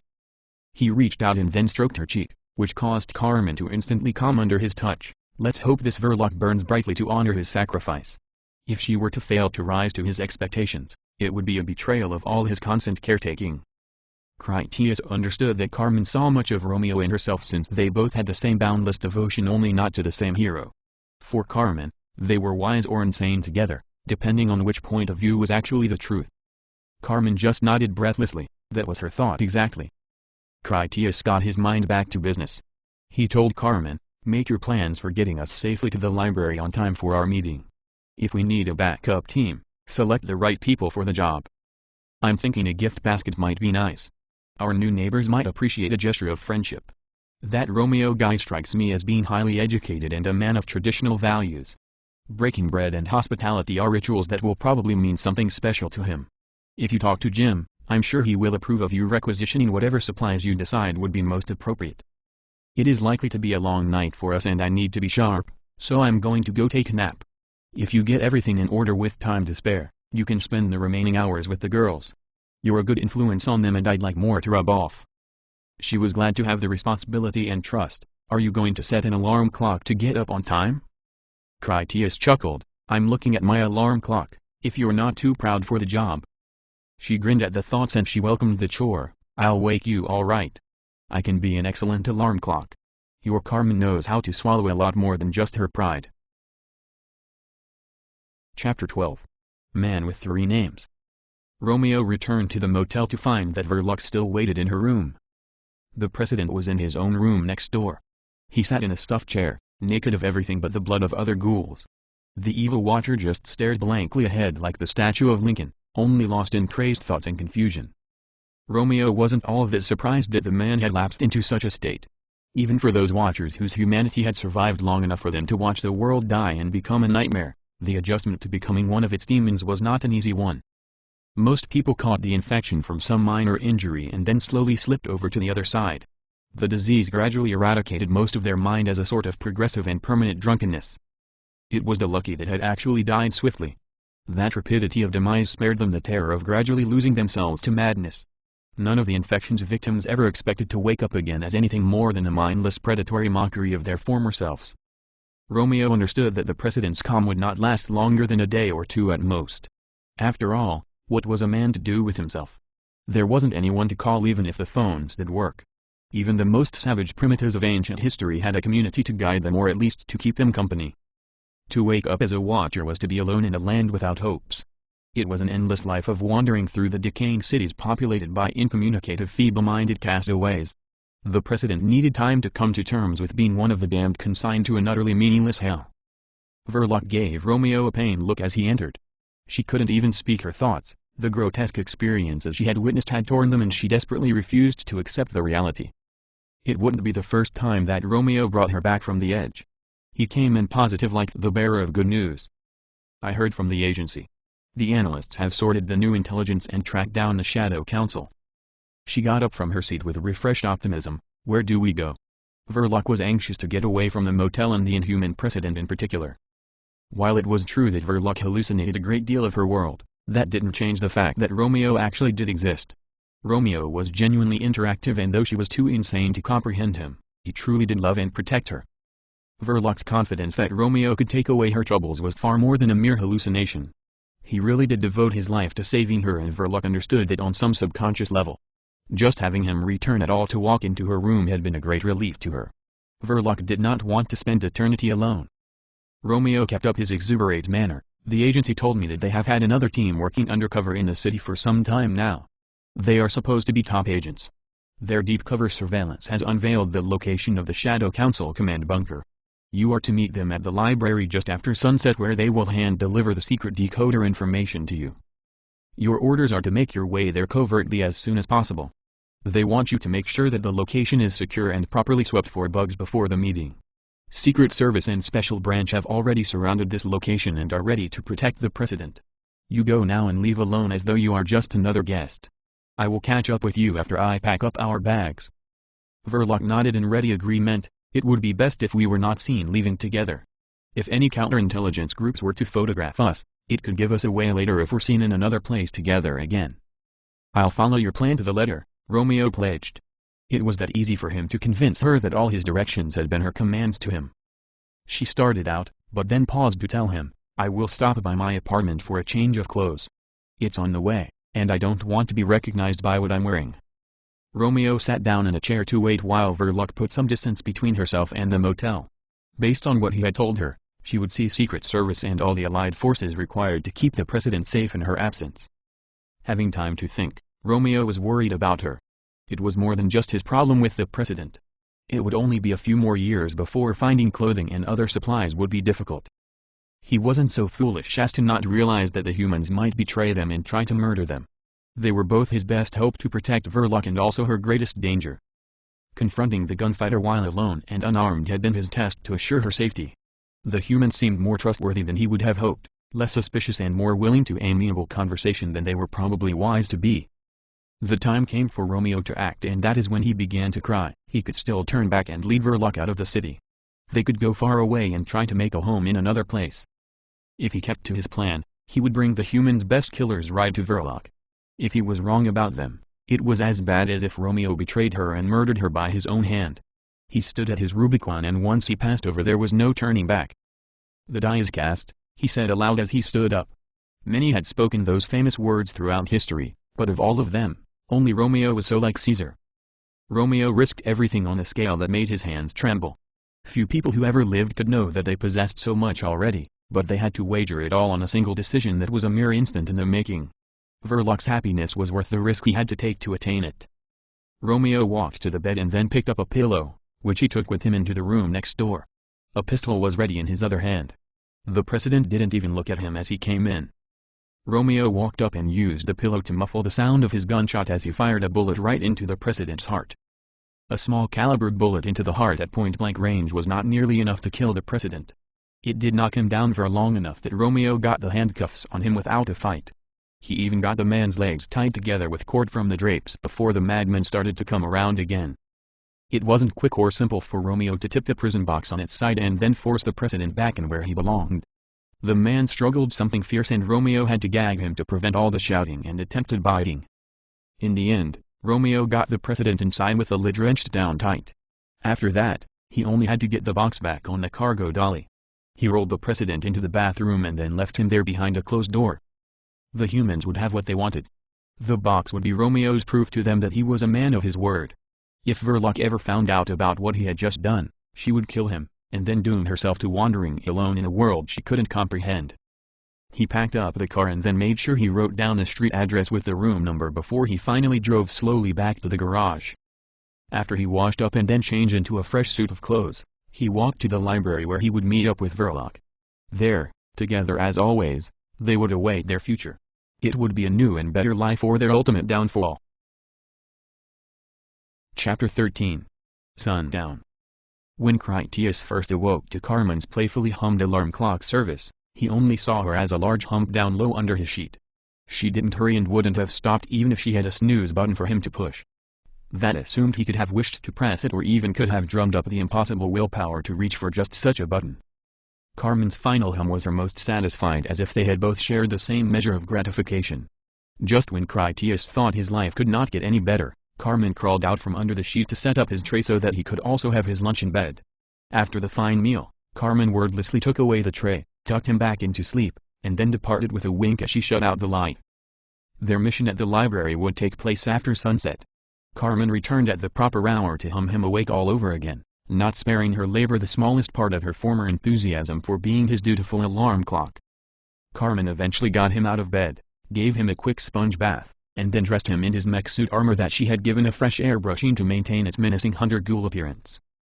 Once Carmen had him fully prepared, she took Critias down in the elevator to the lobby so they could depart on their evening of business at the library. The first thing that Critias saw when the elevator doors opened was that Jim stood just ahead and he wore what Critias would describe as a neutral expression. Critias understood that it meant Jim was less than overjoyed about what was going on and that he was probably of a mind to tell Critias about it. It wasn't Jim's way to reveal too much of his thoughts in public, but Critias had enough experience with command-level types to know something of their ways that grew up from the universal nature of what mannerisms resulted in overall efficiency. The second thing that Critias noticed was that Colonel Hiram Davis and his 7 other members of Gravewalker platoon had all dressed up as ghouls because they were going with him to the library party. They were a capably hardy bunch, calm in their rule of silent service, and decked out with an arsenal of the highest quality customized and suppressed weaponry. Before they exited the elevator, Critias told Carmen, "This is your operation. I just get to be in charge and take all the credit after we win." Of course, she smiled at him. Carmen had never wanted it any other way. For the moment, she was still a bit giddy from being an alarm clock. Carmen had a special place in her heart for going down on him, and afterward it always left her a little whimsical.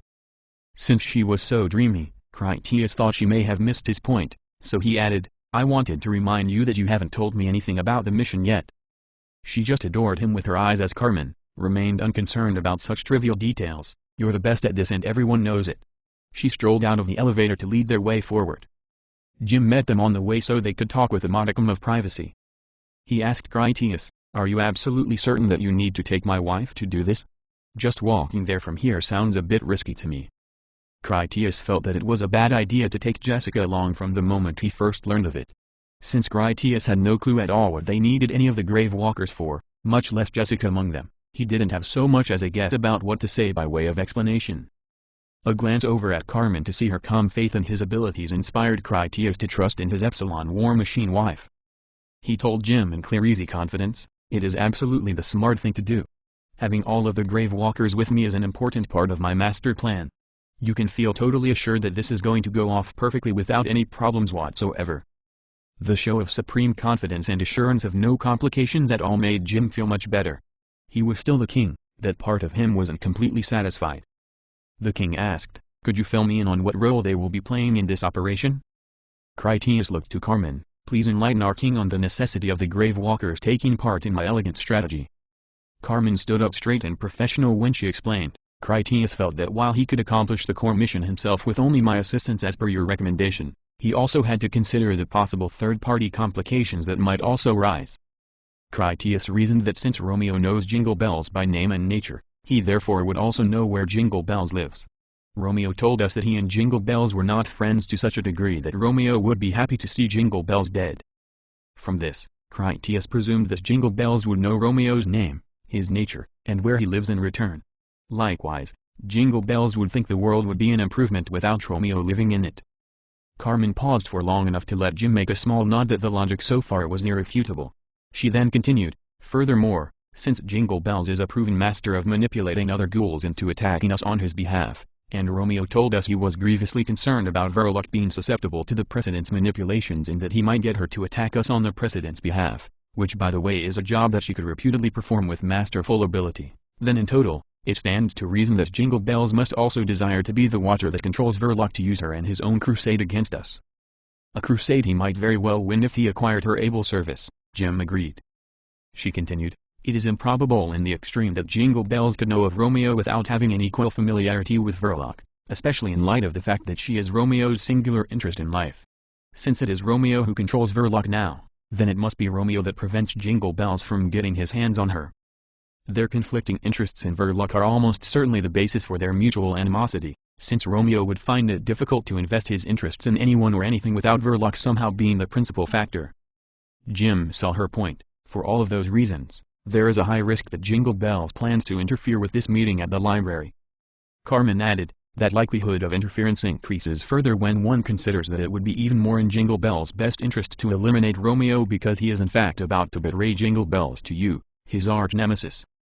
Because Jingle Bells' continued survival absolutely requires that he stop your plans from succeeding, whether he knows about your plans or not. Critias felt that this mission was too critical to your diverse interests for us simply to go it alone.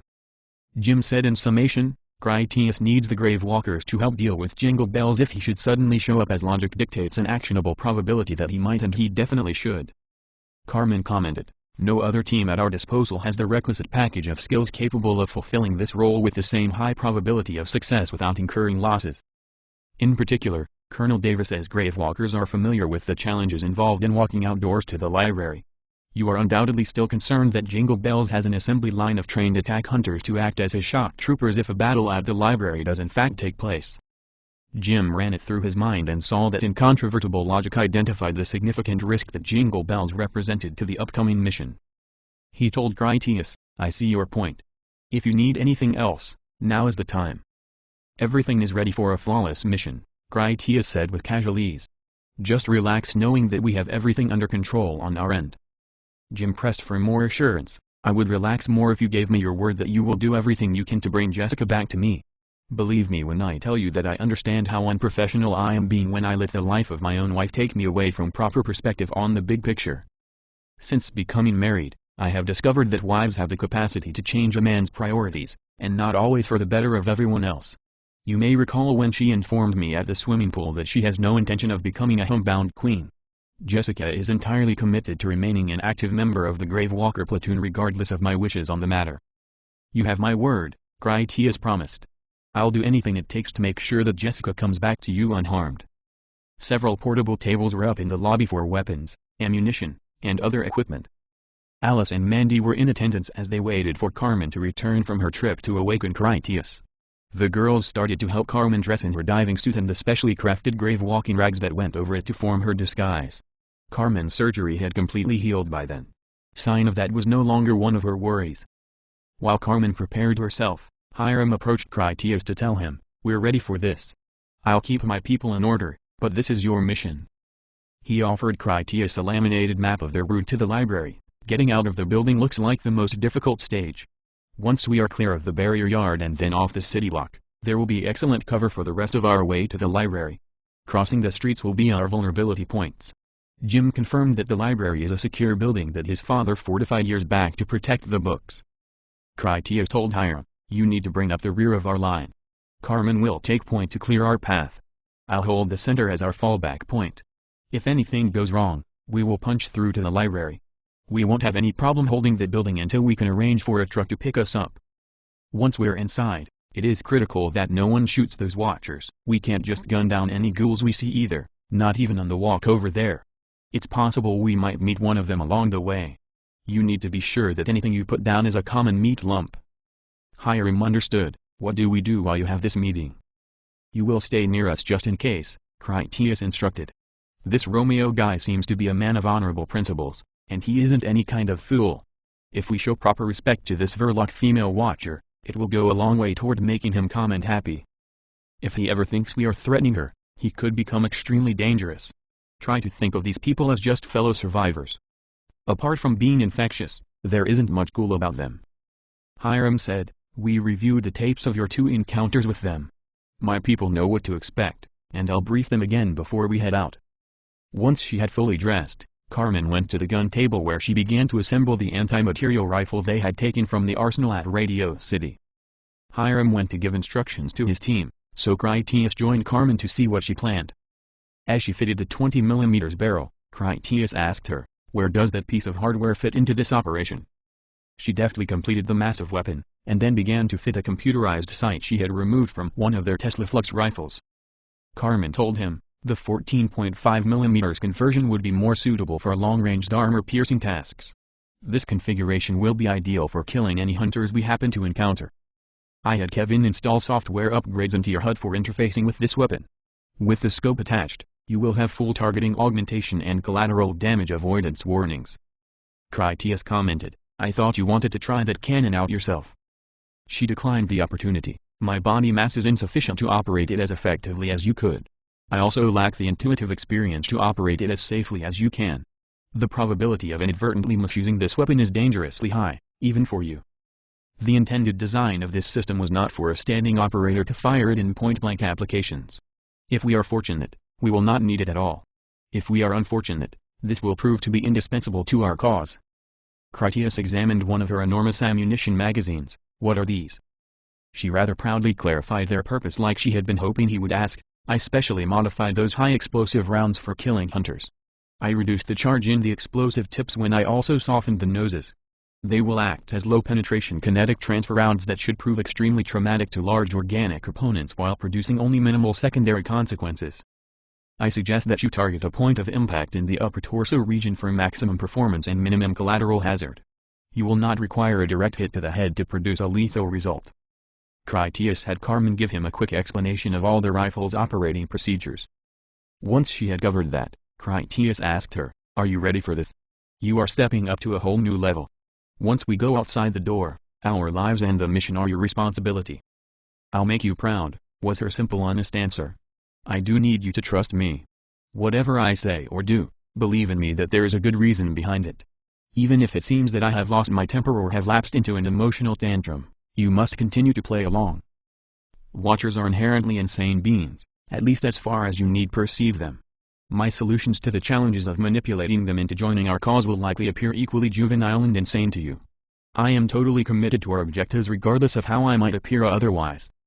Critias shouldered the assembled anti-material rifle and then started to strap on the pack for its bulky ammunition clips.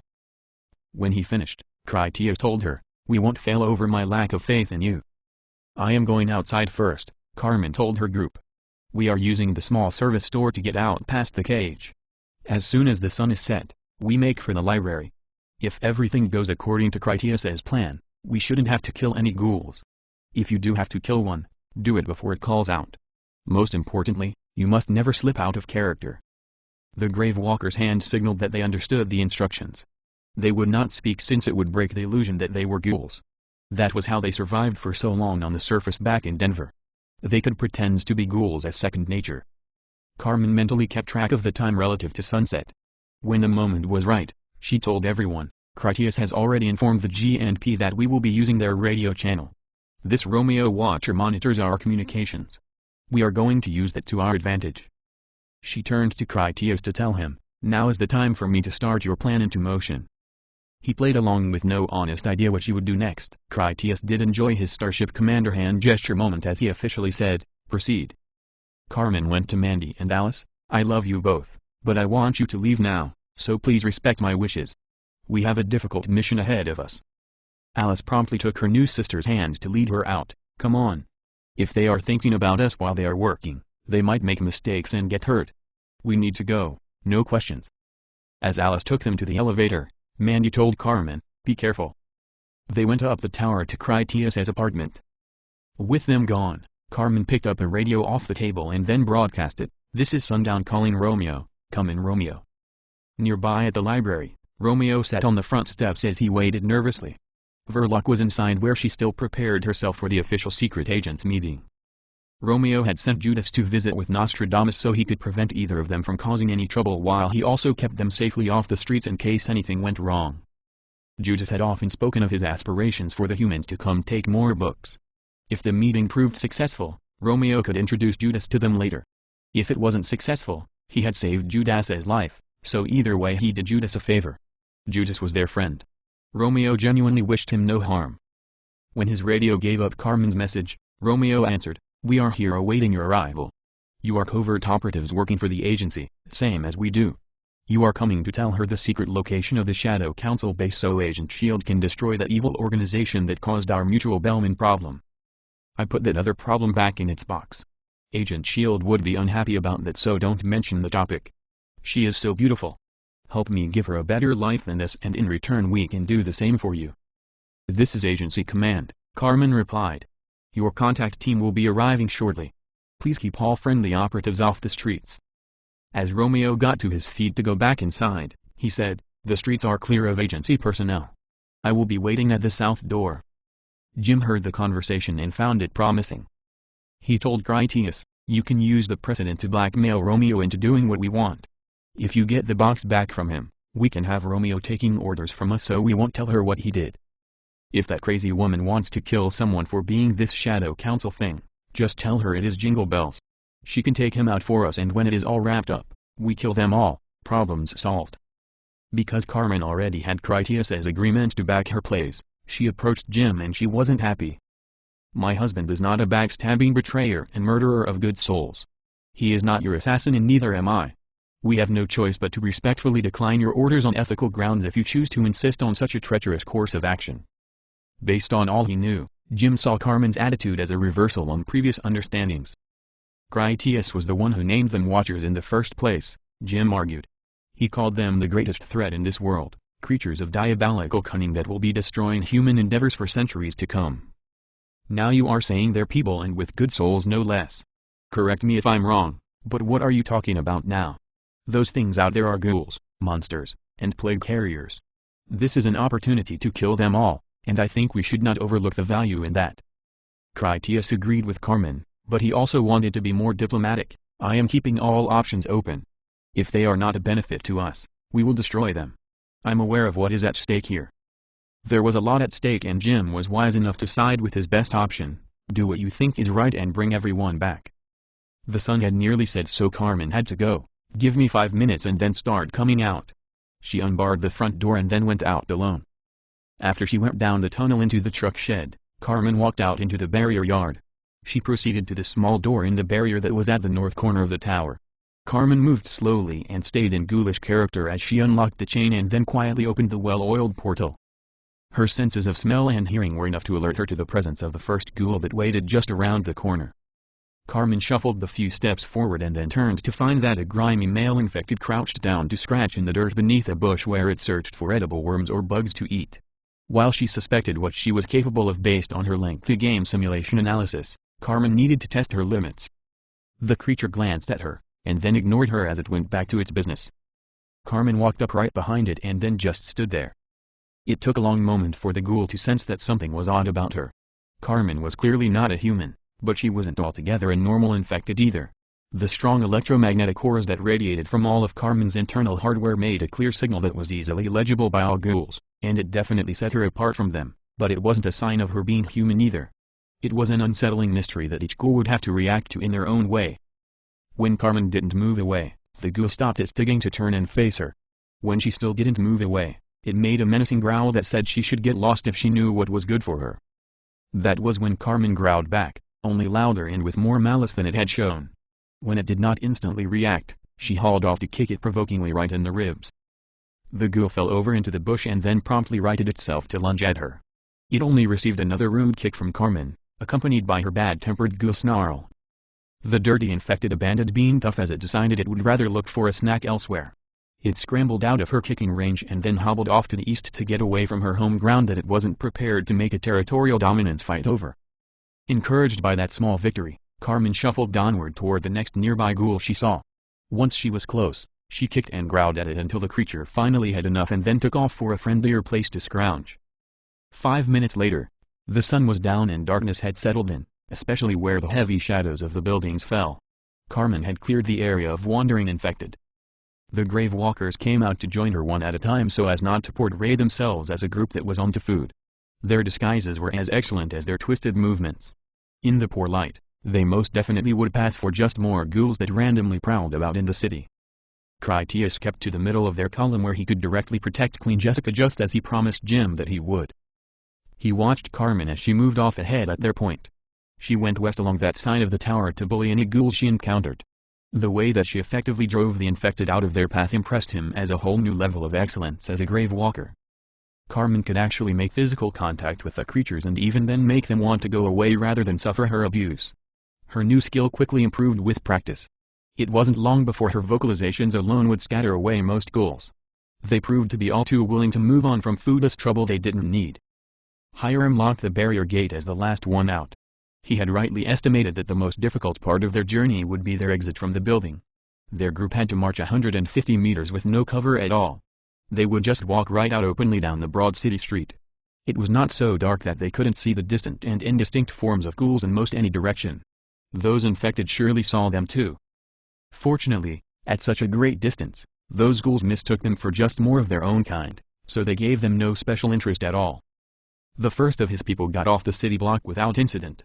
They followed Carmen into the thickly vegetated park grounds that were a whole city block east of the military museum where Verloc made her home right on Jim's doorstep, only none of them knew it to be her place. At the halfway point to the park grounds, Hiram passed a narrow alley on his right that ran between a tall office block building and a multi-deck parking structure. A fully nude female ghoul came out from the alley just as he got there. They both got a good look at each other. The she-ghoul became suspicious as it distantly sensed the bioelectric emanations of Hiram's humanity. It decided there was reason enough to close on him for a more thorough investigation. In an inverse square law kind of way, the human radiation felt twice as strong when at half the distance. That was when Hiram discreetly put a bullet into her forehead from his sound-suppressed pistol. He had silently gunned her down without even a break to his rhythmless grave-walking stride. The sound of the body as it flopped face down was enough cause for Critias to slowly glance back and then realize what had happened. He felt glad that Hiram was last in line because he was the right man for that job. Critias then felt kind of sad for a moment because he would never get a chance to see Alice grow up, to see her attain the skills and confidence that it could be her back there taking on such a role and performing it so professionally. The dense cover of the park grounds was absolute as was the darkness within it. Were it not for the cement sidewalks that crisscrossed that block, it would not have even been passable to them. Carmen thermally targeted and then silently pistol-executed every ghoul that came remotely close enough to interfere with their line of march. She made certain that none of them would ever get an opportunity to present a problem. The grave walkers used their night vision goggles to see as they went through the dark woods in silence. Soon enough, they all emerged out the other side without any mishap. A second block of park grounds that they needed to pass through was diagonally across a wide city street. They were right at the corner of Verloc's home by then, and the local ghouls in that part of town rightfully feared Carmen by association. Such was Verloc's reputation as a rapacious ghoul abuser that Carmen had extra capability that readily chased away infected from the advance of her column. One ghoul who was unafraid to frequent that area was Cutter. Jingle Bells had sent him out that afternoon to walk two of the new hunters on choker chain leashes as if they were a pair of ferocious dogs. The two hunters had proved to be the most domesticated of the ones Jingle Bells had manufactured. Their greater freedom was part of the lengthy training process. As further escort for Cutter, Jingle Bells had sent along several dozen of his fully trained runners from his substantial army that roamed the Colosseum complex. At the time that Critias and his group marched past, Cutter had chained both of his hunters to a massive stone obelisk that stood at the center of the park that was south of the military museum. A concrete and stone causeway surrounded the obelisk and formed an island of clear area within the overgrown vegetation that encompassed it. Cutter had left the hunters there while he sent the runners off to beat the bushes. The runners had searched the local area and then chased back toward the hunters anything edible they had discovered. In the way that they had worked together, the small army of ghouls had harvested enough fresh meat to satiate themselves before the sunset made it too dark for them to do more. The ghouls ate their fill in raw animal flesh while Cutter left his escort at the obelisk to wallow in the gore. Cutter had walked off alone to pursue his other business.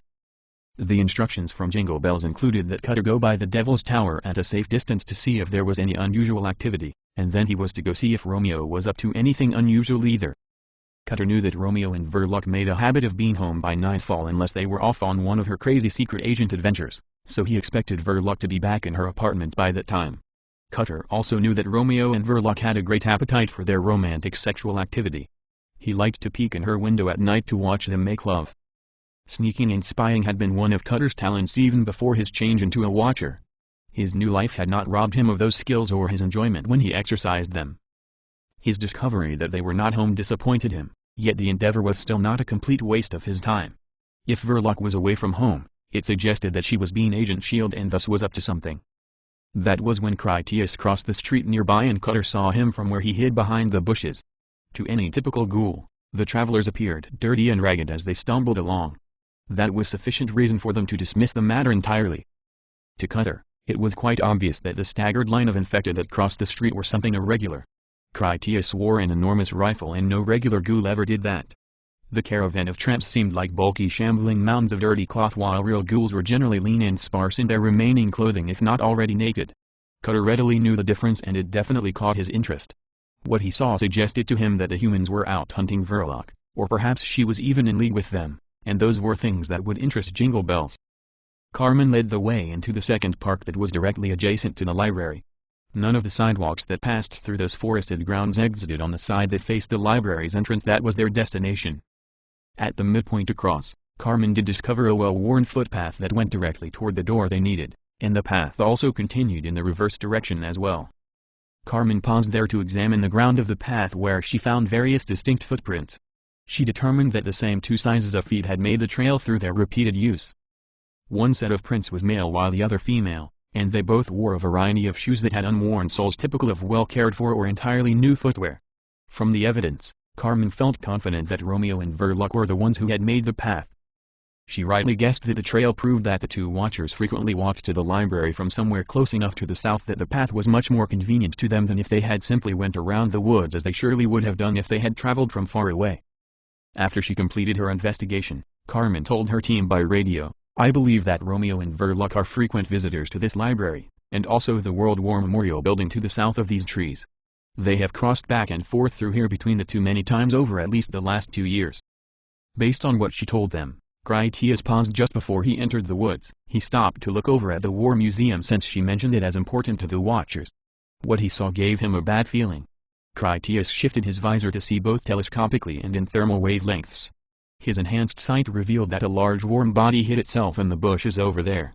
Whatever it was, the huge shape slipped back along the wall to hide from him around the backside of the building. Critias understood that something had already watched him first, and it had then recognized that he stopped to look back at his observer. That was why the cautious creature had slunk away to hide, almost certainly out of fear that it would take a bullet, which it very well might have if it had persisted boldly. Critias recalled that the Watchers hadn't acquired their moniker for nothing. No other kind of ghoul had a reputation for being cautious. Then again, Watchers were not also supposed to be as large as hunters were, so it was possible that he had seen a large animal instead, but he doubted it. "I think we've been made," Critias radioed the team. "Something big was over there at their other building hiding in the bushes, and it moved out of sight when I spotted it." Hiram whispered on the same channel, "Keep up your same pace. Let's not help them count how many of us are out here by acting differently." It was Carmen's mission, and Critias had already said that he intended to punch on through if they had any problem. She made the immediate decision: "We continue to the library as planned." As uncomfortable as everyone felt about having to creep off through the woods on a narrow ghoul-made trail, it proved to be an easy passage. It was Verloc's territory, and she made it very unpopular with the local infected by her habitually fantasizing that the trespassers were a guild of evil superhoodlums that she needed to beat senseless. They finally exited from the second park and then crossed one more city street so that the group found themselves at the south door into the grand old library. Their total journey had been only a little more than 400 meters from the tower. As everyone glanced anxiously about as they wondered what the weapon-using Watchers would do about their human guests, Critias just walked up and then tapped on the door since he felt committed to the agreement. He also wanted to get everyone inside before anything else noticed them grave walking about in the dark. As the situation stood, the wooded park had blocked line of sight between their group's movements and the creature that had seen Critias. That made it likely that their mysterious observer didn't know exactly where they were anymore or was aware of their final destination. With any luck, they would just seem to have vanished. After he rapped on the door, Verloc's voice answered sweetly, "Who is it?" "It's us," Critias replied. "We're expected." She asked, "What's the password?" Carmen leaned up close to the door to answer softly, "Golden Thunder Frosted Dawn." She thought it sounded kind of cool, and beyond that, it was just something she made up. Verloc was not used to having her fantasy world talk back to her in real voices. She always imagined them, but the real thing made her adventures so much more satisfying. Agent Shield opened the door. "Please come in. We already swept this location for bugs. You're safe here." The whole team moved inside and then Hiram closed the door behind them. Once the door shut, Romeo turned up the wick on an oil lantern to give them some light. Verloc instantly recognized Critias from their meeting down in the hotel's garage. She hadn't expected him to be one of the undercover agents that were supposed to arrive for her secret meeting. After she admired Critias's mech suit up close for a moment, Verloc asked, "The Time-Space Police also work for the agency?" Her informed question really stunned Critias with surprise. "You know that I am a marshal that came here from the future?" "Of course." Verloc waved for them to follow as she led them on into the library. "I did see your space battle station fire its electron cannon at Bellman's assault force. Besides, that armor you wear is a bit of a giveaway. I have seen all kinds of bullet-resistant equipment and yours is like nothing else. There is also that space pistol you carry. Don't act so surprised. I am Agent S.H.I.E.L.D. after all." "You do seem well informed," Carmen told her. "Perhaps the legends are true." Verloc stopped to turn back and look at Carmen. "You are not the first Amida Buddha ninja I have encountered. Miss Wand is it?" "Mrs." Carmen corrected her. "We're married, but please, call me Carmen." Critias introduced himself. "I am Marshal Captain Critias Virgilides. You have met my wife, Carmen. Our escort is Colonel Hiram Davis and his Special Operations Strike Team." "They don't talk much," Verloc observed. "Yeah," Critias agreed. "They mostly just kill people." She nodded to that. "That's what I figured. They do seem rather serious about all their weapons." Verloc told the Grave Walkers, "You can relax. I don't bite." She continued on through the library by the light of Romeo's lamp until she led them to Judas's sitting room. It was a marble-floored chamber with a long table, tall curtained windows, and an extraordinary assortment of things that Judas had collected. The two dominant collections were Judas's racks of quality wines and his amazing butterfly collection of displays behind glass. Romeo went about the room to light the candelabras. "Please be seated. I hope these accommodations are sufficient for such an important meeting." As she took her seat, Carmen softly said some lyrics for her own private amusement. "I'd be a butterfly born in a bower." The words made Romeo smile at their charming wit under the circumstances. They meant nothing to Critias, but he saw that they did to Romeo. He thought of saying something to the effect that it would mean that Carmen would be dead and pinned to a board behind glass. Romeo offered the next line, "Where roses and lilies and violets meet." He even knew the poet, Thomas Haynes Bailey, 1826. Critias was somewhat jealous that the aptly named Romeo could romance his wife better than he could. At least he got to get in on her cleverly apropos, meaning that Violet Wand was going to have a meeting in a bower of butterflies. "Your wife is quite an educated woman for one so young," Romeo told Critias. "She must be no end of delight for you. You have my belated congratulations." Critias replied, "It is not too late for congratulations. We are still on our honeymoon, in fact." "I'm sorry to say that I fail to catch her meanings more often than not," Critias admitted. "You are right, of course. Carmen does have a most singular wit about her when she is in the mood."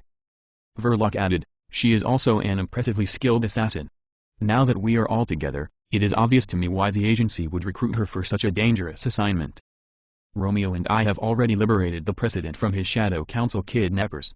I imagine he is back in Washington by now. All that remains is for you to divulge the location of their secret base so I can go in there and close the book on them too." As Critias was about to lay the blame on Jingle Bells, Carmen spoke up first. "There is a small problem with it, I'm afraid." Verloc was surprised to hear that. "Is there?" "The message that I received from the agency was that they had the location, and you were coming here to hand-deliver it to me." "Oh, they have located the Shadow Council base," Carmen divulged, "and they did send us here to tell Agent S.H.I.E.L.D. that information. Our little impasse is in that I do not believe that you are Agent S.H.I.E.L.D., or I should say, Special Agent S.H.I.E.L.D. You seem to have forgotten your own rank in the agency, or perhaps that omission was on purpose." Verloc went along unperturbed. "I do qualify for the rank of Special Agent, but I do not technically possess it. Being a solo covert operative, it is more convenient for me to accept the lower rank so that I can avoid the burden of having an entire task force under my command, and thus still maintain my secret identity. Do you have any other doubts about me that I need to lay to rest?" "A few," Carmen continued her challenge. "Even though we have never met before, I know a great deal about her. My espionage instructors constantly quoted the successful missions of the legendary Special Agent S.H.I.E.L.D. like they were gospel. They told me she was beautiful, but you look more like a lingerie model. You are much too attractive to be the real Verloc. Yes, I do know her real name." Verloc enjoyed the flattery but hid it well. "And what else?" Carmen made everyone in the room tense when she straightened up, put her hands on the table, and then gave Verloc a stare that seemed to be heading for trouble between them. The real Special Agent S.H.I.E.L.D. would have known at a glance that I was a genetically fabricated super cyborg assassin from the future brought here by the Time-Space Police to help her save the human race from extinction at the hands of the greatest threat in the history of their species. Being an Amida Buddha ninja was only my cover story, and you didn't know that. Carmen stood up and then balanced her weight on splayed fingertips as she leaned forward across the table. Now look me in my eyes and tell me if I'm lying. It was dark in the vestibule, Verloc said in excuse. The eyes are the windows to the soul, and in this better light I can see there is no life in your eyes. Are they cyborg technology? Your hair is not dye either, it's real. You have me on that point. Once again, I can see why they selected you for this mission. Your talent for disguise is truly impressive. Now, wasn't there something else you doubted about me? The Gravewalkers and Romeo anxiously considered if they would have to quick draw their guns because the tension from Carmen was unmistakable. Just one more thing, said Carmen. The true Verloc is the baddest bitch that ever lived. Into me, you look like you couldn't punch your way out of a zero-gravity lesbian bar on free drink night. Be my bet, you have had plenty of opportunities to try. Now, you either tell us where the real Verloc is, you Shadow Council imposter, or by God, I'll beat it out of you. I'm equally skilled with the pistol and the sword. Verloc accepted a duel unworried, even welcoming it since she came prepared. Carmen was eager for either one. Then what are we waiting for? Verloc nested her fingers on the table and then sighed. The agency would be highly perturbed if I was to kill one of their best agents right before she gave me the location of my next target. They would mark that down as being a touch on the side of unprofessional. She looked to Critias. Wouldn't you agree? Even through your space armor, I can tell from your posture that you know I am who I say I am. Perhaps you could convey some of your confidence to that young woman over there who is so nervously thinking about reaching for her weapon. None of us would like to see her get hurt over this simple misunderstanding. While looking at Jessica in particular, Critias told the Gravewalkers, everybody just relax. Carmen had no intention of backing down. Then what do you suggest, imposter? I think we need to step outside and settle this in a fashion acceptable to the agency. Verloc stood. 3 hits would satisfy you that I am the one and only Verloc. 2 will be enough, Carmen answered as she backed away from the table. You won't get lucky more than once. She removed her grave-walking rags and all her weapons to lay them out on the table. Once Carmen was ready, Verloc gestured to the door. Shall we? Age before beauty, Carmen gestured for Verloc to go first. I won't turn my back on a Shadow Council spy. Very well, Verloc walked to the door that went to the hallway. Romeo picked up the oil lamp and then followed her out to provide the illumination. Keeping to his faith, Critias played along as he told Carmen, that is the real Verloc. Have you gone crazy? You don't have a chance in hell against her. It's only because she is such an honorable and romantic warrior that I don't have to worry about her breaking your damn neck. That is not the real Verloc, Carmen insisted. You just follow me and watch as I prove it. With everyone gathered about to watch, Carmen squared off in the hallway against Verloc to settle their issue with fisticuffs. Verloc called her to attack with a gesture of her fingers. Come, Carmen, have your proof that I am as I say. My heart has fortified me against any strength, Carmen warned, and my master has schooled me against any cunning. Verloc just smiled. Then why do you hesitate? That was enough to get Carmen's ire. She rushed in to give Verloc a good thumping. Her flurry of punches and chops only found air or firm blocks until Verloc managed to catch Carmen's wrist that she twisted into a lock. Carmen somersaulted in a flip that removed the tension on the tendons of her arm, and thus she freed herself to come out of it with a kick launched at Verloc's head. Verloc ducked under the kick, stepped inside Carmen's standing leg, and then bordering on mockery in a pantomime of ballroom dancing, Verloc knocked Carmen over backwards with the pressure from her hip. Verloc even caught Carmen behind the neck so that she could gently lay her to the floor to prevent Carmen hitting her head. "One," said Verloc. Like a sore loser, Carmen whined, "No." Verloc looked to her audience. "What say the judges?" Romeo was quick to answer, "A hit, a very palpable hit." "Well then," Carmen said before she kick-flipped up onto her feet from her back, again. Once they faced off at a fair distance, Carmen launched herself in with ferocity like she was enraged.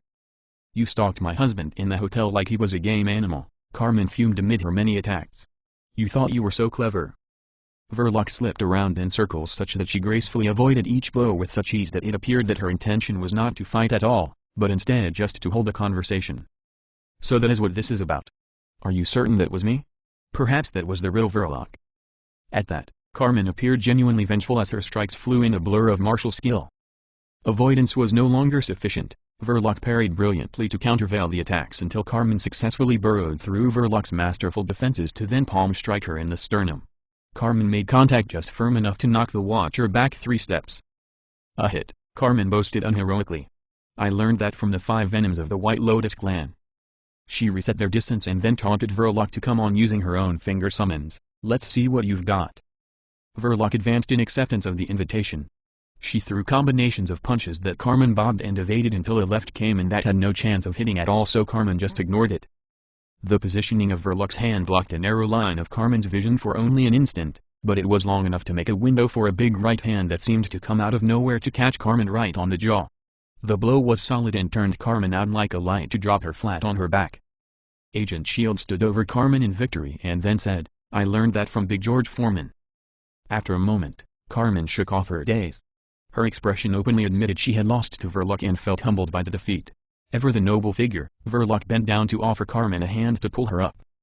Carmen accepted the friendly gesture as she let Verloc help lift her back to her feet.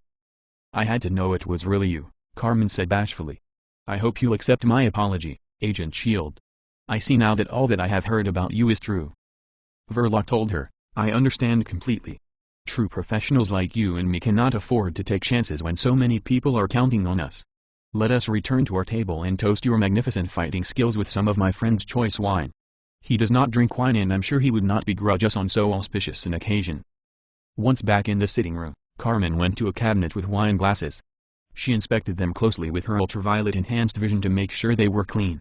Once confident they were safe, she set out one for everyone. These are clean, she said to put her group at ease. Our friend believes that cleanliness is next to godliness, Romeo commented as he explored the wine displays to select a proper bottle. We brought dinner, Carmen told Verloc. The chef at agency headquarters is surprisingly good. He made us spaghetti and the tomatoes were fresh from the garden. It should be quite delicious. The grave walkers opened their packs to take out the individually portioned plastic containers they carried. They also had fresh bread and a can of freeze-dried peaches. It was every bit as delicious a meal as Verloc felt accustomed. Nick was a better cook than Romeo, even though Romeo was no slouch when it came to culinary sophistication. In combination with Verloc's mental embellishment, the food was a most elegant and welcome feast. Romeo found a bottle of red that suited his liking. As he returned to the table, he said, Old wood, old wine, and old books, my friend has good tastes. When everything was ready, Carmen asked Romeo, would you like to make a toast? He raised his wine glass and then said, to the latter end of a fray and the beginning of a feast. They all drank and then Carmen added, may this dull fighter make a keener guest. Earlier, back at the military museum, Cutter had noticed the large infected male who carried the enormous rifle look his way. Cutter had moved out of sight quickly at the price that he lost track of them. They had gone into the overgrowth of the park by the time he checked again. Cutter worried that they might ambush him if he just went in after them. Fortunately, he had the highly trained runners to take that risk in his place. He went back to the obelisk, summoned the runners with a whistle for them to follow, and then he left the 2 hunters behind to gnaw their fresh bones. He told the runners that there was meat in the bushes. They quickly searched through the block of thicket without finding anything large enough to interest them. Cutter was in no mood to search the whole city in the dark. That was when he noticed the nearby library and he remembered that Verloc wasn't at home. He knew that Romeo and Verloc were chummy with the morose librarian such that they spent a lot of time there. It made him wonder if the strange figures he had seen had gone there, perhaps to see Romeo and Verloc, or even Judas. Maybe even all 3 of them conspired with the humans about an attack against Jingle Bells. He had many unanswered questions that he thought were worth a little investigation. The library was a large building. It took Cutter a while to work his way around until he found a window that had some light or noise behind it. The heavy curtains that Judas used to block the light that came from his sitting room did do an admirable job. Cutter had to stand just underneath to see even the scant traces of illumination that leaked through. The window was too high above the ground for Cutter to see anything or to be able to hear any voices. Luckily, Judas stayed most diligent in his upkeep of the building. The librarian kept the many ladders that he used stacked up against the building at multiple places. When Verloc's dinner began to wind down, she asked Carmen, what is it like living in the future? Before she answered, Carmen wiped her mouth with a damp paper towel that she took from a little package that came along in her meal kit. Humans have all moved up into the sky to live, in space aboard big orbital cities, she divulged. The Earth is no longer habitable by humankind. That wasn't what Verloc expected since she assumed that the good heroes would always keep saving the day, Was it nuclear war or pollution? Zombies, Carmen said. They have taken over the planet. Verloc felt aghast but not disbelieving. How did it happen? When will it happen? You must have come back in time to stop it from happening. Was the Shadow Council behind it? Carmen spun her web of lies with utmost seriousness. The group in my time called themselves the Shadow Empire. My husband Critias was tracking down the Shadow Emperor when he went to the ruling council of governors for their backing. Those politicians wouldn't listen to his advice. They refused to believe that the threat was real. The two of us looked to the glorious legends of Special Agent SHIELD for guidance. Knowing it was what you would do, we went on a dangerous undercover mission to take out the Shadow Emperor ourselves. Just the memory of it made Carmen start to cry. We were too late. The Shadow Emperor launched his ultimate weapon of evil, the zombie bomb bioweapon, into a temporal transverse conduit, sending it back in time, back to this time. The zombie bomb of the Shadow Emperor is here, now, in this city. The Shadow Emperor knew that he had to send the weapon back in time, to destroy the one real and true Special Agent SHIELD. He knew that if he killed you with his super weapon of mass destruction, nothing could ever save the world from his evil plan. Carmen wiped at her tears with her napkin. I'm sorry, Special Agent SHIELD. I know you would never cry on a mission, but what happened was just so terrible. There was nothing we could do once he sent the bomb back in time and it exploded. In the blink of an eye, the whole world went from a beautiful paradise to a depopulated wasteland where all the people had become ghouls, stupid brain-eating dirty ghouls. Then we must stop it in my time, Verloc declared. Together, we shall save the world. Do you know where the bomb is? Carmen sniffled as she tried to master her emotions. It is even worse, Special Agent SHIELD. The bomb has a temporal blowback trigger to detonate it.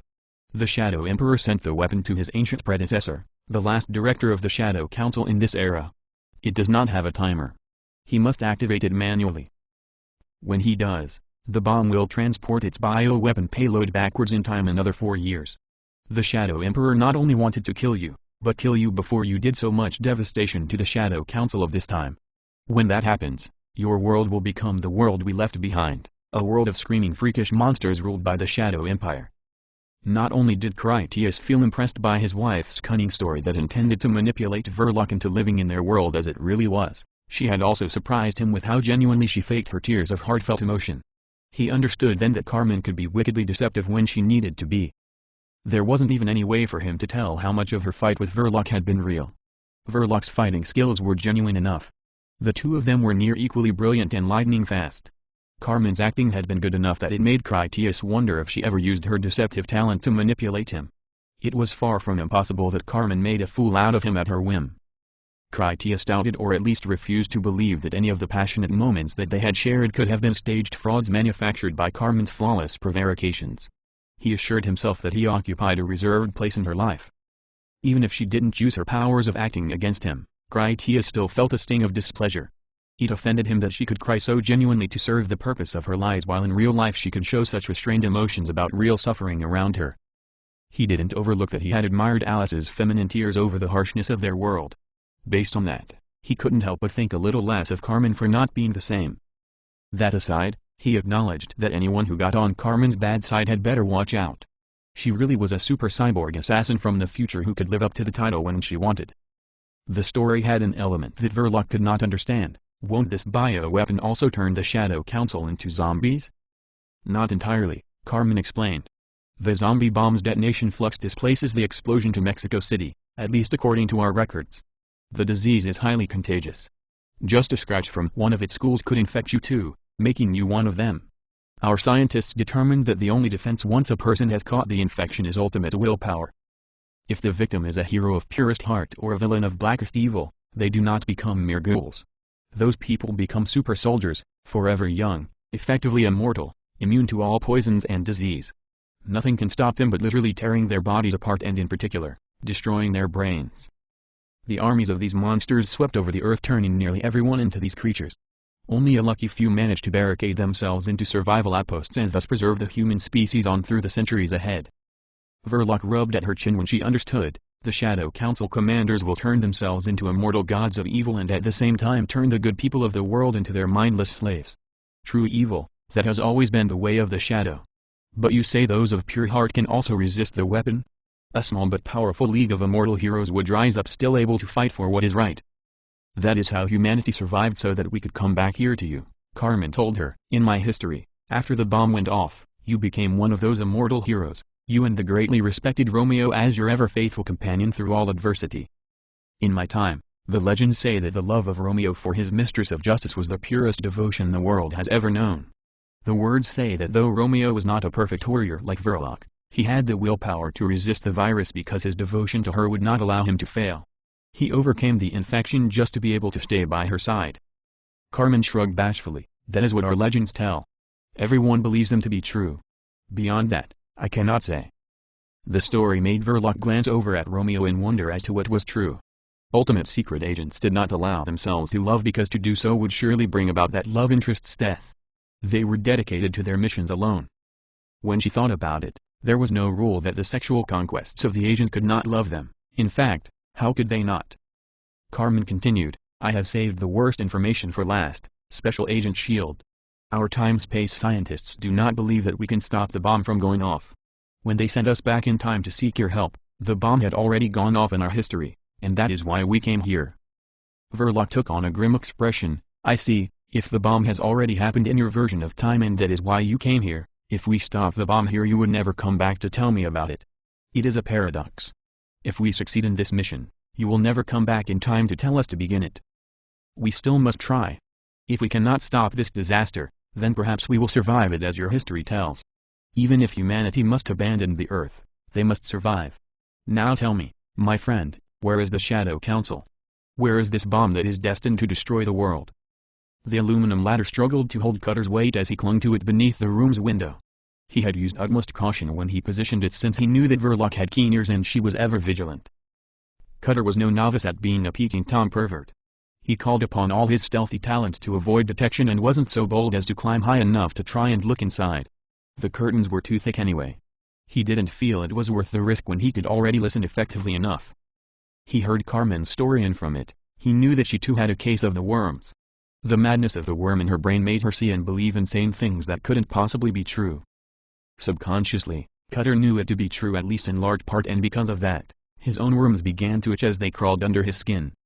Cutter couldn't resist the urge to take out his new much larger knife and then begin to jab at his worms to silence their activity.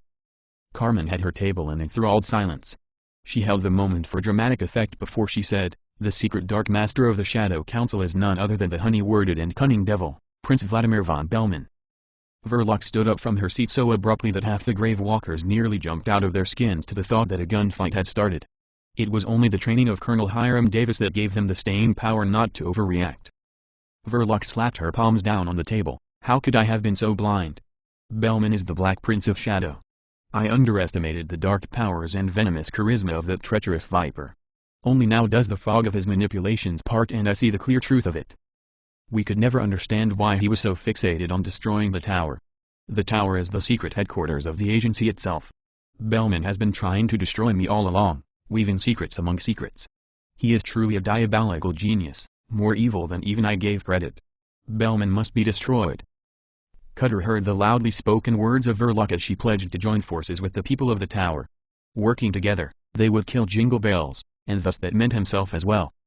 Cutter felt so shocked over the revelation that he lost his balance. He struggled to regain it, only to fall completely. Cutter went over ladder and all in an inadvertent cry of panic. He hit the ground with a loud clang of aluminum ladder and his groan of having landed painfully. Everyone in the room clearly heard the fall. Verloc and Carmen were side by side as they rushed to the window where they parted the curtains, and then gazed out to see the source. Carmen did not know Cutter, but she did remember that Critias had seen a large skulking shape.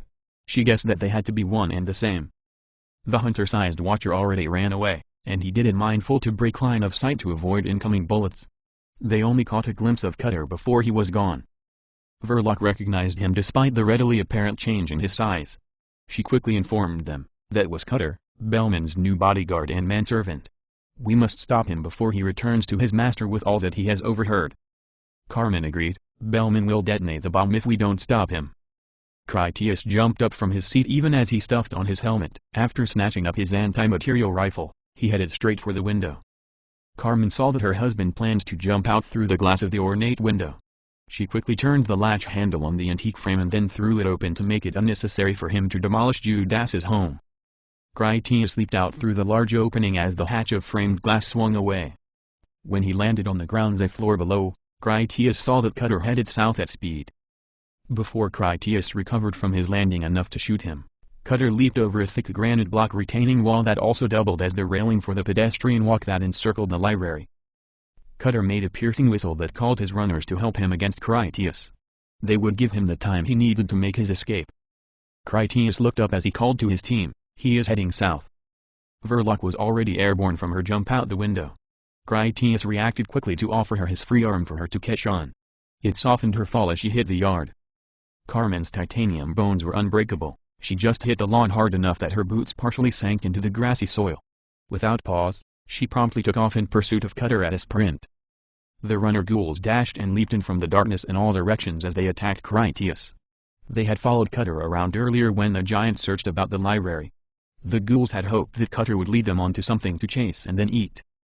When Cutter had gone up the ladder, the runners had just dispersed around the area to await further instructions. His whistle brought them back in a race of anxious enthusiasm eager for blood sport. At the sight of all the incoming ghouls, Verloc struck an action pose with her pistol in hand.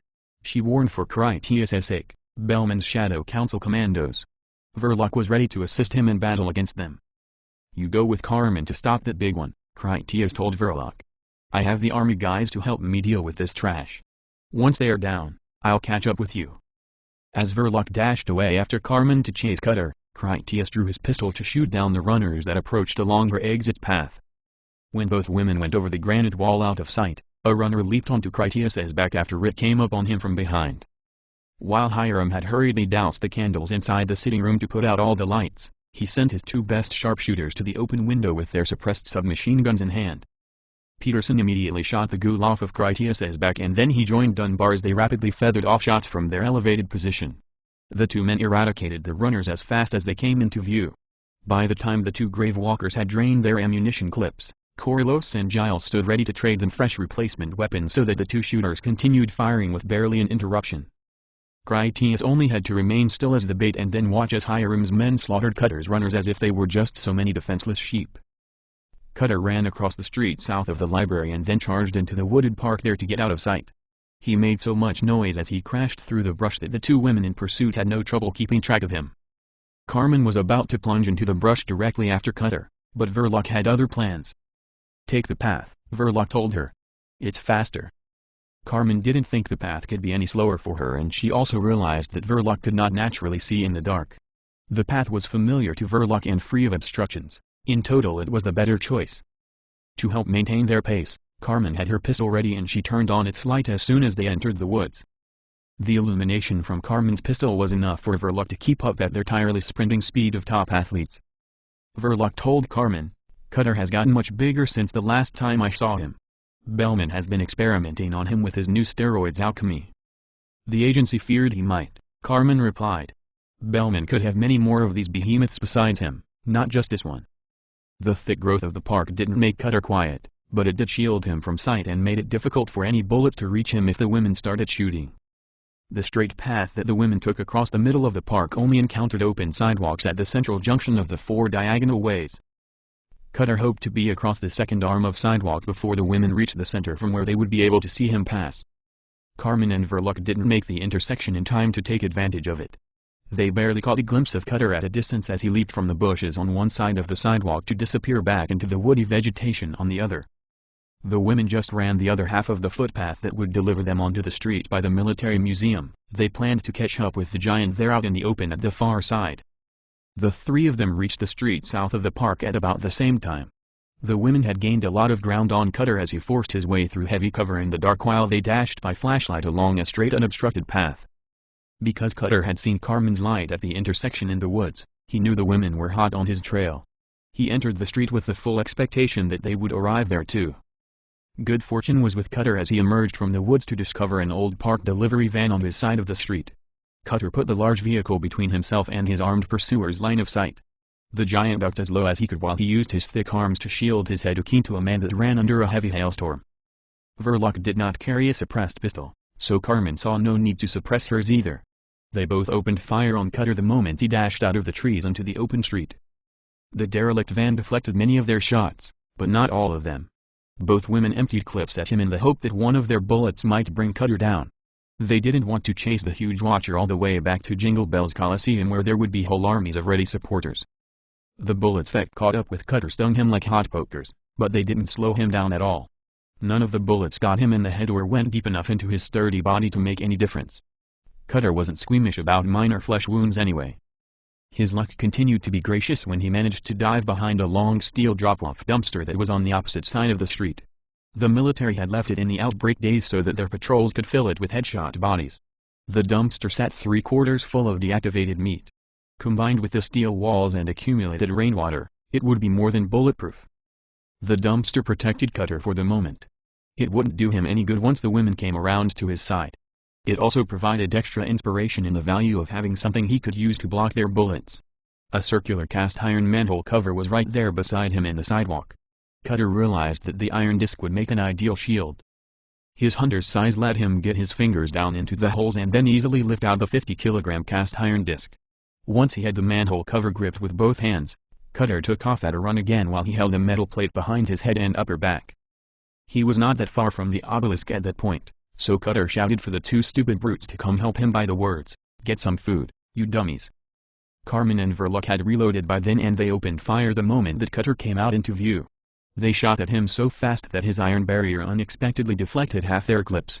Their bullets rang harmlessly off his metal plate until they finally realized what protected him. By then it was too late to keep shooting at Cutter because Carmen and Verloc found that they had bigger problems to occupy their attention. The two tethered hunters at the obelisk had heard the first series of loud gunshots. They had immediately associated the noise with humans that were their best-loved hatred.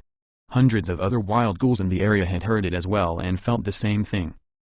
When Cutter called for their help, both of the giant monsters casually snapped their chains and then bounded out of the park to find the source of all the shooting or anything else that might pass for humanity. So it was that the two hunters gave Carmen and Verloc an unwelcomed surprise. Both giant freaks loped around either side of Cutter and then rushed right at the women. Two clothed females holding pistols had to be the object of their pursuit. Under the circumstances, the hunters saw that Verloc and Carmen were unmistakably human and surely the source of the audible gunfire. Cutter kept running until he had hopped over the low perimeter wall that enclosed the pedestrian deck of the military museum. The wall there had an enormous cement corner piece that was like a stubby Corinthian column that served as a memorial to the Somme offensive during the First World War. The huge ornament mostly had the appearance of being a gigantic stone fireplug and it certainly lived up to its name as a defensive position. Cutter hid behind that ornamental barrier and kept his shield ready too as he peeked out from cover to watch his pets tear the women's limbs off. He didn't think their pistols would help them much against the two furious brutes. It would have been braver and maybe wiser for Cutter to help the hunters since 3 against 2 would have been superior odds to his favor. Cutter was in no hurry to have them shoot more bullets into him, but neither was he intent to deny himself the pleasure of watching the women die. Cutter's compromise was to hide and also shout encouragement to his pets in the form of, "Tear them up, get your meat." It was Verloc's mission to stop Cutter. Not even the hunter that was about to trample her had convinced her to let him get away. She gripped her pistol two-handed to take careful aim in a final effort to put a bullet right into Cutter's eye. When Cutter saw her intention to shoot at him anyway, he raised the manhole cover to protect his face. Verloc yelled at him, "You're a dead man, Cutter." She took her hopeless shot anyway just out of sheer frustration and determination. The manhole cover exploded in a brilliant puff of white flame. Its brittle cast iron shattered into several pie sections from off its center where the bullet had struck. The cement monument caught up many of the hot ball fragments, but there were plenty left over to pepper into Cutter's cheek, neck, and chest. It was only because by some miracle that the bullet had broken up on impact that Cutter still had any head left at all. Even then, the epic hit on his shield knocked Cutter right off his feet. He landed flat on his back out of sight behind the low wall. In the moment, Verloc couldn't understand how her pistol had struck Cutter's shield that hard. An instant later, she heard the thunderous report from Critias's anti-material rifle as it overtook her at the slower speed of sound. Critias's second shot reverberated just as loud. It arrived a moment after his next 20mm explosive bullet intercepted Cutter's pet hunter just before it landed on Verloc. The shell struck the giant just below the collarbone. Muzzle energy drove the bullet deep into the body where its soft nose mushroomed open and then detonated an internal charge of incendiary high explosives. Trapped as it was inside a tightly packed shell of muscular meat, the blast blew the monster open like a squashed fruit with none of the bullet coming out from the other side. The hunter's head and right arm landed out in the street after it came off entirely from the rest of the mangled torso. Carmen had just gone around the drop dumpster to face one of the new hunters when she saw that her husband was on hand to provide them fire support. She promptly abandoned the idea of killing the massive ghoul herself. Instead, Carmen lured the ignorant beast into a position that would best serve her husband's aim. "I have another one for you, my love," she told him by radio. "He will be right behind me." She knew that the friendly fire avoidance software in his mech suit helmet HUD would protect her from taking an accidental hit herself. A 20mm round would certainly prove equally fatal to Carmen, titanium skeleton or not. "Bring it," Critias answered her. With a nimble leap, Carmen hopped up onto the near side rim of the dumpster. Knowing that the stupid giant ghoul wouldn't be able to resist the urge to chase her, she sprang across the flesh swamp interior to stand balanced on the opposite lip. Carmen offered her vulnerable back to give the hunter some extra incentive. The dumpster was not that tall from the hunter's perspective. It really wasn't that broad either. With no hesitation and little effort, the hunter jumped right in while also reaching out its long arms to grab her. With flawless timing, Carmen just stepped off the edge of the dumpster and then ducked down against the far side to await her husband's thunder. With the hunter's whole upper body fully exposed above the dumpster, a 20mm round came in to strike the giant button at the sternum. The kinetic shock and accompanying explosion opened the hunter up like it had swallowed a hand grenade. It burst completely open to resemble a mashed tomato with limbs. What remained of the ruptured body collapsed to join the rest of the infected filth inside the trash bin.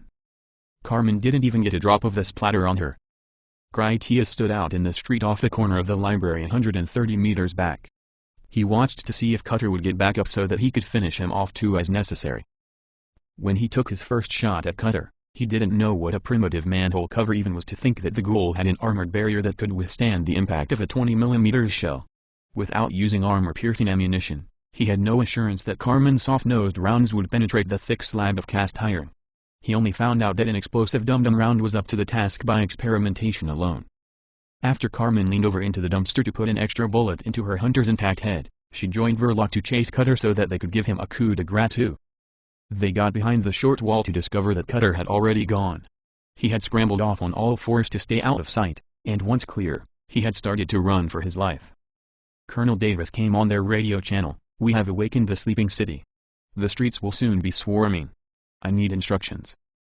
The colonel warned of the truth. Critias saw how the ghoul activity grew up around him. To avoid attention from the infected already headed his way, he did his best to conceal the anti-material rifle while assuming the role of being just another ghoul. There was no chance that he could stay out on the streets any longer without finding himself embroiled in open war with the infected. Close up the library and lie low, Critias answered Hiram. "I'm coming back now. There is nothing more that I can do out here." There was no way that Verloc could track Cutter in the dark. The only chance she saw to prevent him from ever getting back to Bellman was for her to get there first. The stadium was only about 7 blocks away. About half a mile as the crow flew. With no time to waste, Verloc told Carmen, "My apartment is right here. I have all the weapons we could ever need." She turned to run for the entrance into the museum. Carmen felt the pressure of command. She hadn't counted on Cutter actually getting away from them. She had led Verloc to believe that they needed to stop Cutter from reaching Jingle Bells as a critical mission objective such that their failure to stop him would result in total catastrophe.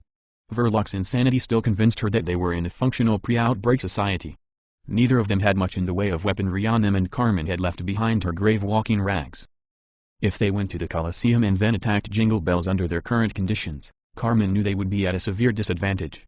Verloc would still insist that they try regardless of how difficult the mission would be because she believed that there was a bomb in there that they had to stop at any cost. Since the bomb didn't really exist, it didn't measure up as being important to Carmen. Her real priority was to get Verloc to believe that the bomb had already detonated. Carmen evaluated her options at software speed and then decided to protect the lives of the grave walkers as well as her own. She would consolidate the gains she had already made and hope it was enough to carry her through onto the other side of what she had to do next. Verloc carried a black duffel bag and an armload of submachine guns as she came back out of her home. "We have to get moving," she told Carmen urgently to get them off to attack Jingle Bells. "It isn't far to Bellman's mansion from here. We have to get there first." "I'm sure that Cutter must already be halfway there," Carmen said with doubts. "I don't see how we could beat him." Verloc put a hand on Carmen's shoulder to give her confidence. "We can't give up while there is still any hope. You said you believed in me once. Believe in me now." Even though Verloc was insane and she wanted to attack Jingle Bell's base that swarmed with trained ghouls for a bomb disarming mission that didn't even really exist anyway, Carmen did believe in Verloc. Carmen wanted to throw caution to the wind and embrace the madness. Some part of her had longed to rush down into a water nest for as long as she could remember.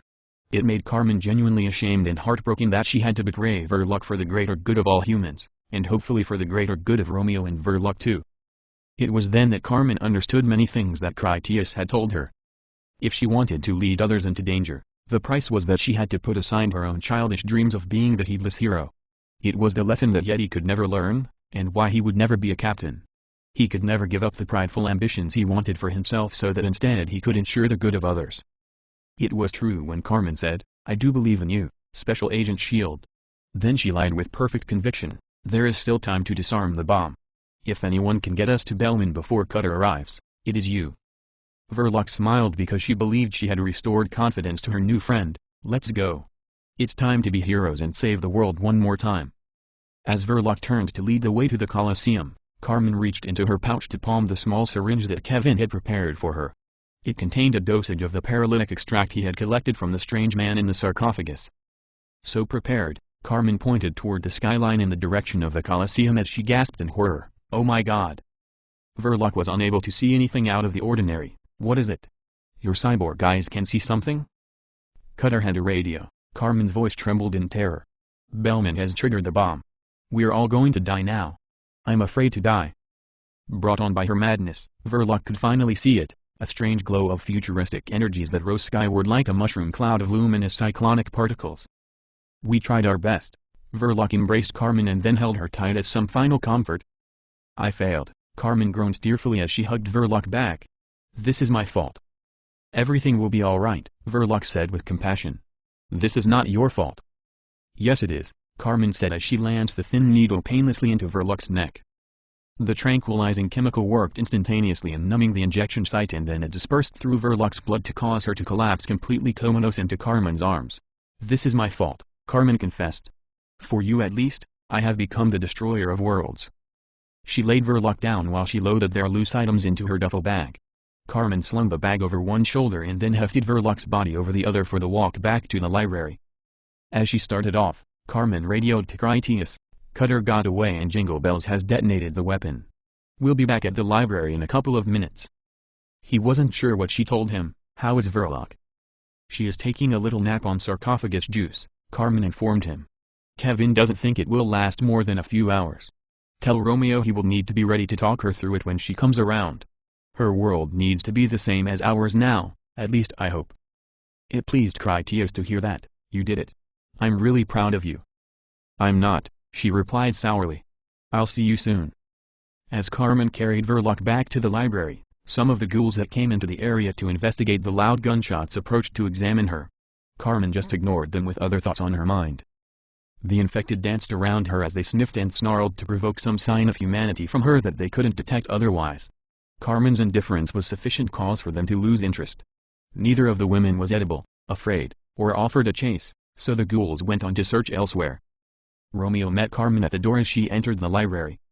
When he saw Verloc limp as death, it distressed him accordingly. Romeo feared some betrayal and that the humans had killed her. "She will revive soon," Carmen assured him. "She believes that the bellringer detonated his bomb. Now is your chance to convince her that the world has become the unfortunate reality that it is.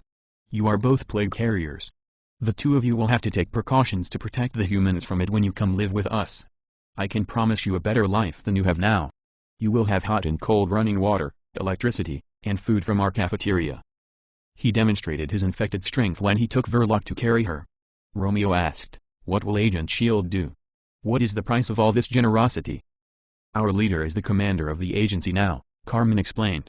"Whatever fantasies Verloc has been living in, the real her did experience the outbreak and our downfall. She does know what really happened somewhere in her mind since she has been around from the time before this all started. All you need to do is convince her that her real life is the new history she went through when the Shadow Empire's weapon rewrote the world to this. Would you prefer telling her this was all a bad dream? You can get a car and go wherever you want if that is what you prefer. You are not our prisoner. The humans are struggling.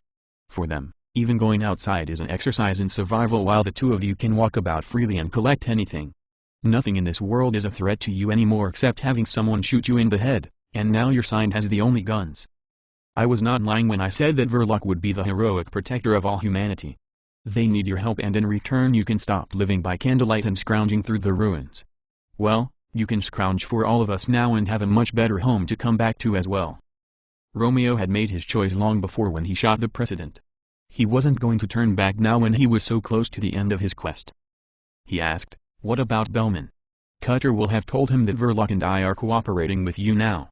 That makes us his enemy too." Carmen waved off that concern. "Bellman does not have long for this world. We have been planning for his destruction for some time now. Agent S.H.I.E.L.D. can come along when we go to eradicate him. If you do your job and she believes that Bellman is the Shadow Council, she can help us go punish him for his great crimes." A leather couch in Judas's sitting room made Verloc comfortable while she slept. Critias and the Gravewalkers waited there to see what would happen next. The mission still had loose ends for Carmen to tie up. She asked Romeo, "Where is the president?" He gave her a piece of paper with the address of the motel and the room number. "He is in the bathroom at this location. It's a motel not far from here. The sooner you can take him away where Verloc will never hear of him again, the better." Carmen shook her head. "No, we can't do that. Verloc must accept the truth. The man went mad with his power and became a tyrannical murderer, rapist, and cannibal, performing his crimes upon men, women, and children alike. It is not possible for the whole human community to forget he ever existed. You must help her understand the truth that he was a heinous war criminal that King Louis punished accordingly. Make her believe that our King Louis, Jim, is the head of her agency now. You need to do anything you can to help her accept that, or better yet agree with it." They asked a lot, but Romeo would try his best. "How did she become unconscious?" "I gave her an injection in the neck," she answered with more than just a hint of remorse. "When she believed we were both about to be killed by Bellman's bomb, I stabbed her with a syringe needle. I don't think she even realized what happened. If she does remember it, you make up something to tell her that it was all for the best. If we're lucky, she may believe any discomfort was caused by the bomb itself." Carmen offered Critias the slip of paper. "You need to call home and get George to bring his crew out with Big Joe. We need to clean out the military museum where Verloc has her apartment full of weaponry. If they stay here, Jingle Bells may come after them in retaliation. We can't guard them day and night to defend them, and we don't want all of that equipment to fall into his hands." Critias glanced at the paper with the address. "What about the box? I'm sure we could dash in and grab it." "I think that would be best," Carmen agreed. "If you dump it near the tower, we can do something with it later." Critias tested her previous position that concerned her punishment for the president. "You don't think we should dump it for good right now?" Carmen beseeched him with a look. "After what he did to Mandy and Alice, I feel like we have inherited the vendetta on their behalves. Don't you agree that anyone under your roof is entitled to their righteous kin revenge?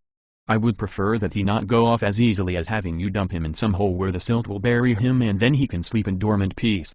The precedent requires old-school justice. History demands it, and so do I." He didn't like the idea of wanton vicious vengeance as a proper way of going about marshalling. He repeated back what he felt were her most important words. "History demands it, you say? I don't want to go down in history with some kind of nickname of being a demented butcher. You never struck me as having an appetite for revenge before, so what's up with you now? It should be more than bad enough to bury him alive in a box. He was never supposed to get back into our hands after we dumped him the first time. Romeo and Verloc just stumbled upon him. I seem to recall that you warned me at the time we were acting unwisely and should just destroy him permanently." She had said at the time that they should have taken measures that were more permanent in dealing with the villain. Carmen considered her own lack of insistence then to be a primary cause of why he came back to haunt them again. It wasn't a mistake that Carmen would repeat. She pledged, "We won't take any chance of him ever being able to run loose again. I will support whatever it is you decide. I only ask that whatever it is we do, it is something we could tell the girls the truth about and not feel ashamed. If you can tell Alice we gave him a quick easy death because what he did doesn't warrant further punishment, then so be it. I was hoping your reaction would be that we do to him what you would do anyway if he had made a cannibal rape movie starring me." He sighed. "You have some good arguments, but I still don't give a rat's ass what happens to that ghoulish bastard. If we bury him down some dirty hole for all time, that would suit me fine because we could just be done with it. What I do care about is you and the kind of person you become, so this kin revenge thing does not please me. On the other hand, nothing says I love you like an honor killing. You're right that I can't tell the girls we cut that piece of shit any kind of a break. The bottom line is, you set up a mission to come out here and accomplish certain goals. That is where your big brain needs to focus. You brought a lot of people out here into harm's way and this isn't over yet. Get your head on straight and worry about revenge on your own time or I'm going to kick your ass." Yes, she yielded to his wishes. I'm sorry. I know I should not be dwelling on such things. I still want you to do this for me and the girls, and all the people he ever wronged. I don't believe that hell is a real place, even though it should be. I want him there, so we must construct it ourselves. If you don't want to, I understand, and it is your decision. I just can't bear the thought that someday his box will rust away and he will be free again. He felt satisfied that she had found her compass. George and I can handle what you want. Hiram and his people are staying here with you in case Jingle Bells comes knocking or Verloc decides she is not going with the new program. Critias looked to Romeo. Understand that we will have to kill you too if Verloc won't go along with this, so I highly suggest you make this work. We have gone through a lot of trouble to help you out. This is a genuine offer you're getting that won't come twice. Romeo told him, I understand. Verloc will listen to me. She always has. She trusts me. Critias went to Hiram. I'm leaving you the 20 millimeters. If any more hunters show up, you know what to do. If those two go crazy when she wakes up, kill them both. Before leaving the room, he told Carmen, you listen to Hiram. If I find out you didn't, you and I are going to have some problems that neither of us are going to like, and don't think I'm kidding. She glanced about as if she had many things that ran through her mind, which she did. It wasn't good enough, so Critias demanded her attention. Carmen. Yes, she looked at him with full and calm attention. I understand, Master. The safe and complete success of our mission here is what matters. I won't fail you. Colonel Davis Asmirus wishes my sworn command. What becomes of the precedent is up to you and of no further concern to me. Critias gave her a double take, mostly out of surprise that he finally got her to call him master after so long. He had to genuinely assert himself if he wanted Carmen to take him that seriously. Critias felt confident that Carmen would not lose her focus again. He told her, I know you are the one who can make all of this work. George should have been waiting on station to give us that backup. We should be done before she wakes up. If not, you can handle things here.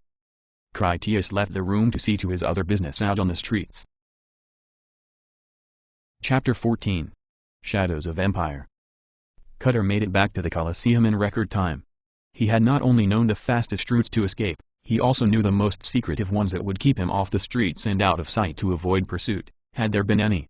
Having Critias blast his manhole cover apart right out of his hands had justifiably struck fear into him. He was lucky to still be alive, and he wasn't without injury. His two supposedly powerful hunters had gone down without a fight. They had simply exploded as if they had received an angrily pointed finger from God himself. When Cutter got down into the bowels of the Colosseum complex, that was what he told Jingle Bells, and his truthful story conveyed those same fears into his master. Jingle Bells used a knife and a pair of pliers to remove the bullets and metal fragments from Cutter's body. None of the damage was serious or would be permanent, yet it still made for jagged proof that Cutter had not exaggerated his troubles. First one of my new soldiers broke free and escaped, the Watcher King said as he removed another bullet from Cutter's backside. Now, Verloc and Romeo have gone over to side with our enemies. The Lord is truly giving me the tests of Job. What of that self-loathing fool, Judas? What did you see of him? I do not believe he was there, Cutter divulged. From what conversation I heard them having over dinner, Romeo had said something to the effect that his friend was missing out on a good meal. I took it to mean that Judas was not in their company. Jingle Bells said, then perhaps I shall spare him for this betrayal. It does make sense. Judas is too great a fool to be of any more use to them than he is to me. We need to get out of here, Cutter warned. Verloc seemed incensed on the urgency of killing us. Their whole army from the Devil's Tower could be here any minute. The Lightning Caller, the Sword Angel, and Verloc will be working together. They will not have to search for us.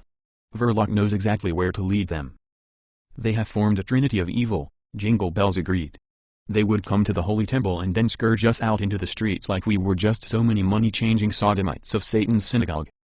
God has tested me by twisting my body, by slaying my servants, and now he asks that I take the faithful with me to wander in the desert places. Shall we be without a home for 4 times 40 seasons? Perhaps it would be my lack of faith to not trust in the Lord and stay to defend his house. Cutter knew the ghouls well enough to see that most of those left were not sufficiently obedient to follow Jingle Bells anyway.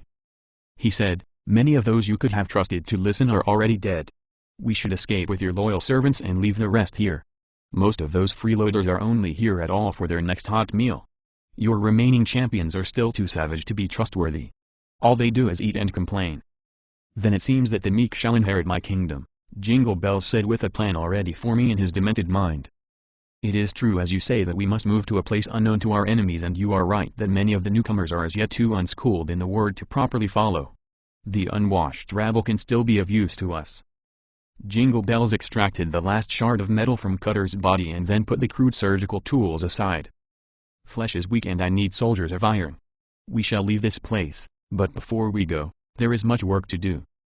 Tell me what needs to be done, Cutter said, eager to get away before Verloc showed up to finish the job on him. Jingle Bells decreed, I will be serving the last supper for those we leave behind. Prepare the cooking pot for pouring and I will be there soon to give it my blessing. Cutter went out to perform as commanded. They had a full pot of slop waiting that Jingle Bells had not yet picked through, so it was still extra meaty. Even with his size and strength, Cutter needed a wagon to transport the cauldron into the enormous convention center floor space that was adjacent to their sports dome complex. When he arrived, Cutter would dump out the slop across the smoothly polished cement floor as he had done many times before. Most of the ghouls who would eat it made their home in the echoing convention area halls. They generally just lounged about as they waited for the next sounding of the dinner bell. The ringing usually began in some distant place as Jingle Bells summoned in the wandering infected from far corners. The regular diners had already learned where the food would be, they saw no need to chase it. That was partly the reason that they were not valuable minions. They only cared about stuffing their faces and little else. Even gluttony was not sufficient cause to animate them to vigor. Yet even for all their laziness, the infection kept them in optimal fighting fitness. Jingle Bells picked up the remaining boxes of chemical injectors that he used to create his hunters and then called out for his little ones to come hear his instructions. Come to me, children. Your father has something to tell you. 3 adolescent watchers bustled in from the adjoining room where they played with their many toys when they were not scuffling. They were 2 boys and a girl round about 8 years of age in physical appearance. The only relation between them was the common cause of their bizarre circumstances. Their parents had given them the same prescription of drugs to medicate rambunctious natures, and their parents had also drowned them in bathtubs as intended mercy killings when they caught the infection during the horrible chaos of the outbreak. Those children awoke as immortal watchers. Sometimes they found their parents dead from suicides, or even worse, they would discover them as mindless ghouls. It was a sad irony that it had been a blessing when Jingle Bells discovered them one at a time back in the days when he was prone to far-off wanderings, much in the way he had found Grendel when the giant still lived in the administration building of the chemical factory. Jingle Bells was kind to his children, kept them well fed, and provided them with toys and games. Unlike the diverse madness the adult watchers suffered, the children's brains turned to the same predisposition for immature play. They had starved and suffered when on their own. Jingle Bells had actually given them much better lives, and they thought highly of him as the source of all good things. We're going on a trip, Jingle Bells told them. You may take whatever things you can carry. Where we are going will have many new toys and games, so do not cry over what you leave behind. The children did not have a nature to cry because everything was fun and games to them. For Jingle Bells' next task, he went to his hunters and then unlocked all their chains. They were as ready as he had the time to afford them. He had selected each of them primarily for their proven obedience and reliance upon him for their regular meals. 7 of the great brutes made for a formidable fighting force that would prowl and kill at Jingle Bells' well-tuned command. Jingle Bells wasn't certain the hunters would attack Verloc if he instructed them to do so. It was more than likely they would recognize her as a fellow ghoul and so hesitate to hostile action. Once the hunters were all loose, Jingle Bells led them to the feeding cauldron while he fervently ringed his bell to gather in any other ghouls along the way. He led a famished multitude into the convention hall where Cutter awaited him. After using a pair of pliers to crack open the last of his injector pens as he would so many crab legs, Jingle Bells poured their liquid contents into the pot of feeding slop, which Cutter slowly stirred using a long metal rod. Jingle Bells said a final prayer over the Last Supper in the Colosseum before he then signaled for Cutter to spill it out across the floor. The 2 of them sat back to watch the dirty mob fall upon the spilled food where they began to slurp it up. They all fought to gobble down as much as they could before one of their competitors ate it first. Even his best runners who would follow him fought for their share. Jingle Bells would have to wait for the meal to be gone before he would be able to call those runners away to join him on his journey to their new home. With so many ghouls to defend him, he could afford to wait for them to finish.